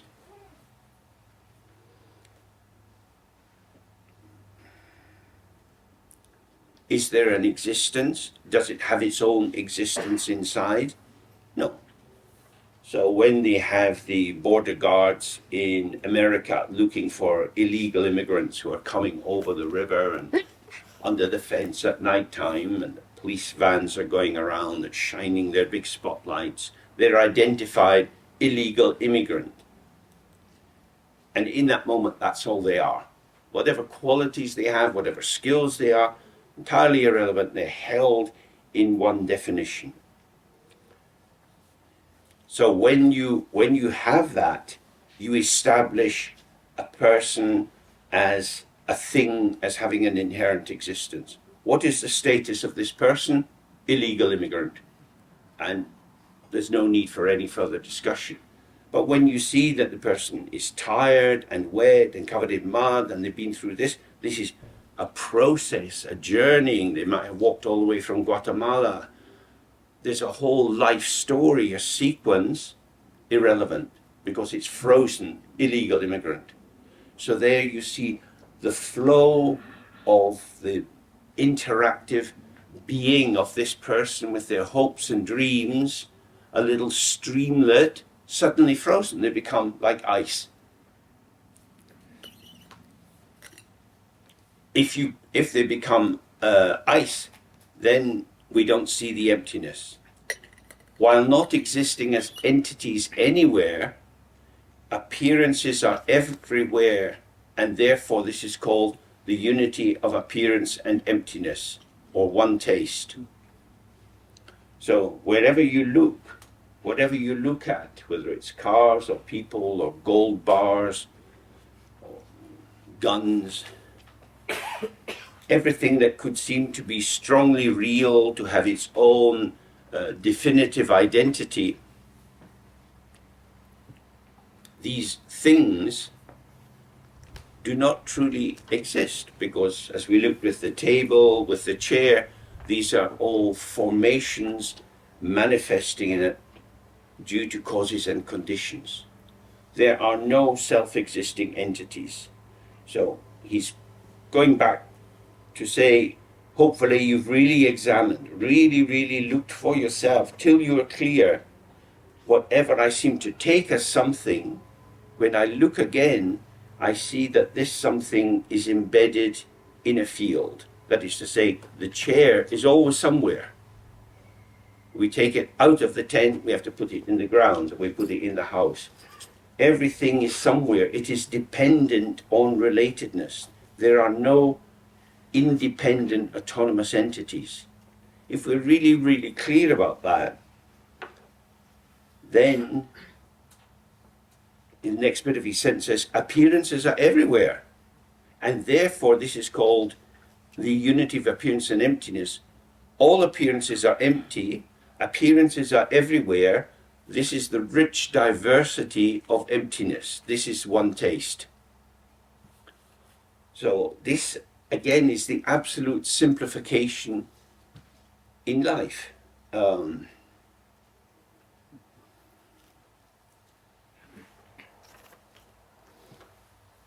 When people take vows as monks or nuns, they have a sense of the provocations of life, that there are sexual provocations, financial provocations, the desire to wear silk cloth and so on. And so they simplify their existence by renunciation. I'm a nun, therefore I don't engage with that. That has nothing to do with me.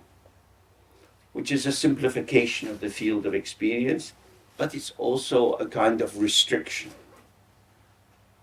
This is more like somebody who's been on pilgrimage across Tibet and they're getting close to Lhasa.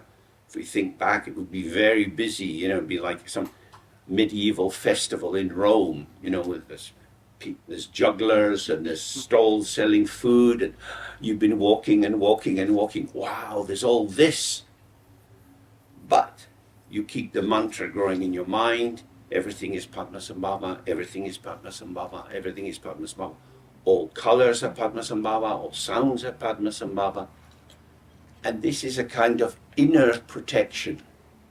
Because it's Padmasambhava, I have no need to get involved. But what differentiates this from the Theravadan position of the monk or the nun is I don't have to avoid these because they're empty. So I can go forward, I can even taste things, I can touch things in their emptiness. So without changing the world, without acting on the world, without taking up a position of apartness, your participation is self-liberating because there's nothing to grasp. So you taste something delicious. All you've had for months has been some tsamba, very little butter, just mainly tsamba, maybe in cold water. And now there's some roast meat, some smells, oh, and it's gone. Oh, this is Padma Sambhava. So this is what he's meaning with one taste, that if you can identify, as it were, the true status of the phenomena, you don't have to be provoked by diversity.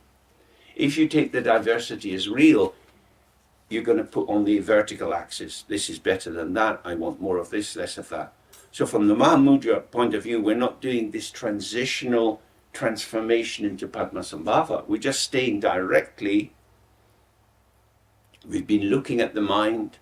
We can't find our mind as something. We sit with the presence of whatever's arising, sensation or memory or plan, arising and passing, arising and passing. We're not blocking the flow of experience. We're seeing directly the absence of inherent existence in the phenomena, and so it's one taste. So this way you have the rich diversity of experience without having to homogenize it into a purifying concept of some kind. You stay with the diversity, with the direct perception. This is the direct diversity of emptiness. This is the source. The ground shows many different things. Thus, they are like the example of water and ice. So, when we see ice, as we looked before, you get a big block of ice, you hit it with a hammer, and these little pieces, the shards of the ice come off. Some have got a very sharp edge to them, different shapes. They catch the light in different ways. Sometimes the ice looks a bit bluey or a bit green. These pieces are different. If you go with the shape, they are different. But as they melt, they show that they were different forms of water. In their waterness, they are not differentiatable. In the patterning as ice, they are differentiatable. But since the ice is a form of water, there is no substantial internal individualizing essence. So we really see that. Whether something tastes delicious, whether somebody's friendly or unfriendly, however it is, its appearance and emptiness. And when we start thinking, yeah, but this is better and I need more of that, or wouldn't it be wonderful if everyone could eat this good food, we have to be careful, because wouldn't it be wonderful if everyone has this good food could be a Mahayana aspiration. May all beings have whatever they need to survive. May they have warmth in the winter and cooling in the summer and so on. These are conceptual elaborations.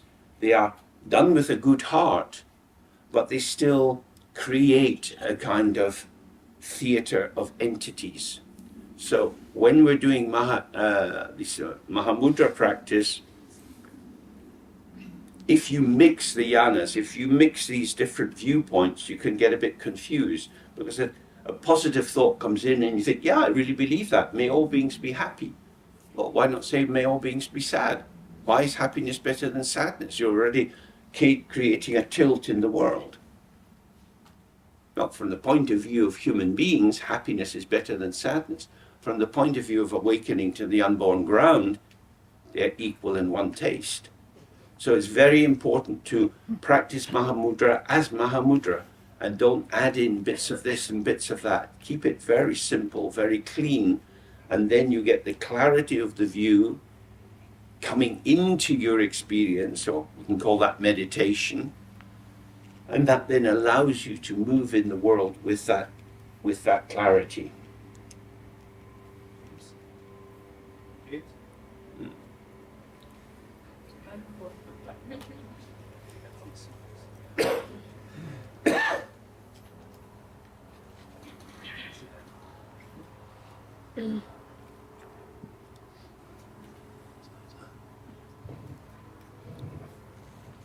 Just as an aspect from this ice and water picture, because in physics there's no cold. Cold is the absence of warmth. So if you put it in this way, that the absence of connection or of compassion, this is what is a freezer. In a way, it really enriches the picture, hopefully.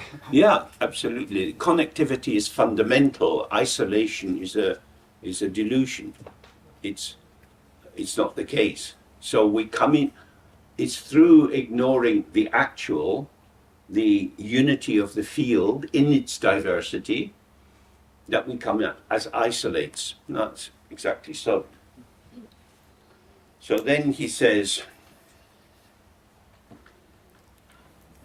in this fashion, we can also see the unity of bliss emptiness, luminosity emptiness, and awareness emptiness. And this is called awakening to the one taste of many. So, in the body, we have many different sensations. You can do yoga practices which accentuate the generation of warmth and happy feelings. But even if you don't do anything like that, the sensation on the body is a potential. How you apprehend the manifesting of that moment as a persecution or a gift, this is an unnecessary activity from this point of view. So bliss and emptiness means all sensation is blissful when it is unreified. So bliss emptiness is the bliss or the happiness or the contentment, the satisfaction of seeing the emptiness of sensation. Similarly, luminosity or salwa means the kind of transparency or translucence or radiance of what is appearing. So this is like if you had a butter lamp or a little candle and you're looking at the flame. You see the flame, but the flame's not a thing. You know, the flame is a movement. They've got the wick and the fuel, and the heat of the burning wick is helping to draw the fuel up through the little bit of string and through the capillary action, and the light spreads out. And the light is movement. It's a flame. So when you see light is moving and uncatchable and opening up the space of appearance, because you blow the candle out and it's just dark. But when the luminosity is there, you have the richness of your experience, your sitting, your thoughts, feelings, memories. These are all like little flames arising and passing, arising and passing. The luminosity means that you can't catch it. If you try to catch it, you do that on the basis of misapprehending, misseeing, misunderstanding what it actually is. Fire is ungraspable, and if you grasp it, you will get burned. It's not something to be grasped. Water, if you grasp it, goes through your fingers. Our tendency is to get hold of things, to know what they are, to build up a picture of them. And these are three that he's saying, bliss and emptiness, luminosity and emptiness, awareness and emptiness. They're all about the actual ungraspability of that which is vital, of that which is how it is. When we find things to grasp, these are the as-if constructions by ourselves. So, for example, there's the policeman, puts on the spotlight, gets this guy, pulls out a gun, stop! You're an illegal immigrant. You have come into the United States of America without permission. We're taking you in. So, somebody is frozen, the fluidity of their life, their hopes. They've got family in Santa Fe, they want to get there and see their grandchild. Now they're frozen into, you're an illegal immigrant. This is an ice formation. And if nobody's around to melt that, it's damn difficult.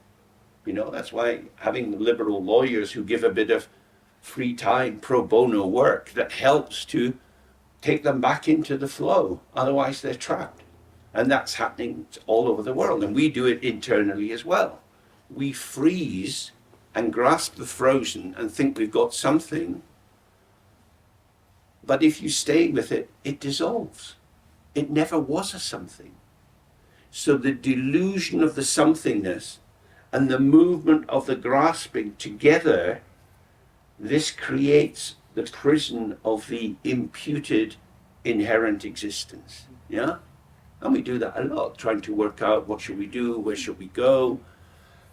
We've all got a great capacity to give readings of the qualities of restaurants, of coffee shops, of books, of movies, and so on. We take them as real. We get a review of the film as if the film was self-existing. As we were looking yesterday, the film is an experience. You will only see your version of the film because you and the film arise together.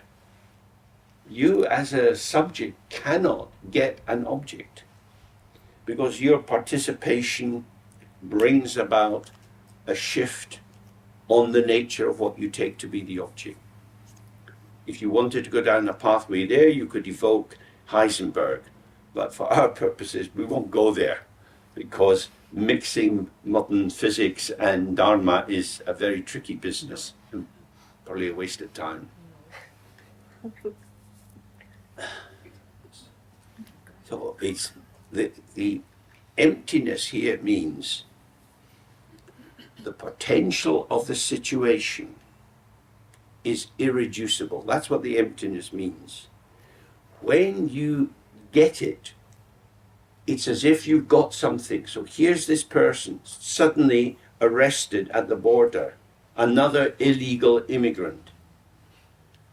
You've apprehended a category, an exemplar, an instance of a category. We've got another illegal immigrant here, I'm bringing them in for processing into the legal system. This is a person. I don't need to know anything about them. Their status is illegal immigrant. So the actuality, the lived actuality of their life is getting thinner and thinner as they are processed into a system which attributes value according to the category that they're entrained into. So they're pigeonholed, and then the system knows what the meaning of being in that pigeonhole is. Does that make sense? The actuality of that person's life is ungraspable, because in their life they've lived through millions of moments. They've done so many things. They've got stories about their grandmother and this and that. Irrelevant. So you thin out the person, and then they become apprehendable. But the actuality of the phenomena of the manifesting was ungraspable in its richness, in its diversity, and in its co-emergence. Because even if something was very, very rich and complicated, if you could widen your mode of analysis enough, if you could maybe get up some huge base of artificial intelligence, and you could think you get all the numbers, you've got all the variables. This is a story in process. This is unfolding. This person who's been arrested is co-emergent with the circumstances of their life. They're not a thing. You can't grasp a process. So we understand that. You can't catch people. This is why one of the great movements of the last century was the rise of the 3 stages of feminism. Because patriarchy was the stabilization of women. We know who women are. Just as slavery was the stabilization of the interpretation of the value of people from West Africa when they were taken to work in the plantations. And when you look at these things, what you have is the fusion of the potential with a very small, narrow framework. And the concept becomes the truth of the person. So the whole move of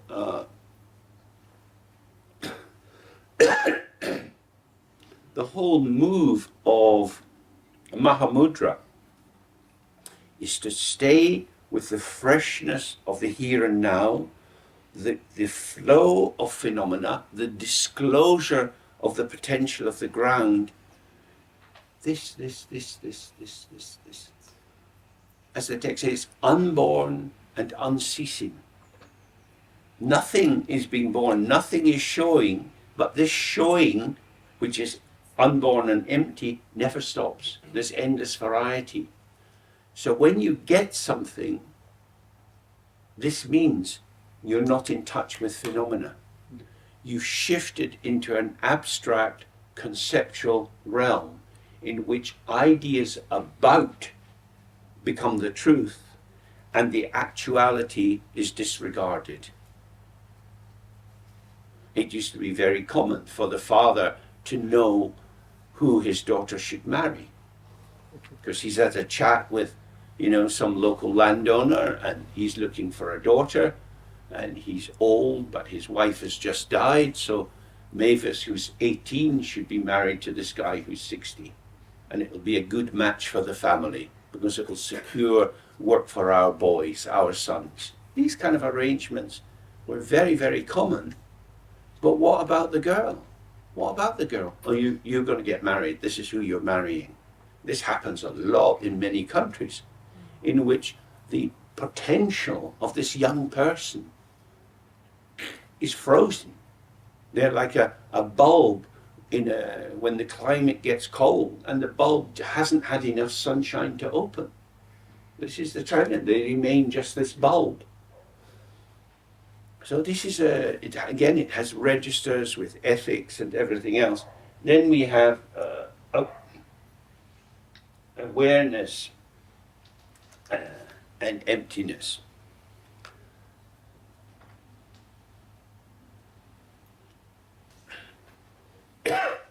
If I'm looking at my watch and I'm conscious of my watch, I see the time and I think about what we need to do before our retreat comes to an end.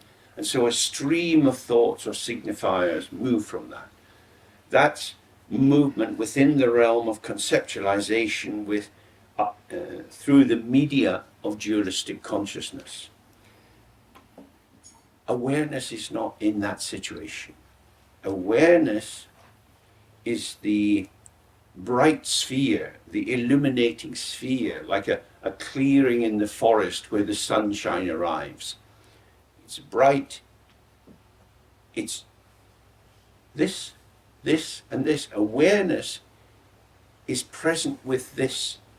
It's not going after this. It's not waiting for this.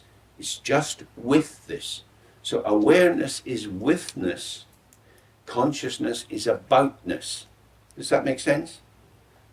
I mean, that's in English, but I mean, if you're not a native English person, aboutness means I'm thinking about this. So there's a thing there I can think about.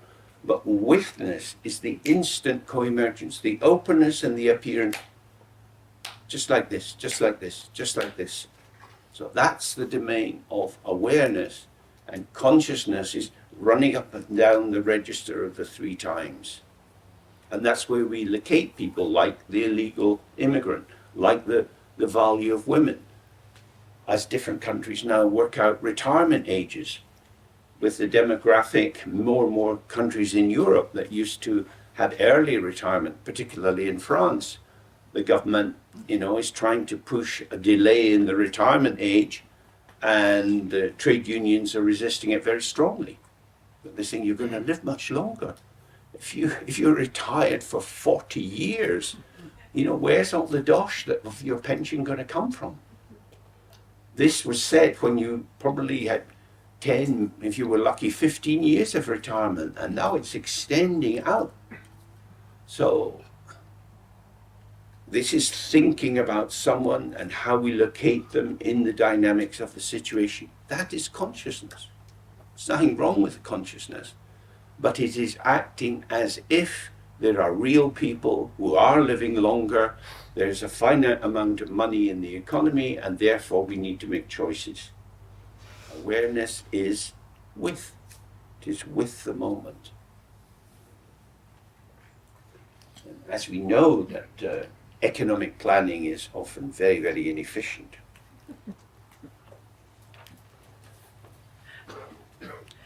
So then he gives us a quote.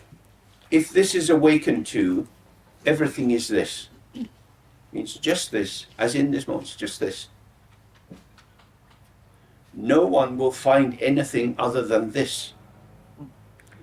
Reading is this as our learning and meditation. So it's non-restrictive, since whatever occurs is in the here and now. Reading is this, cooking is this, writing a book of history is this, because you can do it in the here and now. Oh, I'm not clear about that. I'll go back to the library because there's a book there I need to consult to get the information. That's arising in the here and now. Now I'm getting to the bus stop. I'm waiting for the bus that will take me to the library. I've been waiting 10 minutes. God, these buses are slow. I'm jumping out the here and now.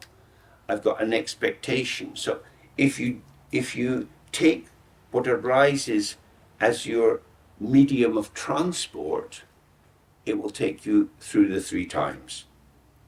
And if you stay present with the openness of the moment, it will be this and this and this and this. And within that, everything is possible. Why? Because from the very beginning, everything has always been this. It has never been other than that. The non-recognition of this is called unawareness or ignorance.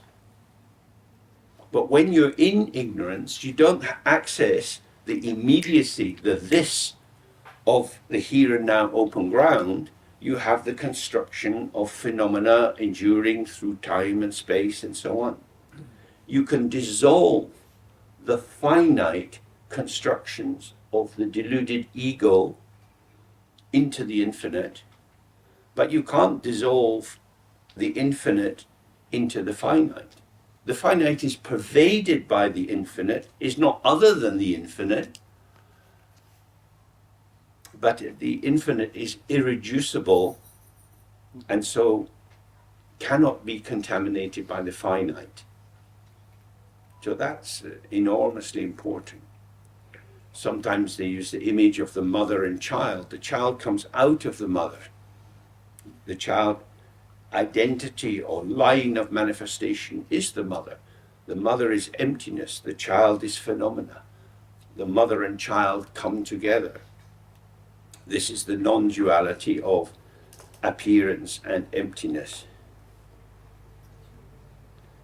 So he says, don't limit your sense of the unborn open. Once you start saying, this is real, it's not in the unborn open. So can you catch in the moment that you are imagining the real? You are imagining the substantial. This is your mental activity that takes that to be the case.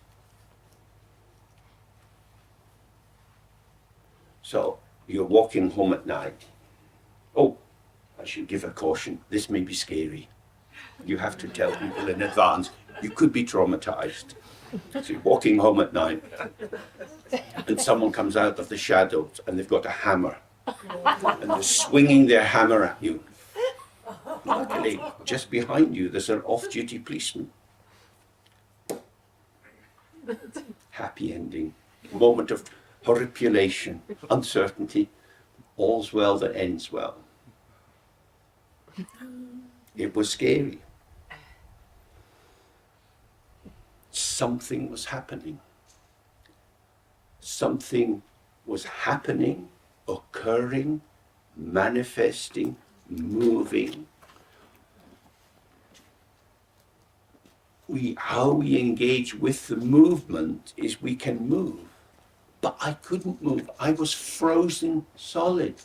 I was so fearful, I froze. Not a good idea. Not a good idea. So how do we get out of that? For example, one of the best aids for approaching this is Kurosawa's film, The Seven Samurai. It's such a beautiful film because it's all about timing. And it shows again and again, if you're on the beat, if you're on the point, you flow through. But if your timing's off, you're in real danger. So if you're having to work out what it is, that process of working it out will bring ice. That's what brings the freezing. But if you stay with the movement, so somebody's picking up their hammer and you're moving. Just as when the samurai swordsman sees the kind of movement in the person's eyes and they can see they're going to move, their sword is coming up. They don't need to think, oh my God, what am I going to do? It's just they are in a non-dual, unified, co-emergent field. The co-emergence is safety itself. The dualistic processing, what shall I do, that slows you right down. Does that make sense? Yes. So it's the quickness of being with, being present, not thinking about, that's the important thing.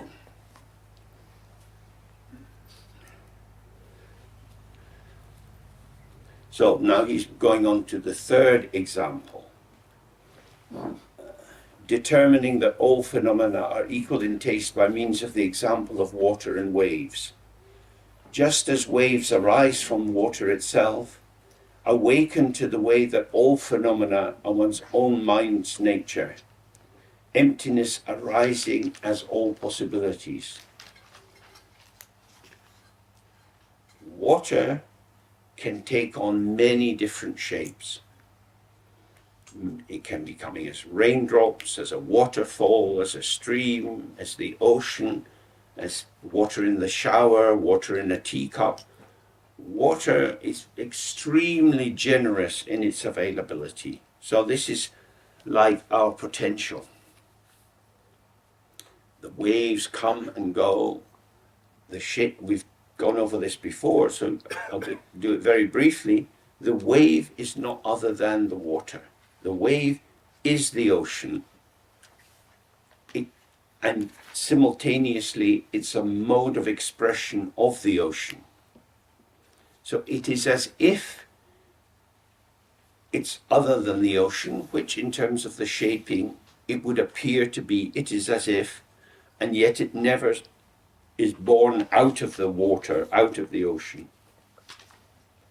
So if you see that all phenomena are in your mind, everything that you experience is your mind. Now, there is a village down the hill. I haven't been into that village. You can go down there, you experience it. What you experience is your mind. You cannot experience the village. You experience your experience of the village. Does that make sense? Not really. Okay. You interpret what is happening for you. Yeah?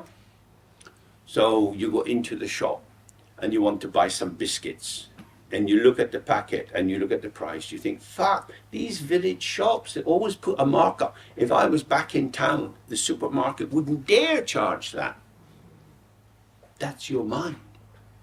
You think you're talking about the price of the biscuits. What you're doing is spinning a narrative from your mind. Because somebody who lives in the village, that's the normal price of the biscuits for them. They're not shocked. They just think, oh, we don't eat these ones too much because they're quite expensive. but my aunt's coming next week, so I'll buy them because they're rather nice. Yeah, that's again a narrative. But could we have access to a naked experience? I was thinking of... Wait, what?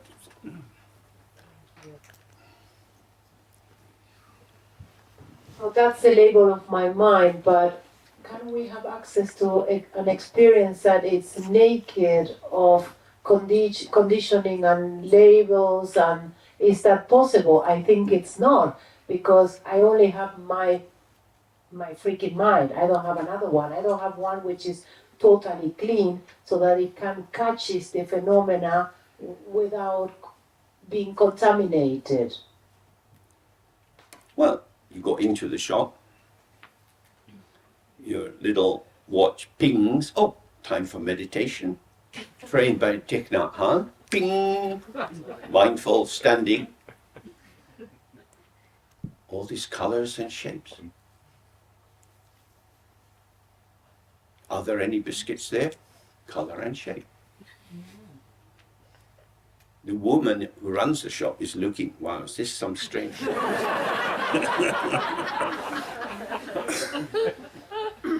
Then you relax from that, and then you come into making a choice. You have the movement of your mind, looking at the kind of biscuits, the quality, what you want. But you can release yourself from the active engagement with your own projections about what it is. And then you go from expensive biscuits to color of packet to field of color, so that it's not the color of a packet of biscuits, it's just color among color, because it's all at once. And that's the field of awareness. So you can pulse between the two. If you only had the awareness, you'd never get any good biscuits. If you're only chasing good biscuits, you never get enlightened. So you need the middle way of moving between. Thank you, it makes sense. Good. Okay. I have also a question, please. Okay.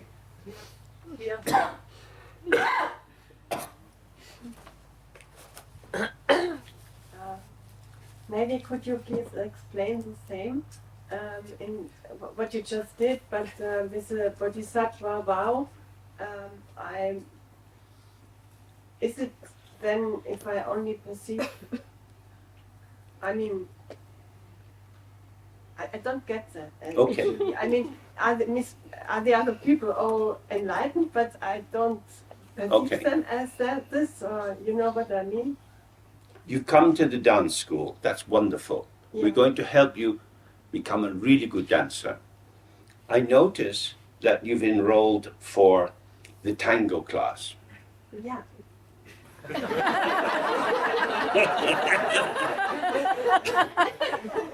But the tango class is in room A. We're in room B. We're doing Viennese waltzing. So when you start like that, we're not quite sure what to do with it. Yeah? This is the Viennese waltz. It has its own integrity, its own rhythm, its own style. So when we do Mahayana practice with the Bodhisattva vow, this is a kind of dance. It's a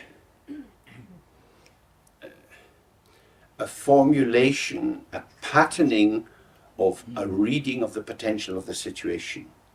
Then with Tantra, that's a different tune, a different patterning arises. With Mahamudra, different patternings. All of these patterns are forms of the energy of the ground. But if we mix them together in some kind of stew, it becomes difficult. So if you're thinking about the Mahayana orientation in relation to this kind of non-dual practice, it's difficult. Because you can't do the Bodhisattva vow and say, I will save all beings, but thank God they're all empty, so I don't get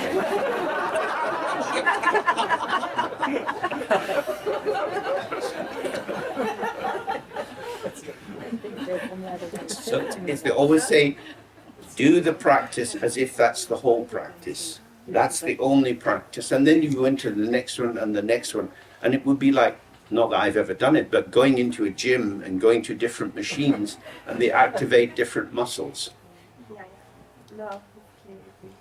Okay. Now.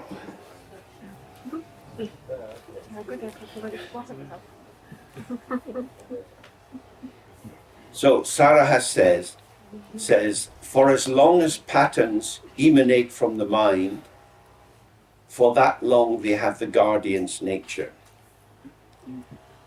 Now, the guardian is the integrity of the three kayas.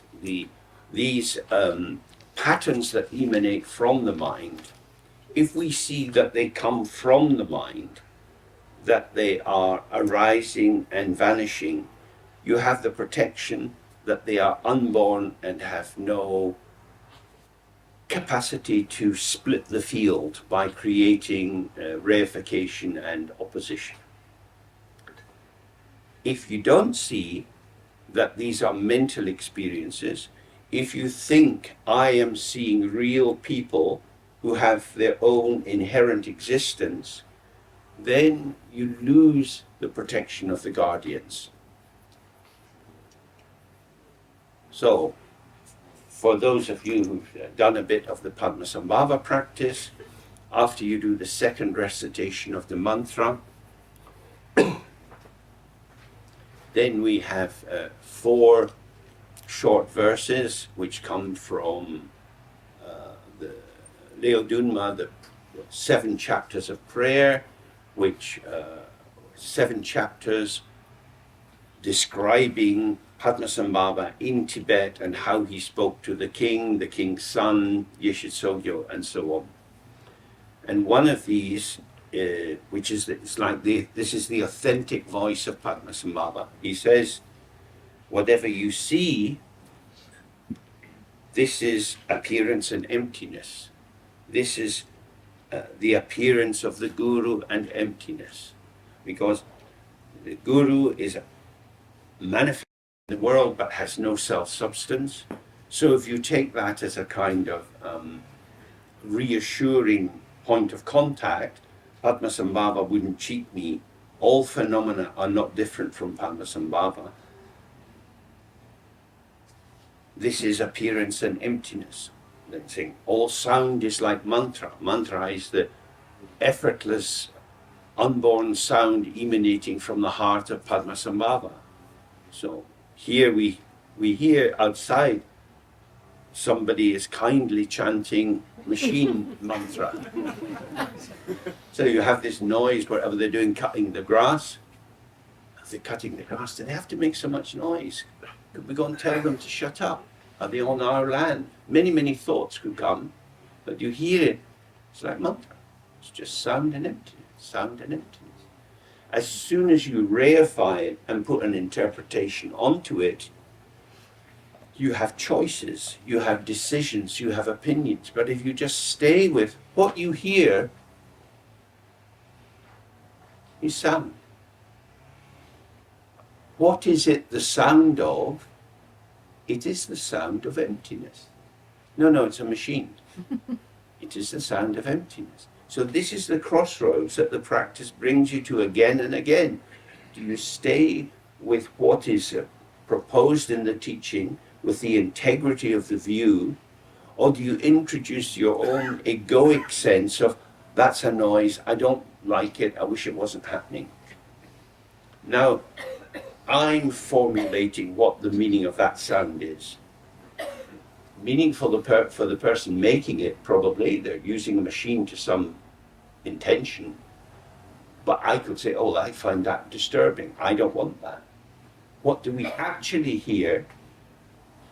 Sound and emptiness.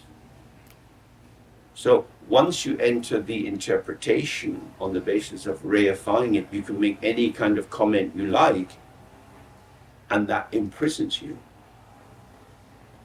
Because we don't have the power to change the situation. This is the middle way between the absolute controller, we're going to beat that bastard up, Or, oh God, it's always like this. Every time you try to teach, I get so tired. Why does it always happen to me? Between being the victim or the master, there's the middle way. Sound and emptiness, appearance and emptiness. So if you stay with that, then the guardians are always with you.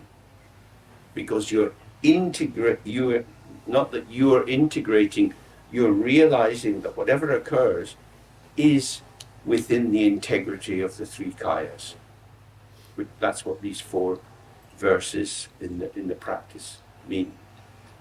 It's very important that we keep massaging this into ourselves when it seems clear that this is not true, it's not like that, that's horrible, I had a hellish day at work today, my boss is a real bastard. When things seem very, very strongly real, relax in the out-breath. Don't stop the stream of thoughts. Just stay with the stream of thoughts and you just see, oh, there's a storm going, storm. Sit with the storm. Nothing's going to be destroyed. You're not an island in the Caribbean. It's just open mind, going, gone. That's what it was. It was a chain of signifiers moving very quickly. If you fall into the chain, you elaborate more and more and more. So this previous one, number 2 in these 4 yogas of Mahamudra is non-elaboration. Leave it as it is. Then when you leave everything as it is, then you get the one taste.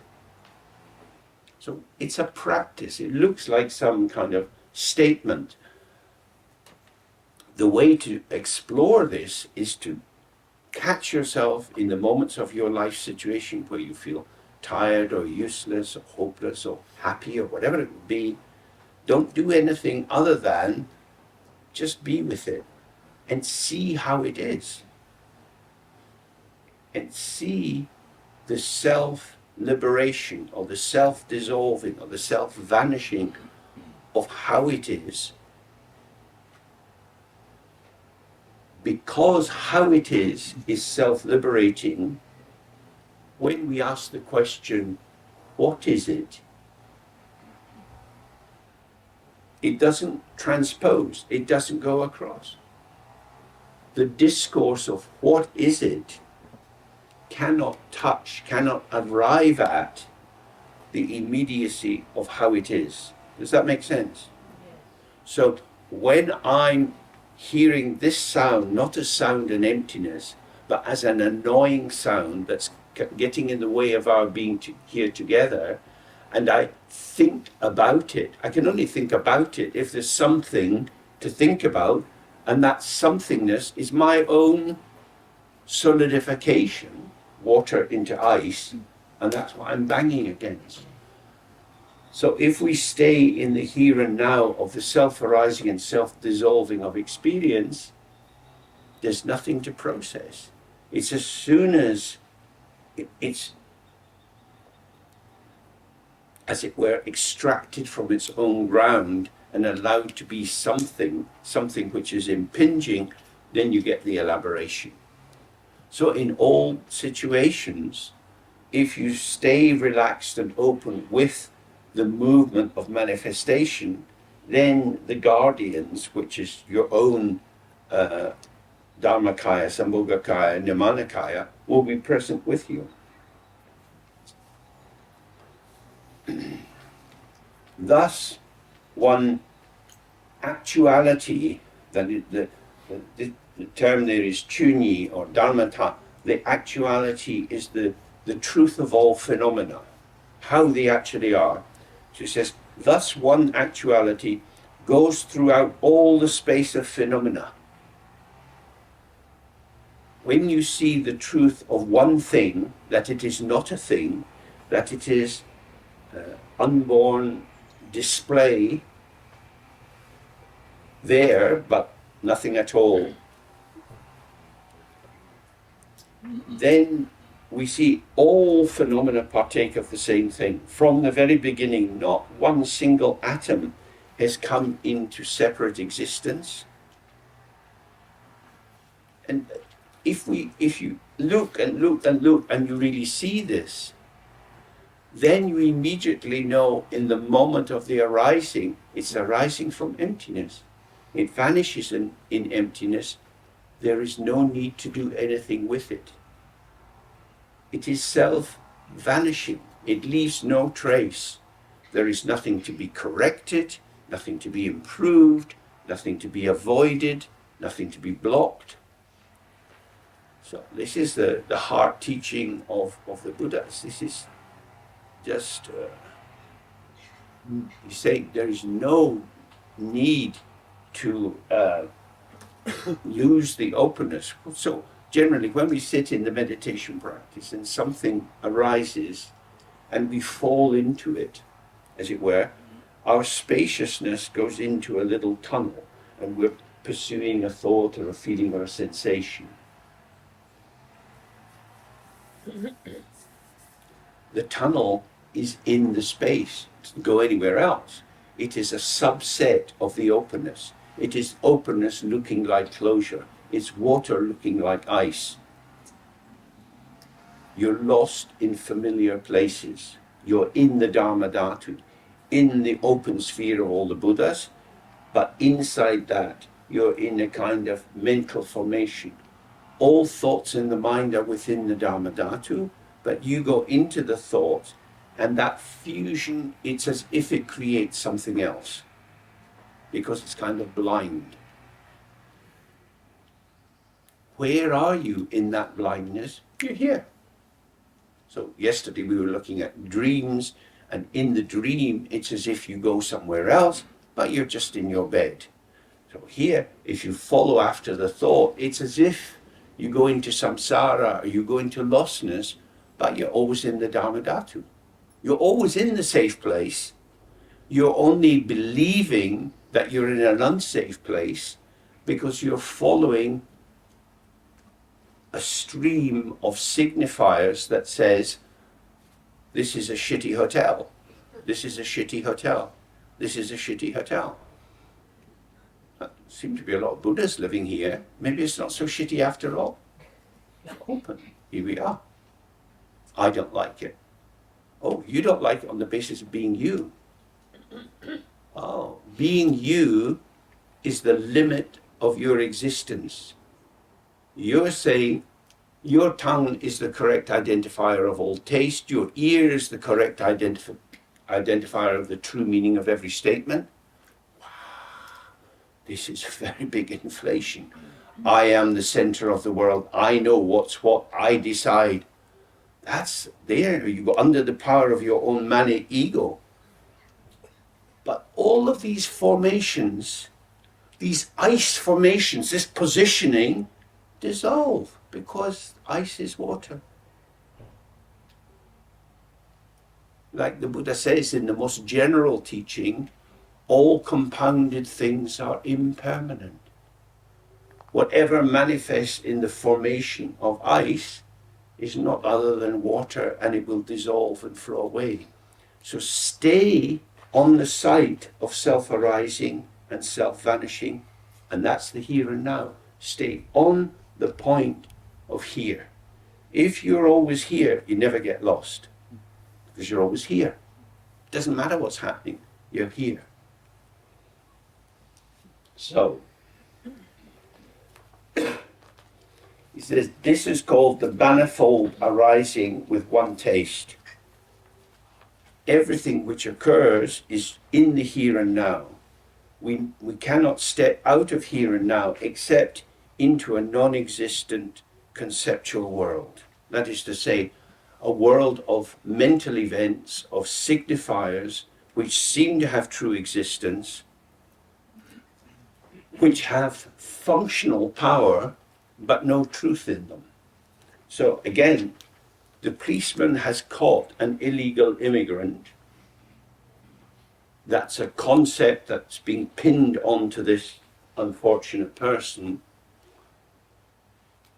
Given the power structure, the policeman has the power to really staple that onto the person so that they can't take it off. This is their definition. This is tattooed on their chest. It looks intrinsic. We've got another one of them. We know what they're like. Be careful. We know what they are. What you know is that you, as a policeman, have the power to project a definition onto another sentient being and make that definition stick. That is the power of a policeman with a gun. Doesn't mean that the policeman sees the truth of the person. The illegal immigrant has many qualities. Many of these qualities are irrelevant. In Britain, we have a lot of shortages of doctors and nurses. Quite a few of the people who we see as illegal immigrants have qualifications in the medical field from their country, but we can't employ them because they don't have the status of being entitled to work. Why not? Because they are illegal immigrants. So the fact that they may be a fully qualified accident and emergency nurse, which is a rare commodity, is irrelevant because they are an illegal immigrant. So when the identification is placed there, the other qualities go in the background. Remember, here's the field. It's a field of interconnectivity, but with the emergence of one aspect as figural, as central, everything else recedes into the background. This is very difficult. This is what happened in the Holocaust. It's happening in the Middle East, in which the rich complexity of how we are is ignored. So when we sit in meditation, we are so lucky, we are so fortunate to spend time with this ungraspability of ourselves. And we see, I don't know what I'm doing. I'm sitting here. I don't know what's going on. There's all this. I'm breathing in and out. Thank God that doesn't stop. And these thoughts are going all kind of patterns. And then you get up and you go and have a pee and you have your lunch.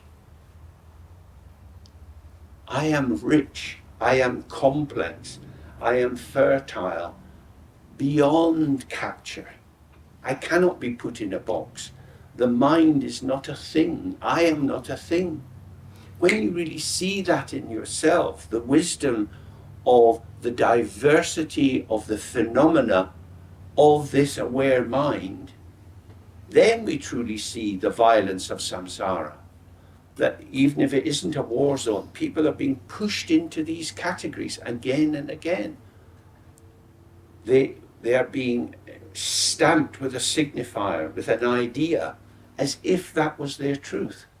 So when you, one of the functions of meditation is you sit with yourself, and I cannot establish the truth of my existence because it is dynamic, so it's quick and I can't catch it. But secondly, it is co-emergent. It's arising with. And because it's a with, it's not my possession. It's a with. So I have to be with it to be with the richness of the arising, but I can't stabilize it and I can't get it. And then apply that to all the people you meet, to all the situations. I have to be with them. We have to be with each other. If we stay in a distance and think, oh, you look like this, or you're a bit sad, or what's happening, or there's something, that's our projection. That's our projection, because it seems to define and fix the situation. I am unfixable, you are unfixable.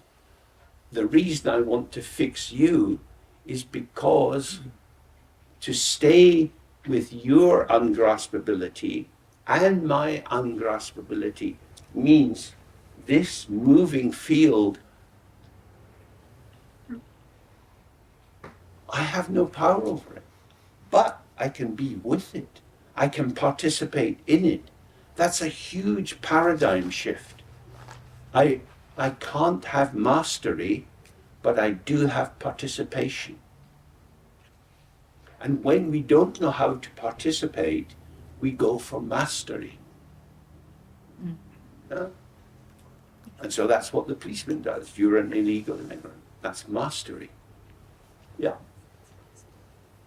That was actually my question, to change viewpoints and look at the policeman, whether he has, according to what you say, no other choice than quitting his job in order to get enlightened, or whether he could just continue on with enacting the US law and get all the income, his wife's request from him, whatever his kind of context is he's existing in, whether it's possible to maintain this kind of labeling and limiting or not. Not.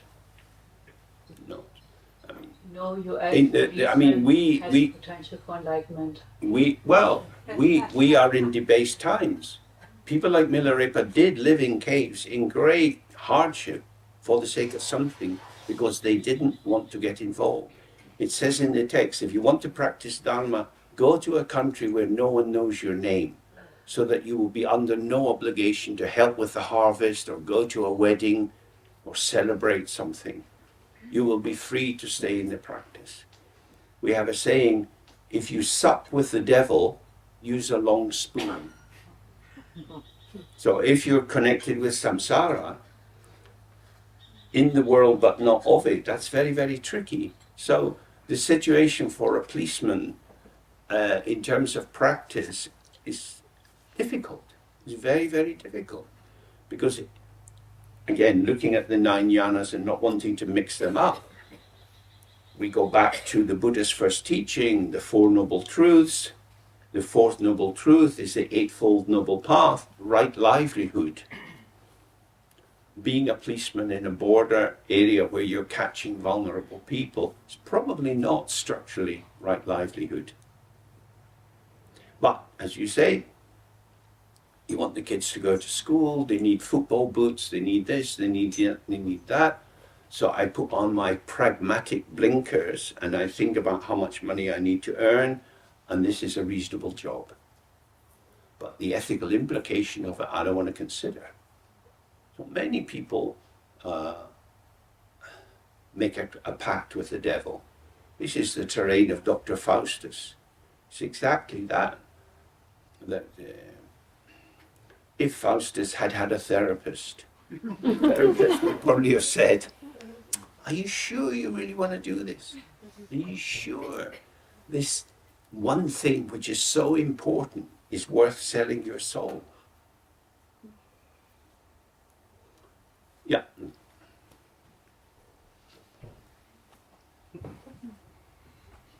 James, sorry, I can't really completely agree with your point of view. Firstly, it's not my point of view. Okay. If I may say so, if we talk about potential and enlightenment and seeing the source, anything is possible. Sorry, anything is? Possible to manifest in which way whatsoever. My teacher, he was sort of crazy. Drukpa Kagyud. Which Rinpoche? Drukpa Kagyud. He created an army. Yeah, he yes. And a mandala with all kinds of Mahamudra kind of style, I would say, kind of expressions of society, how it can manifest in a non-egoistic way. So he used all those symbols and arrangements from our world where we live in, and just played with it. He just did a manifestation to a non-referential point of view. And so the way you bring it up sounds like exclusion. So he just used it as a means to express awareness, as a possibility. Which was the belief of some of his students, but other people left because they couldn't hack it. Okay. I don't say it's a kind of a general solution about anything, but he used that kind of appearances as a way to, I think in the Japanese society we saw it too, with these doors he created, with archery and the whole sticks and whatnot, to use it as a means of using as a way to manifest awakening, awareness. as another example of it. Yeah, people do all sorts of things. I try to stay close to how I'm manifesting moment by moment and not solidifying it and not falling under the power of some notion of intention. There's lots of things that could be said about Trungpa. I knew him in his early period. I know about how his system was set up in Scotland and so on. Not a shining light for many people. But if you have faith, if something works for you, that's a door opens and your karmic alignment and the possibility of the situation come together, and that can be beneficial. These are all doors that appeal to some people and not to other people. This is why they talk of Dharma doors. There are so many pathways. But if we are talking about being careful with what we do, I think being a policeman in a situation like that is probably not a Dharma path unless you are extremely well in the Dharma. For example, when I was with Kalu Rinpoche in Sonada,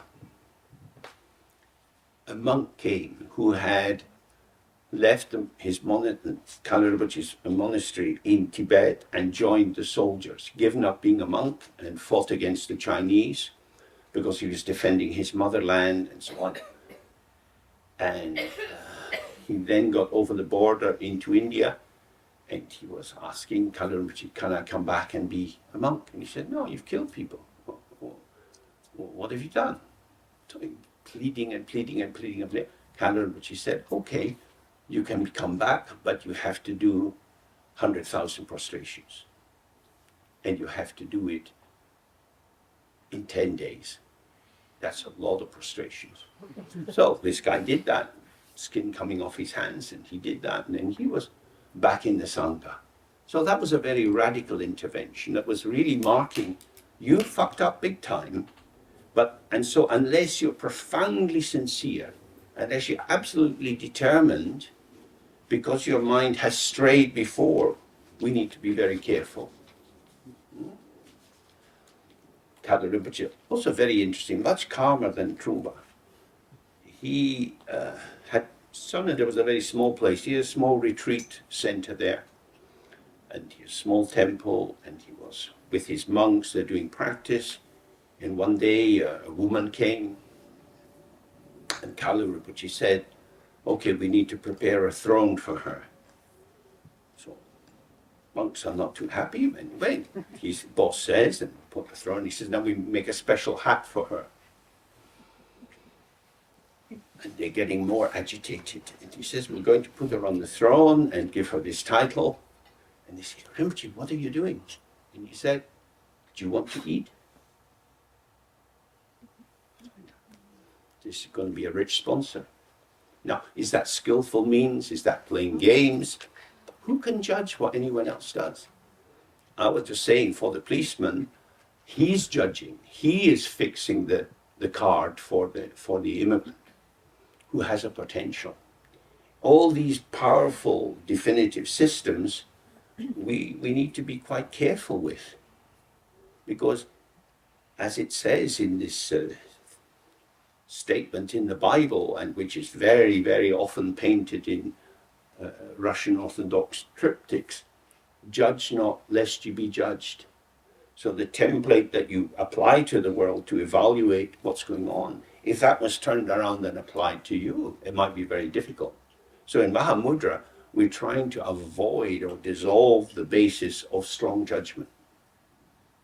But it's not easy. It's not easy. In the end, in English we say, we all go to hell in our own handcart. You know, you get your own karma, you have to live with your own karma. Like I was killing so many white ants with DDT for my holy guru. Who killed them? I killed them. He said kill them. I killed them. I was only obeying orders. Nuremberg defense. Very popular in Germany. It wasn't me, it was him. I did it. I did it. So I have to live with that. And many things in my life I have to live with. Whatever Trungpa had to live with, I don't know. But it was quite intense. So it's very, very important not to use emptiness, illusory nature as a kind of get out of jail free card. Because if you're not precisely in the here and now, you slip into self and other, and that's the beginning of the karmic cycle. So to avoid any karmic accumulation means never to stray from this moment as it's emerging, to have infinite sense of the integrity of everything in that moment. I don't know anybody who could live like that. But we all have to think about ethics and how we live and how other people do. Tibetan Buddhism is full of magical stories of people doing this and that. But then you hear the shadow side. I'm a therapist. I hear so many shadow stories about life at Samyeling and what happened and so on. So they are also true for some people's lives. Yeah, sure. But he had a life after Samyeling too. Yeah, even more wild. Even more wild. But more possibilities opened up. Yeah. That's you can't just take one single event or two single events and. I'm not doing that. I'm saying he had a very, very complex life and he impacted many people. Some people, let's do it as a kind of bell curve. Some people absolutely wonderful. Most people good and bad, and some people absolutely hellish. That's for sure. That's for sure. That's for sure. Okay, let's just finish this section.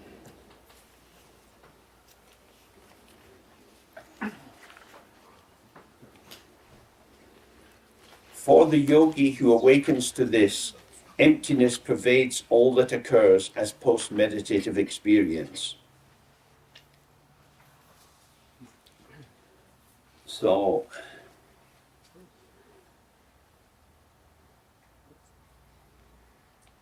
there is no truly existing entity which occurs.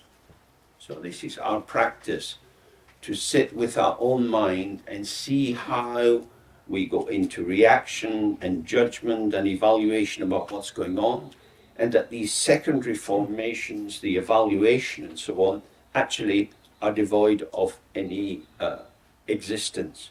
So arising, dissolving, arising, dissolving, arising, dissolving.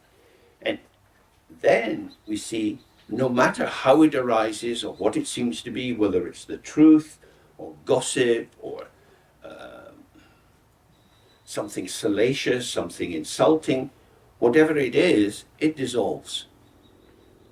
When we see this, the manifold arising with one taste, it's always emptiness. So it's on the basis of this that he says, for the yogi who awakens to this, that there is not one single moment of your experience which has come into true existence. All manifestation is inseparable from the ground. If you get that, emptiness pervades all that occurs as post-meditative experience. Post-meditative experience means that which comes after your sitting practice. So as you move out into the world, life gets more complicated. More variables are occurring in the field, which means also that a wider range of stimuli arise to evoke different memories and reactions in yourself. So in that situation, how is it? How is it? If you stay with the how, this experience is arising here and now. This is arising here and now. If you deviate from that, if you get pulled towards, what is it? Was it good? Was it bad? Was it right? Was it wrong? That evaluation brings you into solidification and so on.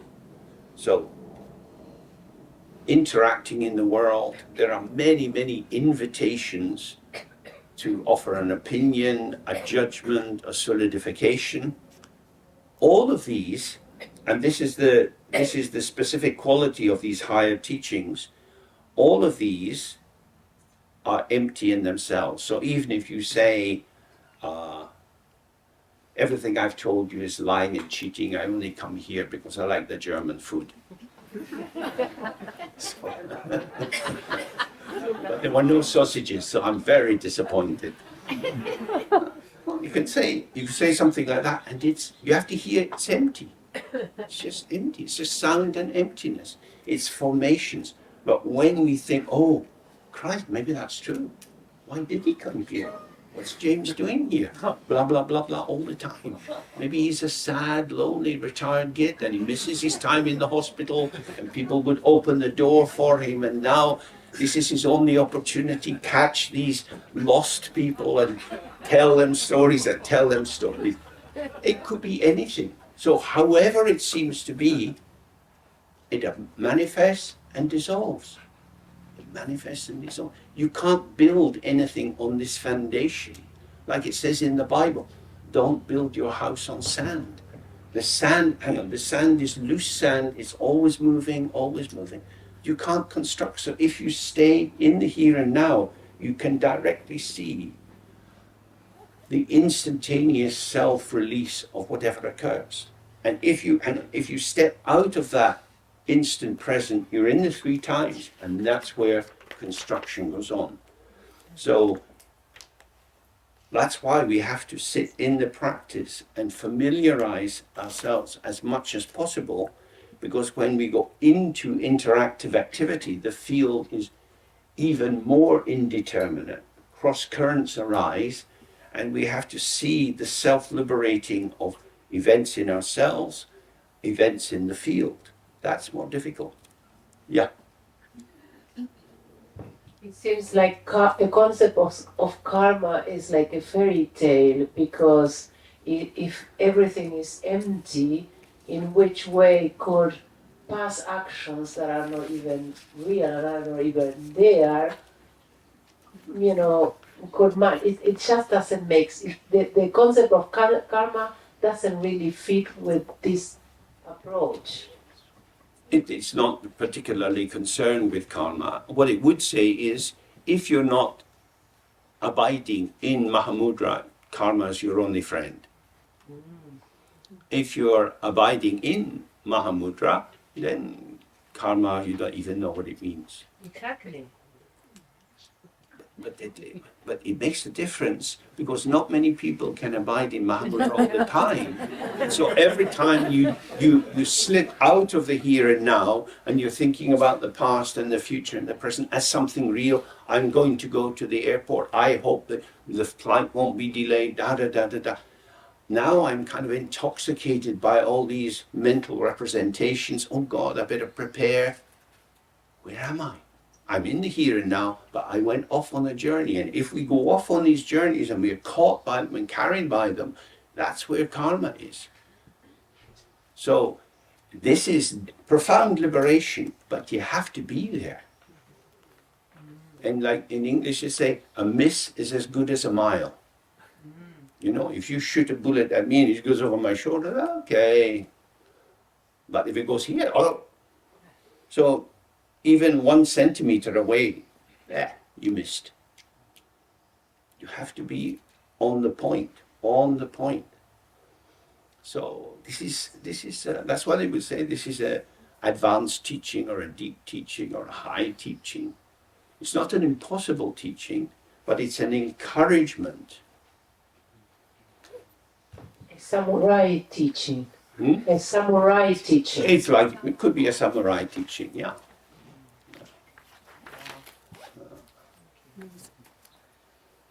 Okay, lunchtime. And we now we've got the afternoon 2 sessions, and then tomorrow 2 sessions, and then the end.